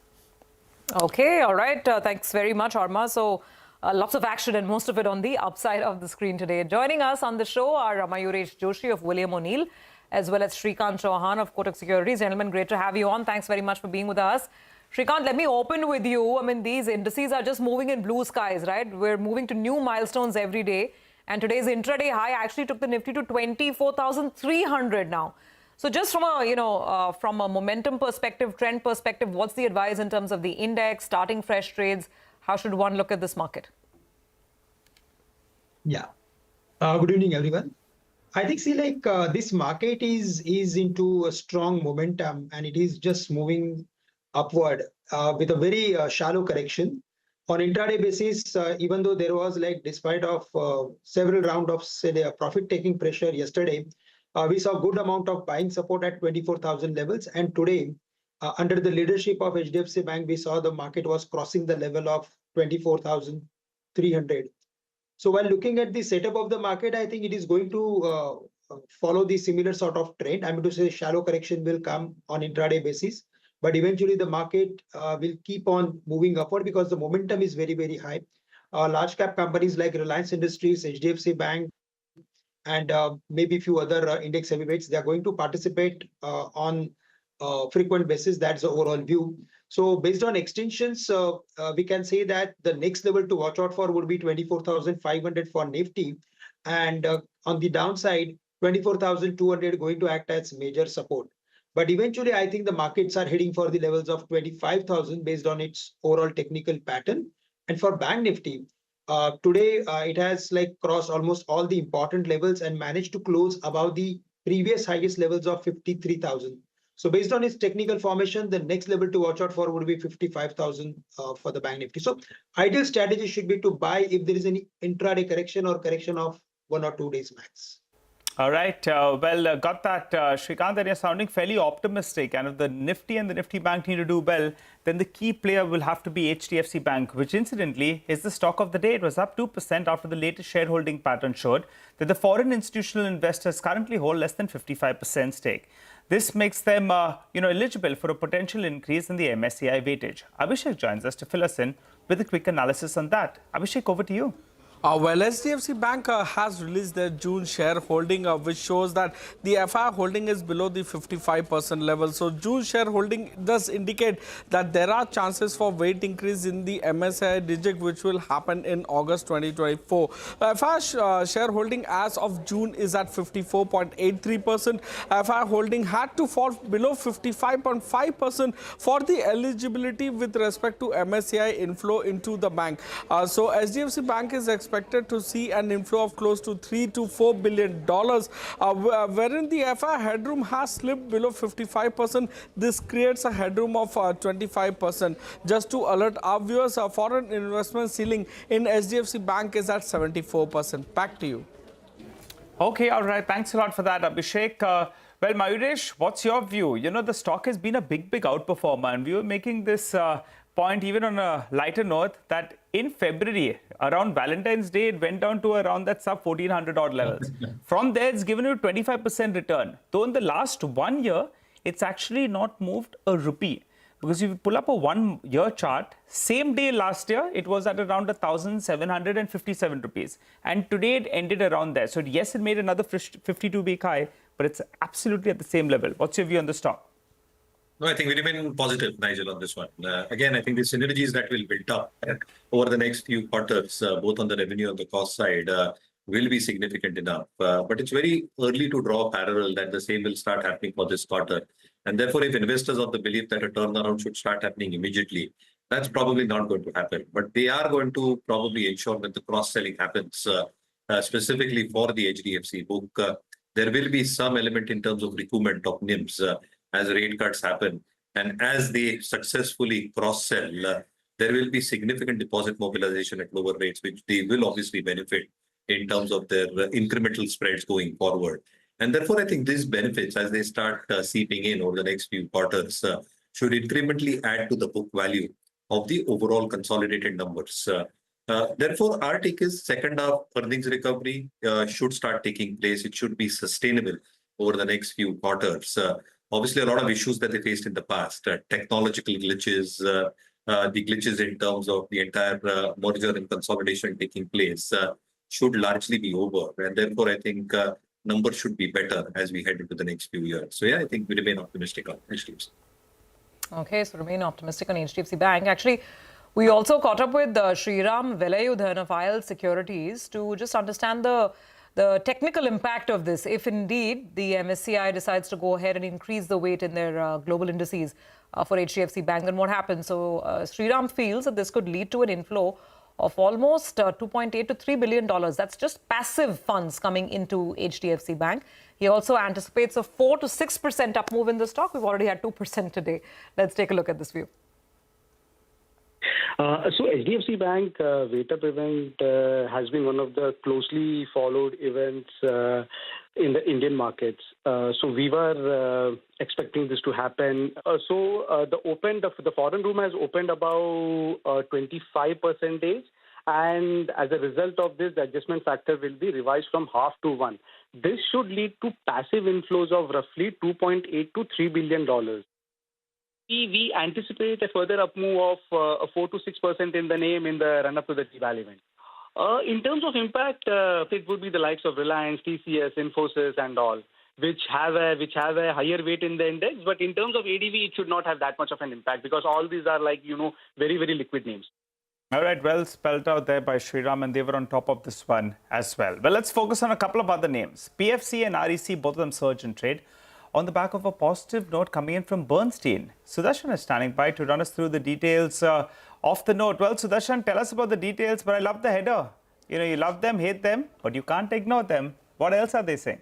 That's so true. So in today's session, we saw a healthy gain in both the power financial names. PFC closed with a gain of more than 5% and REC ended the day 4% higher. And this gain came after brokerage firm Bernstein has initiated coverage on these stocks with a buy call, and target for REC is rupees 653 per share and for PFC it is rupees 620 per share, indicating an upside of 17% for both these companies from current levels. And the rationale Bernstein has given is in current power cycle, both these PSUs are amongst most preferred plays, with NPA risk being much lower. It says investors are underestimating duration and intensity of this current power cycle. Also, it says both these companies have better ROEs and growth than peers. ROE for both these companies is more than 20% and growth is higher than 15%. On valuation front, Bernstein says it's cheaper than peers despite a run of more than 200% in last 1 year. PFC is trading at 6.7 times FY25 forward PE and REC is currently trading at 8.5 times. Okay, got that. Sudarshan, thank you very much for the summary of that note. And indeed, it got the market excited. Those stocks were up and about today. Srikanth, let me ask you, in power, the underlying fundamentals and the story obviously is well known. And I think most people agree that there's good reason to look at the sector. But just purely in terms of, playing the stocks, on the charts, what looks the best? And do PFC and REC make the cut for you? Yeah, these power finance companies, they are really doing well. Whenever they are falling or correcting from their highs, we see good amount of buying interest in the stock. At the same time, whenever we go through with its delivery-based volumes, then there also we see good amount of buying attraction. So while looking at their technical pattern, I am of the view that PFC is something which is going to perform much better in coming few weeks or months, because the stock is consistently forming higher top, higher bottom. Even when there was sell-off in the market on the day of election results, the first stock which recovered sharply from lowest level was PFC. So based on its formation, I think it is gradually moving up, but eventually it is heading for the levels of at least 600 or 630. But we also like CESC, Kolkata Electricity, which is around some 158, 155 levels. There also we saw good amount of consolidation for last several months. And after that, the stock has broken the resistance level, which was around 155, 160. Based on its technical formation, there also I am expecting stock to move towards the levels of 200 in next few weeks or months. So it will take time. It's a positional view, but we like CSC as well as PFC based on their technical formations. Okay, so PFC and CESC. Got it. So two stocks on the power side that you like. Let's now look at some stocks that were rallying on the back of positive quarterly updates that came in from the company, and there are lots of them cutting across sectors. So there was V-Mart from the consumer side. There was Moil, that stock did really well, and Nigel's going to tell us more about it from the metal space. And then there was Federal Bank. Those numbers were also looking quite good. Federal was up 4-5% throughout the day. So we've got all the three experts, in-house experts with us. Manglam, why don't you start? V-Mart, how were the numbers? Well, V-Mart, the numbers were good. In fact, the numbers tell you that business is actually picking up. So the total revenue growth for the company this time around was 16%. The number was 786 crores. But importantly, the core of the business, which is V-Mart Retail, showed a revenue growth of 17%, closing in towards that 775 crore mark. Importantly, the same-store sales growth, that was 12% higher as against same time last year for V-Mart, almost 8% for Unlimited, which is the chain of stores that they acquired from Arvind a bunch of years ago. They've opened 7 new stores. 5 of them were V-Mart and 2 of them were Unlimited. And they've closed 3 Unlimited stores as well. And that's a positive for them because Unlimited stores were the ones which were actually not doing very well for the company when it came to margins. What did the company say to us when they spoke today post their update? They're targeting high single-digit SSSG for the entire year. In the quarter gone by, they've seen higher bill cuts and consumer footfalls despite the heat and no festive season, along with no weddings as well. So that only increases the optimism for the year. On the margin front, they said that they've looked at value fashion and they're looking at price cuts. So they're targeting absolute EBITDA growth, not necessarily margins, but Unlimited business will see better margins going forward. And in fact, the margins of Unlimited will converge with that of V-Mart itself looking at next year. So maybe then we will look at double-digit margins for the company. Okay, all right, V-Mart, for the time being, I guess that optimism really rubbed off well on the stock, up about 5%. Manglam, thanks for that. Let's come to Abhishek. Abhishek, Federal seems to be showing some scorching numbers in the first quarter, right? Well, they have gained market share both in deposits and advances, both YOY as well as sequentially. So quarter on quarter, if you take a look, the loan growth is perhaps one of the best that you are seeing in last 7 quarters. CASA, the absolute value has grown healthy, but overall deposit growth is much faster. So the CASA ratio is at a 9-year low. So talking about deposits are up 19.6% YOY and about 5.4% sequentially. Now industry is facing a deposit growth scare because deposit growth came in at 12% for 14th of June for the industry as a whole. So this is a good number. CASA in absolute value grew by 10% YOY and 5% sequentially. CASA ratio has dipped a bit to 29.3% versus 29.4% in the previous quarter, and this as a ratio is at 9-year low. Customer deposit growth was healthy, close to 20% YOY and about 5% sequentially. Loan growth remained healthy for them at 20.1% YOY and about 5.4% sequentially. So the credit deposit ratio has improved both YOY and quarter on quarter, suggesting that the net interest margin may more or less remain stable to the previous quarter's numbers. Back to you. Okay, all right, indeed, very strong numbers coming there on almost all fronts from Federal Bank. Thanks very much, Abhishek, for that. And now, Nigel, Moil. So, good sales? Well, that's right. The operational update looked quite good. And it was a day when the dollar index was softer. And the dollar index is softer. You normally see metal stocks did well. And that's precisely what happened. So that was the additional tailwind. Let's break it up into 3 pieces. First piece is the numbers that they gave. If you look at the sales number was up 14.5%. The production number was up close to around 7.8%. And in terms of exploration, they said that on a year-on-year basis, that's up by close to around 49%. So the street like that. Point number 2, it has a good balance sheet. Close to around 10% of its market cap is available in cash, because the cash balance of last reported was around 1,100 crores on.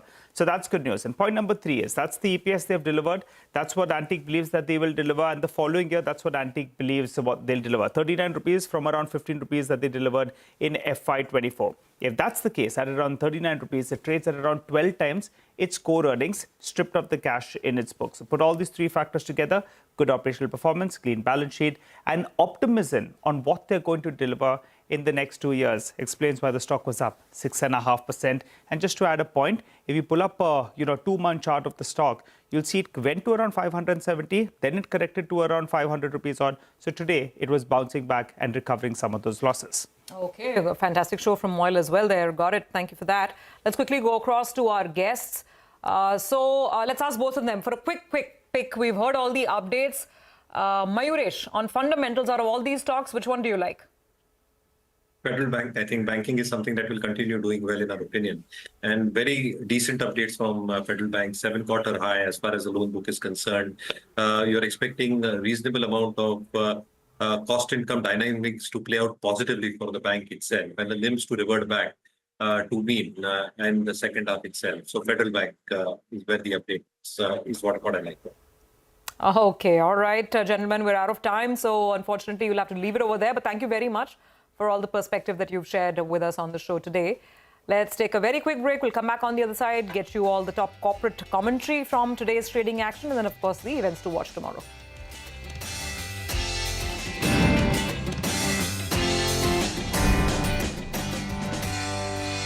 TV18, now streaming live 24/7 on YouTube.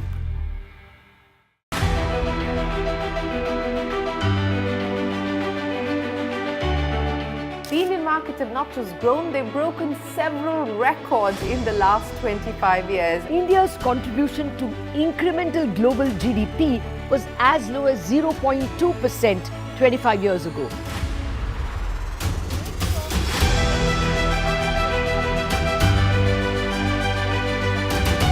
Over the last 25 years, CNBC-TV18 has closely followed the remarkable ascent of India's pharmaceutical sector. There was a time 25 years back that it was all about the FIIs.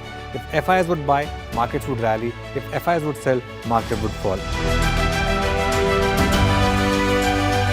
Earlier, we were net importers of steel. From IT services to SaaS, from consumer electronics to space tech, from mere programming to AI ML. Cars, two-wheelers, three-wheelers, commercial vehicles have significantly become much more expensive than they were 2 decades ago.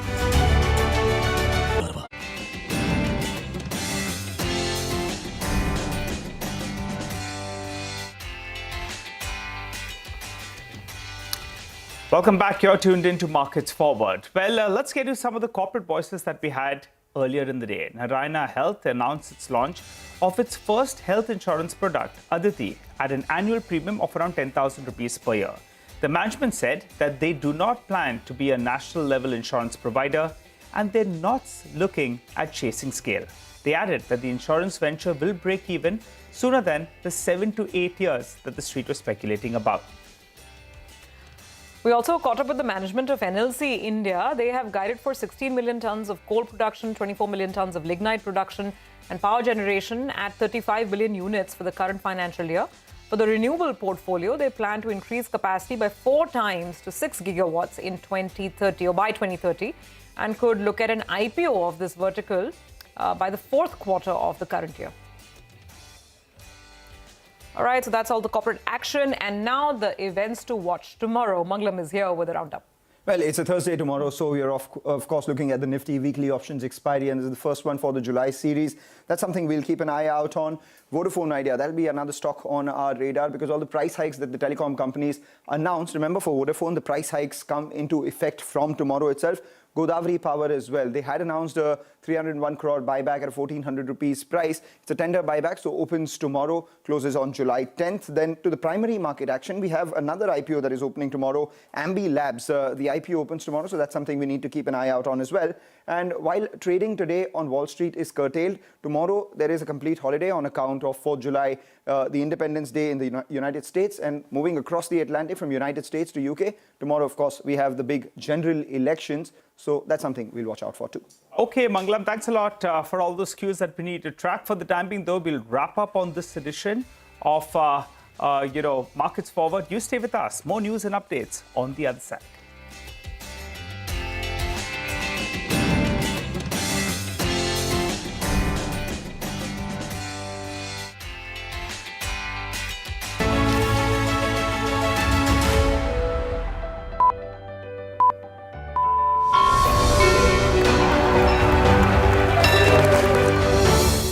remaining is high there, but their focus is squarely on the 125cc segment. Now it is contributing 16% of incremental global GDP. Now we are looking at exporting the steel that's made here in India. Welcome to the first ever India Business Leader Awards.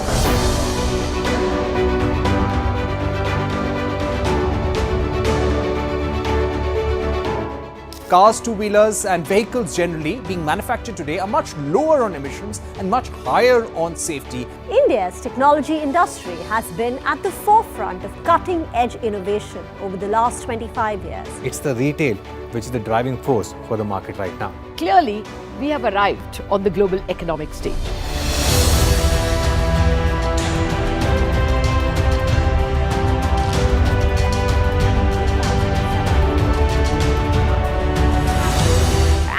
Great way to celebrate our own 25th year with new milestones being achieved on the Lal Street. 21 years of the Nifty from 1,000 to 10,000 today. Sensex and Nifty hit a record high. The Nifty rallying to a record high. We invite you to join us as we persist in leading coverage of the pharmaceutical and healthcare domain, documenting India's expanding expertise in medicines.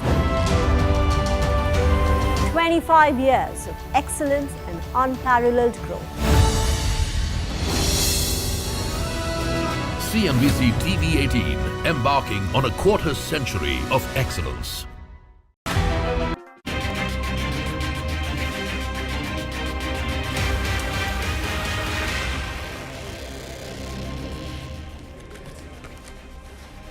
Hello and welcome to Business 360. I'm Shireen Bhan. The headlines that we're tracking for you this evening. The Sensex crosses the 80,000 mark for the first time as records continue to tumble.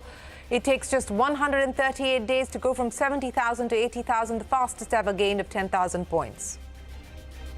Financial stocks lead the rally on the Lal Street. HDFC Bank hits a record high after a drop in its FII holding creates room for fresh inflows worth $3 billion.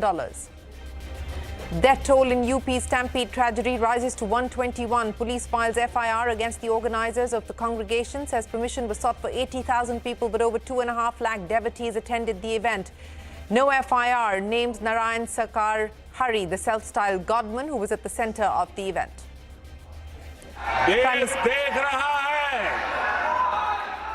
Bloc MP stage a walkout after Mallikarjun Kharge was denied a chance to speak during the Prime Minister's speech. Modi says the government is committed to making the situation peaceful in riot-hit Manipur. The Tamil Nadu government will probe the Adani Group over two separate allegations that Adani Enterprises sold low-grade coal at high-value coal to a state-run discom and made profits to the tune of over 6,000 crores. CNBC-TV18 has reached out to the Adani Group for a response. On the eve of the elections in the UK, Minister and Rishi Sunak's cabinet predicts a landslide for the opposition party. Keir Starmer says the Tories are adopting a voter suppression tactic by talking up a Labour landslide. Over 200 candidates from leftist and centrist parties stand down ahead of the final round of the French parliamentary elections, this in a bid to support a better-placed candidate against the far-right National Rally. The National Rally won 33% vote share in the first-round ballot and is closer than ever to forming the first far-right government in France since World War II. Once started as an alternative to Twitter in India, microblogging platform Crude decides to shut shop. This after talks with multiple buyers failed to yield results. Several BJP ministers and party leaders had joined the platform when it launched in February of 2021. A record-breaking... Well, let's start with the market action. A record-breaking day on the Lal Street. The Sensex scaled 80,000 for the first time ever, while the Nifty soared past 24,300. Both indices ended over 0.5% higher. In fact, it took the Sensex only 138 days to go from 70,000 to 80,000. Banks also saw some major buying, and today we saw the Nifty Bank closing about 2% higher. That's a gain of about 900 points, hitting a new lifetime high. The market cap of BSE-listed companies now nearing 450 lakh crore rupees. Prashant is standing by with the details. Prashant, well, what a journey it has been to 80,000. You know, Shireen, absolutely right. And I was just thinking back when I started sort of covering markets. Actually, I went back and looked at where the Sensex was. You know, the Sensex was at about 5,000, roughly, give or take, 5,000. We've come about 16 times since that level. And it kind of is a testimony to, that old adage, it's time in the market which matters, not timing the market. And I think it proves it. When you hit these big milestones, these big psychological numbers, and when you reflect back and you look at what you were doing and when the market was at 60,000 or 50 or 40 or 30, and how the journey has been, I think you get convinced that equities does make money, provided you give it time. Of course, along with value, this has come in with very, very fast gains. As you said, 70,000 to 80,000 journey for the Sensex has taken just 138 sessions. Before that, 60 to 70, it was 548 sessions. 50 to 60,000, it took 166 sessions. Of course, mind you, 70 to 80,000 is very different from, say, 50 to 60. 70 to 80,000 is about 14-15%, whereas 50 to 60,000 is about 20%. And of course, 10 to 20 would be a doubling. So in any case, having said all that as a caveat, this is the fastest 10,000 point rally that we've had ever. And of course, it's been a fantastic run overall. Having said that, let me just sort of dive into today's market action as well a little bit. Sensex, of course, 80, but the Nifty not very far behind as well. We are now inching closer to the 24,500 levels. Even from where we were on the day of the election result, when the market was plunging, we are up very, very nicely. Banks, of course, a complete opposite of what we had yesterday. Bank Nifty up about 1 3/4%. Yesterday, HDFC Bank was up, everything was down. Today, everything was up. HDFC Bank, of course, led with about 2 1/4% gains. It came off a little bit from the day's highest point, that MSCI and News Flow helping. But there was Kotak Bank, there was Axis Bank, State Bank of India, IndusInd Bank, and something like a Bajaj Finance, which participated and did very well on the Nifty. More gains coming through. Tata Consumer, Adani Ports, Apollo Hospitals were some of the other big gainers. In the broader market, the gains are coming in thick and hard. And where are the gains concentrated? It's actually quite a cocktail of stocks today.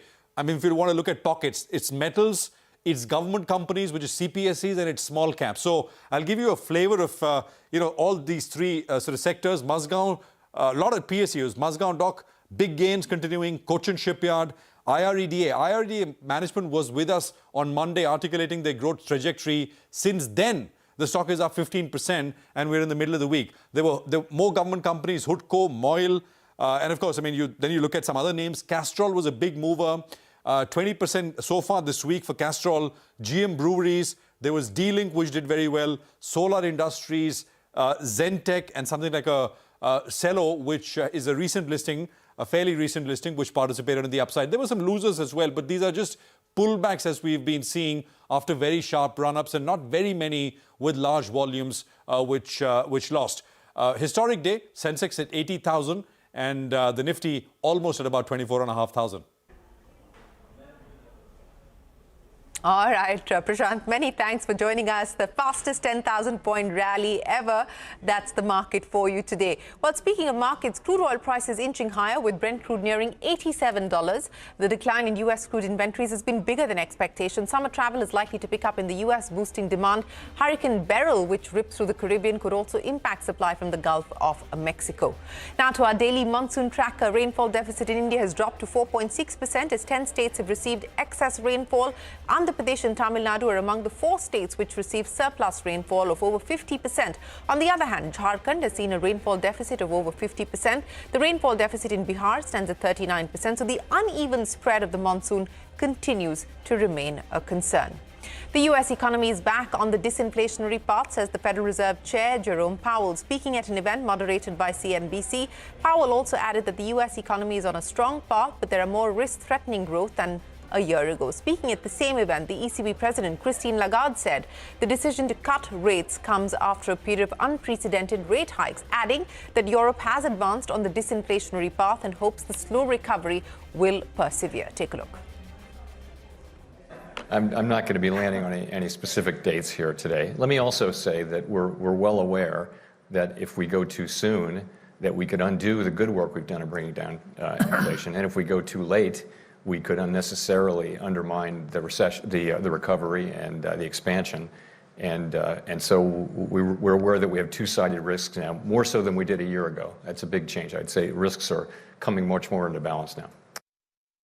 in the same breath of air, I also said that it was not a linear process, that it was not a predetermined path that we were embarking upon, but a step that would be followed by further review of data, further understanding of where our three legs reaction function would be. So that's pretty much where we are, and I would simply maybe add that we are very advanced in that disinflationary path, and we are in that sort of slow recovery which came about during the first quarter and which we hope will persevere. We still believe that it's likely to be a bumpy road until the end of 2024, but we still have target at the end, in the second half of 2025. Well, Christine Lagarde there on rates. The big national story, at least 121 people have died in a stampede at a religious congregation in UP's Hathras district on Tuesday. The UP police have filed an FIR which alleges that organizers hid evidence and flouted norms. The organizers had allegedly sought permission for 80,000 people. However, 2.5 lakh people attended the event. The satsang of the congregation was organized by self-styled godman Narayana Hari, who's also known as Bhole Baba. However, his name does not feature on the list of the accused, and he continues to remain at large. As per preliminary report submitted by the Hathras Sub-Divisional Magistrate to the District Magistrate, the crowd rushed towards the Baba when he was leaving the venue. The private security allegedly pushed some people who fell down, and the crowd went out of control. Earlier today, the Chief Minister Yogi Adityanath met the stampede victims and assured strict action against the culprits. He also announced a judicial inquiry in the matter led by a retired High Court judge. इस पूरे घटनाक्रम के लिए हम लोगों ने ADG Agra की अध्यक्षता में एक एसआईटी गठित की है, जिसने अपनी प्रारंभिक रिपोर्ट दी है और इस घटना की तह में जाने के लिए उनसे कहा गया है। बहुत सारे ऐसे पहलू हैं जिन पर जांच होनी बहुत आवश्यक है। A former police constable turned stealth-style preacher who calls himself Bhole Baba is at the center of the Hathras tragedy that has claimed 121 lives. More than 2 lakh people are reported to have attended the gathering where the stampede took place. Now, who is Bhole Baba and why does he command a cult following? Here's a report.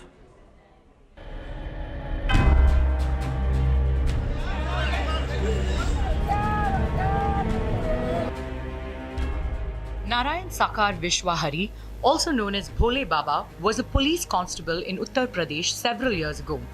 He was then called Suraj Pal Singh. According to reports, he hails from a Dalit family in Bahadur Nagar village of Kasganj district, which is just over 60 kilometers from Hathras, where the deadly stampede occurred. According to the Indian Express, Singh left the police force sometime in the 1990s and the exact date is not known. He then turned into a self-styled preacher delivering sermons across villages, towns and cities. During his sermons, Singh has claimed to have worked with the Intelligence Bureau. Bhole Baba has millions of followers across Uttar Pradesh, Haryana, Rajasthan and Delhi.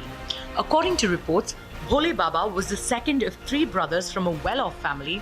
While his elder brother died a few years ago, his younger brother still lives in the village with his family. Bhole Baba is married and does not have any children. According to several eyewitness accounts, the stampede occurred when his followers chased his car as it was leaving the venue. They were picking up the soil from his footprint and tire marks of his car as they believe it could cure those in sickness. Bhole Baba has not been named in the first FIR filed by the UP police and he has not been traceable since the incident. Bureau Report, CNBC-TV18. Prime Minister Modi addressed the Rajya Sabha a day after responding to the President's address. The India bloc MP staging a walkout after the leader of the opposition, Mallikarjun Kharge, was denied a chance to intervene during the Prime Minister's speech. The Prime Minister said the opposition cannot hear the truth, but they should accept the people's verdict. The Prime Minister also said the government is committed to making the situation peaceful in Manipur, where ethnic clashes had broken out in May last year. Manipur की स्थिति सामान्य करने के लिए सरकार निरंतर प्रयासरत है। 11,000 एफआईआर की गई है, 500 से ज्यादा लोग अरेस्ट हुए हैं मणिपुर में लगातार हिंसा की घटनाएं कम होती जा रही है। इसका मतलब शांति का आशा रखना, शांति पे भरोसा करना संभव हो रहा है। जो भाषण दे रहे थे उन्होंने कुछ गलत बातें सदन को बताई। उनकी आदत है कि झूठ बोलना, लोगों को भ्रमित करना और जो सत्य के जो विरोध में बात करना, ये उनकी आदत है। Well, that's the latest from Parliament. Now, the Tamil Nadu government will launch a probe against the Adani Group over alleged sale of overpriced coal to the state between 2012 to 2016. As per a report by the OCCRP published in May, the Adani Group allegedly sold low-grade coal at 3 times the price to state-run Discom. Jude is standing by with the details. Jude, take us through the state government's probe and what this means for the Adani Group.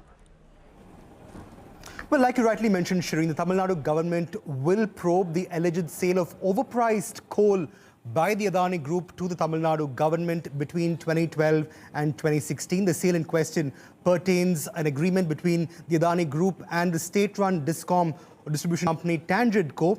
And in fact, as recently as May 2024, the Organized Crime and Corruption Reporting Panel, that's the OCCRP, reported that a large shipment, that's 24 shipments of coal, were shipped from Indonesia to various ports in Tamil Nadu, listed as low-grade coal, which somehow then transformed into high-grade 6,000 kilocalorie coal that was then sold by the Adani Group to Tangedco itself. This pertains to January and October 2014. However, a state-run or a Tamil Nadu-based NGO, Ayapur Iyakam, claims that as long as 2012 to 2016, this period saw the continuous sale and supply of low-grade coal as high-quality coal by the Adani Group to the Tamil Nadu government and its Discom Tangedco. In fact, an estimate says that as many as 2.44 crore metric ton of low-grade coal was sold as high-quality coal, leading to a profit of 6,066 crore rupees for the Adani Group. At least that's what the NGO states, which in fact has also caused a loss of 1.25 lakh crore rupees to the state exchequer. Incidentally, the Adani Group company in question is Adani Enterprises, which oversees the supply of coal across India. And of course, we've reached out to the company for a quote and a reaction to the story. And as on date, they are yet to get back to us, but we'll keep updating you as and when the story progresses. Jude, many thanks for joining us. We will head into a break, but up next, one started as an alternative to Twitter in India, microblogging platform Crude decides to shut shop. That and more when we return.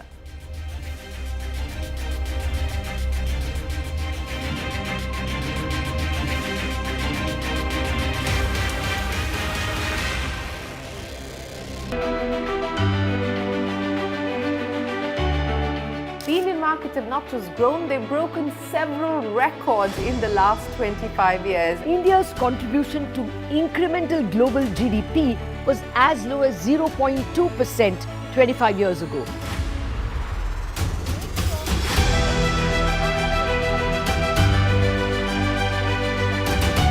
Over the last 25 years, CNBC-TV18 has closely followed the remarkable ascent of India's pharmaceutical sector. There was a time 25 years back that it was all about the FIIs. If FIIs would buy, markets would rally. If FIIs would sell, market would fall.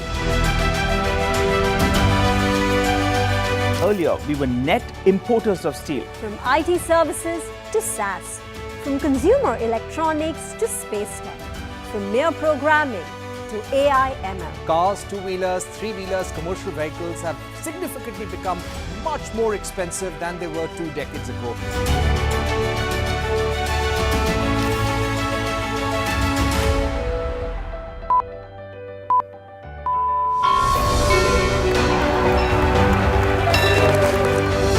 Discounting is high there, but their focus is squarely on the 125cc segment.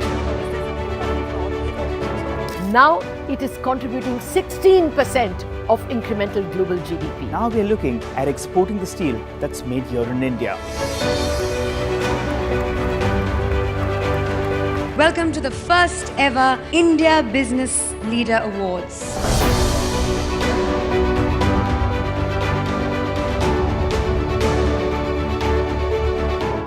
Cars, two-wheelers and vehicles generally being manufactured today are much lower on emissions and much higher on safety. India's technology industry has been at the forefront of cutting-edge innovation over the last 25 years. It's the retail which is the driving force for the market right now. Clearly, we have arrived on the global economic stage.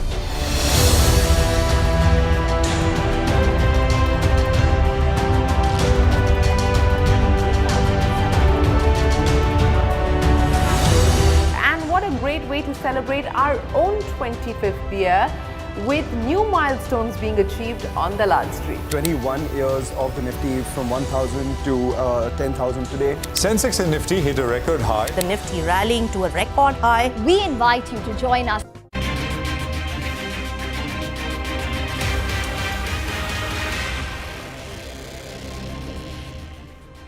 The situation in Assam is grim. The death toll in this year's floods and landslides and storms has now increased to 48. More than 11 lakh people across 23 districts have been impacted.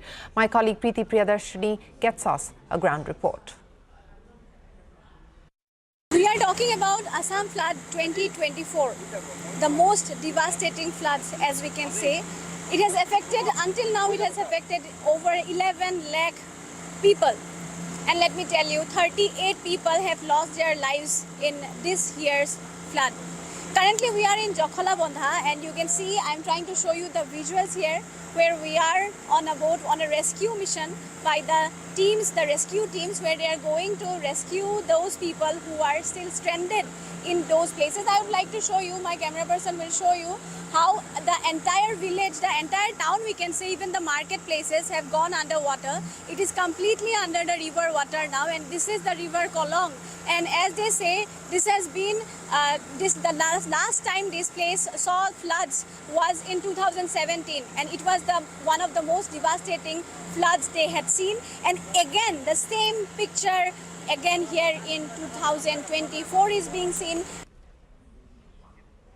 Well, that is the latest there from Assam. In international news, the UK is heading to the polls tomorrow. Pre-poll trends are hinting at a crushing defeat for Prime Minister Rishi Sunak's led Conservative Party. The Labour Party is expected to register a resounding victory. Wrapping up his last day of campaigning, Labour Party leader Keir Starmer emphasised on his message of vote for change. He, however, warned against complacency and the appearance of, and I quote, having it in the bag. Meanwhile, Rishi Sunak has warned voters of dire economic conditions if Starmer comes to power. This even as a minister in his government said UK is on the brink of a Labour landslide. Sanjay Suri brings us more on why the nation is bracing for a new party at 10 Downing Street after 14 years.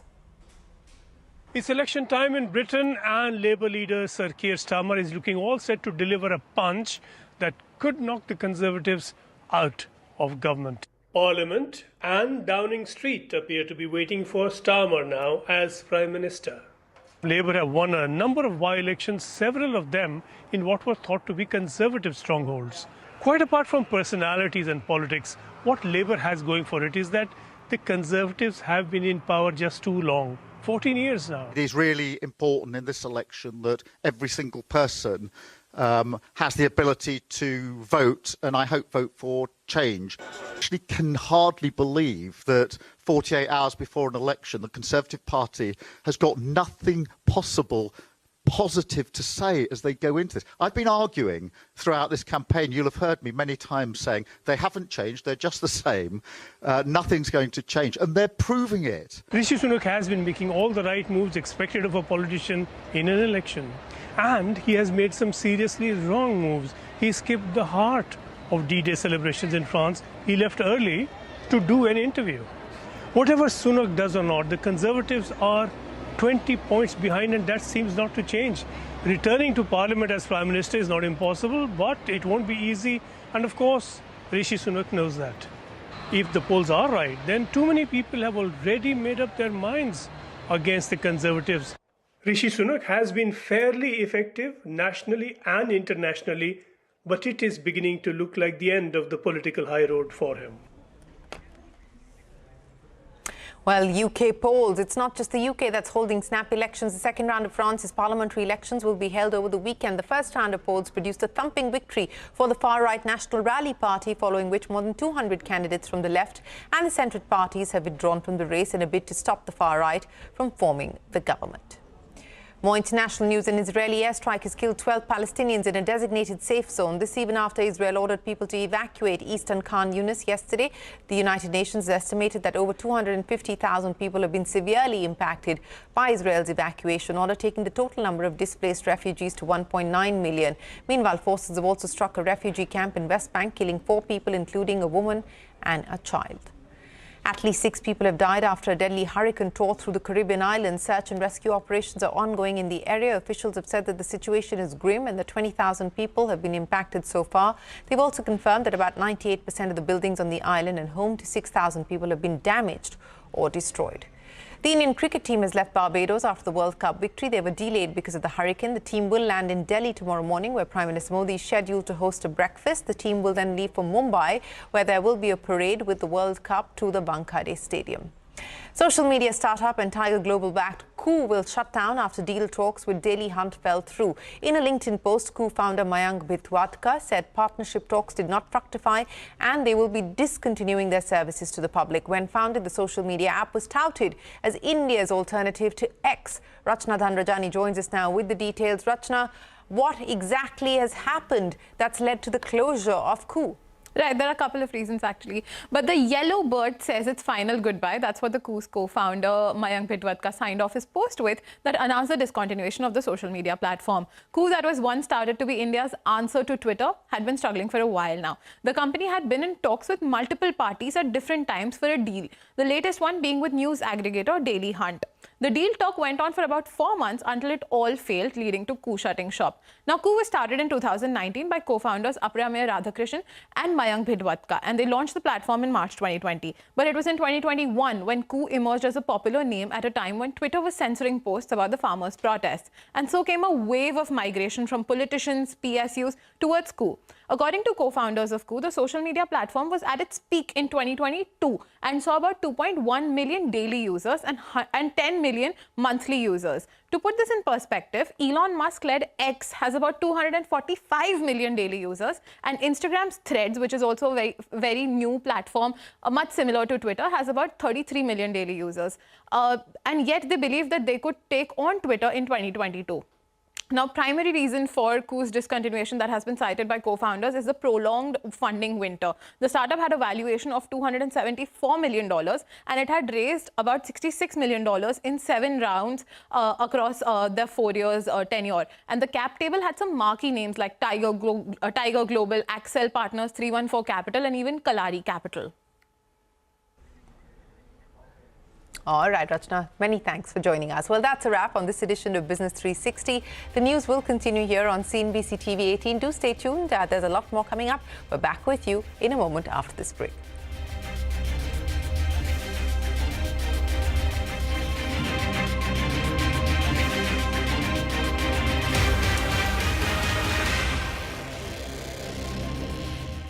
In leading coverage of the pharmaceutical and healthcare domain, documenting India's expanding expertise in medicines. 25 years of excellence and unparalleled growth. CNBC TV18, embarking on a quarter century of excellence.